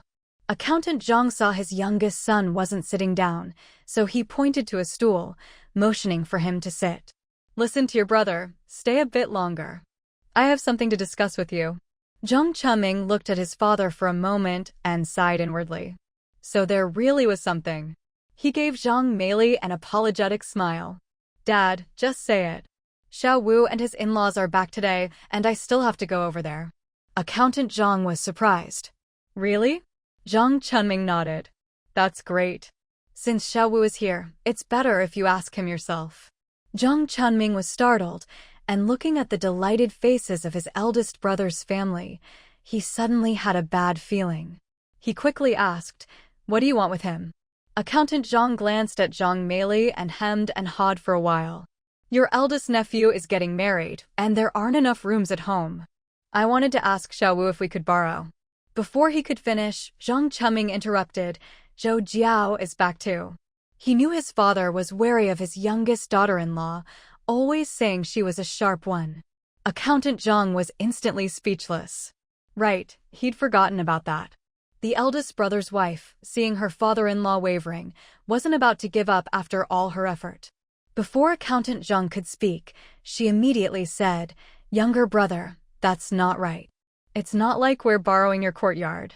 We're all from the same village, just let us stay for a while. We'll build our own courtyard soon. It's not like we'll ruin the place. If you don't want to lend it, my son's wedding. Zhang Meili immediately flared up. Wow, you've got some nerve. Why don't you ask Xiaowu to lend you his house in the city? Who do you think you are? Won't ruin the place, huh? And you'll build a new courtyard soon? You still owe us money. Shut up, woman. This is men's business, not yours. The eldest brother cursed his wife, then forced a smile at Zhang Meili. Sister-in-law, don't be angry. Listen to your big brother.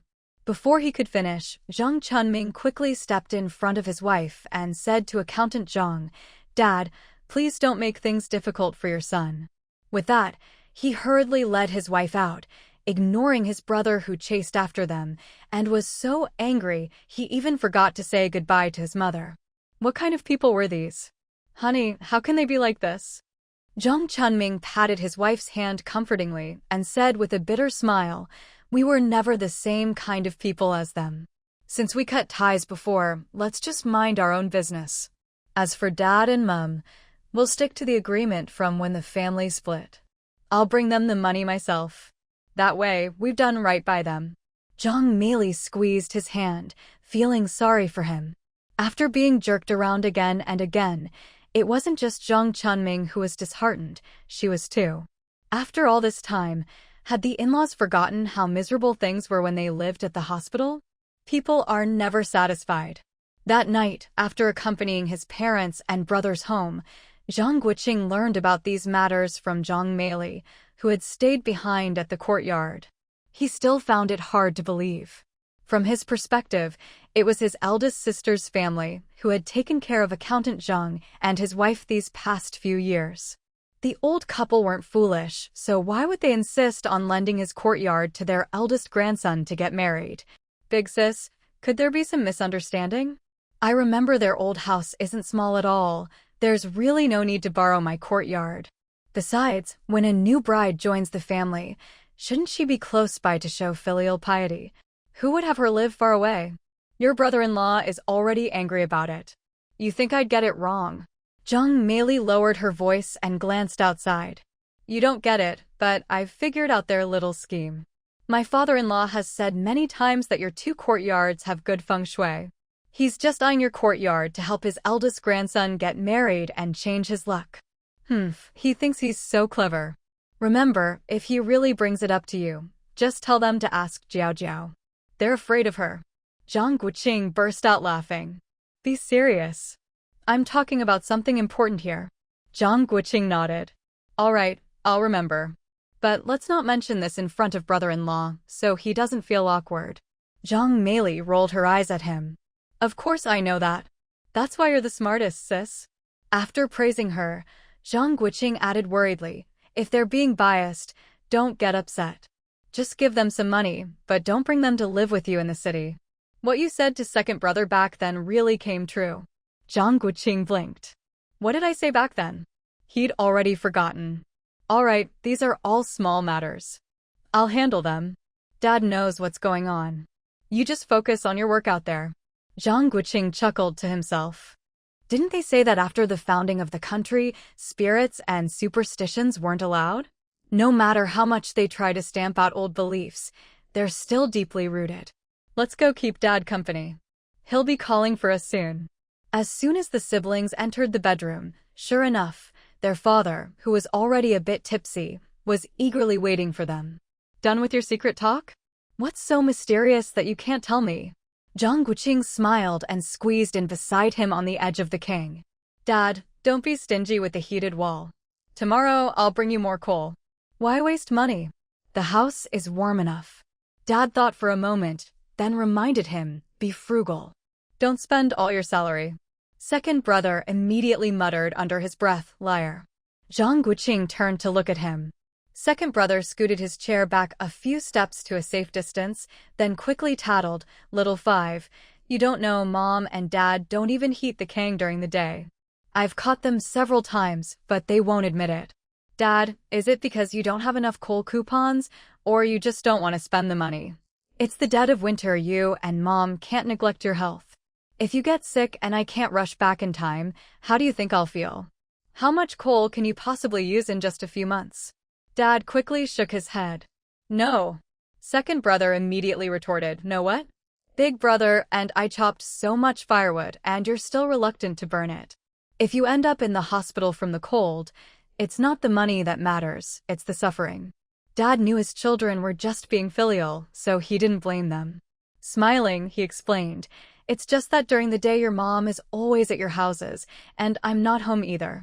Why heat the place? Saving a bit isn't a big deal. Besides, it's tiring and embarrassing to go to the village every day to chop wood. From this, Zhang Guoqing could tell that the firewood piled up at home wasn't bought, but chopped by his two brothers on their days off. Unlike him, who was strong, it wasn't easy for them. In the past, he was always the one to prepare the winter firewood. Even now, each of his brothers had their own courtyards to stock up, plus their dad's place. Probably still not enough. Isn't there anyone selling firewood now? What about the person who used to deliver it? Second brother shot him a disdainful look. Why buy it when you can get it for free? Zhang Guoqing was speechless. Fine, you win. Such penny pinchers. Don't look at me like that. I'm better than big brother, I even bought a lot of coal. Zhang Guoqing glanced at his two brothers and sighed inwardly. Life really is tough. Suddenly, he turned to Zhang Meili. Sis, don't tell me you didn't buy any either? Zhang Meili paused. Wasn't that normal? Why buy coal when you have firewood? She could even trade coal coupons for other things. But she still explained, your nephews are grown now. The firewood they chop fills the house, plenty for me to burn. Coal is hard to use anyway, and it's a hassle to light. Zhang Guofu nodded in agreement. Exactly. It's expensive, doesn't burn as hot, and smells weird. Don't worry, little five, we check on mom and dad every morning and evening to make sure they're not cold. Dad quickly cut them off. He had no interest in talking about coal, his youngest son would be leaving soon, so he wanted to chat about something else. Dad, what do you want to know? Just ask. Dad grinned at him. Little five, I noticed people treated Zhou Jiao differently tonight. Besides your father-in-law's connections, is her job really as impressive as Uncle Dashan said? Zhang Guoqing chuckled and nodded, half hiding, half revealing. Her job's pretty good, but Zhou Jiao just started. She doesn't have any real authority yet. No one's bullying her at work, right? I should have suggested to your father-in-law that she join the army with you. With you there, she'd be protected. Second brother burst out laughing. Dad, you think she's as strong as this fool? She might not be able to handle it physically. Do you know what Uncle's was said to me? Dad was displeased. You're keeping things from me now? No, it was just a joke. Second brother scratched his head and looked at Zhang Guoqing, smiling. Uncle's was said Zhao Jiao's clever and quick-witted, perfect for the planning commission. Nonsense. My wife isn't scheming, she's just smart. Zhang Guoqing immediately retorted. That wasn't a compliment, and he didn't like hearing it. Isn't he planning to transfer? Did his sons come to see you when they were in Beijing recently? At the mention of business, second brother's tone changed. Zhang Guoqing frowned and nodded. Uncle's Wood didn't bring it up when he visited tonight, and there were too many people for me to ask. Last week, his two sons did stop by, but I was about to head to work, so we barely spoke. They haven't come by since, and I haven't had time to visit the Zhou family either. Did Uncle Zhou mention anything to you? Second brother lowered his voice. From what I can tell, he still wants to transfer back. Do you have a good relationship with someone named Gung? Zhang Guoqing twitched his lips. He really had the wrong idea. Asking his wife Zhou Jiao would be more useful than asking him, but he wasn't about to say that. Remember those four who visited a few years ago? Gung Daji is from the Gung family. They're in your system, but he doesn't have that much influence. Dad slapped his thigh. Oh, the Daji family. I know his grandfather. Useless. The old man can't even help his own grandson. Zhang Guoqing burst out laughing. What's so funny? Didn't Daji end up working at the railway bureau? You should talk to Shi. Dad stopped himself mid-sentence, almost letting something slip. Dad, talk to who? Dad shook his head. How should I know? Second brother didn't buy it. Dad, I won't tell Uncle Zhou, just tell us.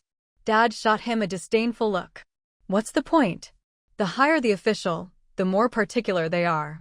Our family relies on your Uncle Zhou's connections. Keep your thoughts straight and don't get ideas. Dad, I get it. You get nothing. If old Master Zhou really wanted to transfer your uncle back, he'd have plenty of ways. Why would he need our little five? We can repay this with family's kindness however we can, but when it comes to officials, best not to get involved. Your Uncle Zhou is a good man, but that doesn't mean the whole Zhou family is. Second brother pondered for a moment and looked at Zhang Guoqing. Zhang Guoqing nodded. Old Master Zhou's focus is on his eldest son. If Uncle Zhou transfers back as an ordinary clerk, he'd be better off staying here. Second brother sighed. Uncle Zhou is a good man. Zhang Guoqing smiled meaningfully. A blessing in disguise. A few years ago, he could still make something of himself by transferring, but now he's better off here than in Beijing. What do you mean? Zhang Guoqing shook his head. Too many words lead to mistakes, then changed the subject. How are Uncle Yi and the others? I want to visit them tomorrow and also see old Master Huang. Will we have enough time? If I drive myself, it'll be quick. After all the commotion this time, if I don't go visit the elders, it'll chill their hearts. Father Zhang nodded in agreement. Zhang Guofu, standing to the side, reminded him, the elderly couple who sold this courtyard have already left. There's no need for you to go. Zhang Guoqing was startled, but then remembered their age and nodded. What a pity, but maybe it's for the best. They won't have to suffer anymore. He instinctively glanced out at the courtyard. He still remembered how the old man used to glare at him, full of life, scolding him for being a reckless brute who ought to join the army. Now he really had become a soldier. The flower beds had long since been turned into vegetable plots, and the old man who cherished his flowers was truly gone. Did they sell off all those flowers and plants? Second brother Zhang scoffed. More than just the flowers and plants. For a bit of money, those people would do anything. The old man's only been gone 3 months, and they've already made a scene at the police station over some things. Zhang Guoqing's eyes lit up when he heard this. He'd always wanted to buy that batch of old books, especially the canopy bed that was missing from the furniture set, and that necklace from the Wang family that had ended up in his face. What was the connection between the Wang family and his past life? Maybe these mysteries would finally see the light of day. Didn't the old man divide everything up before he passed? I remember he even set aside money for his grandsons to get married and have kids. That's exactly where the problem started. Looking at his second brother, who was acting just like his sister-in-law, Zhang Guoqing couldn't help but laugh. Before he passed, the old man said the money for the unmarried grandkids would be divided after his wife passed away. But as soon as he was buried, the old lady passed away too. Second brother's family thought the eldest, who lived with the old lady, must have taken the money. Zhang Guoqing recalled the old man's skill at hiding money. Maybe neither family found it. Maybe the old man hid it somewhere. Second brother Zhang laughed.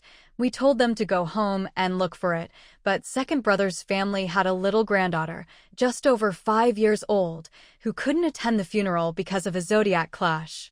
She stayed with her great-grandmother and said she saw her eldest aunt take a wooden box from the cabinet and run off with it. Well, a child that young wouldn't dare lie to the police. But the eldest daughter-in-law had witnesses saying she never even went into the bedroom before that. Everyone had their own story, and it was a mess. In the end, they decided to sell off the old folks' belongings to make up the marriage money for the unmarried kids. So, Big Brother told you not to visit, that's why. Zhang Guoqing nodded. Thanks, Big Brother. Dealing with people like that, even if nothing happens, you'll get dragged into trouble. Who would have thought such a wise old man would have such useless sons? Father Zhang looked at his 3 sons. You see? That's why you need to discipline your own children well. Especially when it comes to marriage alliances in the future, you have to be careful. Zhang Guoqing listened to his father's lecture on how to choose a life partner. By the time he finished, it was almost 8 in the evening, and only then did he take his leave. The northwest wind howled. There was still a path in town that had been cleared during the day. As the couple left the guest house and walked toward the outskirts, the snow got deeper, and their ankles sank into the drifts. Avoiding the patrols, they hurried toward their destination. Zhang Guoqing found a secluded corner, and the couple quickly changed their appearance. Only now did Zhou Jiao, who had been rushed out of the guest house, have a chance to ask, "What do you need me to do?" "You're my little brother. Once the deal is done, I'll have them move the goods to a spot near the provincial road. You just wait there with the stuff, and don't say a word." Zhou Jiao nodded in understanding. A couple would draw more attention than two brothers. "I'll have one of their younger relatives wait with you.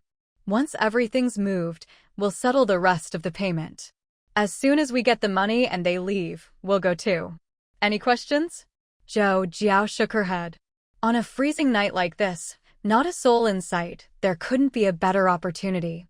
They weren't doing anything wrong anyway. If they didn't buy these things, the sellers wouldn't be able to keep them either. The couple changed into overcoats, covering everything but their eyes, and headed hand in hand to the large courtyard. In the still of the night, their knocking sounded especially loud. Soon, a middle-aged man's voice came from inside. "Who is it?" Zhang Guoqing deepened his voice, making it rough. "Here to see the goods. Open up." Maybe there had been a lot of people coming by at night lately, because as soon as he heard the voice, the man opened the gate a crack. Zhang Guoqing quickly pulled Zhou Jiao inside. "Did Oldly send you? Let me be clear, if you want to buy piecemeal, don't bother. And I don't do credit, cash only." Seeing it was the old man's eldest son, Zhang Guoqing's eyes flashed. He nodded slightly and patted the bag he was carrying. The man's eyes lit up. "Come, I'll show you the goods. What should I call you, brother?" Zhang Guoqing curled his lip. "Cut the crap. Forgot the rules of business." Yes, my bad." The man slapped his own mouth and motioned for them to follow. Zhou Jiao sighed inwardly. What a disgrace. She couldn't imagine how that wise old man had raised such a son. Inside, the old couple's living room was filled with porcelain, scrolls, and other old items. Several burlap sacks were piled by the wall near the sofa. "Uncle, should I call my dad over?" "You can stay here. We'll call him if we reach a deal." Zhou Jiao wandered over to the old study and opened the door, only to find it empty. The bedroom was the same. The eldest daughter-in-law hurried over. "The furniture's all in the storeroom. Want it? I'll give you a good price." Her husband immediately chimed in. "Don't mind that we moved it to storage, most of it was barely used by my parents. If the kids liked it, I'd have kept it for their weddings." Zhang Guoqing and Zhou Jiao exchanged a look, both seeing the disbelief in each other's eyes. Selling off the family heirlooms without a care, what a worthless son. Storing them in the freezing warehouse was just a waste. Zhang Guoqing didn't mind. As long as it's usable. "If the price is right, I'll take everything. But you'll have to move it to the highway for me." "No problem. Take a look. These were my father's favorite books and ornaments, all antiques from Beijing. They're not cheap." Zhang Guoqing was annoyed. "Then why haven't you sold them yet?" "Don't push it. I need to resell them. If it's too expensive, keep them yourself." The eldest son quickly nudged his wife. "Don't butt in." He shot her a look and motioned to their nephew. "Go make some tea for our guests." Meanwhile, Zhou Jiao had finished looking around and nodded twice at Zhang Guoqing before quietly stepping behind him. "No need. It's late. Name your price. If it's fair, I'll take it all." Zhang Guoqing pointed outside, implying that if it was too expensive, he'd leave. "I told Oldly 800 yuan. Zhang Guoqing immediately turned to go. "Hey, don't go. I haven't finished." Zhang Guoqing pretended to be angry. "Are you messing with me?" Business is just buying and selling, haggling over the price. You name your price." 80 yuan. Not a cent more." As he spoke, Zhang Guoqing started to walk out. He didn't believe these tattered books and bottles could fetch such a high price at the recycling station. "You say you know your stuff?" Everyone in the county who's heard this family story looks down on them, let alone having spare cash like this couple does.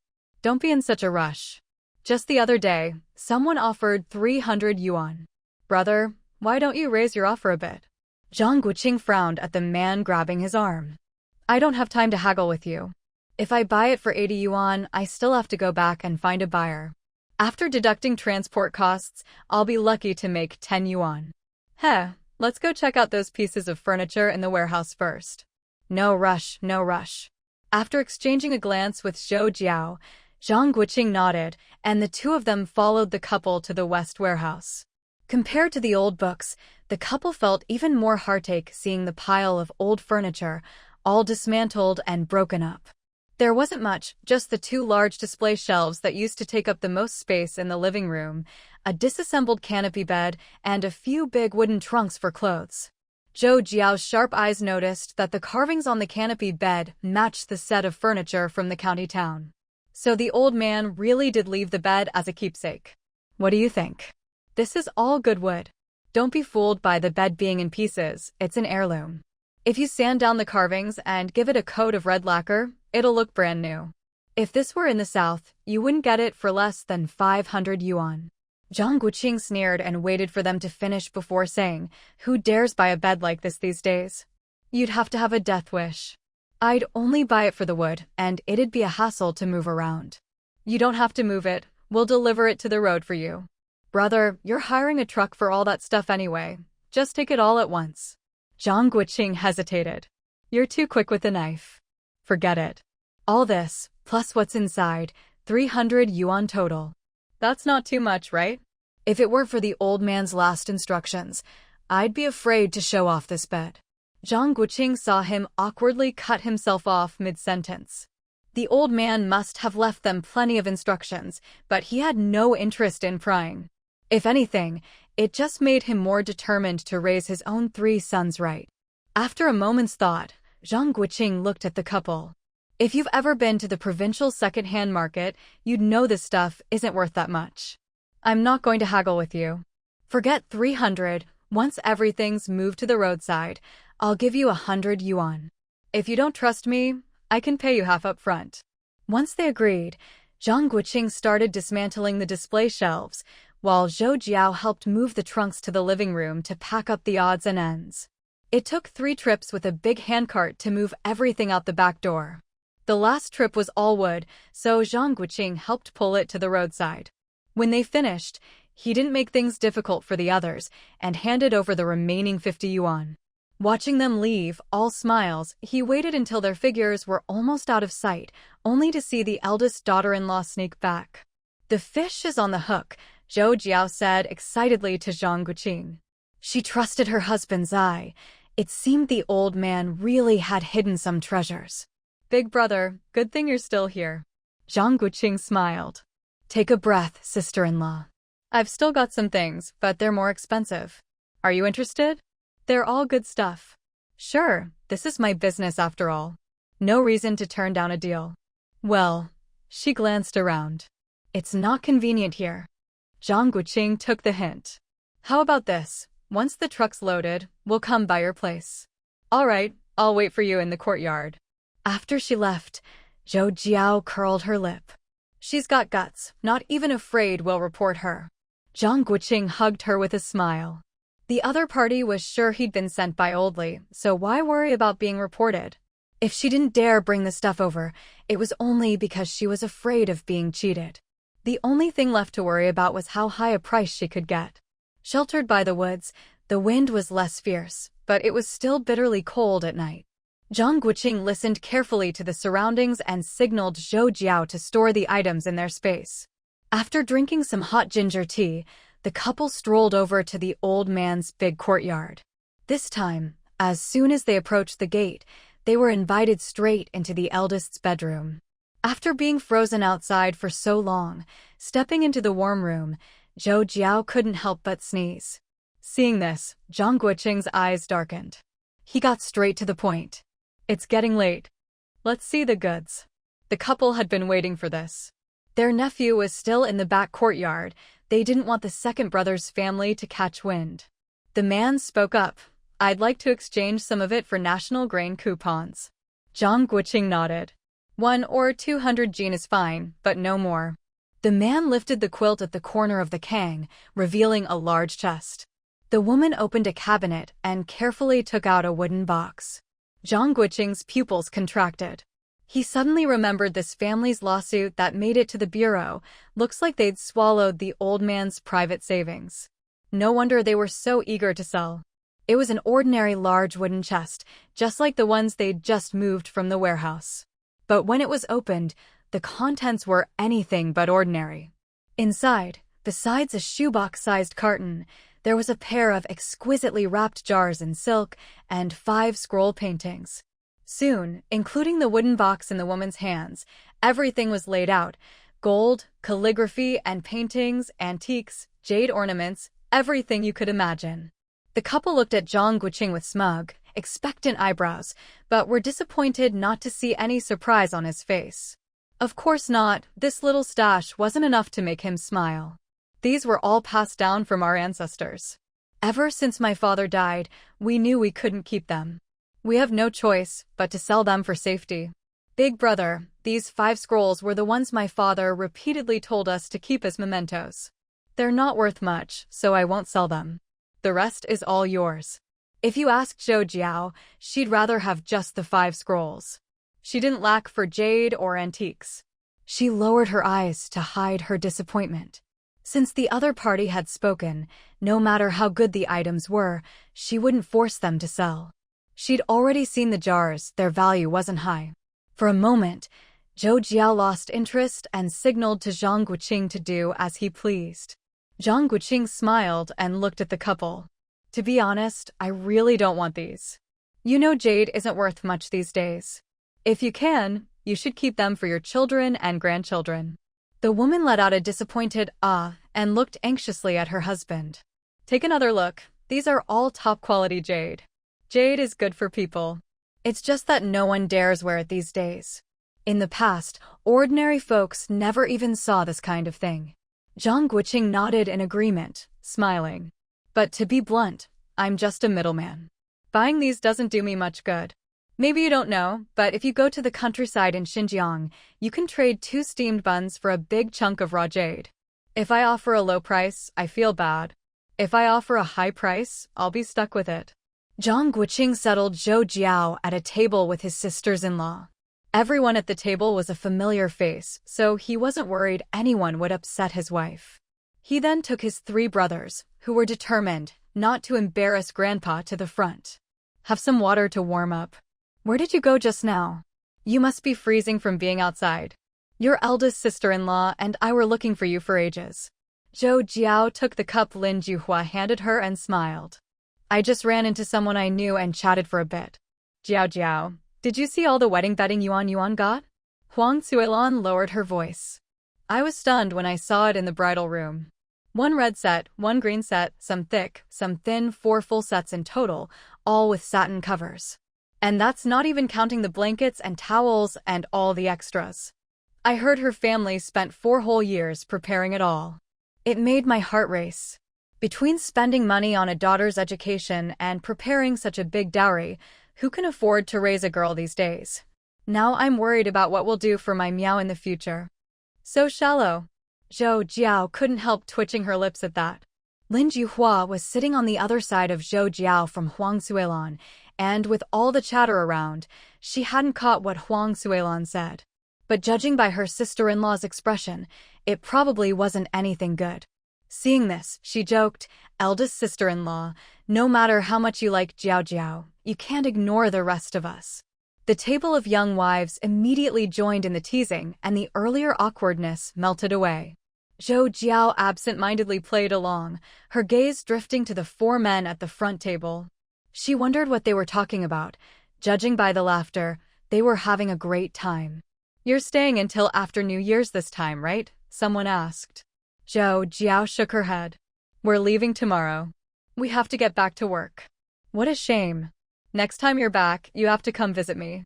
I live near your courtyard, you remember where, right? Zhou Jiao smiled and nodded. Jiao, come with Auntie for a moment. At some point, Cheng Hongli had come over. You girls keep chatting, I'm borrowing her for a bit. Zhou Jiao glanced at the hand pulling her along and smiled helplessly, following her out. With the ceremony about to start, she wondered what help she could possibly be. Sure enough, Cheng Hongli just led her to the front to sit. We'll be able to see Yuan better from here. Your mother-in-law and Aunt Zhou are waiting for you over there. As soon as she arrived, Zhang Guoqing waved her over and, lowering his head, joked to the 30-something man beside him, Comrade Lao Yu, Comrade Zhou Jiao is here. I already knew my little sister was here. Do you need to tell me?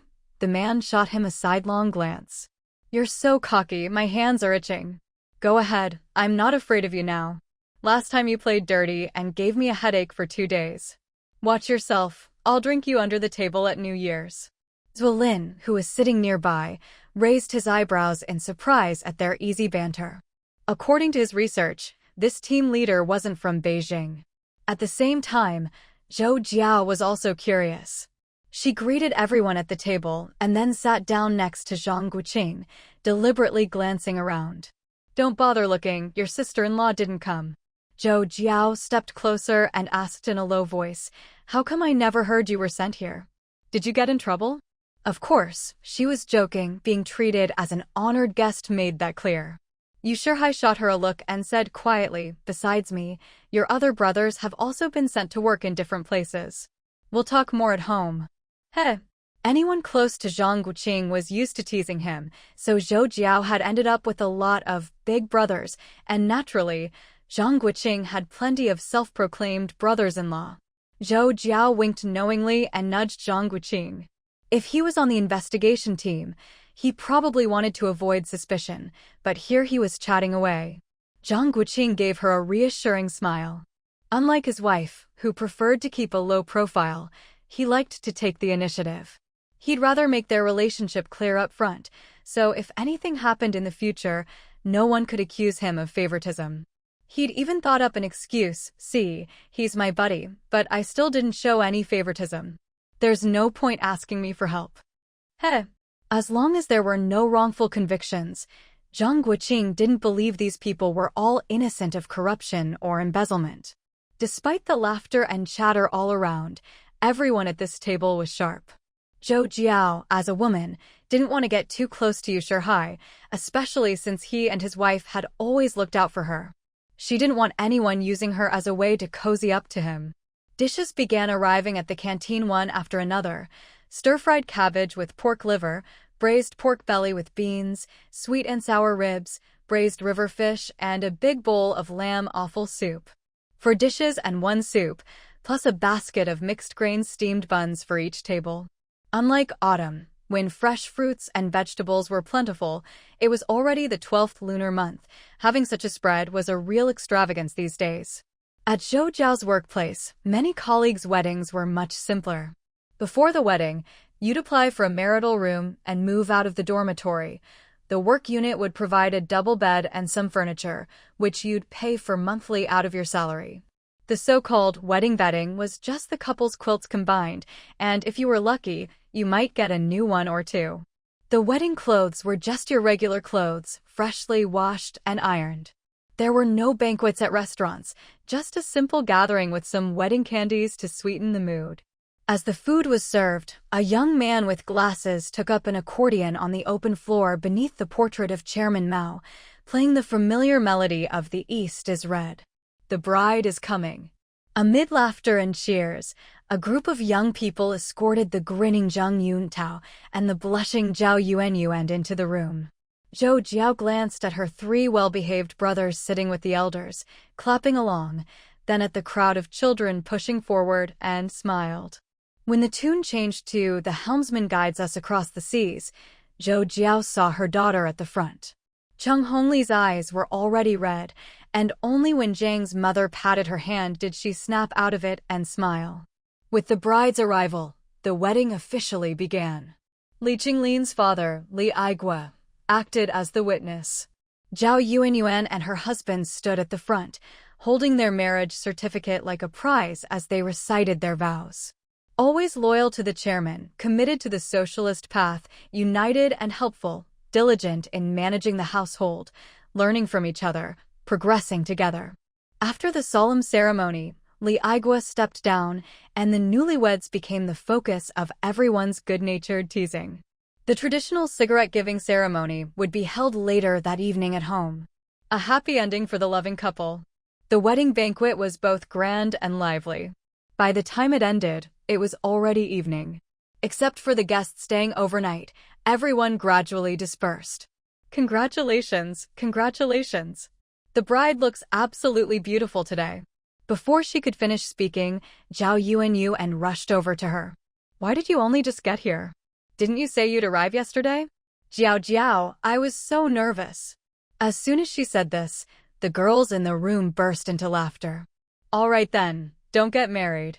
What are you scared of? Didn't you have the biggest smile on your face when you now came over yesterday? Isn't this a case of playing coy after getting what you wanted? Jiao, come sit down. You'll get your red envelope soon. Hearing this, Zhou Jiao spotted two of her high school classmates in the crowd and smiled, nodding at them. Zhao Yuanyuan didn't mind their teasing. She turned to look at the door. Where are your three sons? Us old classmates wanted to see if they take after you or Xiao Wu. My mother-in-law is looking after them outside. Just as she finished speaking, little Ping'an slipped in. Aunt Yuanyuan, you're really getting married? When are you going to have a little brother for me? Everyone burst out laughing again. You little rascal, why didn't you come keep me company last night? I'm already in primary school. I'm not a little kid anymore. Ping'an rolled his big, round black eyes. Aunt Yuanyuan, can I sleep with you tonight? Seeing everyone laughing so hard they were nearly doubled over, Zhou Jiao quickly changed the subject. Where are your brothers? They're with Grandma, keeping great-grandma company. After saying that, little Ping'an clasped his hands and smiled at Zhao Yuanyuan. Congratulations, Aunt Yuanyuan, on marrying Uncle Tao. I wish you both a happy marriage and a baby soon. No red envelope for you. That's all right, you can owe me, Ping'an said with a generous wave of his hand. Hey, little one, come here. I used to hold you when you were a baby. Ping'an smiled at her. Hello, Auntie. Jiao, your son's great. He's not shy at all. Jiao, your son is really handsome. He's even better looking now than when he was little. Ping'an rolled his eyes secretly, enough already. He smiled and said, the groom will be here in half an hour. My dad asked you all to get ready. Mom, Grandma Chung wants you to go help her. Zhou Jiao nodded, took his little hand, said goodbye to everyone, and left. Outside, she saw him squeeze her hand and squatted down to hug him with a smile. Mama, the groom and his groomsmen will be here soon. Everyone will go to the commune for the banquet. Should we head out first? So troublesome. Zhou Jiao frowned. Let's ask your dad and see what he thinks. Zhang Guoqing already knew what was going on. Most of the Zhao family guests, except for close relatives, had already headed to the commune. Seeing his wife and son, he smiled helplessly. We'll leave after the bridal procession. We have to go, let's just go a bit later. Tomorrow morning, we'll pay respects at Grandpa's grave, have lunch, and then head straight to the provincial capital to meet up with Mom and Dad. Dad, can we stay in the village for one night? Zhang Guoqing saw right through his son's little scheme. The house in the village isn't tidy, and we'd have to heat the king. Let's stay in the county courtyard with your grandparents tonight. Tomorrow, I'll take you up the mountain for a walk. As long as he could go up the mountain, little Ping'an nodded happily. Amid the crackling of firecrackers, Zhao Yuanyuan, dressed in a red cashmere coat, was taken away by Zhang Yuntao in a horse-drawn carriage decorated with red ribbons and flowers, his face beaming with joy. On this day, the two frenemies finally became husband and wife. As Li Qinglin put it, these two were like a turtle staring at a green bean, finally seeing eye to eye and tying the knot. The Zhang family gave 4 gifts. Besides Zhang Guoqing, Zhang Dad and the other 2 sons each gave 5 yuan, pooling together to buy a pair of thermos flasks. As for Zhang Guoqing and Zhou Jiao, their gifts were even more generous. Since the Zhao family had set a precedent by giving heavy gifts for the birth and first birthday of Ping'an and his brothers, Zhou Xiaozheng and the other 4 openly gave 20 yuan each, and privately gifted Zhao Yuanyuan a pair of hefty gold dragon phoenix bracelets. Zhou Jiao, following Li Qinglin's instructions, gave Zhao Yuanyuan 9 yuan and 99 cents, plus 2 bolts of fabric. Zhang Guoqing joked that after this wedding, Zhang Yuntao and his wife could live off the wedding gifts for 3 to 5 years without worry. Zhou Jiao wholeheartedly agreed. The bride price from Zhang Yuntao's family was 300 yuan. Zhao Dashan and his wife, doting on their only daughter, added another 200, making a total of 500 yuan for Zhao Yuanyuan's dowry. With the cash gifts from friends and family, Almost all of it went to Zhao Yuanyuan. It had to be said, besides Zhou Xiaozheng being a wonderful father, Zhao Dashan also loved his daughter dearly. After all, Zhao Yuanyuan had two older brothers who were about to get married themselves. Before Zhang Guoqing could take his wife and son and slip away, Zhao Dashan had already ordered him to take little Ping'an and the Zhao Hongbing brothers to join the bridal party as representatives of the bride's family. Seeing this, Zhou Jiao cheerfully urged him and their son to hurry along, while she drove Zhao Dashan and his wife, along with Zhang Dad, Zhang Mom, and the twins to the commune. In the car, Zhao Dashan grinned proudly. Jiao, let's go see how Secretary Zhang's family is handling things. If we don't like it, we'll just bring Yuanyuan back. Cheng Hongli laughed and gave him a playful slap, turning to Zhang Mom with a smile. He just can't bear to see his daughter leave home. It's only in this new society that families can hold joint weddings like this. The new society is wonderful, so lively with so many people. When my two daughters got married, once they left, the banquet was over and the house felt so empty. It's not like now, when they can come back to visit whenever they want. Cheng Hongli nodded with a smile. That's true. I just hope Taozi's mom isn't hard to get along with. My Yuanyuan is still like a child, I can't help but worry. Zhou Jiao pursed her lips, trying not to laugh. What's there to worry about? Once the newlyweds start working, they won't be around much anyway. It's not like the mother-in-law will travel all the way to the provincial capital every day. Besides, our Yuanyuan is wonderful, they should be thrilled to have such a good daughter-in-law. How could they not like her? I watched Taozi grow up, he's a good kid and will take care of his wife. Zhou Jiao couldn't help but laugh out loud. No matter how much her mother-in-law reassured her, Cheng Hongli still worried. Jiao, make sure to give Yuanyuan some advice. She'll listen to you. Tell her to rein in her temper and get along with her mother-in-law. Zhao Dashan, hearing this, was displeased. Why should she hold back? If Zhang Jifeng can't keep his wife in check, I'll have a word or two with him myself. See? Yuanyuan takes after you. Zhou Jiao quickly interjected, Uncle Dashan, don't worry. Yuntao's mom is very gentle and easy to get along with. Yuntao even joked that his mom is so happy to see Yuanyu and that she can't stop smiling. She treats him like an outsider now. Really? That's wonderful. Zhao Dashan shot his wife a look of disdain. You worry too much. Would I have agreed to let our daughter marry into their family if I hadn't checked them out first? With that, he ignored his wife and started chatting with Zhang Dad. Grandpa, I'm back. Old Zhang looked up at the sky in surprise and asked Shizi, what's going on? Did you skip class? Shizi glanced around and whispered, let's talk inside.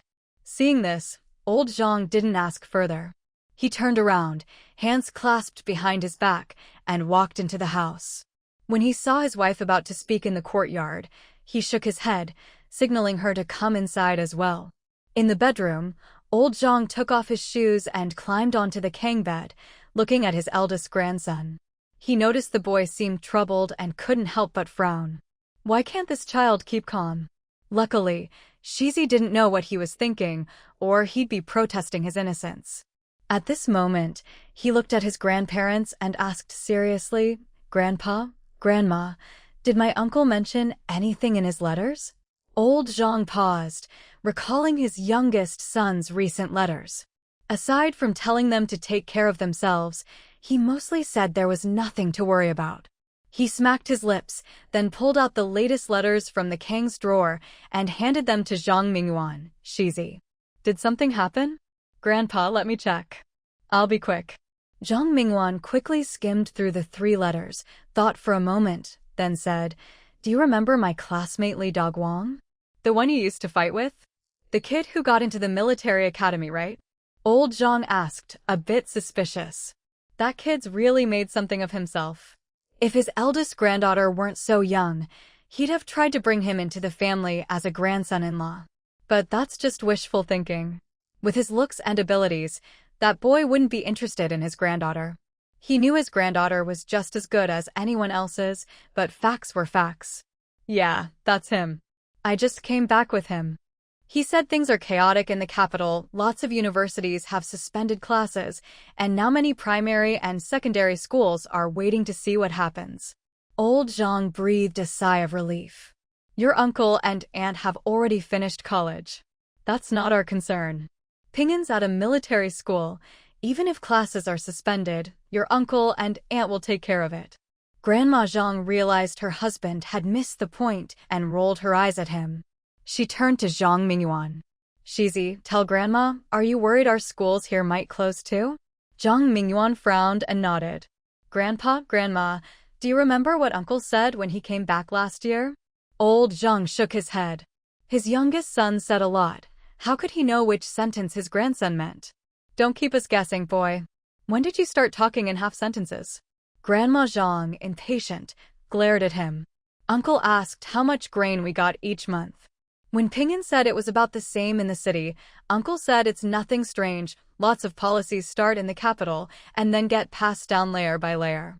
Zhang Mingyuan continued, so I'm thinking, if things are already chaotic in the capital, will it start here soon too?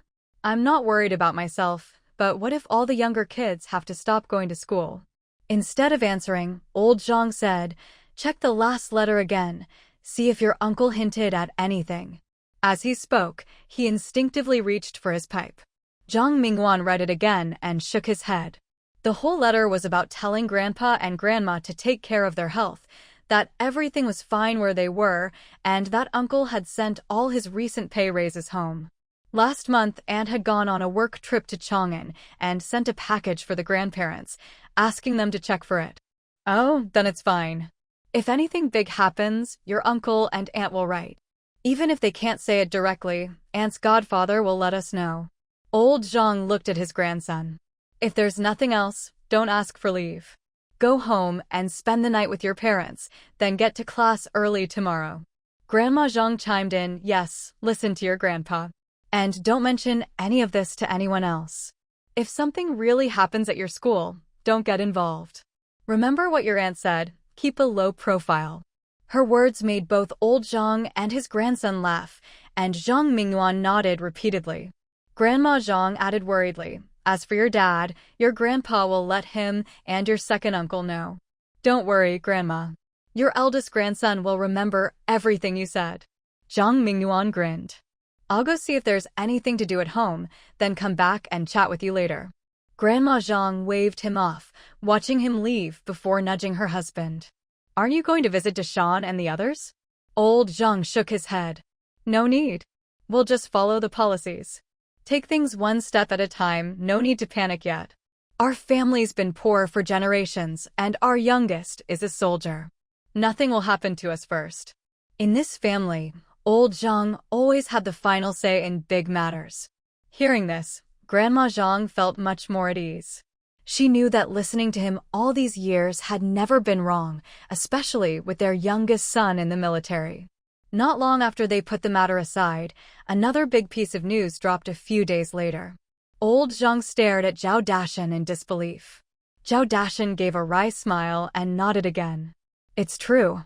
Even elementary schools in the provincial capital stopped classes yesterday. There's even talk that high school graduates won't get job assignments this year. That's the least of it, the city's a mess. This winter. After Zhao Dashan left, old Zhang frowned deeply, puffing on his pipe. His life experience told him this was no small matter, maybe it was just beginning. If all those kids across the country stopped going to school and working, where would the food come from? Would they end up hungry like a few years ago? Old man, what did Deshawn say to make you so worried? Grandma Zhang came in and was almost brought to tears by the smoke, asking anxiously. Nothing. Old Zhang denied instinctively, but seeing her glare, he added, well, something. The kids will know when they get home from school. It's not a big deal. Grandma Zhang rolled her eyes at him. Don't be so nosy. While no one's around, check if there's anything in the house we shouldn't leave out in the open. Hide whatever needs hiding. Grandma Zhang paused, her face tense. Is something big happening? Is our Xiao okay? So biased. Even old Zhang had to admit his wife never forgot her precious youngest son. Don't worry. I told you, it doesn't really concern us. I'm just being cautious, understand? Didn't they put up a sign at the door saying we're a military family? Who'd dare mess with us? Last year, Xiaowu told me that now he's a soldier, no matter what happens, even if he's not home, I shouldn't be afraid. Old Zhang paused, coughing on his pipe. This silly woman. She never told him something so important, just chatted nonsense every day. What else did Xiaowu tell you? Grandma Zhang looked at him strangely. Didn't I tell you everything? You never mentioned this. Old Zhang thought, rolling his eyes at her. Grandma Zhang burst out laughing. You're getting more forgetful as you get older. Well, if you don't bring it up, I forget too. I'll listen to you and tidy up the house. After stocking up on rice, flour, coal, and wild game at their small courtyard in the county town, the couple didn't dare waste any time and hurried back to Zhang Jiao village. As soon as their car reached the village entrance, Aunt Zhang was there, huddled up and waving at them energetically. Auntie, why aren't you waiting at home? It's windy out here, Zhang Guoqing called out. Aunt Zhang pulled down her thick scarf to reveal her mouth. Xiaowu, don't go home yet, I need to talk to you. Hearing this, Zhang Guoqing exchanged a glance with Zhou Jiao. Without further ado, he pointed to the back door of the car. Auntie, hop in and we'll talk. Seeing her struggle with the door, Zhou Jiao got out to help her open it. My two brothers back home smoked a lot of cured meat and sausages before the new year. Do you want some? Zhang Guoqing didn't answer right away. He glanced at Zhou Jiao and smiled. Is there a lot? If it's too expensive, I can't afford it. You brat, still trying to play games with your auntie? Just 100 or 200 Jean. I was going to ask your mother, but since you're back, I thought I'd ask you. Thanks, auntie. It's great that you thought of your nephew. How could I say no? Zhang Guoqing knew she was planning to sell the meat on the black market for a high price during the busy farming season. But he had to be upfront. He'd dealt with her brothers before. They were the type who never let go of the eagle until they saw the rabbit. I don't have much cash on hand right now, so I'll buy as much as I can. Is that okay? Of course. You can negotiate the price with them directly. Don't worry about saving face for me. With all the crackdowns lately, I'm worried they'll try to sneak off to the black market again. Zhang Guoqing just smiled and said nothing. No wonder she came to him. He remembered back when they joined the collective, those two brothers had sold him their secretly raised pigs at a sky-high price. What was it back then? For yuan for cured meat, 1.5 for live pigs. That was nearly 4 times the market price. If it hadn't been for the guaranteed food safety, he wouldn't have bought it at all. In the end, he managed to bargain them down by half. Dealing with people who drive such a hard bargain, he really didn't want to do it again. This time, Zhang Guoqing planned to go check it out. If the price was high, he'd buy 3 or 5 Jean out of respect for his aunt. If they were reasonable, he'd take the lot. With summer coming, it'd be good to improve his 3 sons' meals. Aunt Zhang's family was one of the better-off branches of the old Zhang clan. With her 2 brothers always wheeling and dealing, their household was in good shape. As the car drove into their village, Zhang Guoqing could see from afar the half-brick, half-mud courtyard by the river. That was Aunt Zhang's family, the Gao family. Of course, this Gao family had nothing to do with the famous Gao Yi from Dream of the Red Chamber. They were just local farmers and not a single scholar in their ancestry. Still, the 2 brothers were quite capable. One drove the ox cart for the team, the other managed the warehouse. Zhang Guoqing often suspected that a lot of the production team's goods had ended up in their hands. They looked honest enough, but after dealing with them, he knew better than to judge by appearances. Aunt Zhang herself was sharp and shrewd, always knowing her limits and never taking advantage of others. But Zhang Guoqing still remembered how his cousin Qifeng once drunkenly bragged about how his mother had a bunch of gold rings and bracelets. Of course, Zhang Guoqing pretended he'd never heard that, but it left an impression. Ever since then, collecting gold had become his goal. As soon as the car stopped at the Gao family's gate, an old lady with a face full of wrinkles came out. Her expression changed instantly, and she shouted, "Xuanzi, go get your grandpa." Zhang Guoqing gave Aunt Zhang an apologetic smile. 2 military vehicles suddenly showing up at someone's door was enough to scare anyone. If he'd known, he would have parked at the village entrance.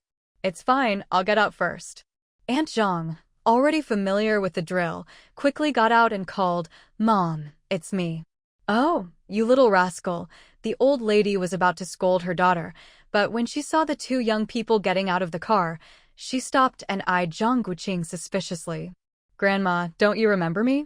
I used to come here with cousin Chi Feng, and you'd give me malt candy." Before he could finish, Aunt Zhang laughed and said, "Mom, this is Xiao Wu, the eldest son of my second uncle's family. Remember? The naughty one who always followed his grandpa around." "Of course I remember. I'm not senile yet. It's just been so many years. No wonder you looked familiar, but I couldn't place you." "So you joined the army? How could your mother bear to let you go? And this is your wife, right?" "I remember people saying the Zhang family married a golden girl. She's a beauty." "Xiao Wu, come in with Zhou Jiao." Aunt Zhang quickly ushered them inside, afraid her mother would go on talking until dark. "Old woman, what do you want?" a man called out. "Dad, come inside first," Aunt Zhang said, then told her nephew Xuanzi to fetch his dad and uncle. Once inside the main room, the eldest Gao daughter-in-law came out of the east wing, delighted, and brought over 3 bowls of sweet water. Zhou Jiao took a closer look at her. Despite her smiling face, her brows occasionally furrowed, and she kept glancing outside, nervously rubbing her palms on her pants. Something was off. Zhou Jiao was sure Zhang Guoqing had noticed too. The couple exchanged a glance, guessing there was trouble brewing. But since Aunt Zhang hadn't mentioned anything, they weren't about to poke their noses in. Soon, before their seats had even warmed, the 2 Gao brothers rushed in, one after the other. Their anxious haste surprised Zhang Guoqing. "Cousin, let's talk outside. Your wife can stay here, we'll be right back." Zhou Jiao nodded at Zhang Guoqing. A short while later, after loading 3 large burlap sacks into the car, Zhang Guoqing said goodbye to the elders, left Aunt Zhang to visit her family, and took a bewildered Zhou Jiao with him. "What's going on?" she asked. "The production team has 3 staff members stationed here all the time, eating and living with the villagers. The Gao brothers are worried that when it's their turn to provide food, they won't be able to keep their goods, so they're desperate to get rid of them." Zhou Jiao sensed he wasn't finished and waited. "They said that if you get caught trading on the black market now, whether you're buying or selling, it's life imprisonment. They claim they don't want to make money this way, but who knows if that's true. With the opening of farmers' markets and fairs, the black market's taken a big hit. I think they can't get high prices there anymore, and with the inspectors stationed here, they're scared." Zhou Jiao nodded in agreement. "There's over 200 gene of cured meat. Think how many pigs that takes. If the brothers get caught, no amount of talking will get them out of it. You bargained them down, didn't you?" Zhou Jiao had no doubt he'd take advantage of the situation. No matter how much he changed, a businessman was still a businessman. Some things never changed. Zhang Guoqing grinned and nodded. "Of course I bargained. I bought it all, so I had to. Last time, they wanted 4 yuan and I got them down to 2. This time, they offered 2 and I said 1. Zhou Jiao laughed, covering her mouth. "In the end, I added 10 cents for Uncle's sake. Honestly, I didn't take much advantage. The meat's freshly smoked by spring. It'll lose a lot of weight if they try to sell it then." Zhou Jiao shot him a sidelong glance. Typical, getting a good deal and still pretending otherwise. If she wanted to sell it, she wouldn't even need the black market. Back in the capital, she could easily double her money. Zhang Guoqing settled Zhou Jiao at the table with his sisters-in-law.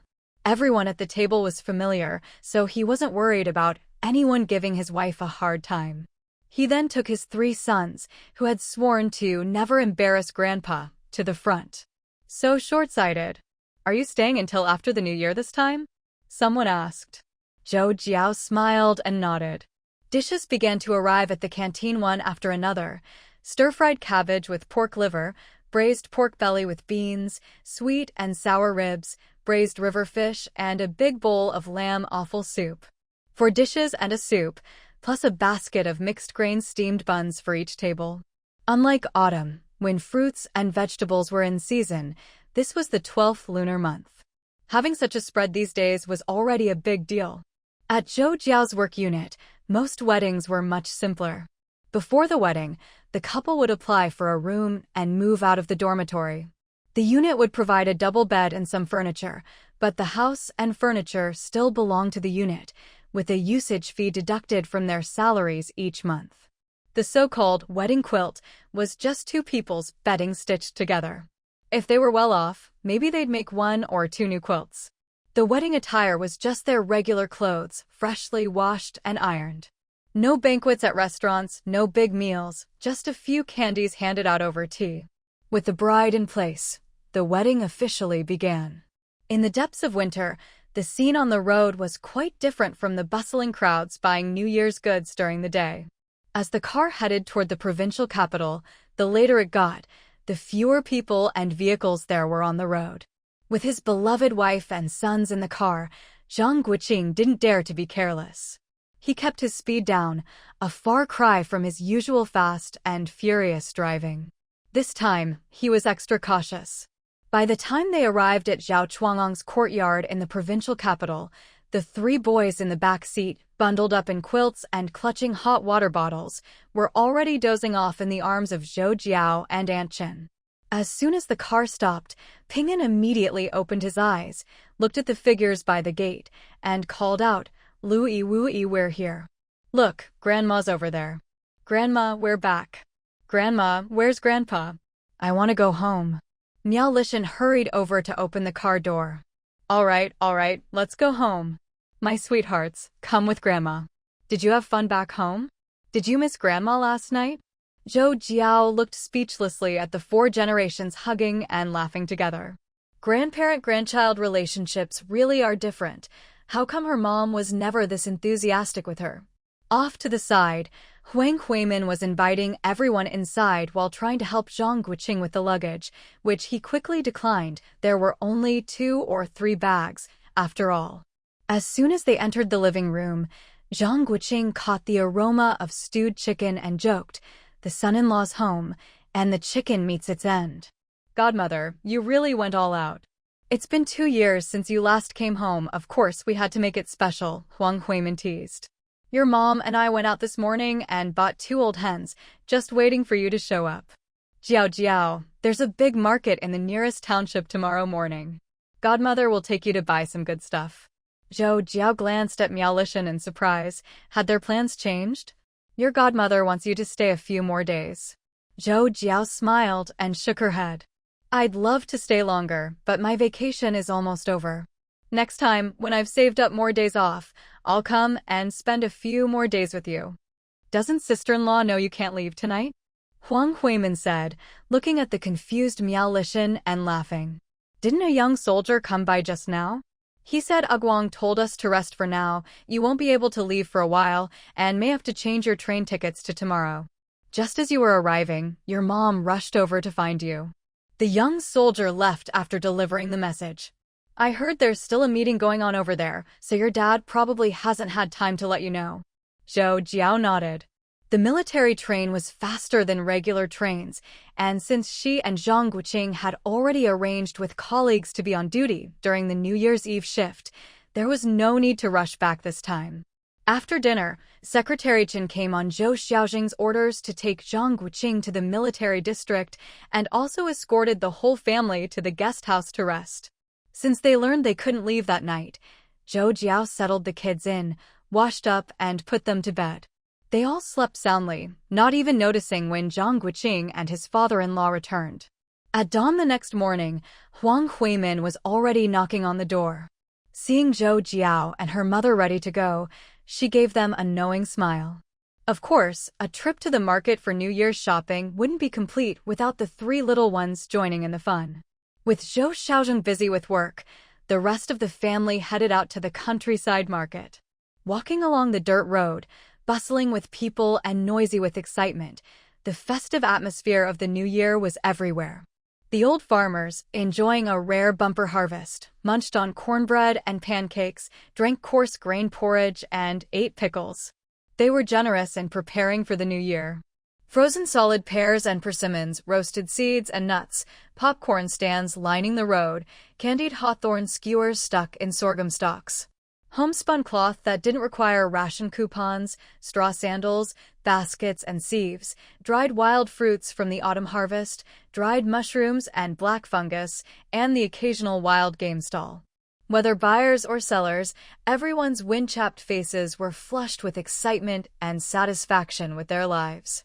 Huang Huimin and Miao Lishan dove into the stalls early, and before long, their baskets were filled with all kinds of odds and ends. Seeing this, Zhou Jiao pushed Aunt Chen, who was looking after the kids, to join in the fun. Unlike the others, she and her husband didn't need to rush to buy anything. They just wanted to enjoy this happy time with their children. Zhang Guoqing unbuttoned his military coat to keep the twins warm inside, while Zhou Jiao did the same with Ping'an, securing him with a sling. The 5 of them left the others behind and took the kids on a market tour. This time, the couple thoughtfully took out various small bills and coins, guiding the children to understand the concept of purchasing power, especially focusing on the twins. To integrate into life, you first have to understand prices. They bought 5 malt candies for 1 cent, 3 sticks of candied hawthorn for 5 cents, and a big bag of pine nuts for a dime. As time went on, the twins gradually got the hang of bargaining and even played the buy for a dime, get a penny free game. By the end, they could fluently recite prices and make exchanges. The results were impressive, but also a bit comical. After leaving the crowd, just as Zhang Guoqing was praising his son's math skills, the youngest, Wu Yi, asked, "Dad, how come when we give someone a bag of gifts, they give us a bag of gifts too?" Louis chimed in, "A box of preserved fruit can buy 10 pounds of pine nuts, and 2 pounds of white rabbit candies can get you half a sack of mushrooms." Louis frowned, "Not counting what we give Grandpa and Grandma, a whole wild boar has to be split between first uncle and second uncle, and it can buy lots and lots of sacks of gifts." Ping'an, nestled in Zhou Jiao's arms, looked smugly at his 2 younger brothers and said nothing. Zhang Guoqing burst out laughing. "You little rascals! That's not how you calculate things between relatives. For example, didn't your aunts make you new clothes by hand? Didn't your cousins pick wild goods for you themselves?" Lu Yi and Wu Yi nodded. "There's more to family than money, there's thoughtfulness and care. That's the kind of affection you can't buy with money. When you grow up, you'll understand that nothing is more valuable than sincerity." While waiting for Miao Lishan and the others, Zhang Guoqing gave more examples of family unity and mutual help, and talked about how the 3 branches of the Zhang family interacted over the years. This kind of warm, supportive family bond might be lost on the twins for now, but clever little Ping'an certainly understood. He wrinkled his nose at Zhou Jiao and made a funny face. Zhou Jiao chuckled and patted his bottom. "Everything has 2 sides. There are no absolute good or bad people in this world, only human hearts." As usual, Miao Lishan loved to buy in bulk. Worried that buying too much would cause trouble, the group went into town to mail a package. After lunch in the city, they let the kids play some more. A few blasts of the train whistle later, the twins set off on their first long journey away from home, taking with them their first impressions of their ancestral home. No matter how close you are, nothing compares to the water of your hometown. If you don't spend time on this black soil, how can you develop a sense of belonging? All deep relationships are built over time. Everything depends on the future. After celebrating New Year's Eve of 1964, the year 1965 finally arrived, albeit a bit late. With the arrival of spring, the much-anticipated relocation of the compound finally took place with great fanfare. Originally, Old Master Cheng and his wife had insisted on moving back to their ancestral courtyard house, but under the combined efforts of the 3 little brothers, one acting cute, another pleading, they relented, just like the Zhou family, and officially moved into a nearby 2-story house. Moving into the new home, everything was much the same as before. Except for 1 or 2 families who moved into the city, the neighbors remained the same, and even more families had moved into the surrounding area. Life didn't change much, except now they were in the suburbs, with a new bus line, a new yard, and newly added gas canisters. Overall, the living facilities were even better. The children still went to school or kindergarten as usual. With the twins growing up, Aunt Sun also left the Zhou family. As for Zhou Jiao, Thanks to a direct bus line from the military district to her workplace, she still commuted between home and work, sticking to her routine. She never sought promotions at work, always maintaining a low profile and keeping a polite but distant relationship with her colleagues.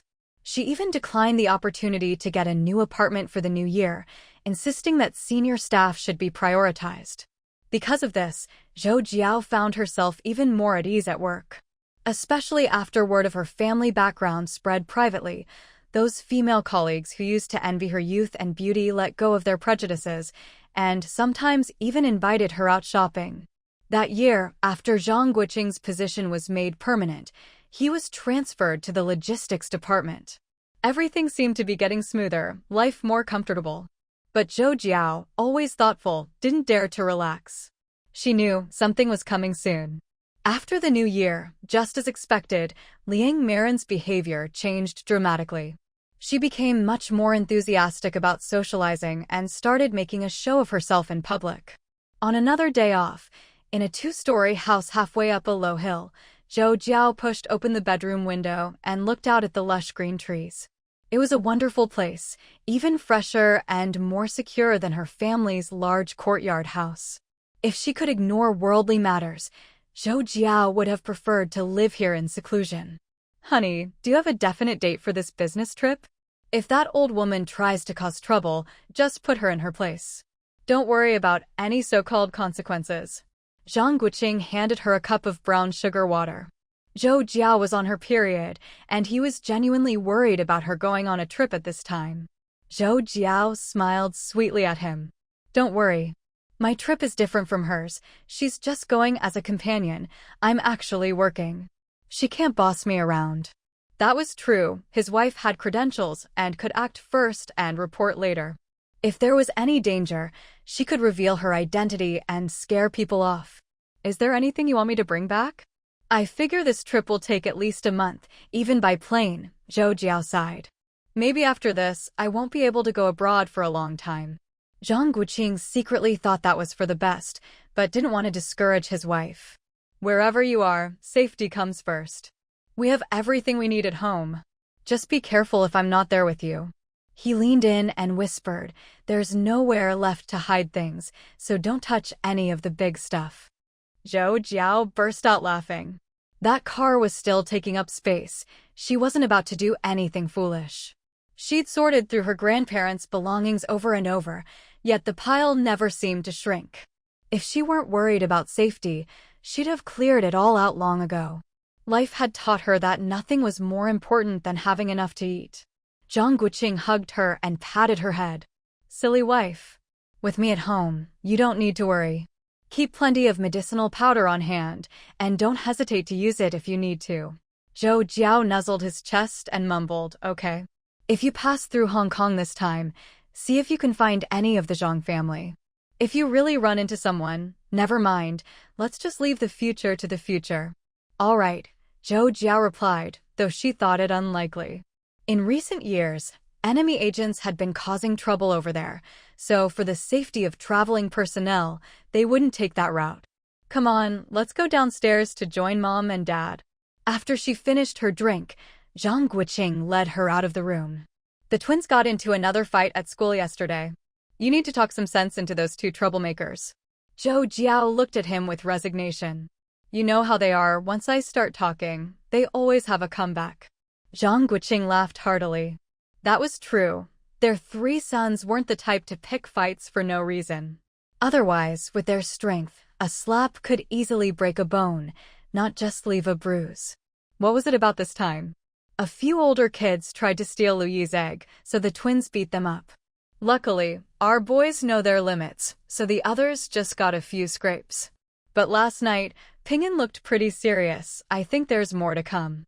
Zhou Jiao just smiled. As parents, we should let the three brothers sort things out themselves, as long as they don't suffer any losses. See? The kids love to fight, must be the mother's fault for indulging them. Zhang Guoqing would never admit he was already planning to give those other parents a piece of his mind. Still, Zhou Jiao took the three boys to the study for a thought lesson. The topic was, what is true courage? What are underhanded tricks? How do you win people's hearts? Of course, she also reminded them not to get involved in fights that had nothing to do with them, just for the sake of brotherhood. All three boys were being raised to be future heads of the family. She and her father, as well as she and her husband, spent all their spare time on their upbringing, worried they'd be led astray while still young. Mom, don't worry. I pick up my brothers after school every day. We're very well behaved in kindergarten. The teachers all like us. Yeah, I never hit anyone hard. I'm afraid of hurting them. We all remember what you, Dad, and Grandpa said. Last time, they tried to get me to join a fight, but I found an excuse to get out of it. Good kids don't fight, unless someone provokes you first, Zhou Jiao nodded approvingly. I'm a good kid. Pinyin glanced at Louis and gave him a subtle glare. Don't think I don't know you deliberately used the egg to bait those kids, and now you're calling yourself a good kid? Louis blinked his big eyes innocently at his brother. He was still young, how could he understand? Besides, those older kids had bumped into his little brother first. On the side, Louis raised his chubby little hand.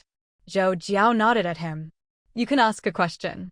Brother said when we turn 3, Dad will take us hunting. Zhou Jiao looked helplessly at her two youngest, their eyes shining. It was barely past July 2nd. How eager were they to grow up? Pinyin quickly corrected him. Louis, you're not being honest. I said 5 years old, and that's 5 full years. You two are still too young. I only started practicing martial arts at 5. Before he could finish, Louis covered his face with his chubby hands, peeking through his fingers. But I feel grown up already, I know lots of characters. Louis frowned. What if, by the time we grow up, Dad's too old to go hunting? He won't be. By then, I'll teach you. Listening to her son's childish chatter, Zhou Jiao could barely hold back her laughter. She thought, I should let their father hear this, see how little confidence the kids have in him. After stocking up the small courtyard in the county town with rice, flour, coal briquettes, and wild game, the couple didn't dare waste any time and sped back to Zhang Jiao village.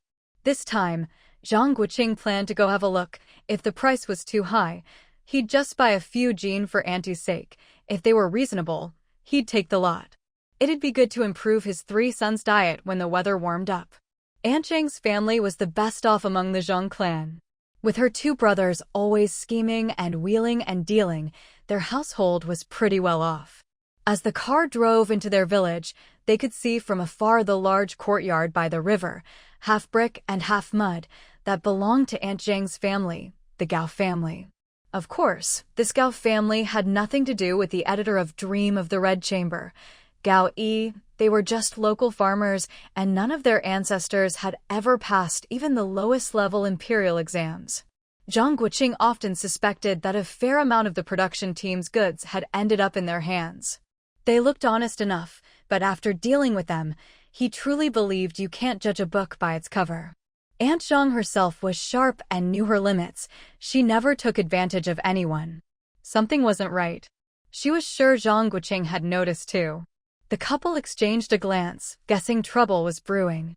But since Aunt Zhang hadn't mentioned anything in front of them, they weren't about to bring it up themselves. Before long, the 2 brothers, Gao Lauda and Gao Lauer, hurried in, clearly in a rush. Their anxiousness surprised Zhang Guoqing. Hey, nephew, let's talk outside. Your wife can stay here, we'll be right back. Zhou Jiao nodded at Zhang Guoqing. A little while later, after loading 3 large sacks into the car, Zhang Guoqing said goodbye to the elders, leaving Aunt Zhang to visit her family, and drove off with a confused Zhou Jiao. What's going on? The production team's 3 staff are very strict, basically living in the village and eating with the villagers. The Gao brothers are worried that when it's their turn to provide food, they won't be able to keep their goods, so they're desperate to sell. Zhou Jiao knew he wasn't finished and waited for him to continue. Zhang Guoqing grinned and nodded. Of course I did. I bought the whole lot, had to bargain them down. Last time they wanted 4 yuan, I got them down to 2. This time they started at 2, I offered 1. Zhou Jiao couldn't help but laugh, covering her mouth. Swing your broadswords at the devil's heads. Brothers in arms across the nation. The day of resistance has arrived. Take aim at the enemy. Wipe them out, wipe them out. Charge. Swing your broadswords at the devil's heads. Kill. Swing your broadswords at the devil's heads. Having gotten the better end of the deal, Zhang Guoqing sang the broadsword march loudly all the way. Zhou Jiao, sitting beside him, was so amused she laughed till tears came out. After all these years, it turned out this man still remembered those old times. What a petty guy. As soon as the military vehicle arrived at the old Zhang family house in the village, the 2 horse-drawn carts waiting at the gate also set off. Before the couple could even get out, Father Zhang opened the back door and climbed in. The kids have your mother with them. Let's hurry up and go, or we'll be late. Zhang Guoqing didn't say much in response. In winter, it gets dark by 4 or 5 o'clock, and the later it got, the colder it would be. He could handle it as a grown man, but his wife and kids couldn't be left to freeze. When they arrived back at the small courtyard in the county town, it was already time to say goodbye. The siblings barely had time for a few words before each wished the others well. Before getting into the car, Zhang Guoqing straightened his military cap and gave his parents a solemn salute. Take care, Mom, Dad. Father and Mother Zhang watched the car until it disappeared from sight. It was a while before their 2 sons and 2 daughters, who had specially taken leave, managed to pull them back inside. Seeing his mother looking downcast, second brother Zhang joked, "Mom, when spring comes, you and Dad can come over and I'll personally see you onto the train." That's right, Mom. When the weather warms up, you and Dad should go visit Xiaowu. He's working now and comes home every night, so you don't have to worry about having no one to keep you company when you go out. Eldest brother Zhang Guofu had just come in from checking the snow on the roof and saw his siblings comforting their parents. He scratched his head, caught second brother's hint, and smiled knowingly. Dad, Mom, didn't Xiaowu say it himself? He wants you to wait happily for him to come back, or else go stay with him. You promised him, remember? Don't make him worry while he's away. Dad, did you see that big pile of coal briquettes and coal in the storeroom? Mom, your youngest son was worried you'd get cold, so he prepared enough coal to last you and Dad 2 years. Mother Zhang immediately stood up and headed outside. That spendthrift son at it again. I was wondering why they were gone so long. Father Zhang, seeing his wife so lively, couldn't help but laugh. Just then, Zhang Meihao was about to head to her parents' bedroom when her older sister, Zhang Meili, quickly pulled her back and gave her a look. Meihao immediately understood. If their younger brother had even prepared coal, there must be other things too. If nothing else was out in the open, it meant he didn't want the sisters-in-law to know and put their parents in a tough spot. She almost made a mistake. But not everyone was so perceptive. Huang Zuelan kept staring at Lin Juhua, which earned her a glare from the clueless eldest sister-in-law. No matter how curious she was, she didn't dare make a fuss in front of her 2 sisters-in-law and her own husband. And even if she saw, so what? If the younger brother and his wife gave things to their parents-in-law, could the sisters-in-law really be jealous and try to take them back to their own homes? If they even tried, their husbands would scold them for sure. Huang Zuelan glanced at her, then looked down and pouted. Ever since the younger couple had twins, money had been tight for them, and they no longer sent packages home as often. She didn't really want to take advantage. Besides, even if she did, it was up to her mother-in-law. She was just curious what the younger couple had prepared for their parents this time. Sitting at the head of the table, Father Zhang half closed his eyes and blew out a long puff of smoke, seeing through all the younger generation's thoughts. He just smiled indifferently.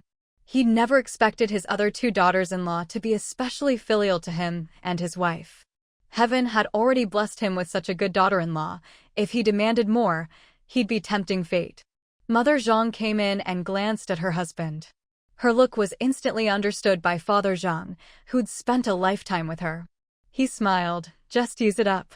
Keeping ourselves healthy and not making the kids worry is more important than anything.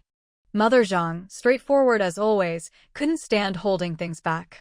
She pointed at the snow pile outside. Eldest and second, you 2 go dig out the wild boar meat and hurry home to make dinner. I'm not keeping you here to eat tonight. Zhang Meili quickly tried to persuade her, Mom, it's fine, you keep it and enjoy it slowly. That's right, Mom. Zhou Jiao said you should drink more bone broth to get more calcium, for your bones. Don't always think of us when you have something nice. We have our own rations and never lack for food or clothes. Zhang Meili approvingly patted her sister. Well said. Big brother and second brother can take some home, but we sisters don't need any. We got extra rations at the end of the year. Come on, it's almost time to get off work. Let's head home and come back tonight. Sure, I need to make dinner anyway. The sisters chatted as they hurried out. Mother Zhang didn't stop them. You too, listen to your mother and get moving. It's meant for you anyway. The girls live close to your eldest brother, so I'll send some over later. Mom, really, it's not necessary. Mother Zhang just wanted them to go home and cook and waved her hand impatiently. Enough with the nonsense. Take 10 pounds each for your families so the kids can have their fill. She wouldn't give more, not because she begrudged her own children, but because it was New Year's and if she gave too much, her daughters-in-law would just send it to their own parents. She'd rather keep it so her grandchildren could have more. What her youngest son gave to his parents wasn't meant for the sisters-in-law to use as gifts. After finally sending off her children and grandchildren, Mother Zhang locked the door and immediately dragged her husband to the cellar to check things out. She didn't really need to look. From the way her youngest son and his wife had reminded them to eat more before leaving, she could guess. Looking at the cellar, now refilled with 2 big vats of white rice and fine flour, cornmeal, racks of wild boar meat, cured meat and sausages, and frozen lamb legs. Mother Zhang turned away and wiped her eyes, pretending it was nothing. These 2 silly kids, it's almost New Year's. How much money must they have spent on all this? Father Zhang stroked the gleaming white rice, heart aching. Dear, we should just go to Beijing next time and not make the kids come back. Every time they come, they're afraid we'll go hungry and buy so much stuff. No matter how much they earn, it's not enough. We still have 3 other kids. Xiao Wu and his wife are so filial, but they're a bit too generous. Mother Zhang immediately caught on. Don't you dare go to the black market to change money. Didn't Xiao Wu tell us over and over not to take risks? Father Zhang, scolded, burst out laughing. All right, I won't go to the black market. We're an honored military family now. How could we drag our son down? Exactly. If we got caught, our son would be implicated. All his 5 years of university would be for nothing. You're pretty smart, old girl. You old fool. Lu Yi and Wu Yi said we can't use bad language or scold people. Father Zhang laughed, thinking of his chubby little grandsons frowning and acting like little grown-ups. So funny.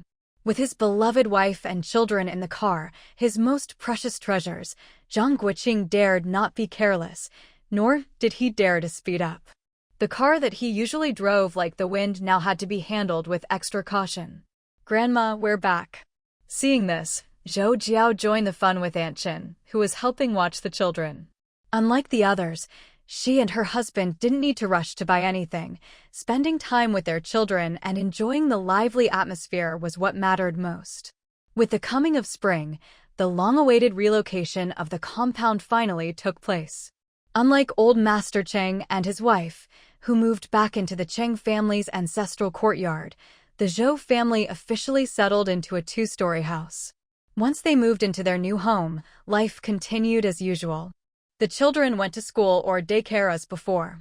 As the twins grew older, Aunt Sun left the Zhou household. Thanks to a direct bus route from the military district to her workplace, Zhou Jiao still commuted between home and work, living a simple, routine life. She had no ambition for promotion at work, always keeping a low profile and maintaining a polite but distant relationship with her colleagues. She even declined a New Year's housing allocation, insisting that senior staff should be given priority. As a result, Zhou Jiao found herself even more at ease at work. Zhou Jiao couldn't help but laugh.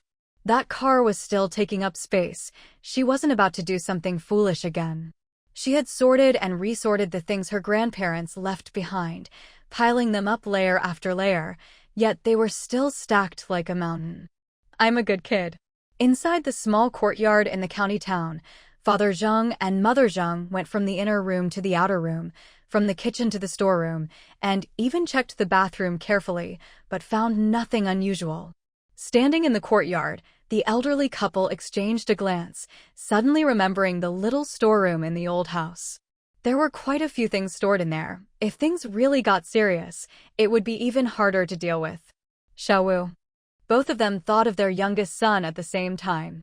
But with the mountains so far away, and now that he was a soldier, a man of the state, how could he just come and go as he pleased? The sound of a car engine rumbled outside, but Father and Mother Zhang didn't pay it much mind. Leaders from the provincial capital often visited nearby offices, especially since the recent investigations began. But after a while, the figure in military uniform who appeared at the gate, wasn't that their youngest son? Father and Mother Zhang instinctively rubbed their eyes. Zhang Guoqing strode forward with a smile, stopped in front of his parents, and saluted. Dad, Mom, your unfilial son is sorry he couldn't come back sooner. He could well imagine how uneasy his parents must have been these days. But just as he'd thought before, being a soldier meant giving up personal freedom. This time, he finally got a chance to return because valuable supplies were being shipped to the Northeast Military District, and as a member of the logistics department, he was able to hitch a ride back on a military plane. Otherwise, there were many things he couldn't say in letters, and even phone calls with Zhao Chuanguang weren't necessarily safe. Father Zhang patted his son, his eyes turning red. Good, good, I've been hoping you'd come back. Didn't you say you had no leave? You won't get in trouble for coming back like this, will you? Let's not talk about that yet, Mother Zhang interrupted, pulling her son toward the kitchen. You must be hungry. I'll make you some cold noodles. Tell me, how are things over there? How's your father-in-law and the rest of the family? Zhang Guoqing grabbed his father's rough hand with his other hand, smiling as they walked. Everyone's doing well. Before I left, Zhou Jiao asked me to bring you both back with me. Mother Zhang grinned at her husband. We'll see, we'll see. How long can you stay this time? I've prepared a lot of dried goods. Will you be able to take them all? If not, I'll mail you a package. Seeing the hope in his parents' eyes, Zhang Guoqing replied guiltily, I'm here on duty this time. I have to catch a military flight back to Beijing tomorrow afternoon. That's all right, work comes first. It's already great that you could come back and see us. I heard from your Uncle Dashan that you only get about 20 days off a year, and sometimes you can't even take that. As long as you're all doing well in Beijing, that's all that matters. If we miss you, we'll come visit. Zhang Guoqing felt his mother's grip tighten.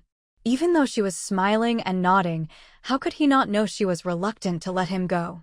For a moment, he was at a loss for words. What could he say? Force them to move to Beijing? It wasn't just about the courtyard. They weren't worried about that.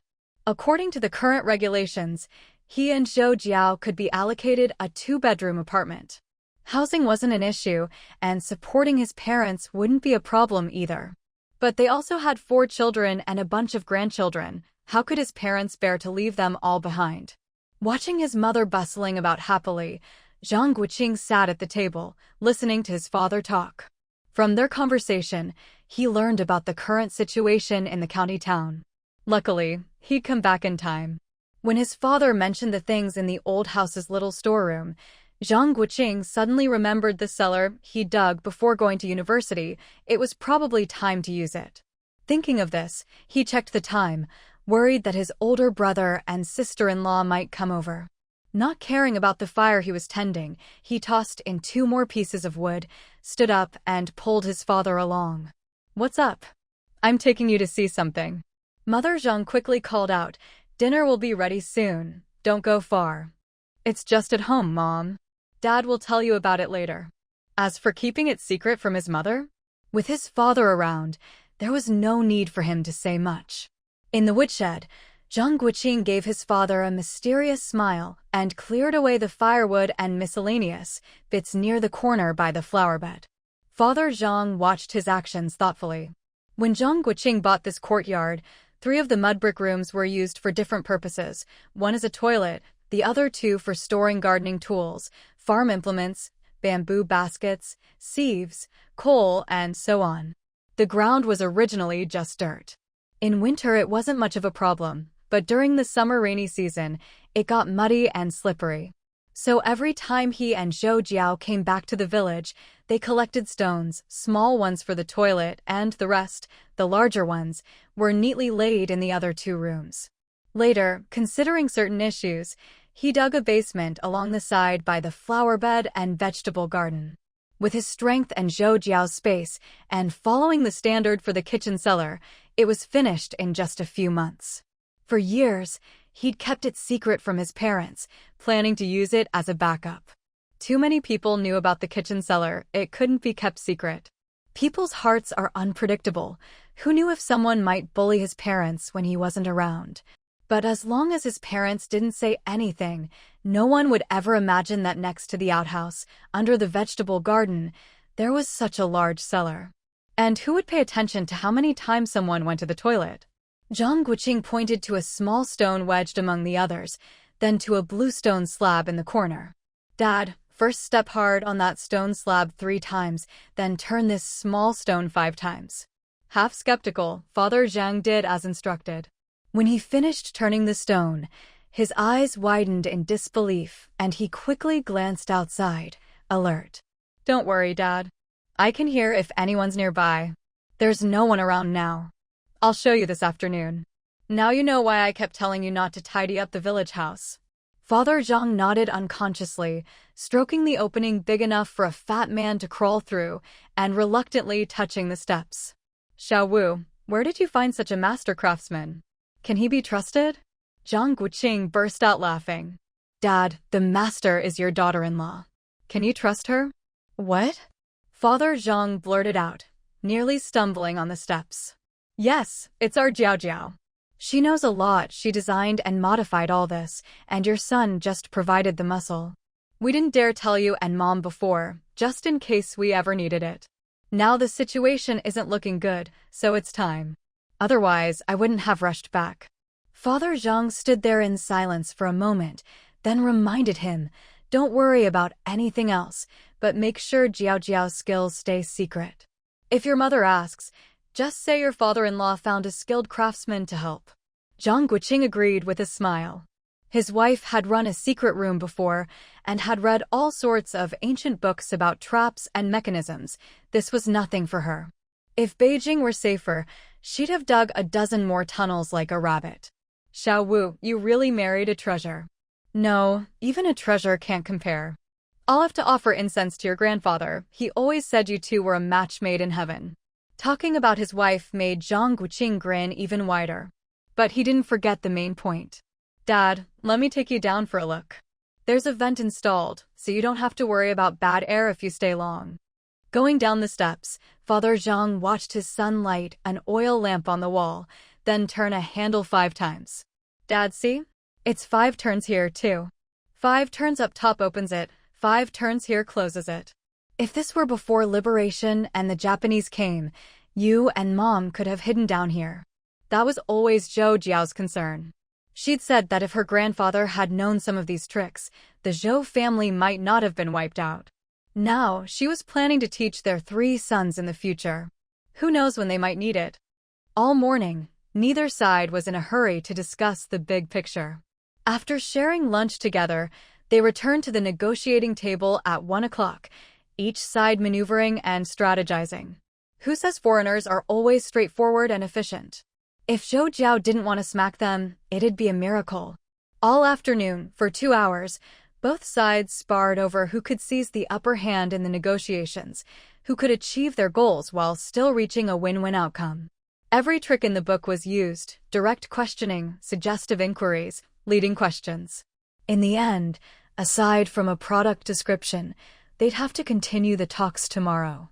Zhou Jiao's job was to record any discussion points from the 2 meetings that hadn't been relayed by the interpreters. As for their own side, there were dedicated staff responsible for official records. Of course, after the negotiations ended, once the finance department had checked the figures, Zhou Jiao still had to do a final review to prevent any errors. All in all, Zhou Jiao's job wasn't particularly heavy. Besides faithfully recording, she wasn't about to play the hero and try to analyze the other side's intentions. Diligence and integrity, Zhou Jiao always kept this in mind at work.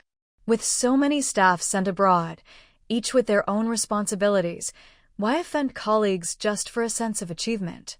Anyone traveling with her was an elite in their own right. Keeping her usual low profile, Zhou Jiao kept her thoughts to herself and quietly followed Minister Jin and the others through 5 days of negotiations. After both sides took a weekend break, the purchase price for the machinery was basically settled, just waiting for the deposit and contract signing. Of course, before that, there was one crucial step left, now entering its busiest phase, verifying the models and cost-effectiveness of all the machinery against international equivalents, based on the data provided by the other side. There was really no way around this. Back home, it was almost impossible to get comprehensive, up-to-date technical information from abroad, unlike in this resource-rich, neutral country. During the 3 days of downtime, everyone was busy and tense, especially the technical experts who'd come along. They were practically working around the clock. It wasn't easy for a poor, underdeveloped country. The people had tightened their belts to save every penny. Who could afford to be careless? Any mistake would make you a traitor to the nation. Zhou Jiao was swept up in the whirlwind too, so busy she didn't even notice when that old woman Liang Xingnan left. She only found out by chance from embassy staff after the data check was done. At this point, she had little interest in these people or events. The priority was to finish this order. After that, they'd be moving on again. But to where? That was an internal secret.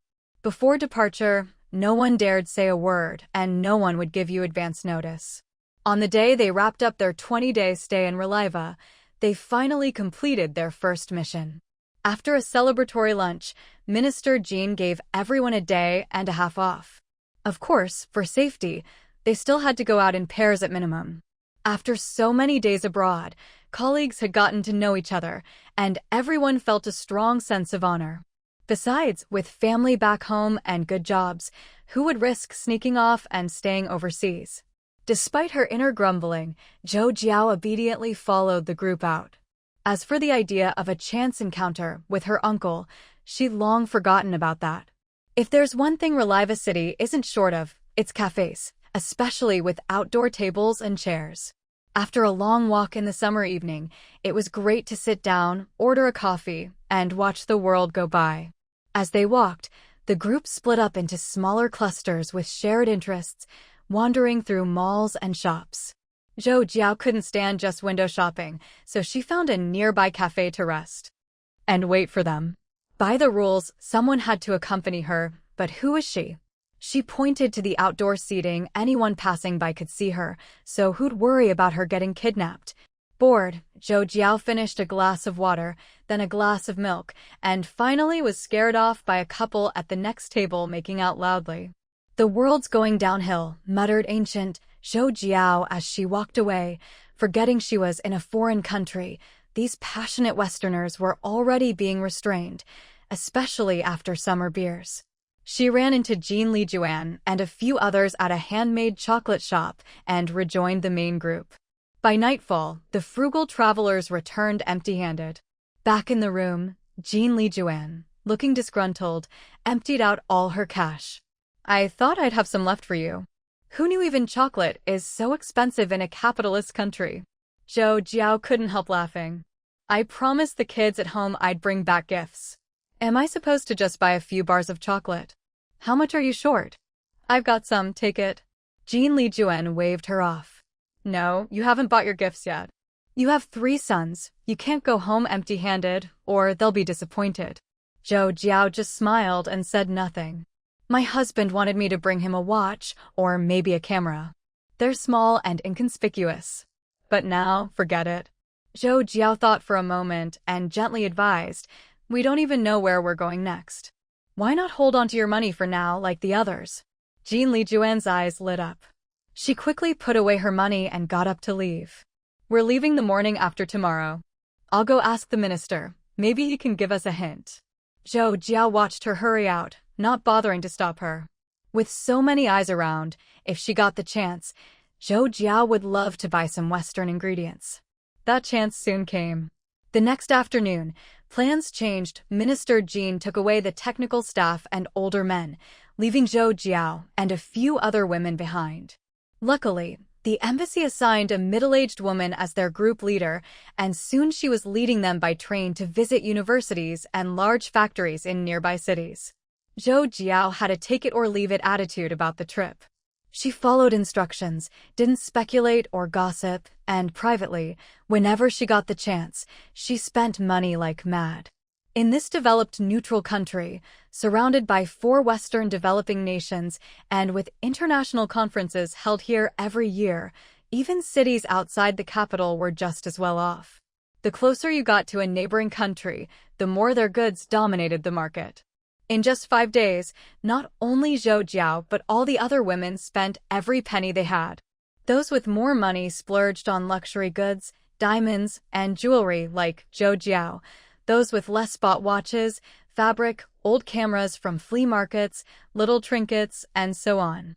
Zhou Jiao guessed most of them would resell their purchases back home. But as long as they could handle the consequences, she had no intention of exposing them. Life had too few pleasures. As long as no one reported them, the occasional splurge wasn't a big deal. After all, every time foreign ministry staff went abroad, who could really know where all those personal purchases ended up? Catching crickets, tying up grasshoppers, scooping up dragonflies, catching cicadas with sticky sticks, hunting fireflies at night, racing beetles. Life for Ping'an and the twins in the capital was as smooth as could be. When the weekend came around again and news spread that watermelon season had officially begun, Zhang Guoqing decided to take his 3 sons out to the rural western suburbs early in the morning for a taste of country life. He borrowed a sidecar motorcycle from work for personal use and drove it out the compound gate. In the sidecar, the 2 younger brothers clung tightly to the handrails, shouting at the top of their lungs, "We're flying! Faster, fly faster! Ah!" Beside them, Ping'an beamed, holding onto the seatbelt that secured his 2 brothers, enjoying the cool breeze rushing past. After a while, Zhang Guoqing slowed down and shouted, "How's that? Feels good, right?" The 3 brothers nodded enthusiastically and shouted back. With Zhang Guoqing's endless parade of games, the kids barely missed having their mother around. Their destination this time was Zhou Jiao's house in the countryside. The place was nestled against the mountains, perfect for growing sweet, dryland watermelons. Besides letting the twins experience rural life, Zhang Guoqing also planned to bring back some watermelons for the orphanage, so his sons could learn about giving back. Big watermelons were only 3 cents a pound, 3 yuan for 100 pounds. Even if every child at the orphanage got just a small slice, it would make them happy for a long time. Captain Zhou had sent word a few days earlier. Hearing the sound of the motorcycle, he immediately came out to the drying yard. Sure enough, it was that rascal bringing his boys over. "Hey, busy as usual, uncle. Why'd you bring the kids? There are mosquitoes everywhere. Be careful." "Got it. Kids, say hello."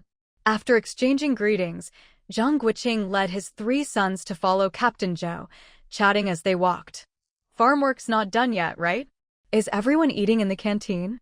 Captain Zhou knew he couldn't hide anything from him and shot him a helpless look. This rascal didn't act like a father at all, always dragging his sons around. City life was comfortable. Why come here to relive the hardships of the past? It's just cornbread and coarse porridge for lunch. Aren't you worried the kids will go hungry? Before Zhang Guoqing could answer, Ping'an patted his chest and promised that he and his brothers would be fine. The twins, already led astray by their big brother, nodded vigorously in support. Of course, experiencing life didn't mean Zhang Guoqing would really make the kids do farm work for long. After giving them water and changing them into long sleeves and pants, he took them to the wheat fields to play with the village kids. He didn't tell them to pick up wheat ears or dig for loaches and eels with the older kids. He just quietly followed, watching them blend in. Ping'an, who'd been to the countryside with his dad many times, understood what was expected. He led his brothers to pick up wheat ears and put them in a cloth bag. He knew that once the 3 of them were sweaty and exhausted, Dad would be the first to feel sorry and take them away. Seeing the village kids with fleas on their bodies and white lice eggs in the girls' hair, Ping'an shot his dad a speechless look. Thank goodness the 3 of them had shaved heads, otherwise, they'd catch something for sure. The twins, oblivious, squatted down and picked up wheat ears with glee, wishing all the other kids would just leave so they could have the field to themselves. Ping'an looked at his brothers with pity. Silly guys, you've fallen for Dad's trick. No matter how much you pick, none of it will be ours. Dad will say it all belongs to the collective. Remembering how he'd been fooled in previous years, Ping'an almost wanted to shed a tear for himself. After more than an hour, when the twins were clearly slowing down, Zhang Guoqing finally called them over. Recite the poem, Pity the Peasants for me. Hoeing grain at noon. Sweat drips to the earth beneath. Who knows, on the plate of food? Each grain comes from bitter toil. Zhang Guoqing clapped. Well done. Do you know how wheat is grown? The twins shook their heads. Ping'an, explain it to your brothers. Zhang Guoqing handed his eldest the water bottle. He was still wary of the village custom of everyone drinking from the same ladle at the well. Ping'an took a couple of sips, handed it to his brothers, and began, before planting wheat, you have to plow the field and fertilize it. Farm fertilizer is basically composted poop. Before sowing, you spread manure evenly over the field. That's not all. See how the fields are in neat rows? That's all done by the farmers with their tools, bit by bit. After sowing, while waiting for the wheat to mature, you have to weed often, carry water and manure for irrigation. When the wheat is finally ripe, you have to hurry and harvest before it rains, then dry it and hand over the grain quota. Ping'an looked around and lowered his voice. Back home, we can only grow one crop of wheat a year. After handing over the quota, even in a good year, a family is left with just 16 gene. You're still young, but when you're older, you'll understand, being a farmer is the hardest, most tiring job, and you get the least to eat. All the good stuff goes to the city, so everyone wants to move to the city and be a worker. Zhang Guoqing cleared his throat, seeing his eldest wrinkle his nose at him, half amused, half exasperated. Now you know how hard farming is, right? So you have to cherish food and not be picky. Lulu nodded and held out his hands. Daddy, I'm dirty. I want to wash my hands. Daddy, I'm itchy. I want a bath.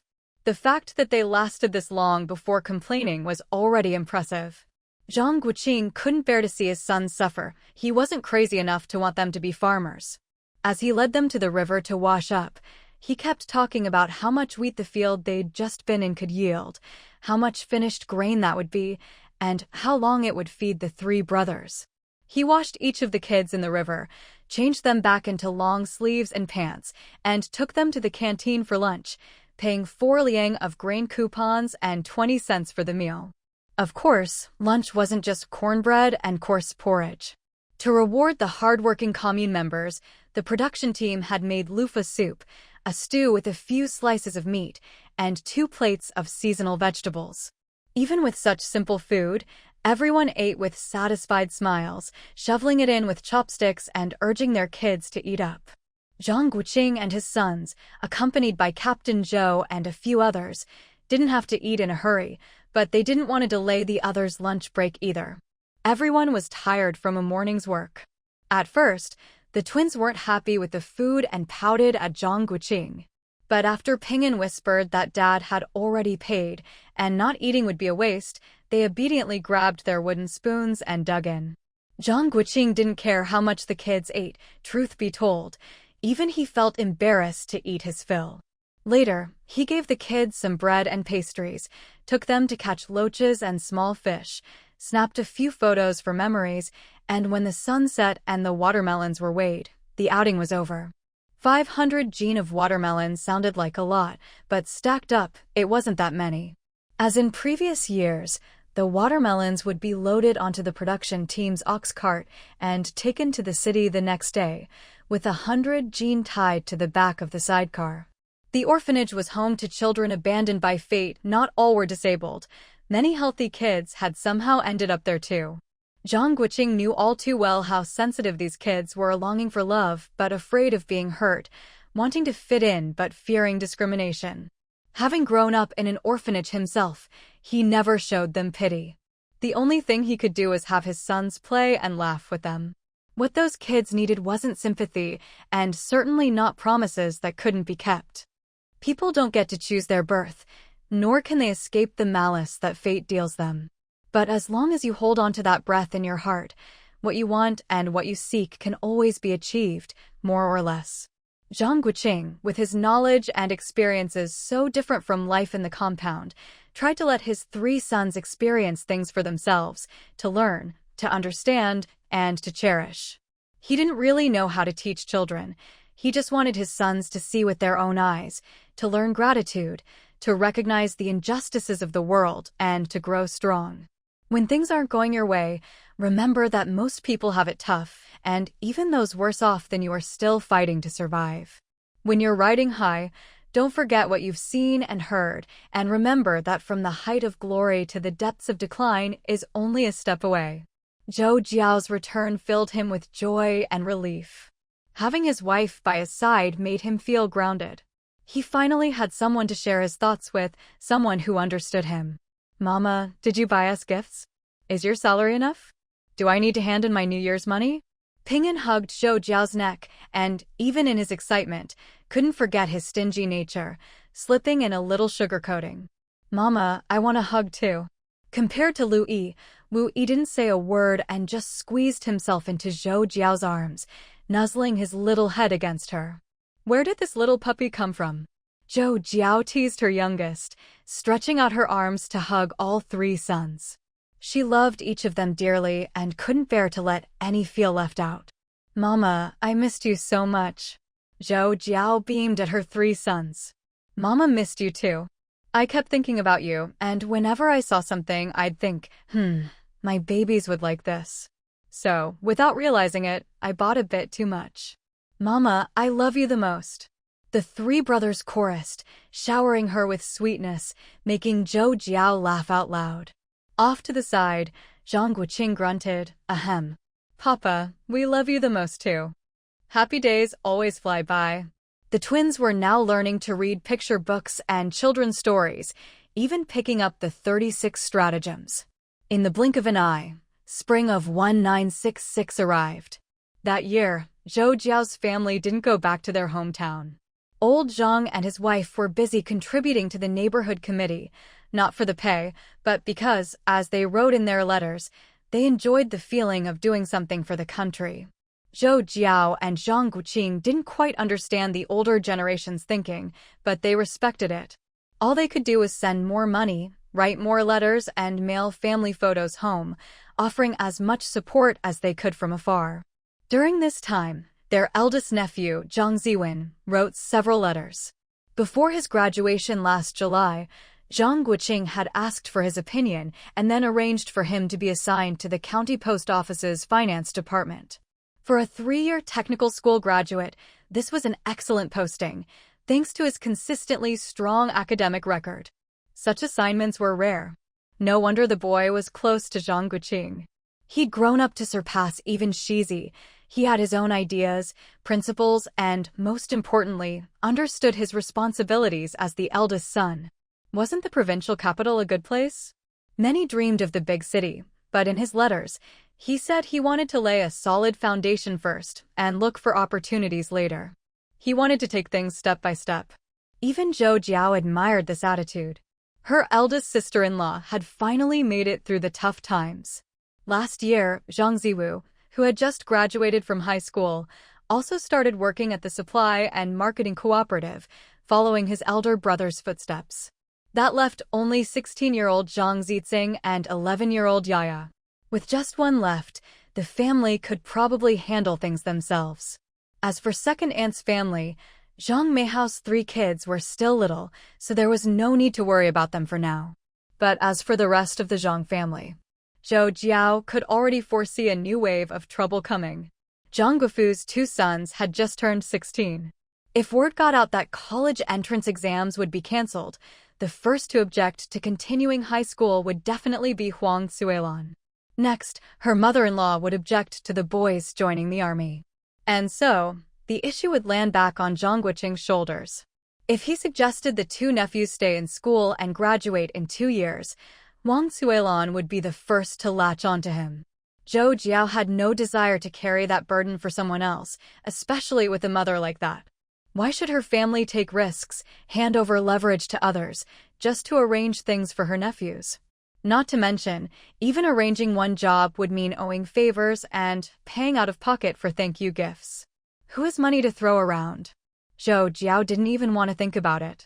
Just being away from home wasn't enough. Old Zhang would surely write to ask, and Zhang Guoqing would worry about his nephews. She never shared these thoughts with Zhang Guoqing. She knew it would bring risk to their family, but she trusted that when the time came, Zhang Guoqing would know what to do. Unlike the army, which never got involved in these matters, by April, the atmosphere in the city was tense, everyone on edge, even the doorman at work was jumpy. Zhou Jiao actually felt a sense of relief. Finally, it was happening. She adopted a silence is golden approach, spending her evenings guiding her three sons' thinking. As long as her father stayed upright, the family would be safe. The real danger was that her young sons might be lured by ill-intentioned people. She had to keep a close eye on them, even giving Doctor Who endless instructions and suspending weekend hospital internships. Keep a low profile, mind your own business, these became the family's most frequent words. To her surprise, the usually combative twins quickly changed their behavior. She felt both heartache and comfort. If there was one thing that had changed most outside, it was the tone of the editorials. As the weather warmed, the language in the papers grew harsher, with alarming articles appearing daily. By May, seeing her father attending more and more meetings, Zhou Jiao stopped analyzing those articles, stopped trying to guess their intent. Zhang Guoqing, on the other hand, grew even calmer. Unlike Zhou Jiao's steady composure, his calm came from real relief. Since last year, with one warm-up match after another and acquaintances falling left and right, he'd worried his father-in-law might get dragged in. Now, things were clear, their family was fine. Wife, as long as I'm here. That promise meant so much, and Zhou Jiao felt at ease. Yes, with him here, there were many things she couldn't tell her father, but he was always by her side. Little did she know, with Zhou Xiaoxing's abilities, how could he not see the two possible directions things might go? But how could he bear to let his only daughter worry herself over such matters? He'd lived over 40 years, what storms hadn't he weathered? There was always some investigation or another, always starting with a bang and ending with a whimper. Unfortunately, this time, just like his old superior, he misjudged many things. Once certain events go off track, no one can control the outcome. Inside the small courtyard in the county town, old Zhang and his wife carefully inspected every corner, from the inner room to the outer room, from the kitchen to the storeroom, and even the toilet, only to find nothing unusual. Standing in the courtyard, the elderly couple exchanged glances, suddenly recalling the small storeroom in their old house. There were quite a few things stored in there, and if the situation really got serious, it would be even harder to deal with. Xiaowu, what's up? Your youngest son is taking you to see something. Spring is for sowing and transplanting rice seedlings, summer for weeding and picking vegetables, autumn for harvesting crops, digging potatoes and cutting rice and sorghum, and winter for repairing irrigation channels and river embankments. Year after year, day after day, life goes on like this. The 5 educated youths had already grown used to such days. Compared to those in other teams, they were quite content. But at this moment, they had no idea that a surprise might soon be coming their way. In the production team's office, the old team leader, deputy leader Uncle Zhang, and accountant Xiaoshi too had just finished allocating the latest batch of game, as per the usual rules. Having changed his clothes, Zhang Guoqing came back into the room and told them he was heading back to his team. The old team leader waved his hand. Sit for a bit, I have something to ask you. Team leader, I'll head out first then. Xiaoshi too quickly stood up. Xiaowu, eat before you go. Your share has already been set aside, don't forget to take it. The old team leader laughed and pulled Xiaoshi too back. Where are you going? I'm not discussing any secrets with this kid.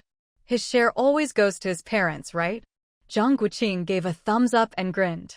You know me best, Grandpa. The old team leader shot him a look, still smiling. Don't try to fool me. Tell us, what's going on outside lately? I heard some of the educated youths say classes are being suspended. Zhang Guoqing paused for a moment, then sidestepped the question. Grandpa, how are the educated youths in our village doing? They're all doing well. They were a bit pampered when they first arrived, but they're willing to learn. After all, they're educated, so they pick things up quickly and get along with the villagers. Zhang Guoqing smiled. This was the first batch, he understood. There will be more educated youths coming in the future. Just be prepared for that. What he didn't say was that, besides waves of educated youths, there would also be labor reform prisoners sent down. But that time hadn't come yet, so he kept quiet. The old team leader frowned. More people meant less food to go around. To be honest, he wasn't keen on outsiders coming in, but with policies from above, there was nothing he could do. Putting aside that unknown, he asked again, is it true that classes are being suspended outside? Zhang Guoqing shook his head. It's hard to say for sure, but ordinary folks still need to learn some knowledge. Even if they don't test into technical secondary school or university, when the cities recruit workers, those with education always have an advantage. The old team leader glared at him. This kid always spoke half-truths. He was getting crafty. Grandpa, I work in the army, so I don't know much about local affairs. But my son Ping'an is already only going to school for half a day. It probably won't be long before it's the same here. Hearing this, the old team leader glanced at him, then at the bewildered Uncle Zhang and the thoughtful Xiaoshi too, a trace of a smile in his eyes. Xiaowu. The moment the old team leader let out that sigh, Zhang Guoqing's scalp tingled. Every time he used that tone, it meant nothing good was coming. Did you see your nephews and grandnephews just now? Zhang Guoqing nodded awkwardly. He really was considered an elder in the clan now. If the schools start only holding half-day classes, there will be plenty of families in our village who won't bother sending their kids to school. If these kids don't go to school, their whole lives will be wasted. Our village is far from the township school, and I've always pushed for education so our kids wouldn't grow up illiterate. If there's ever a chance for city jobs, at least our kids would have a shot. Ever since I heard those educated youths say classes are being suspended outside, I haven't slept well. It's taken so much just to fill everyone's bellies, but what about these kids now? The old team leader's expression grew more and more downcast as he spoke. Leading his people to a better life and helping the village children succeed was a promise he'd made to the previous village head. But now it was so hard. Zhang Guoqing was taken aback, glancing at him with a complicated look. You asked those 5 educated youths earlier, right?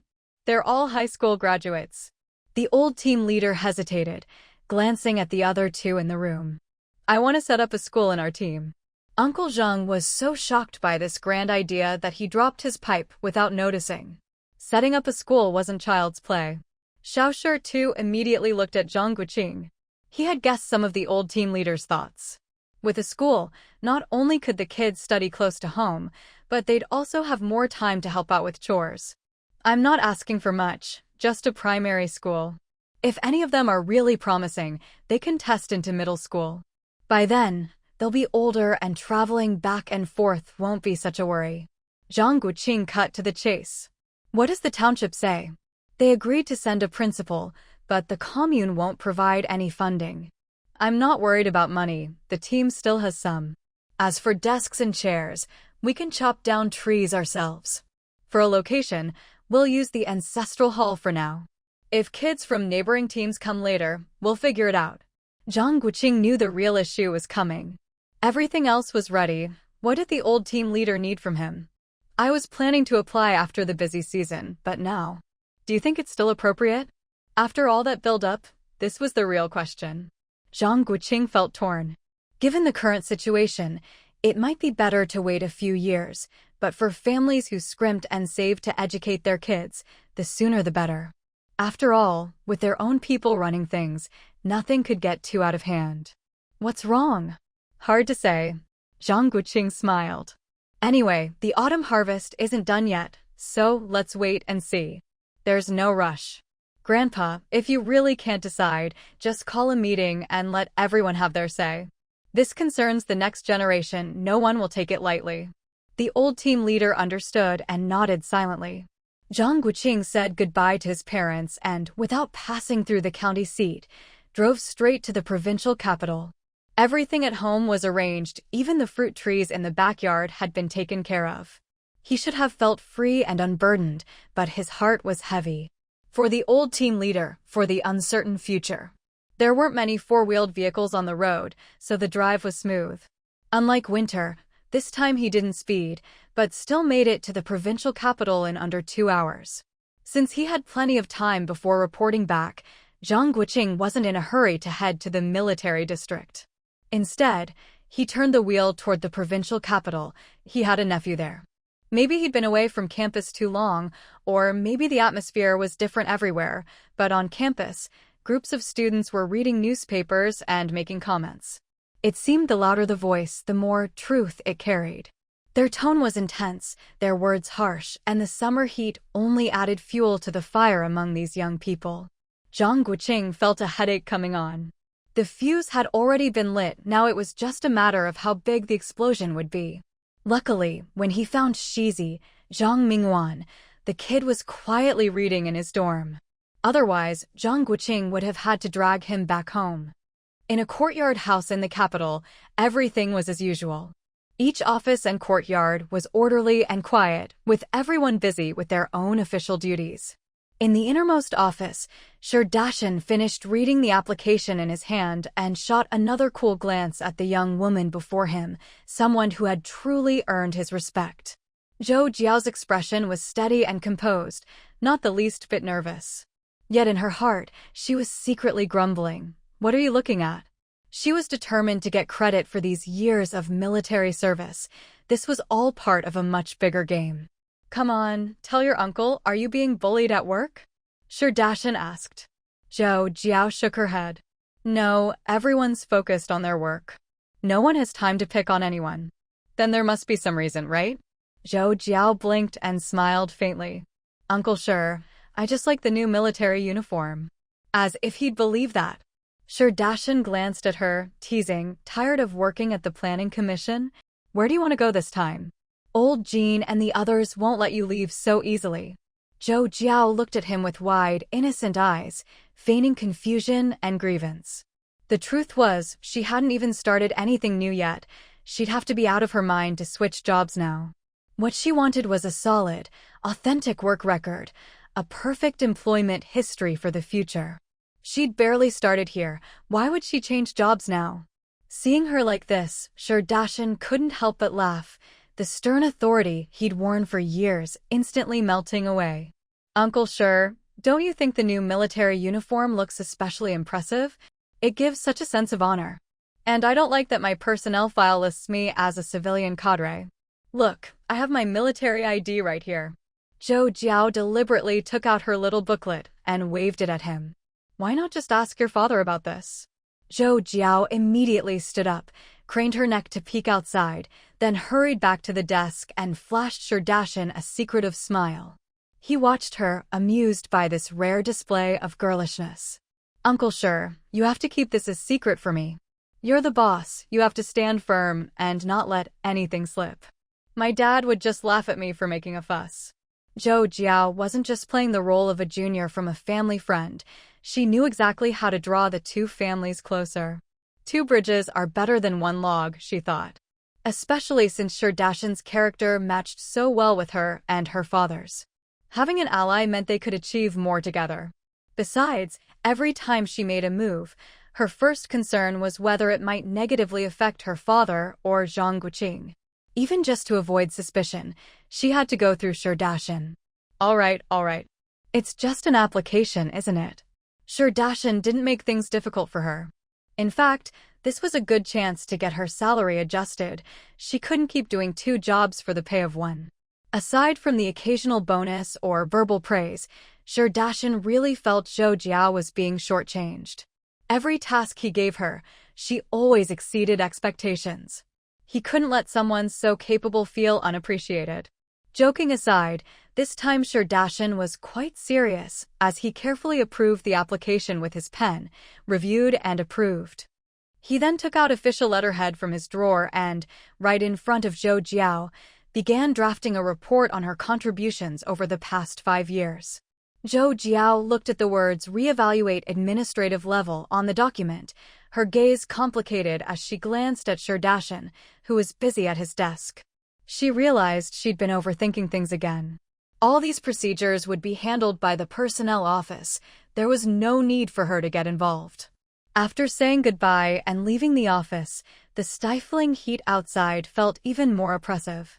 Standing at the gate, Zhou Jiao let out a long breath. She resolved that the next time Sherdashan assigned her a task, she'd work even harder to complete it.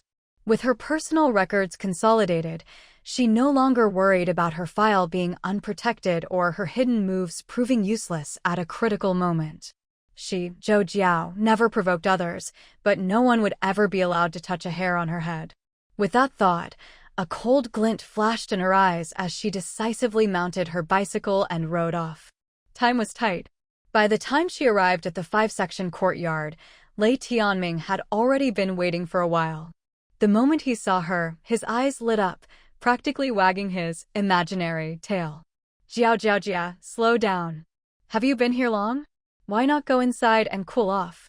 You know Dong Sa and the others. Why be so polite?" Could he tell her that every time those army wives saw him, they tried to set him up with someone? The aunties meant well, but he wasn't ready to settle down. As Xiao Wuji always said, life was hard enough. You should at least find someone you truly like to spend it with. Even with simple food, that's the most beautiful love in the world. That's a life with no regrets. They joked about this among themselves, but Lei Tianming never planned to say a word of it to Zhou Jiao. Even if he couldn't find someone like her, he'd look for someone as gentle and virtuous as his own mother. "Jia, Xiao Wu and I already cleaned out both courtyards. What are you still worried about?" Zhou Jiao frowned and shook her head. "Things are complicated. At work, you need to be extra careful. Don't go sticking your nose into everything." Lei Tianming nodded solemnly. "But if something does happen, don't be afraid, just call me. If I'm not at work, I'll be at home. If you can't reach me or your brother-in-law, find Ping'an." Hearing this, Lei Tianming's nose tingled and he lowered his head with a smile. Okay. Zhou Jiao wasn't this warm or trusting with just anyone. But Lei Tianming was different.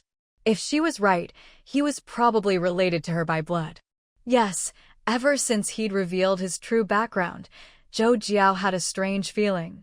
When she received another box from the Miao family this year, especially the letter asking her family to look after Lei Tianming, their blood relative, she realized that after all the twists and turns, they really were family. She still didn't know how he'd ended up outside, but she guessed the Miao family must have gone through something major before fleeing across the strait and moving abroad. Maybe, as her father said, after the Miao family found her mother, they found their lost child during the investigation. Now, the situation was precarious and complicated. Besides Miao Lishan, only she, her father, and Zhang Guoqing knew the truth.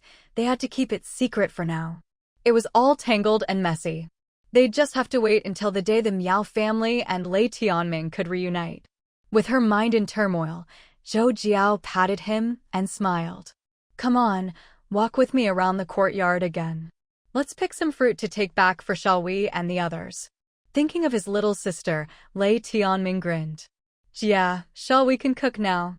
She told me that if I see you, I should invite you and Ping'an over. She wants to show off her skills." "All right, when your brother-in-law gets back, we'll come over on a weekend." The sweltering summer air was stifling, pressing down on everyone. As the sun set in the west, its afterglow still radiated heat, and the branches lining the road hung limp and weary. Walking under the shade of the trees, the constant chirping of cicadas grated on the nerves. Zhou Jiao glanced at the street scene, her eyes involuntarily dimming. How much of the ancient charm of this old capital still remained? "Mom, I skipped class this afternoon." As soon as she walked in the door, Ping'an quietly confessed to her. Zhou Jiao frowned, but quickly nodded and smiled. "Has your dad come home yet?" "Not yet. My dad will be home by nightfall." Ping'an glanced at her expression. "Grandma Chen just went to pick up my brothers. I need to talk to you." Zhou Jiao patted his head. Was it really okay for such a young child to always look so serious? No matter what happened, the adults would always be there. Even though he knew no one else was home, Ping'an still looked around before following Zhou Jiao into the study. Next week, the older kids are going to have a parade. You want to go? Zhou Jiao raised an eyebrow, asking casually. A little. I want to see what they're up to. Sitting on the sofa, Ping'an propped his chin on his hands and explained earnestly, Mom, you have to know yourself and your enemy to win every battle. I want to experience it firsthand. Zhou Jiao nodded seriously. That was a good way of thinking. Still, she reminded him, be extra careful when there are crowds. Mom has to go out of town tomorrow. Where to? Ping'an frowned, just like her. Didn't you say you didn't have to travel for work lately? Zhou Jiao shot him a playful look, then lowered her head to pour tea as she replied softly, things are a mess at work right now. There's an opportunity to go on a business trip to Haishur, so I volunteered. Ping'an grinned and giggled. Should he say his mom just wanted to avoid trouble and was looking for a way out? Zhou Jiao tapped his nose. You little rascal. Mom, it's actually pretty fun. Ping'an's eyes sparkled. The older kids in the compound are super enthusiastic. They all wear red armbands, and if anyone has a great-grandpa's badge on their chest, they look even more impressive. Zhou Jiao's heart skipped a beat. Sweetie, from now on, don't call it a great-grandpa's badge when you're outside. Call it a chairman's badge, okay? Do you understand what I mean? Ping'an looked at her, fell silent for a moment, then nodded seriously. If you ever meet him in private with no one else around, you can still call him great-grandpa. But never say it out loud in public. Outsiders will get jealous and look for excuses to make trouble for our family. A sharp, mature gleam flashed in Ping'an's eyes, out of place for his age. Mom, I know what to do. Don't worry. Zhou Jiao hugged him with relief. Mom, I'm a big kid now. No matter how big you get, you'll always be my baby. Zhou Jiao held him close, gently patting his back. Mom always tells you to keep things to yourself and not show off.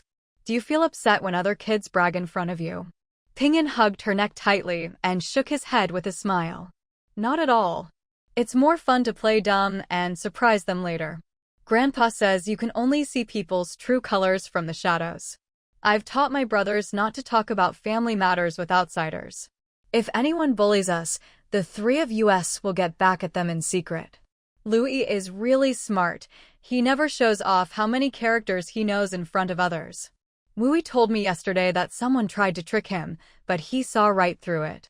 Zhou Jiao knew well how precocious her three sons were.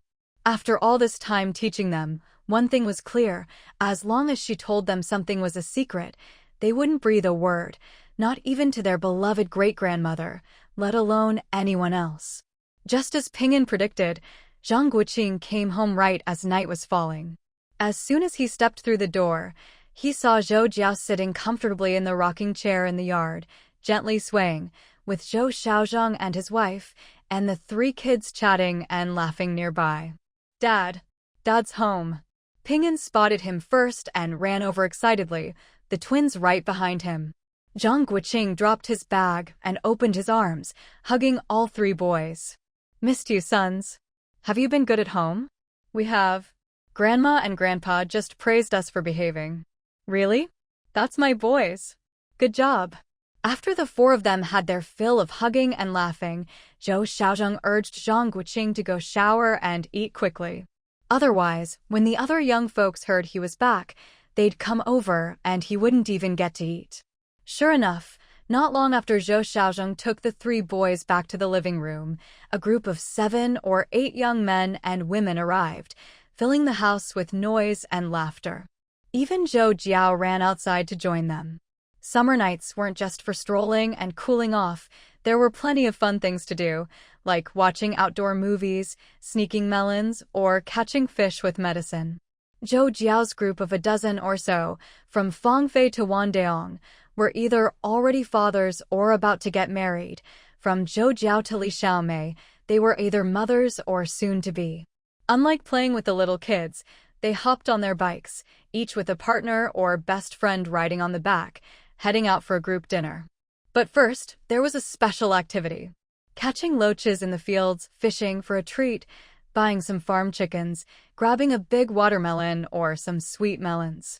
Cooked up by a local farm wife, the food might not compare to an imperial chef's, but it had a natural, rustic flavor. With ice-cold beer, it was a kind of carefree enjoyment you couldn't find in any city restaurant. Not far from the riverbank, under an ancient tree, they spread out an old plastic sheet. The women sat down first, while the men took their places on the ground.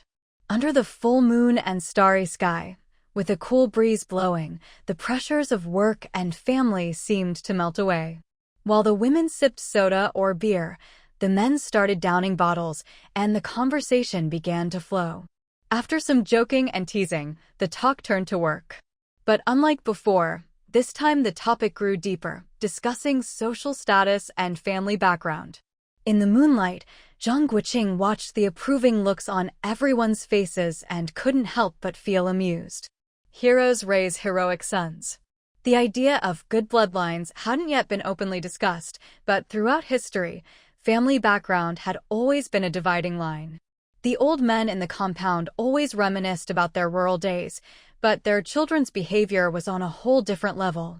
No wonder his own sons, Ping'an, Lu Yi, and Wu Yi always emphasized that they were the children of soldiers, the new generation of successors. Hey, if any of you can get your hands on more badges, let me know. Especially you, Xiao Wu. I heard the logistics department is getting a new batch. Zhang Guoqing smiled and nodded. For something like this, he was happy to help. Before long, there would be countless places and organizations making chairman's badges. Soon, everyone who wanted one would be able to get as many as they liked. Late at night, when all was quiet except for the chirping of cicadas and croaking of frogs, the bedroom on the second floor was filled with the warmth of spring. Under the soft, egg yolk-colored lamp, Zhou Jiao looked just like a porcelain doll. Are you sure you don't want me to take leave and go with you? After their passionate lovemaking, Zhou Jiao, left breathless and limp in his arms, pursed her lips and gave a little humph, then shot him a cool glance. Zhang Guoqing's muffled laughter, as always, tugged at her heartstrings, making her secretly grumble at him in her mind. His delicate little wife, as weak as a kitten, leaned lazily against his chest, even sneaking in a little eye roll. This sight of her made Zhang Guoqing's heart stir again. Unable to resist, he lovingly stroked her back, lowering his head to nibble gently on her delicate earlobe. Baby, come back early, okay? I'll miss you so much. Zhou Jiao's face flushed bright red at his deliberate teasing, and she couldn't help but twist his waist in protest, then regretfully patted him. Not an ounce of fat. Baby, your husband's in great shape, isn't he? You'll always be happy with me. Come on, feel these real 8-pack abs, and your favorite. He never missed a chance to get flirty, always ready to pounce at any opportunity. This annoying man. Zhou Jiao quickly covered his mouth, suppressing her racing heart, and forcefully changed the subject. We're almost out of your favorite hairy crabs. Can you get in touch with that father-son pair again this time? Concerned for his wife's safety, Zhang Guoqing immediately stopped what he was doing. I'll contact them as soon as I get there, stagger the timing a bit. Shouldn't be a problem within a week. The reason I keep asking if you want me to come with you is because I'm worried you'll get anxious. Even if the farmer's market closes soon, the rural markets won't disappear overnight. Think about it, when supply exceeds demand, people have to find a way to sell. The wisdom of the masses is boundless. There's nothing they can't figure out. Zhou Jiao knew this well, but still looked at him with admiration in her eyes, making Zhang Guoqing even more talkative. Lately, he'd been bored out of his mind. Unlike the restrictive work schedule, whenever he had free time, his thoughts would run wild. It's a pity we have to work. Otherwise, once the network's in place, I'd take you on a tour around all of China. There's so much fun to be had, so much delicious food, everything you could want. You don't know how much I regret not taking you back to my hometown this time. Near the mountains, there's everything you can imagine. In such a great season, being stuck in the capital, just thinking about all the wild mountain goods and fruits rotting away up there makes my heart ache. Honey, give me a massage. Zhou Jiao laughed and patted him. She didn't feel it was a pity. Compared to hoarding things at home, she much preferred picking up things for free abroad. This time, Aside from exchanging most of her foreign currency for diamonds, gemstones, jewelry, and premium bird's nest, she barely spent any money on the rest. If she hadn't been worried about running out of space, she would have picked up even more stuff. Who knows how many truckloads she could have taken along the way. Compared to her first trip abroad, when she focused on food and coal, Zhou Jiao had gotten smarter this time. If it wasn't valuable and took up too much space, she wouldn't even glance at it. As a new generation socialist successor, wasn't it only right to take a little from those enemies who once invaded her homeland? Consider it doing the people a favor. In the future, once her assets were above board, all this ill-gotten wealth would be used to help those in need. Zhou Jiao didn't consider herself a saint, but she had a deep love for this land. A child never thinks their mother is ugly. Likewise, her motherland, which had nurtured her for 2 lifetimes, even if it was poor and beset by troubles, it was still the place she could never bear to leave. On the way to Haishur, the enthusiastic and sincere train attendants, the Mandarin spoken in all sorts of accents from every corner of the country, these were feelings of belonging she could never find abroad. Haishur in summer was as hot and muggy as ever. At the station entrance, a female comrade stood ramrod straight among the crowd of greeters, holding a sign high above her head. These were her people. No arrogant white faces looking down on her for her yellow skin, black hair, and black eyes. No fake smiles that disappeared the moment there was no tip. "Comrade, I'm Zhou Jiao." "Hello, Comrade Zhou Jiao." The other woman's eyes flashed with surprise, but she quickly smiled. "I'm Miao Shaoqing, sent by the unit to pick you up." Zhou Jiao guessed the other woman must have imagined her differently, but she didn't mind. She smiled and shook Miao Shaoqing's hand. "Comrade Miao, thank you for your trouble." "Not at all, Comrade Zhou. We're all here to serve the people." Zhou Jiao discreetly sized her up. Dressed in a crisp white short-sleeved shirt and dark blue 4-pocket trousers, she looked every bit the cadre. No wonder Haishur was considered a big city. The reception here was much better than in other provinces. Her short, neat hair, warm smile, and air of contentment all suggested a good standard of living. By comparison, Zhou Jiao's own white shirt was a little yellowed from washing, her army trousers a bit faded. Maybe, just maybe, she was being a little too particular. "Our unit sent a car. Driver Xiao Wang is waiting outside. It's not yet time to start work this afternoon, so shall we head to the guest house first?" Surprised that the driver shared a name with the one back home, Zhou Jiao smiled, nodded, and politely declined help with her luggage before following along. She always traveled light for business trips. Unless she was going to the countryside, she never brought bedding. For big cities in summer, a briefcase in her army satchel and a small bag for cover was more than enough. Everything on a business trip could be reimbursed, but Zhou Jiao wasn't one for extravagance, though she also wasn't about to shortchange herself. This time, the subordinate unit had arranged a nice guest house, a single room on the 2nd floor. It seemed coming from the capital did have its perks.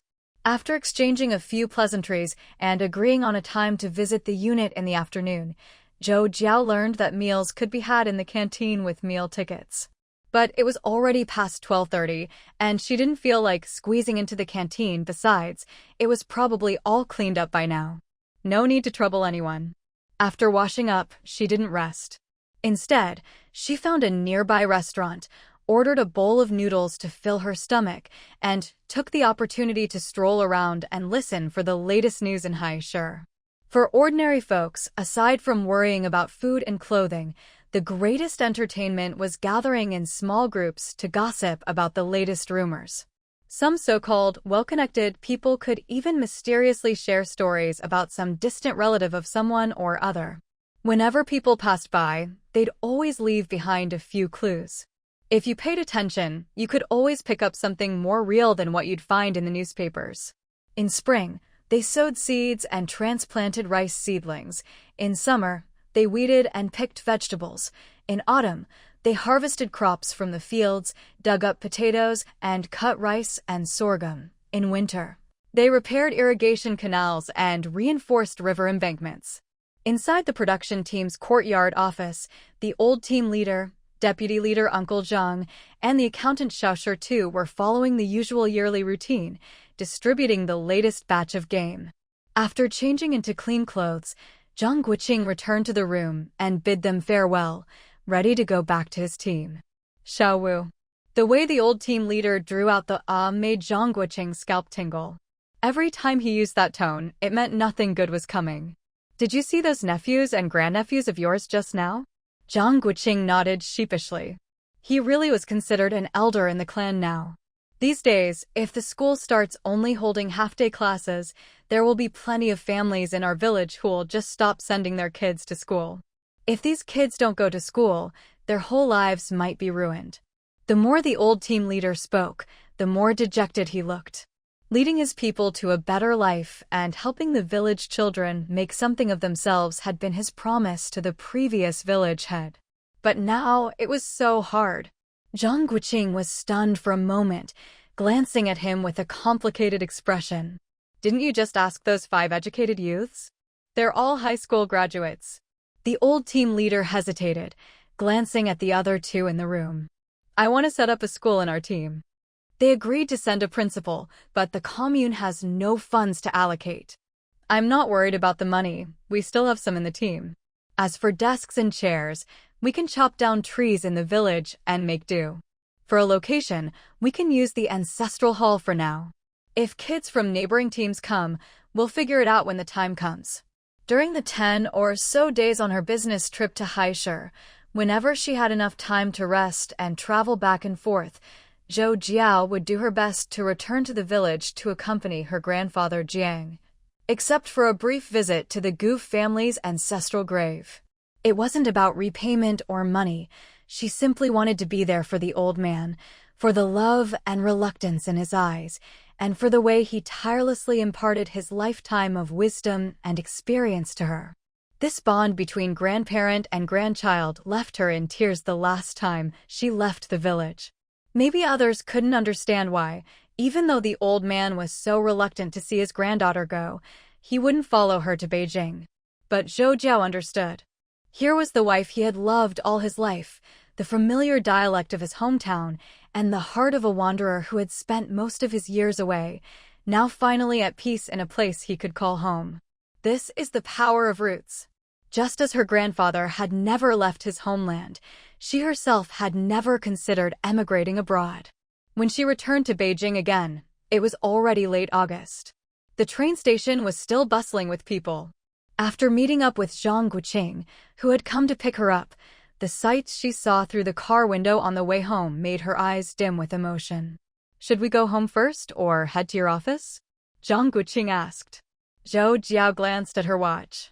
Let's go to the office first. I need to take care of some work, then I can rest properly for the next 2 days. I brought back quite a few things this time, you'll need to help me carry them. Zhang Guoqing chuckled and shook his head. He knew his wife would never take advantage of anyone, but he teased, so how much did you spend this time? Zhou Jiao blushed. I splurged a bit. Besides the few dozen yuan I spent openly, I spent almost 600 in private.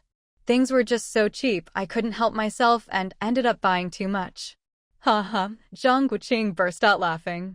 He loved this side of his wife. How could he resist wanting to kiss her right now? Hey, Zhou Jiao called. Zhang Guoqing managed to stifle his laughter, his tone still warm as he reassured her. That's great. It's not wasting money, these are all necessities. My wife really knows how to manage a household. Oh, quit it, Zhou Jiao said, rolling her eyes. Catching sight of an elderly man with a half-shaved head up ahead, Zhang Guoqing quickly changed the subject. Our son is waiting for you at home, you'd better hurry back. At the mention of their child, Zhou Jiao perked up. I bought a lot of pastries and snacks, enough for the 3 brothers to enjoy for a while. Remind me later to take out the hairy crabs and other stuff. Don't let me forget. Don't worry, I won't, Zhang Guoqing replied, already planning to make sure nothing suspicious slipped through. While you were gone, our son and I planted a lot of wild vegetables. You went to the countryside? Yeah, and we visited the welfare home twice. While no one was looking, we scattered plenty of wild vegetable seeds there, too. The 4 of us, me and the boys, also picked all the fruit from the 3 courtyards. Oh, I thought you'd all be missing me, but sounds like you had a great time. Zhang Guoqing reached out and quickly pinched her cheek, giving her a sidelong glance with a smile. Who says we didn't? I couldn't sleep at night without you. The boys kept saying life was miserable without their mom at home. Zhou Jiao shot him a look. Comrade, we're on a public street. So it's only a problem if we're in public?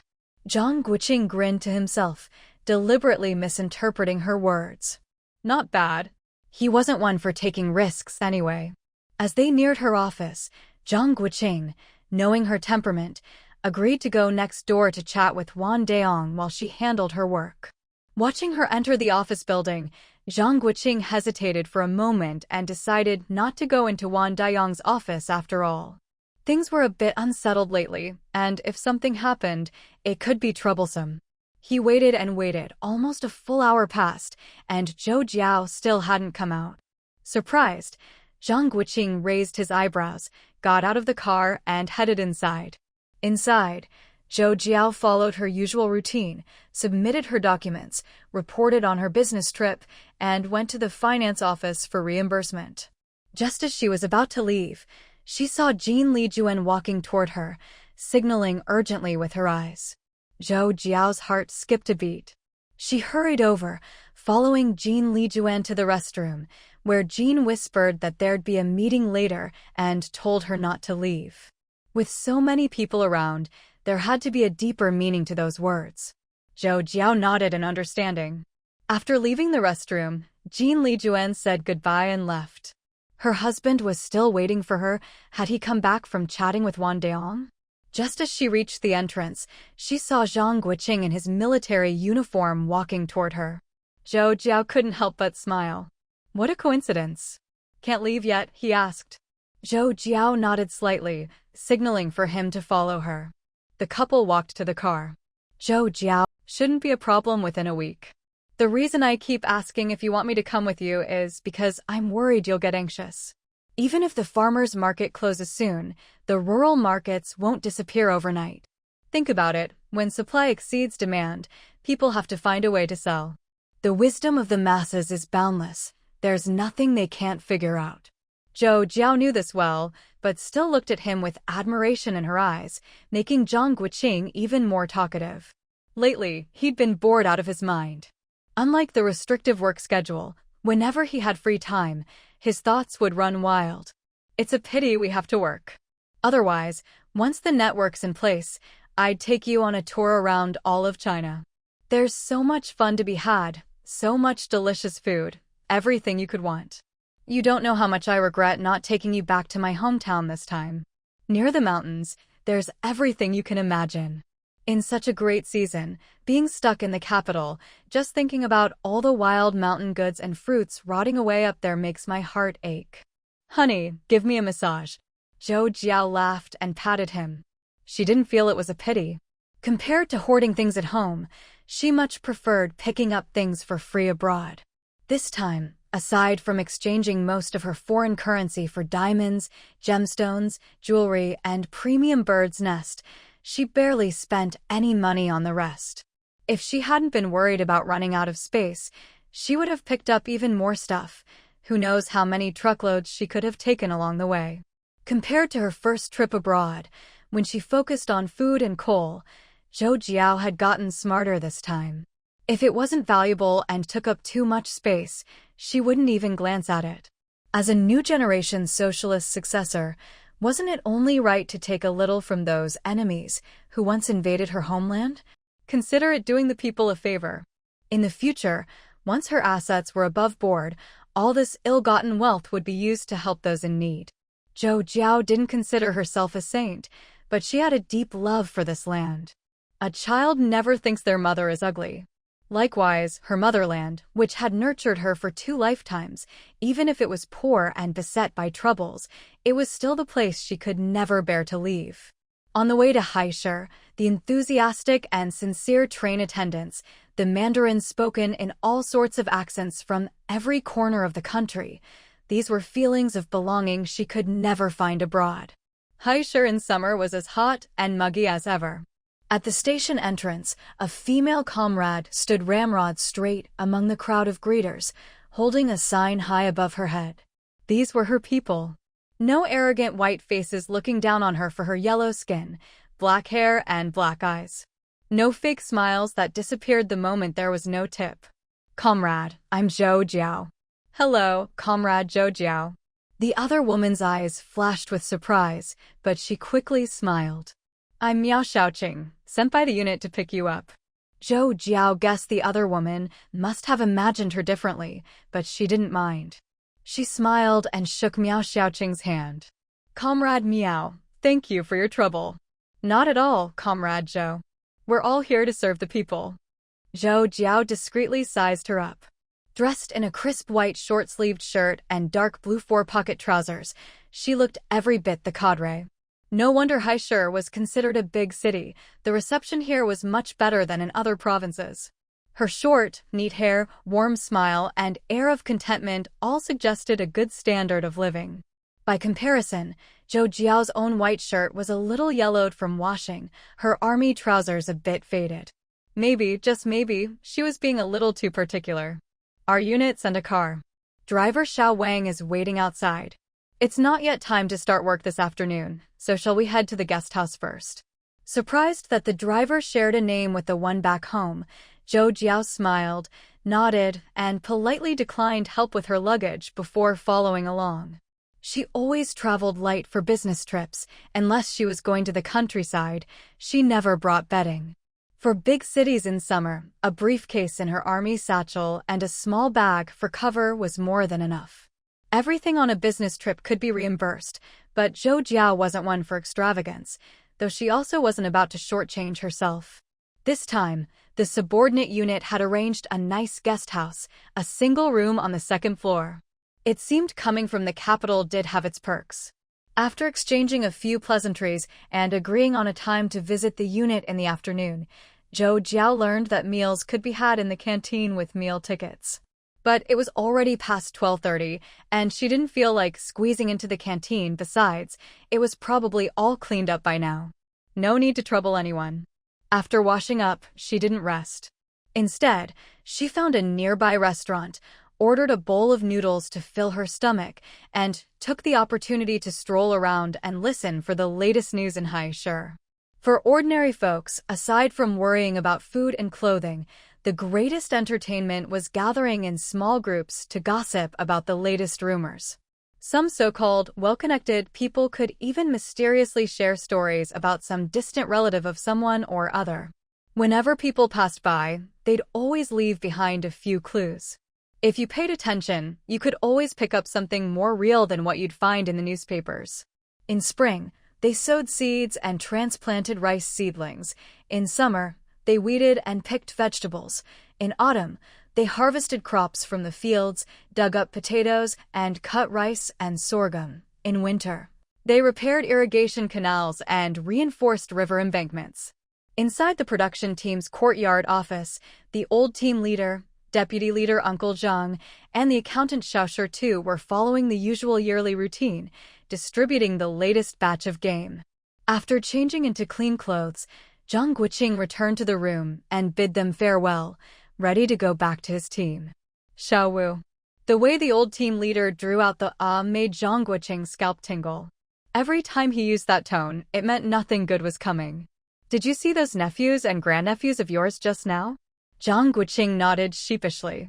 He really was considered an elder in the clan now. These days, if the school starts only holding half-day classes, there will be plenty of families in our village who will just stop sending their kids to school. If these kids don't go to school, their whole lives might be ruined. The more the old team leader spoke, the more dejected he looked. Leading his people to a better life and helping the village children make something of themselves had been his promise to the previous village head. But now it was so hard. Zhang Guoqing was, but in his opinion, his mom was the smartest in the family. Nothing escaped her eyes. Besides, there was a lot going on at his school, too. Sigh, his dad was right. Growing up really does bring more worries. With her parents reassured, Zhou Jiao turned to her 3 sons. She knew exactly what her eldest was thinking just by the look in his eyes. But she didn't plan to bring up other matters in this warm atmosphere. Secretly, she winked at Ping'an, signaling to talk upstairs later. Her parents worried about her, but she worried about them too, especially her father, who would take care of everything for her if he could. Only through well-informed Ping'an could she get some inside scoop. Not to brag, but her eldest son was impossible to fool. He'd always used his age to his advantage, was sweet-talking, had many friends, and with his sharp ears, he could pick up all sorts of secrets just by visiting neighbors. I didn't go to the old house, just to the little hill. I went and came back the same day. Let's not tell anyone about this, not even great-aunt. Zhou Jiao nodded knowingly. He and his daughter had discussed this before she left. With her disguise, no one would recognize her face, so he wasn't worried. Mom, more and more people are buying stuff over at Old Huaihai. Good thing you don't like those cheap goods, or I'd have to wait in line for weeks, Zhang Guoqing said meaningfully, smiling at her. Other than his mother-in-law, probably no one would believe it. With his wife's love of hoarding, we have everything at home. If you want something, just tell me. Later this year, our troupe will be performing in the countryside again, and I might have to lead a few trips myself, Miao Lishan said. Zhou Jiao frowned. You're not going to the northwest in the dead of winter, are you? Mom, you need to train your deputies and delegate more. If you didn't love this job so much, I'd want you to transfer to another department. Miao Lishan rolled her eyes. Don't start. I love this work. If I went somewhere else, I wouldn't know anyone, and who knows what tricks people would pull on me. Zhou Jiao laughed. Fine, you win. Just don't overdo it. It's chaotic everywhere, but the troupe is peaceful. I know my own limits. I wouldn't do well elsewhere, and I might even cause your dad trouble. Obsession. This was her mother's obsession. When it came to her father, her mother's intelligence was off the charts. But as long as she was happy, that was what mattered. Who doesn't have their own pursuits and passions? Not an ounce of extra fat. You have no idea how much I regret not taking you back home this time. Near the deep mountains, you can find anything. In such a great season, being stuck in the capital. Just thinking about all those wild mountain goods and fruits going to waste makes my heart ache. Honey, give me a massage. On the way to Haishur, the train was filled with warm, genuine attendants and passengers speaking Mandarin in accents from all over the country. This sense of belonging was something she could never find abroad. On official business, everything could be reimbursed. But Zhou Jiao wasn't one to be wasteful, though she also didn't like to wrong herself.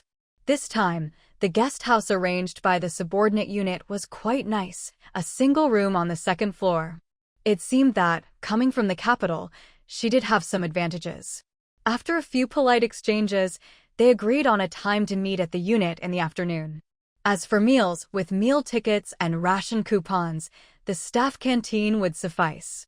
The southernmost room on the second floor, nestled deep inside, had curtains hanging over both the side and south-facing windows, fluttering gently in the night breeze. Ping'an was the first to switch on the light. In the glow, a simple, solid wood desk 1.5 meters long and 80 centimeters wide stood in the center of the room, along with a bench, effectively dividing the space into two areas.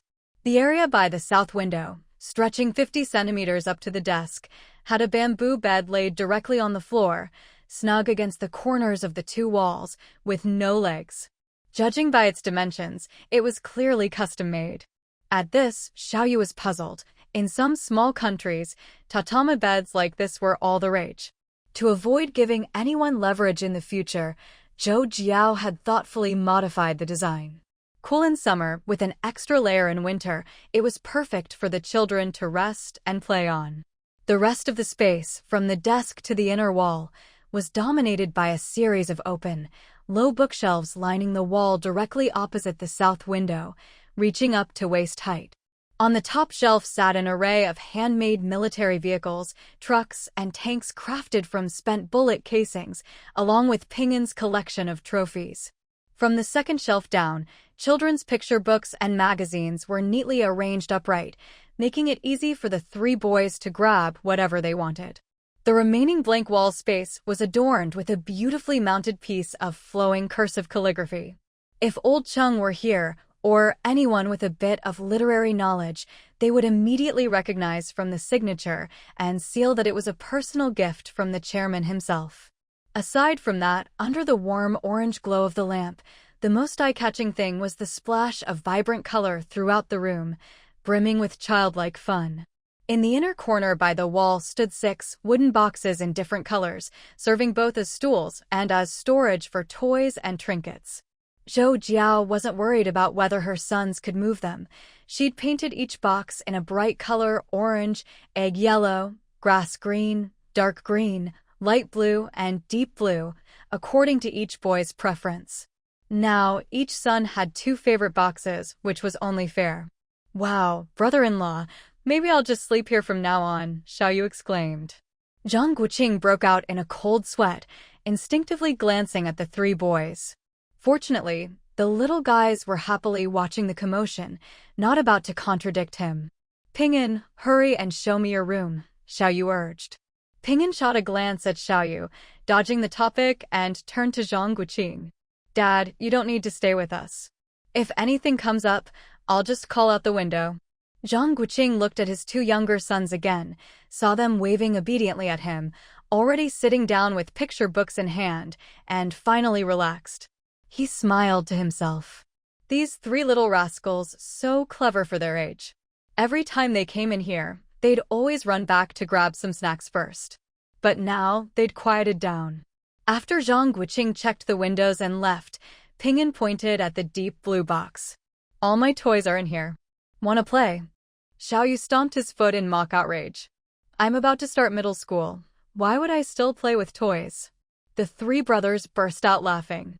Xiaoyu snorted, imitating his grandfather by clasping his hands behind his back and slowly pacing the room. He stopped at the desk and tapped it with his finger. "There should be the 4 treasures of the study here. With a desk this big, it's perfect for practicing calligraphy. I'll ask my grandpa for a set this weekend and give it to you guys." Ping'an blinked, glanced at his 2 younger brothers who were stifling their laughter, and sighed inwardly. "Still hasn't learned to keep his mouth shut. What's so funny? Aren't you worried you'll slip up?" Thank goodness his silly brothers didn't blurt out that they lacked for nothing, not even the 4 treasures of the study. "My brother-in-law, Sai, I don't know what he's thinking," Xiaoyu said, hands behind his back, shaking his head. "Playing with toys ruins your ambition. If you can avoid it, you shouldn't play." Ping'an grinned at him. "That's what your grandpa always says to you, right?" Xiaoyu shot him a look, waved his hand dismissively, then nodded. "I think he's right, so I'm passing that wisdom on to you." "Oh, please. Like I need your advice." "Ping'an, remember, I'm your elder." Ping'an lifted his chin and looked at him sideways with disdain. "Who's got marbles in their pocket? Who's got a slingshot hidden in their backpack? And who's always trying to sneak into the air raid shelter?" Xiaoyu was momentarily speechless, dropping the act and pointing at him. "You little brat, you just can't help poking at people, can you? You should thank me for waking you up. You. No wonder my grandpa says you take after your parents. You'll be a little fox when you grow up." Ping'an looked interested and smiled. "Of course I take after my parents. What's strange about that? But your grandpa's got it all wrong. My dad's as upright as they come, and my mom wouldn't even step on an ant." Xiaoyu stared at him in disbelief, lost for words. The nerve. Just because you're young, you think you can play dumb? He'd heard plenty of people say his sister could cut someone without leaving a trace. "What are you looking at? Have you ever seen my mom step on an ant or kill a chicken? My dad donates to the welfare home every month. How's that not upright? Is that so?" Xiaoyu instinctively looked into his eyes. "Look at these desks, these boxes, these shelves, even the old benches downstairs.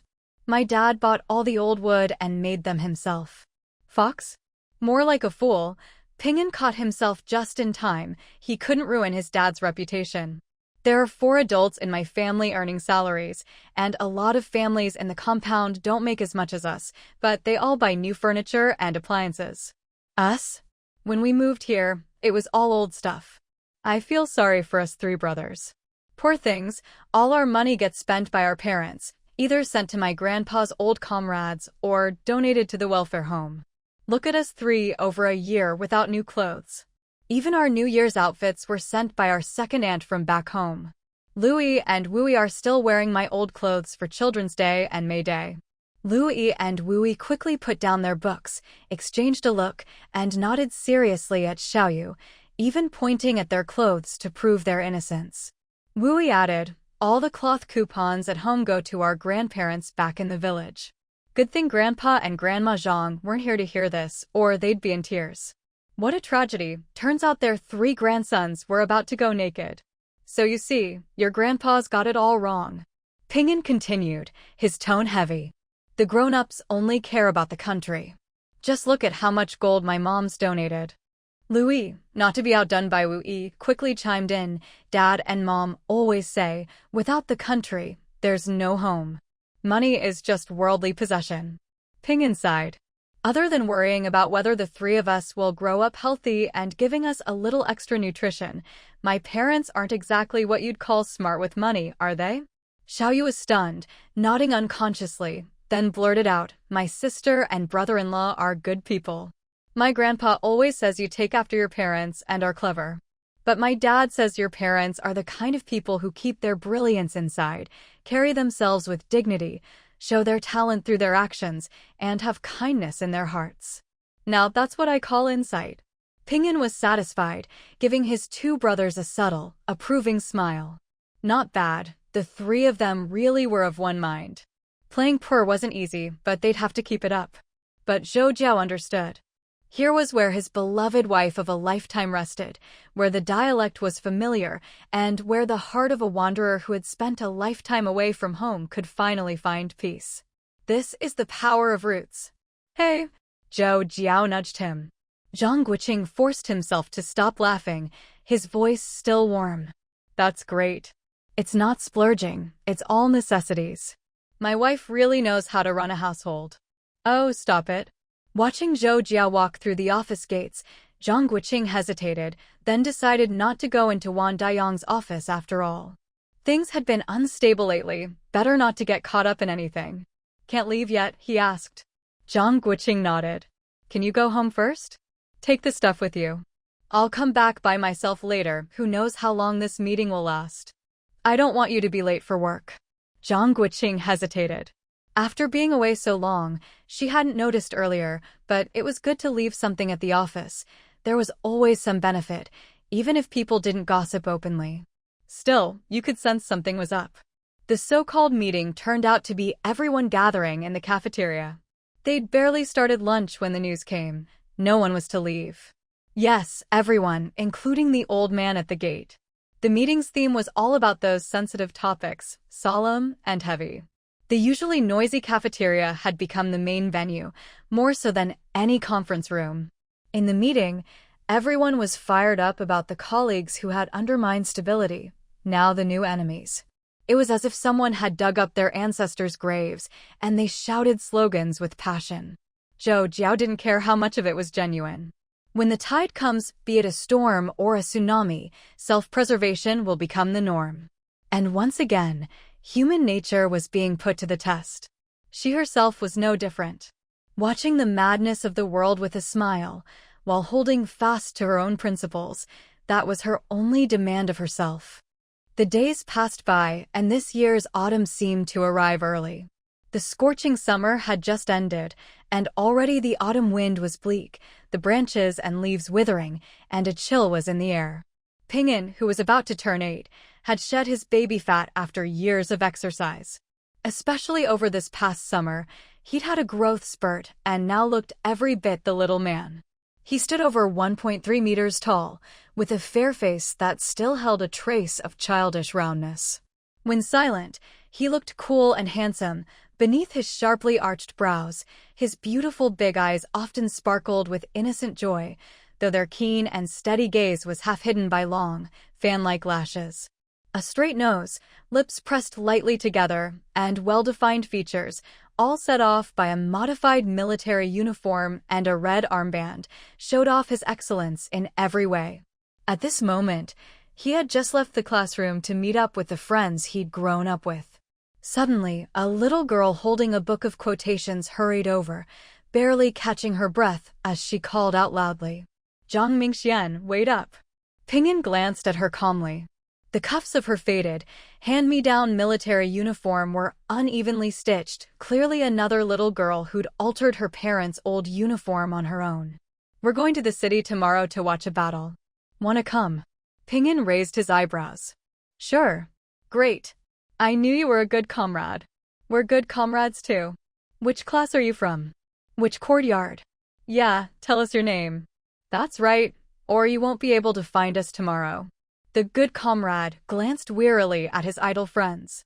Sure enough, now that they were getting older, they were starting to act like his Uncle Dayong's crowd, always chasing after girls. They'd already heard about going to Shihu Alley tomorrow. As for what they were going to do, did it even need to be said? Probably another family had been reported. Just last week, in the alley where his family had let his master stay, a household nearby had been dragged out. Word was, someone had died. Out of the corner of his eye, Ping'an spotted the old head teacher bending over to sweep by the playground. His gaze dropped, a hint of pity flashing in his eyes. He nodded slightly to the girl and nudged his friends. "Let's go." Of the 5 or 6 boys, Ping'an was the youngest. When you and the others were already starting to get a vague sense of the differences between boys and girls, talking about finding girlfriends and such, Ping'an had always been popular with the girls, and his childhood friends were used to it by now. What was so special about it anyway?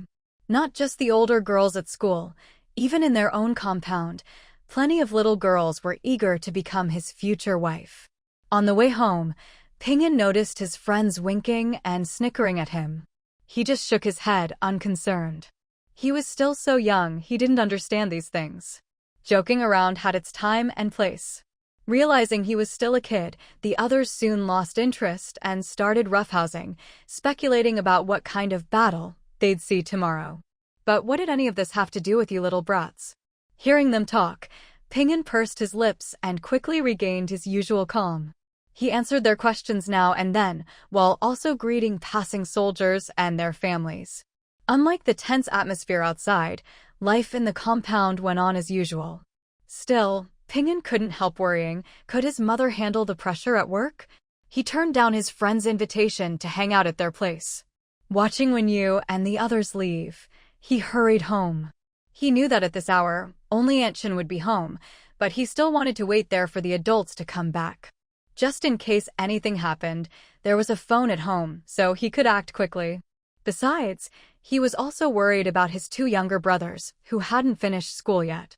If Aunt Chen left to pick them up, no one would be home. But, unexpectedly, something out of the ordinary happened today. Not far from the 3rd gate, Louis and Wu-Yi, the 2 brothers, were surrounded by a group of little girls. "My big brother loves fruit candy," Louis announced. Wu-Yi quickly added, "and chocolate." Even from a distance, Ping'an could hear his brothers' voices. He couldn't help twitching his lips. These little traders, selling out their big brother. "What else does your brother like?" "Badges. He loves badges the most." That was Wu-Yi. "My brother likes lots of things. He also likes red dates. You can make sweet soup or red date cake with them." Before Louis could finish, Ping'an was so shocked he nearly tripped. That was their mother's favorite, wasn't it? Why were they dumping all the blame on him? "Zhou Jiao, heh." As Ping'an called out, the little girls scattered in all directions, leaving the 2 brothers standing there, blinking their big innocent eyes. Up to no good again? Ping'an walked over slowly, glancing at the candy in their hands. He pointed at them, but couldn't bring himself to scold them. Louis and Wu-Yi exchanged a quick look. "Oh, he's using our full names." They rushed over, each grabbing one of Ping'an's arms and swinging from it. "Big brother, we missed you so much. We waited for you for ages, big brother. We didn't go looking for those girls, they came to us." Wu-Yi's meaning was clear, it wasn't our fault. Naughty boys, always talking your way out of things. Ping'an took their hands, looking them over to make sure they were okay. "Big brother, those girls are so much fun.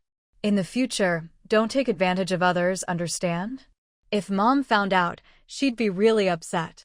Louis squeezed his hand. "We were just playing with them.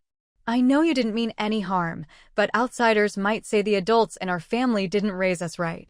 We can't embarrass our elders, can we?" Louis and Wu-Yi looked at each other and nodded. "The grown-ups have to work and take care of us. Isn't that hard and tiring? Seeing them nod seriously again, Ping'an smiled and greeted the guards at the gate, who had seen the whole thing and were still laughing. Ping'an didn't pay them much mind. He led his brothers inside, walking slowly as he patiently continued, "That's why the three of us need to watch out for each other and remind each other when we do something wrong. Only then can we all improve together. Big brother, last night I helped Grandpa with his back and got a plate for Grandma. I helped Mom with her coat this morning and I polished the adults' shoes." Ping'an gave them an approving look. "I saw that, you two did even better than me. You're model good boys." "You're a good boy too, big brother." "Ping'an, I'm a grown-up now, okay?" After washing up and having a snack, the three brothers rested for a while, then, as usual, ran up to the second floor. As the music from the radio played, Ping'an took out his flute, and the twins grabbed their little drums from a box. Hearing the rhythm upstairs, Aunt Chin, who was preparing dinner in the kitchen, started singing along with the stirring revolutionary songs on the radio. A smile spread across Ping'an's face as he played his flute. Away from school, where every day they had to stand up in class, shout slogans, read from the quotations, and deal with all sorts of scheming. At 8 years old, he had already learned how to relax. On his desk, a neatly folded red armband sat not far from a foreign novel and a yellowed ancient book. It was such an odd combination, yet so harmonious. Even the young twins had grown up memorizing these things. "Back already? Why are you so late today?" A bus pulled up and passengers trickled off one by one. Finally, a striking figure appeared at the end. If she'd been delayed another half hour, Zhang Guoqing really would have gone out searching for his wife. Zhou Jiao glanced up at the setting sun, then shot him an amused look. The irritation she'd felt earlier today melted away. "Traffic jam. Everything okay at home?" Zhang Guoqing shook his head, not bothering to ask what kind of traffic jam could delay the bus on this route for a whole hour. These days, he was even more cautious with his words and actions than before. As soon as they stepped through the gate, the dinner bell sounded. Soldiers emerged from all directions, carrying aluminum lunchboxes and enamel mugs, heading toward the various canteens. Watching the cheerful faces greeting each other, Zhou Jiao suddenly felt hungry. Turns out, not every place is filled with daily drama. Zhang Guoqing glanced thoughtfully at his wife, waved goodbye to his comrades, and wondered if things outside were already a mess. Maybe he should go into the city this weekend and take a look for himself. He thought of the letter he'd just received from home and clenched his fists uncertainly. His parents should be fine, just as they said in the letter, right? He couldn't even hold his wife's hand, and there was a big gap between them. Zhang Guoqing glanced around uncomfortably. When did so many nosy people show up? "My parents wrote." Zhou Jiao stopped in surprise. "Are they all well?" Zhang Guoqing hesitated, then nodded and motioned for her to keep walking. "What's wrong? Is something up?" "No, they said everything's fine at home. I just have my doubts." "Don't worry. If anything happened, your parents wouldn't need to write. A telegram from your sisters-in-law would get here first." "Did your dad mention anything about the kids getting together?" Zhang Guoqing forced a smile, not sure how to explain. "You'll see for yourself in a bit. Those kids can't compare to our son." Zhou Jiao chuckled and quickened her pace. In the courtyard, Zhou Xiao was pacing absent-mindedly in circles, glancing now and then at the gate or at the three boys playing ball. "Grandpa, they're almost here." At that, Zhou Xiao's eyes lit up. He nodded and calmly sat down at the stone table. If it were summer, the cool stone bench would be nice, but now... Ping'an tossed the ball to his brothers and ran over, silently watching him. Zhou Xiao ruffled his buzz cut, amused. "With Grandpa here, your mom will be fine." "Grandpa, you're worried." "You little rascal. So clever. Someone at your mom's work had trouble today. She's just a bit timid, you understand." Ping'an grinned. "So that's it. Grandpa, don't worry. My mom can even watch my dad slaughter pigs." Zhou Xiao smiled. "Silly child. Blood isn't scary. It's the dirty tricks, the threats, the betrayals that reveal the darkest sides of human nature. But kids can't understand that without experiencing it themselves. When he's seen more, he'll learn. Some things you can't get from books." Zhou Jiao planned to make sure the three boys were safe, and then take them out to see the world. Dad. Zhou Jiao looked up to see his daughter running toward him. Slow down, I'm right here. Why are you running? Even as he said it, he sped up to meet her. Must be starving, huh? Why so late today? Zhou Jiao took his arm as they walked. There was a protest blocking the road, and then a meeting at work ran late. Then she noticed someone was missing. Where's Mom? She called to say there's work at the regiment tonight, so she's working late. As soon as Zhou Jiao finished, the twins dropped their ball and ran over, shouting, Mom. I answered the phone. Me too. Grandma said she'll be home before lights out. Zhang Guoqing, quick as ever, grabbed a son in each hand. Otherwise, they'd have bowled their mom right over. Dad, take us to the movies tonight. There's a new film. Little Rascals. Looks like the chance for a quiet evening with his wife was gone again. But they were his own sons after all. Zhang Guoqing could only nod helplessly. Zhou Jiao glanced at his son-in-law and shook his head, amused. I have to go out tonight too. Take Jiao with you and have some fun. Zhang Guoqing frowned, worried. Dad, want me to go with you? No need, it's official business. Just a meeting with Lao Shi and the others. Good. Zhang Guoqing nodded. Lately, there were more and more meetings, even at his own unit. There were endless big and small ones, all talking in circles. After dinner, before it even got dark, as soon as Zhou Jiao left, the three kids, already stocked up on snacks, dragged their parents out the door. If you're late, there are no good seats. Since Zhou Jiao started working, she rarely appeared in public. Now, as dusk fell, she noticed quite a few unfamiliar faces among the women and children waiting for the movie to start. Soldiers come and go, that's normal. The military wives move as their husbands are transferred. But if there are so many new faces, does that mean just as many people have left? Before the main feature, there were always some warm-ups. A revolutionary song, a documentary, everyone standing up to shout slogans, and finally, the movie began. Throughout, Zhou Jiao kept a close eye on her three sons, watching how their behavior differed from the crowd. She considered herself an ordinary person and worried her kids might get swept up in the fervor. Likewise, Zhang Guoqing kept an eye on the kids who hung out with Ping'an and the twins' conversations with their friends. They called it watching a movie, but after seeing the most advanced films with special effects, these rough black and white films couldn't hold their interest at all. If it weren't for their sons discussing the movie afterward, the couple would have been totally lost if anyone asked about it. You're back? Go do your own thing, I'll bathe the kids. Aunt Chen had gone home as soon as the movie ended, unlike their family, who stayed to chat. Zhou Jiao checked the time and shook her head. No need, just have the kids wipe off a bit. You should rest. My parents will be back soon and we'll have to prepare a late-night snack. Auntie, don't wear yourself out. Sit and rest. Aunt Chen laughed and waved her hand. Not at all. I get bored if I don't have things to do. Jiao, leave the laundry for me tomorrow. Zhou Jiao smiled and nodded. As Aunt Chen left, Ping'an whispered to his brothers, listen to Grandma Chen from now on. She's a good person. Zhang Guoqing patted his eldest son's head, and he and Zhou Jiao exchanged a smile. Thank goodness for Aunt Chen. Without her, the adults wouldn't be able to work in peace. Xiao, you didn't quite get it. Apparently, in some small countries, this kind of tatama-style setup was popular. To avoid giving people something to talk about later, Zhou Jiao had deliberately made some changes.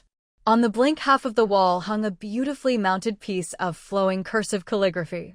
If old Master Cheng were here, or anyone with a bit of learning, they'd immediately recognize, from the signature and seal, that this was a personal gift from the chairman himself.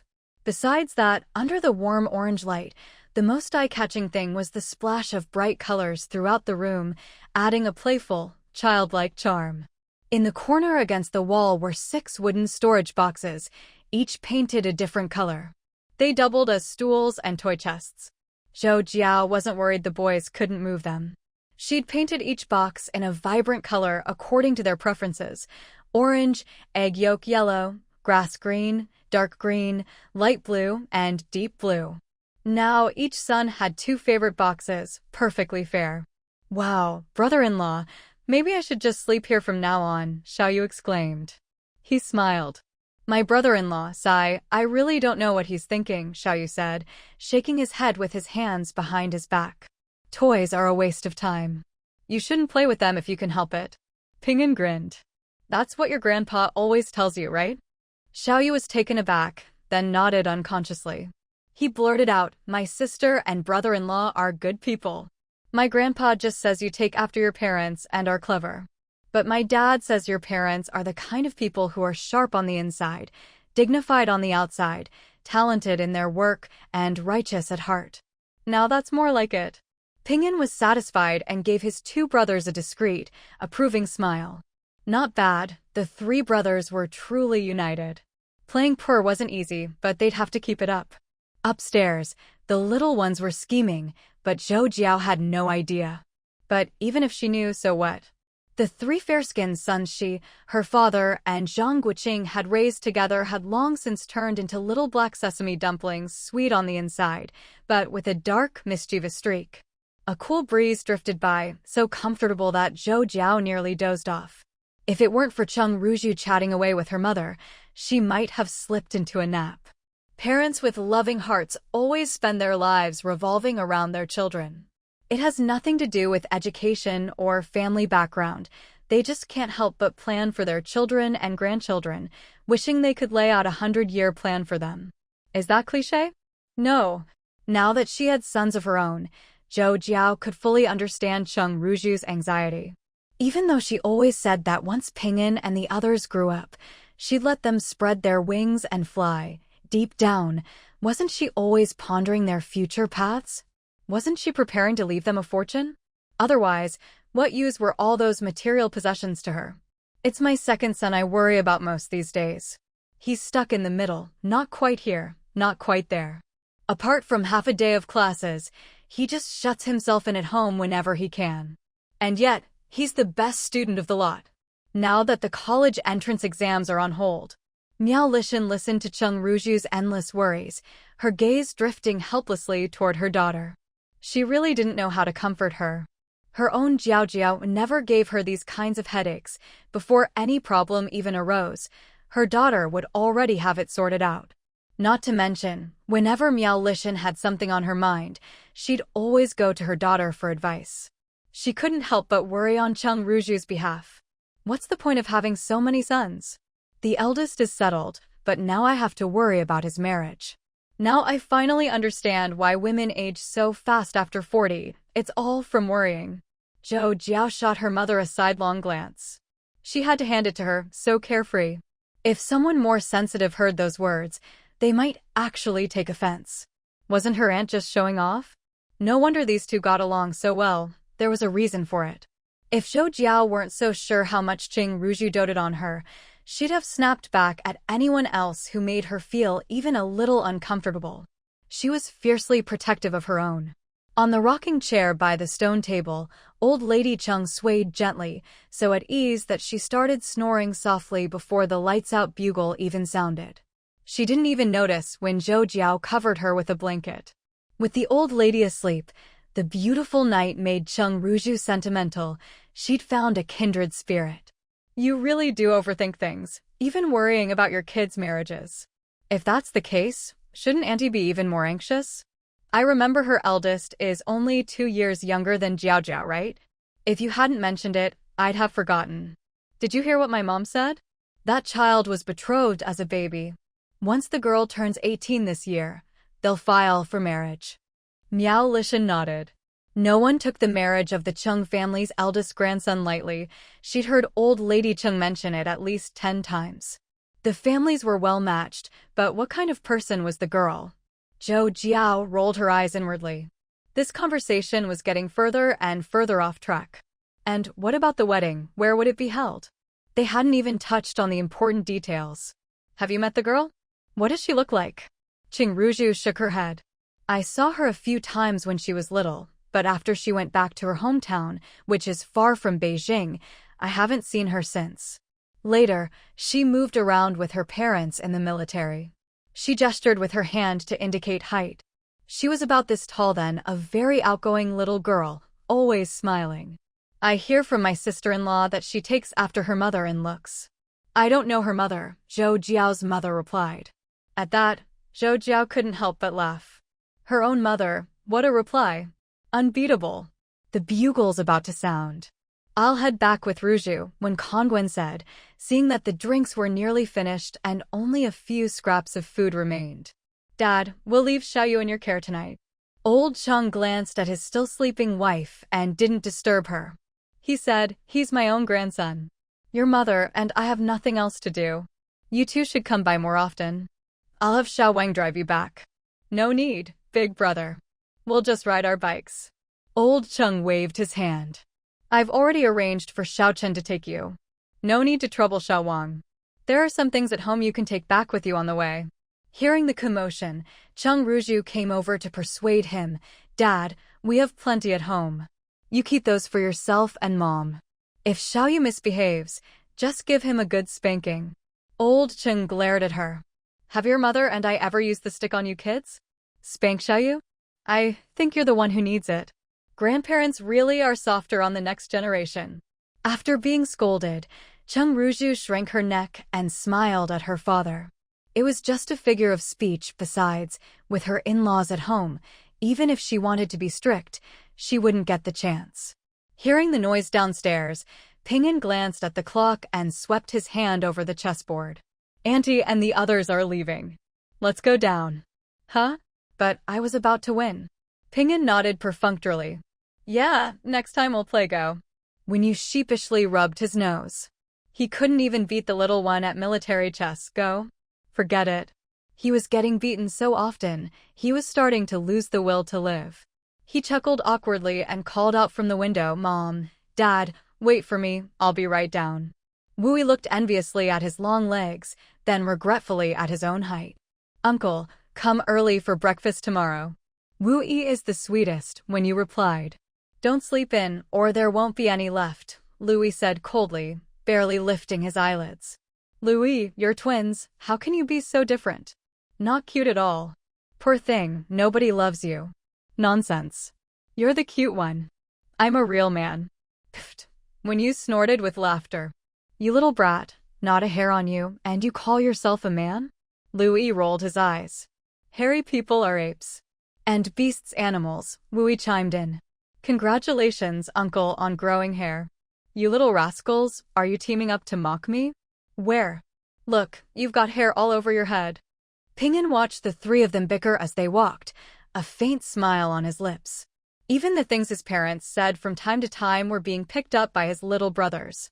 He considered himself a grown-up now and didn't want to join in, lest he drive his uncle crazy. After all, it wasn't easy to find a fun companion to talk to. The kids' shouts as they came downstairs, mixed with the adults' conversation in the courtyard, finally woke old Lady Cheng from her nap. She sat up groggily. Seeing the scene, she smiled and shook her head. Time waits for no one, she was getting old, really old, falling asleep right on schedule. Unlike the others saying their goodbyes, little Ping'an had already brought her a cup of warm water. Great-grandma, have some water first. No rush. Old Lady Cheng beamed with delight. Oh, what a thoughtful darling you are. After a sip, she asked, getting sleepy? Go to bed early, you've got morning exercises tomorrow. I'm fine. Old Cheng, whose attention was mostly on his wife, smiled approvingly at Zhang Guoqing. A son may take after his father, but it takes long-term, subtle influence as well. It was clear that the Zhou family's kindness and filial piety ran deep, and that was thanks in no small part to Zhang Guoqing, the son-in-law. Zhang Mingxian, wait up. Ping'an's eyes swept over her calmly. The cuffs of her faded, hand-me-down military jacket were unevenly stitched, another little girl who'd altered her parents' old uniform without permission. Yeah, tell us your name. Right? Or else you won't be able to find us tomorrow. Let's go. Hearing their chatter, Ping'an pursed his lips and looked up, his expression quickly returning to normal. He answered their questions now and then, and greeted passing soldiers and military families along the way. My brother loves fruit candy best, Louis declared. Wui quickly added, and chocolate. My brother likes lots of things. He also likes red dates. He can make sweet tea with them, or red date cakes. Lu Yi's words nearly made Ping'an stumble. That was their mother's favorite, wasn't it? Why were they blaming everything on him? Zhou Zihi, heh. Ping'an's voice startled the girls, who scattered, leaving the two brothers standing there, blinking innocently. Ping'an didn't mind and led his brothers inside, walking slowly as he patiently continued. That's why the three of us need to look out for each other, remind each other when we do something wrong, and work together to improve. A bus pulled up, and passengers got off one after another.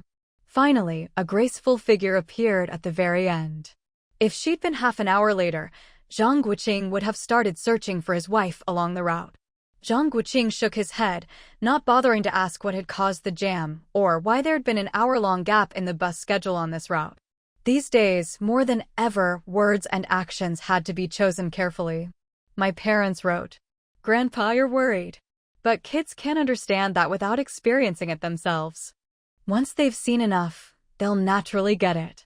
Some things you can't learn from books. He planned to make sure the three boys were safe, and then take them out to see more of the world. Dad, there's a new film. Little Rascals. Looks like his chance for a quiet evening with his wife was gone again. But they were his sons. After all, Zhang Guoqing could only nod helplessly. Since starting work, Zhou Jiao had rarely appeared in public. Now, as dusk fell and people gathered for the movie, she noticed many unfamiliar faces among the women and children waiting for the show to start. Zhou Jiao smiled and nodded. After Aunt Chen left, Ping'an whispered to his brothers, "Listen to Grandma Chen from now on, she's a good person." Under the lamplight, beauty is best appreciated. In the soft glow, a woman's face appears shy and delicate, beautiful, even if she isn't by conventional standards. This, too, is a kind of poetic ideal that ancient scholars often pursued. Zhang Guoqing never understood the leisurely sentiments of the ancients, but that didn't stop him from loving his wife. In front of the dressing table, he helped Zhou Jiao dry her hair, not daring to be rough in the slightest. His movements were gentle and practiced. "I thought you only doted on your three sons and had forgotten all about their mother," his wife teased. Her playful complaint made him smile, a charming, subtle curve of his lips. "Do you really think that's possible? There you go again, flirting." Zhang Guoqing couldn't help but laugh. He wondered who was really the one seducing whom. Her every glance and smile tugged at his heartstrings. That was the real killer move. Zhou Jiao gave a little huff, shot him a look in the mirror, pursed her lips, and secretly thought, "What a silly man." Zhang Guoqing gently stroked the ends of her hair, then stepped back, satisfied. Yes, his wife was the most beautiful of all, like a delicate porcelain doll. Zhou Jiao blushed under his gaze, shot him a sidelong glance, and stood up to walk toward the balcony. "Hey, want to join me for some moon gazing? If you keep teasing me, you might not be able to get out of bed tomorrow, you know?" Autumn nights had their own charm, different from summer, especially when you had someone you loved by your side. A cool breeze blew, and Zhou Jiao, wrapped in her coat, shrank her neck but was reluctant to go back inside. Zhang Guoqing wasn't exactly the romantic type. Seeing this, he shook his head helplessly. "Aren't you cold? We can wait inside for Mom and Dad to come home. Anywhere with you is like spring. No, it's like summer." That line got to Zhang Guoqing. He leaned in and kissed her deeply. As for whether anyone might see them outside, it was late, the night was dark, and the wind was high. No one was around. When he finally let her go, Zhou Jiao took a big gulp of tea and rolled her eyes at him several times, clearly unimpressed with his smugness. "All right, I'll stop teasing you. Let's talk business. Tomorrow, I'll go with Ping'an to the city. I might need to take half a day off to keep an eye on him." Zhou Jiao's expression turned serious, and she nodded in understanding. Having Xiao Wang and the others go along wasn't as good as going herself. After this trip, it's time to give him a little lesson. Zhang Guoqing frowned in disagreement. "Let's hold off. He's only 8. I think our son already knows quite a lot." A few times when there were crowds, he instinctively found a safe spot. "All right, we'll do as you say." Zhang Guoqing raised his eyebrows in surprise. Zhou Jiao smiled. "You've been with him a few times, you know the situation better than I do. My wife is so reasonable. Zhang Guoqing grinned. I've already got someone watching that old woman Liang Xingnan. If she dares make a move on our son, I'll make her wish she was dead. Seeing the flash of coldness in his eyes, Zhou Jiao felt reassured. She chuckled. She doesn't dare now, and even if she does later, she won't get the chance. Besides, it'll all be over soon. Zhang Guoqing wasn't as optimistic. He couldn't afford the consequences of a butterfly effect. If they didn't have someone watching her right now, he would have struck first long ago. The situation is getting more complicated, one trap after another. If Dad wasn't holding me back, for your safety, I'd have cut through the mess already. He sighed. Zhou Jiao laughed softly. What's the rush? If it's not Liang the Beauty, it'll be Chen the Beauty or Huang the Beauty. Now that the enemies are all out in the open, what's there to worry about? Her nonchalance put Zhang Guoqing at ease. Still, he had another concern. His wife was the family's weak spot, and he worried someone might target her. After so many years together, Zhou Jiao knew exactly what was on his mind. But honestly, she wasn't worried about anyone coming after her. If the tiger doesn't bare its fangs, people think it's a sick cat. She'd watched today's criticism meeting closely. It wasn't that no one wanted to drag her in, but they'd need to have something on her first. With her father and her husband around, she wasn't like those ordinary people who could be brought down by an anonymous letter. Besides, she still had her trump cards. That's the allure of power. No wonder people always strive to climb higher. She could handle these things herself and didn't want her family to worry. Zhou Jiao changed the subject and asked about the letter from their old home in the northeast. I'll get it for you. Forget it, too much trouble. Just tell me about it. Zhang Guoqing was just as lazy, grabbing her slender hands and playing with them absent-mindedly. It had 2 stamps, overweight. Besides Dad and the others, there were letters from Shizi, Ziwen, and Mai Miao to Ping'an. Zhou Jiao burst out laughing. That was certainly one way to save on postage. That makes you laugh? Your son is even more efficient. Zhang Guoqing shook his head in amusement. After Ping'an read them, he wrote one reply, with a whole string of salutations at the top, 2 pages in total, and the salutations alone took up 1 page. Isn't that even more efficient? Zhou Jiao didn't dwell on that, but remembered the kids back home talking about visiting the capital. If she recalled correctly, they'd mentioned it in a previous letter. Zhang Guoqing frowned. Ping'an said the dates on his siblings' letters were about 2 months ago. I figure Mom collected them all and mailed them together. Zhou Jiao burst out laughing again. That was exactly the kind of thing her mother-in-law would do. Zhang Guoqing couldn't help but laugh along with her. Once they'd calmed down, he brought up the issue of the kids wanting to travel. Dad said even Mai Sui and Yaya, the 2 little girls, wanted to go out. It got so out of hand that even Mai Miao was forbidden to travel. Zhou Jiao nodded in agreement. They really can't go far. It's not that I favor boys over girls, but girls are different. One accident could ruin their whole lives. Yeah, my sister-in-law said my Miao is 13 now, so she should visit us while it's still free. She probably said more, but no one else mentioned it. My eldest sister even had her husband write to remind me not to invite the kids to the capital in the future. Zhou Jiao thought about that. What could have made her sister-in-law say such a thing? She remembered how Huang Suilan had envied Zhao Yuanyuan's dowry last time and snorted in disdain. She hated people trying to scheme against her. Even if it were her own daughter, if she disappointed her, Zhou Jiao could ignore her. Wishful thinking. Don't get upset. Zhou Jiao shook her head with a smile. This isn't enough to make me angry. But when Shizi gets married in a few years, we'll need to be careful with our wedding gift. Zhang Guoqing narrowed his eyes. Heh. I have 3 sons. You think I'd let nieces and nephews split our inheritance? I must be too easygoing. It's not about splitting the inheritance, but they do want us to spend money. Zhou Jiao paused and reminded him, we won't see any of that drama for the next 10 years, but you should think about the future. Zhang Guoqing understood what she meant. No matter what happened next, whether they still had her special space or not, and whether they were still around, their family would always be well off. If he ever went soft on a nephew, he'd be planting the seeds of trouble for his own sons. Don't worry, I know what I'm doing. Look at those orphan children of martyrs. Dad and I agreed to support them until adulthood, but never to let them live with us. Why? Because if they stayed too long, human nature is complicated, and they could threaten our 3 sons in the future. Even Grandpa Jiang could see that. How could I not? A month had already passed since Zhou Xiaozhang said, "It'll happen soon." The first snow of the year had arrived, and the lake was now frozen solid, hiding the turbulent waters below.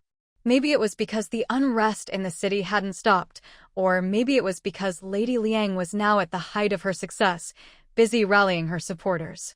In any case, the mysterious situation had stirred up many people, and plenty were eager to pick sides and rush to share in the spoils. None of this concerned the Zhou family. Zhou Xiaozhang continued to attend meetings at his usual unhurried pace.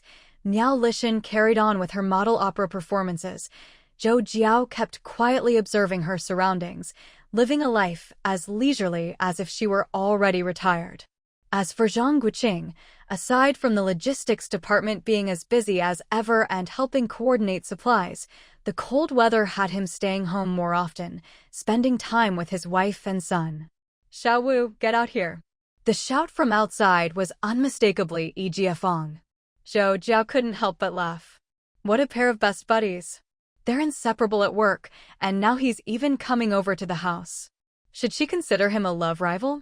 "What are you howling about?" Zhang Guoqing called back, exasperated. These two are something else. Aunt Chen quickly came out to greet him in the courtyard. "Come in, you must be freezing." "Auntie, you're the best," Yi Jiafeng replied sweetly, giving her a salute. "I'm not frozen, just hungry." "Auntie, got anything good to eat?"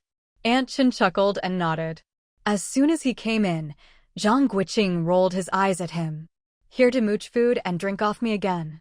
But even as he said it, he handed over a steaming cup of tea, hardly the gesture of someone about to cut ties. Yi Jiafeng took off his coat, sipped the tea, and let out a sigh. Finally, some warmth. "I thought I was going to freeze out there. Why aren't you resting on the weekend? What are you wandering around for?"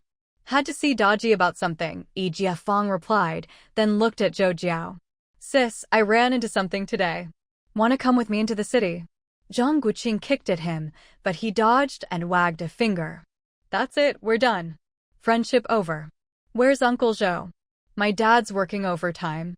Yi Jiafeng burst out laughing, slinging an arm around Zhang Guoqing's neck as the two started horsing around, making Zhou Jiao shake her head.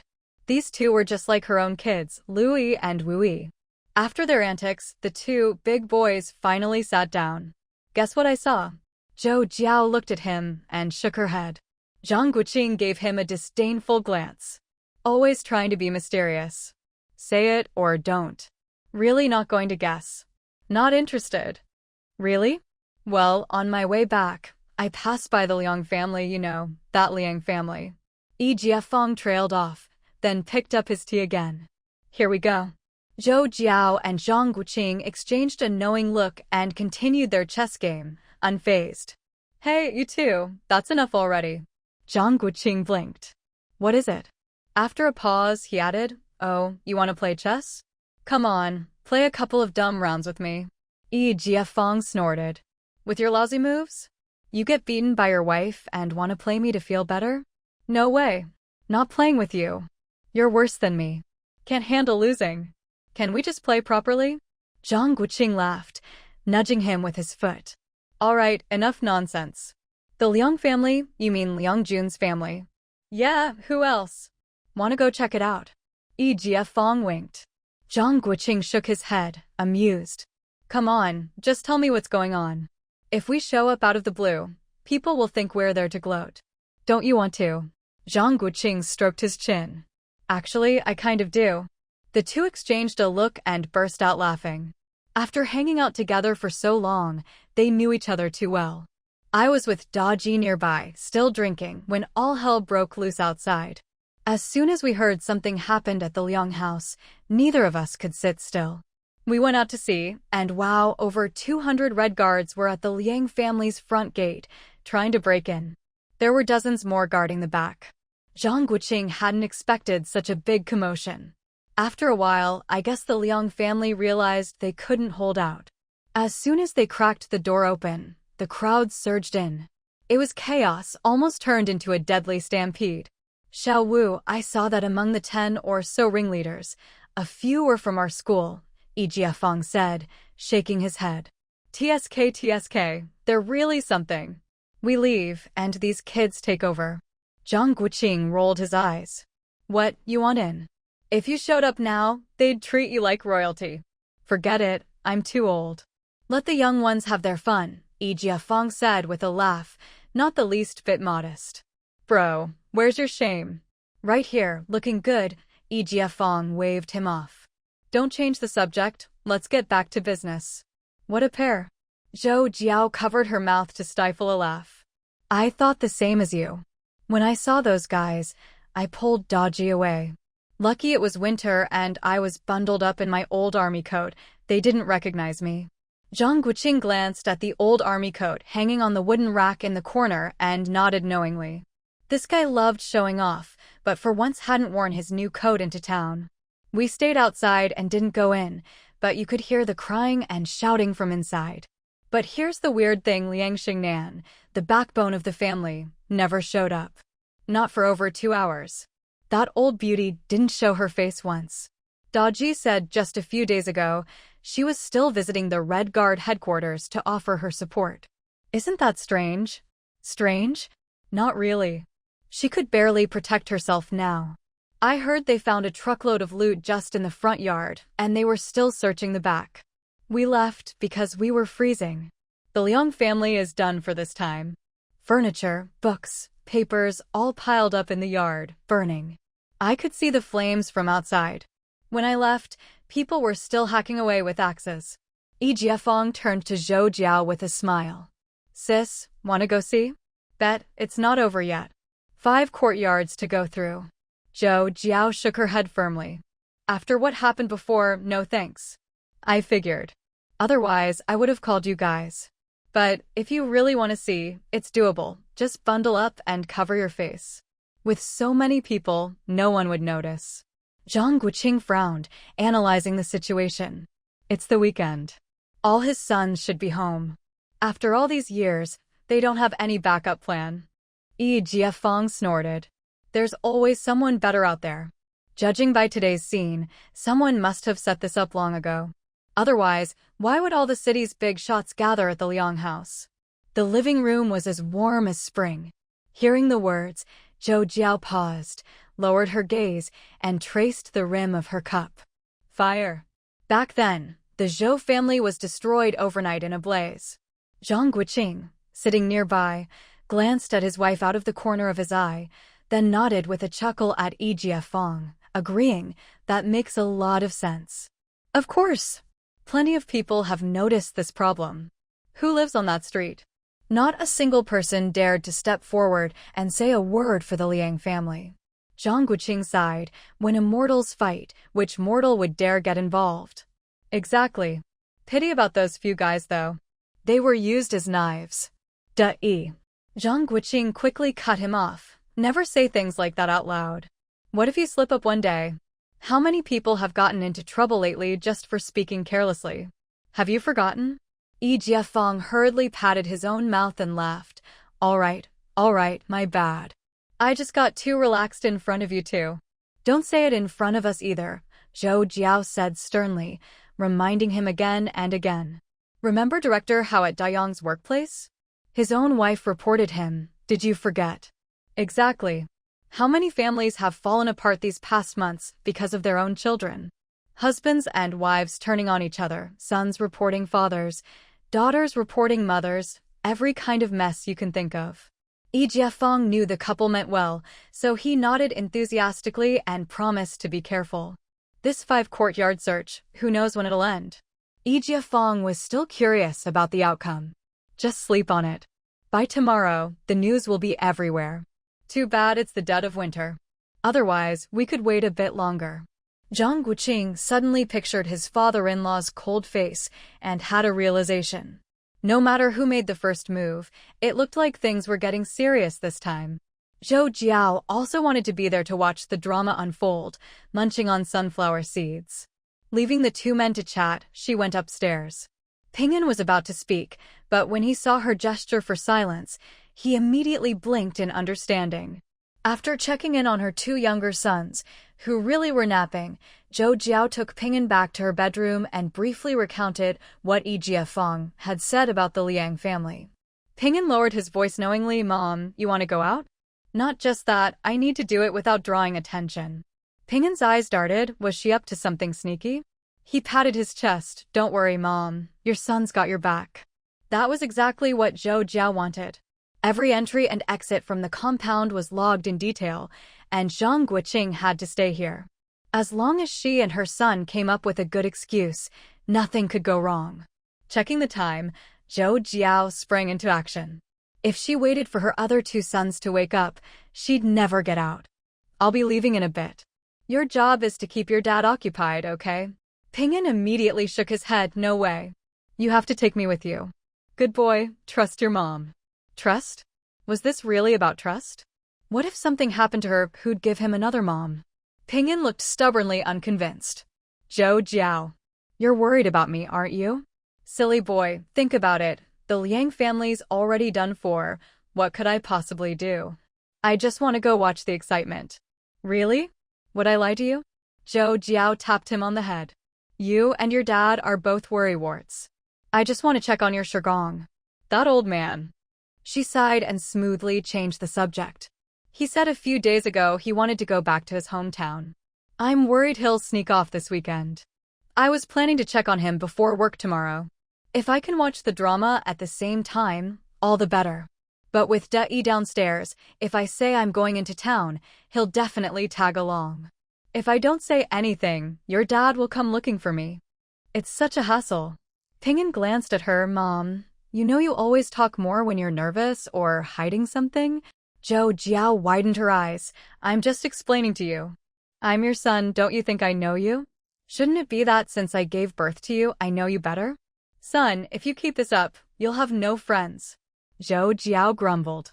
She used to secretly laugh when Ping'an teased his younger brother, but now karma had come for her. No friends, so what? 1 or 2 confidants are enough.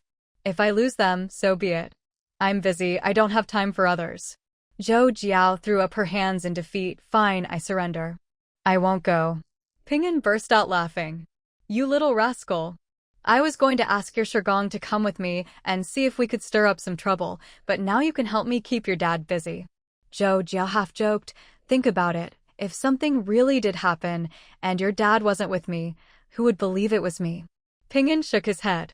No matter how she put it, he wouldn't agree unless she took him along. His Shigong was just an old man, and his mom was all show and no substance. No way.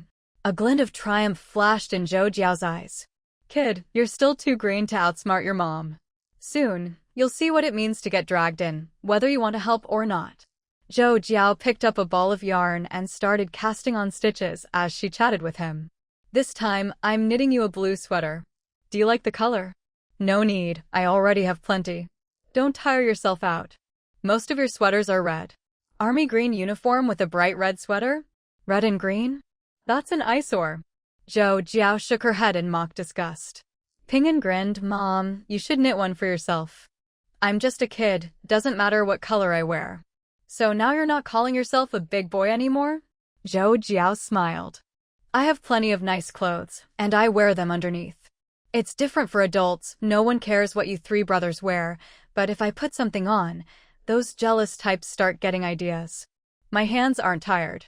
Besides, I have nothing to do at work, so I knit with the others. Listen to your Uncle Dai laughing downstairs. Good thing he's not back in his hometown, or he'd have wolves howling along with him. Ping'an giggled. I'm going downstairs to see what they're talking about. If Louie and Wooey wake up, just call me, okay? Okay. Mom, get me a new book. With her son settled, Zhou Jiao calmly went downstairs. The timing was just right to make her move.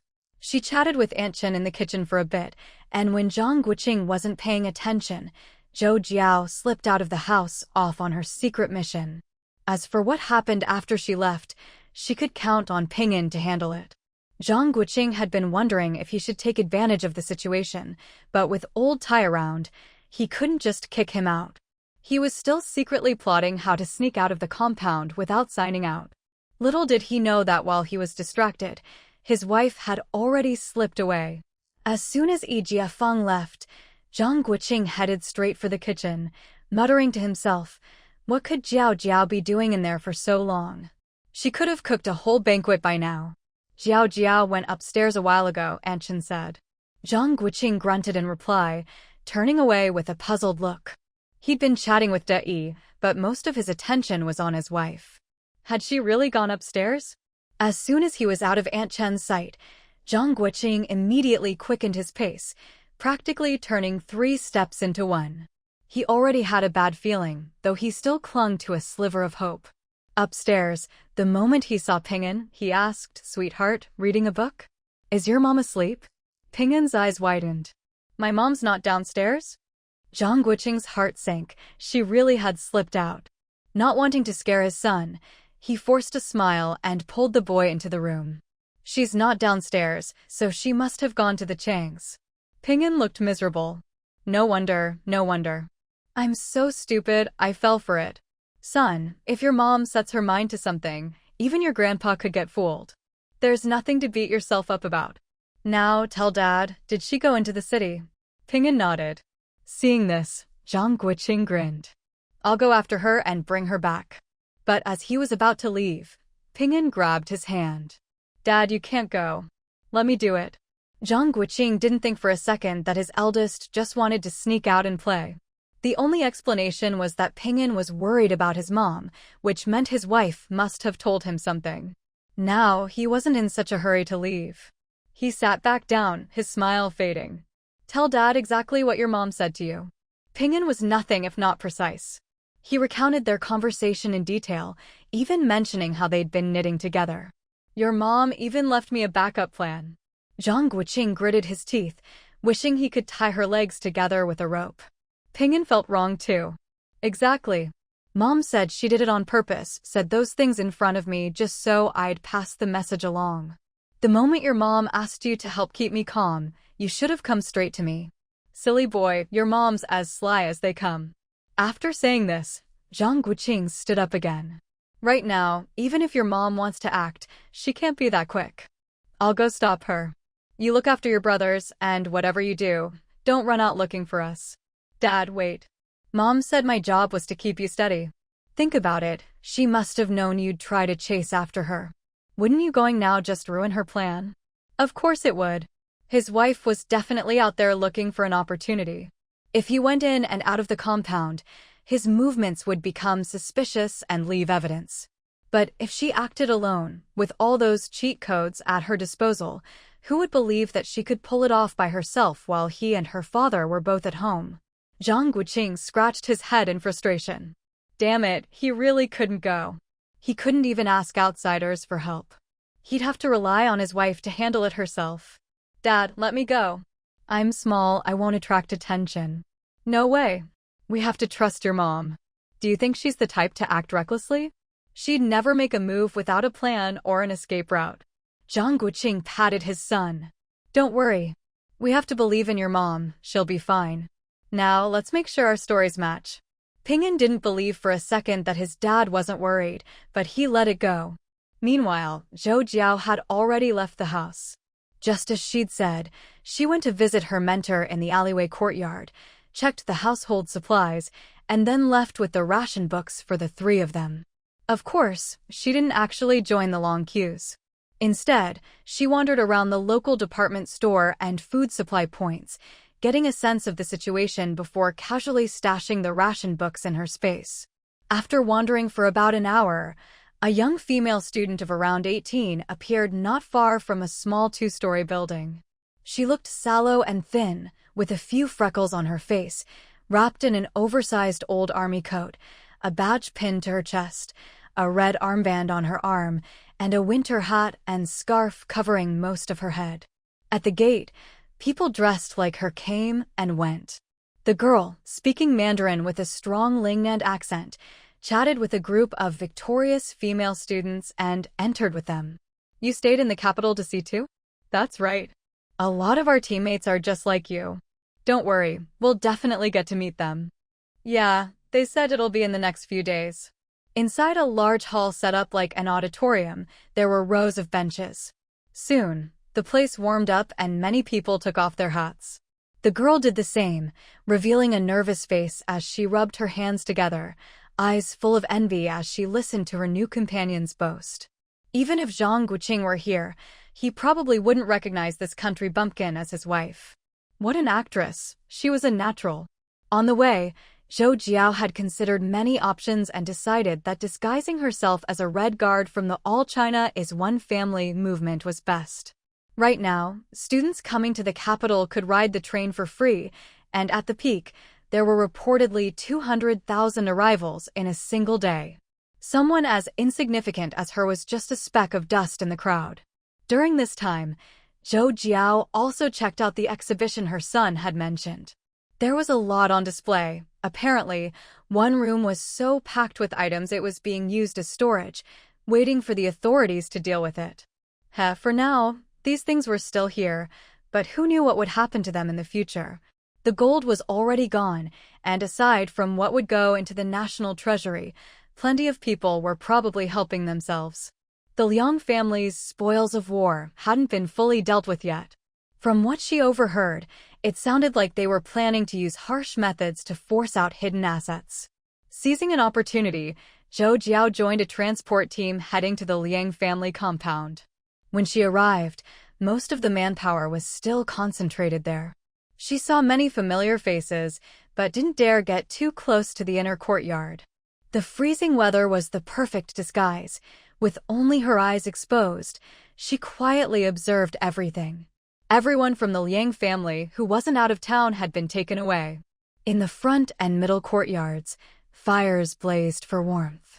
The windows and doors of the side rooms and main hall had been smashed to pieces, tiles and bricks scattered everywhere, wood chopped up for fuel. Looking at the Liang residence, now a wasteland, Zhou Jiao suddenly felt a pang of sorrow for the fallen, mixed with hesitation and uncertainty. She didn't pity her enemies, but did these old houses deserve such a fate? To be continued. Video 11 ends here.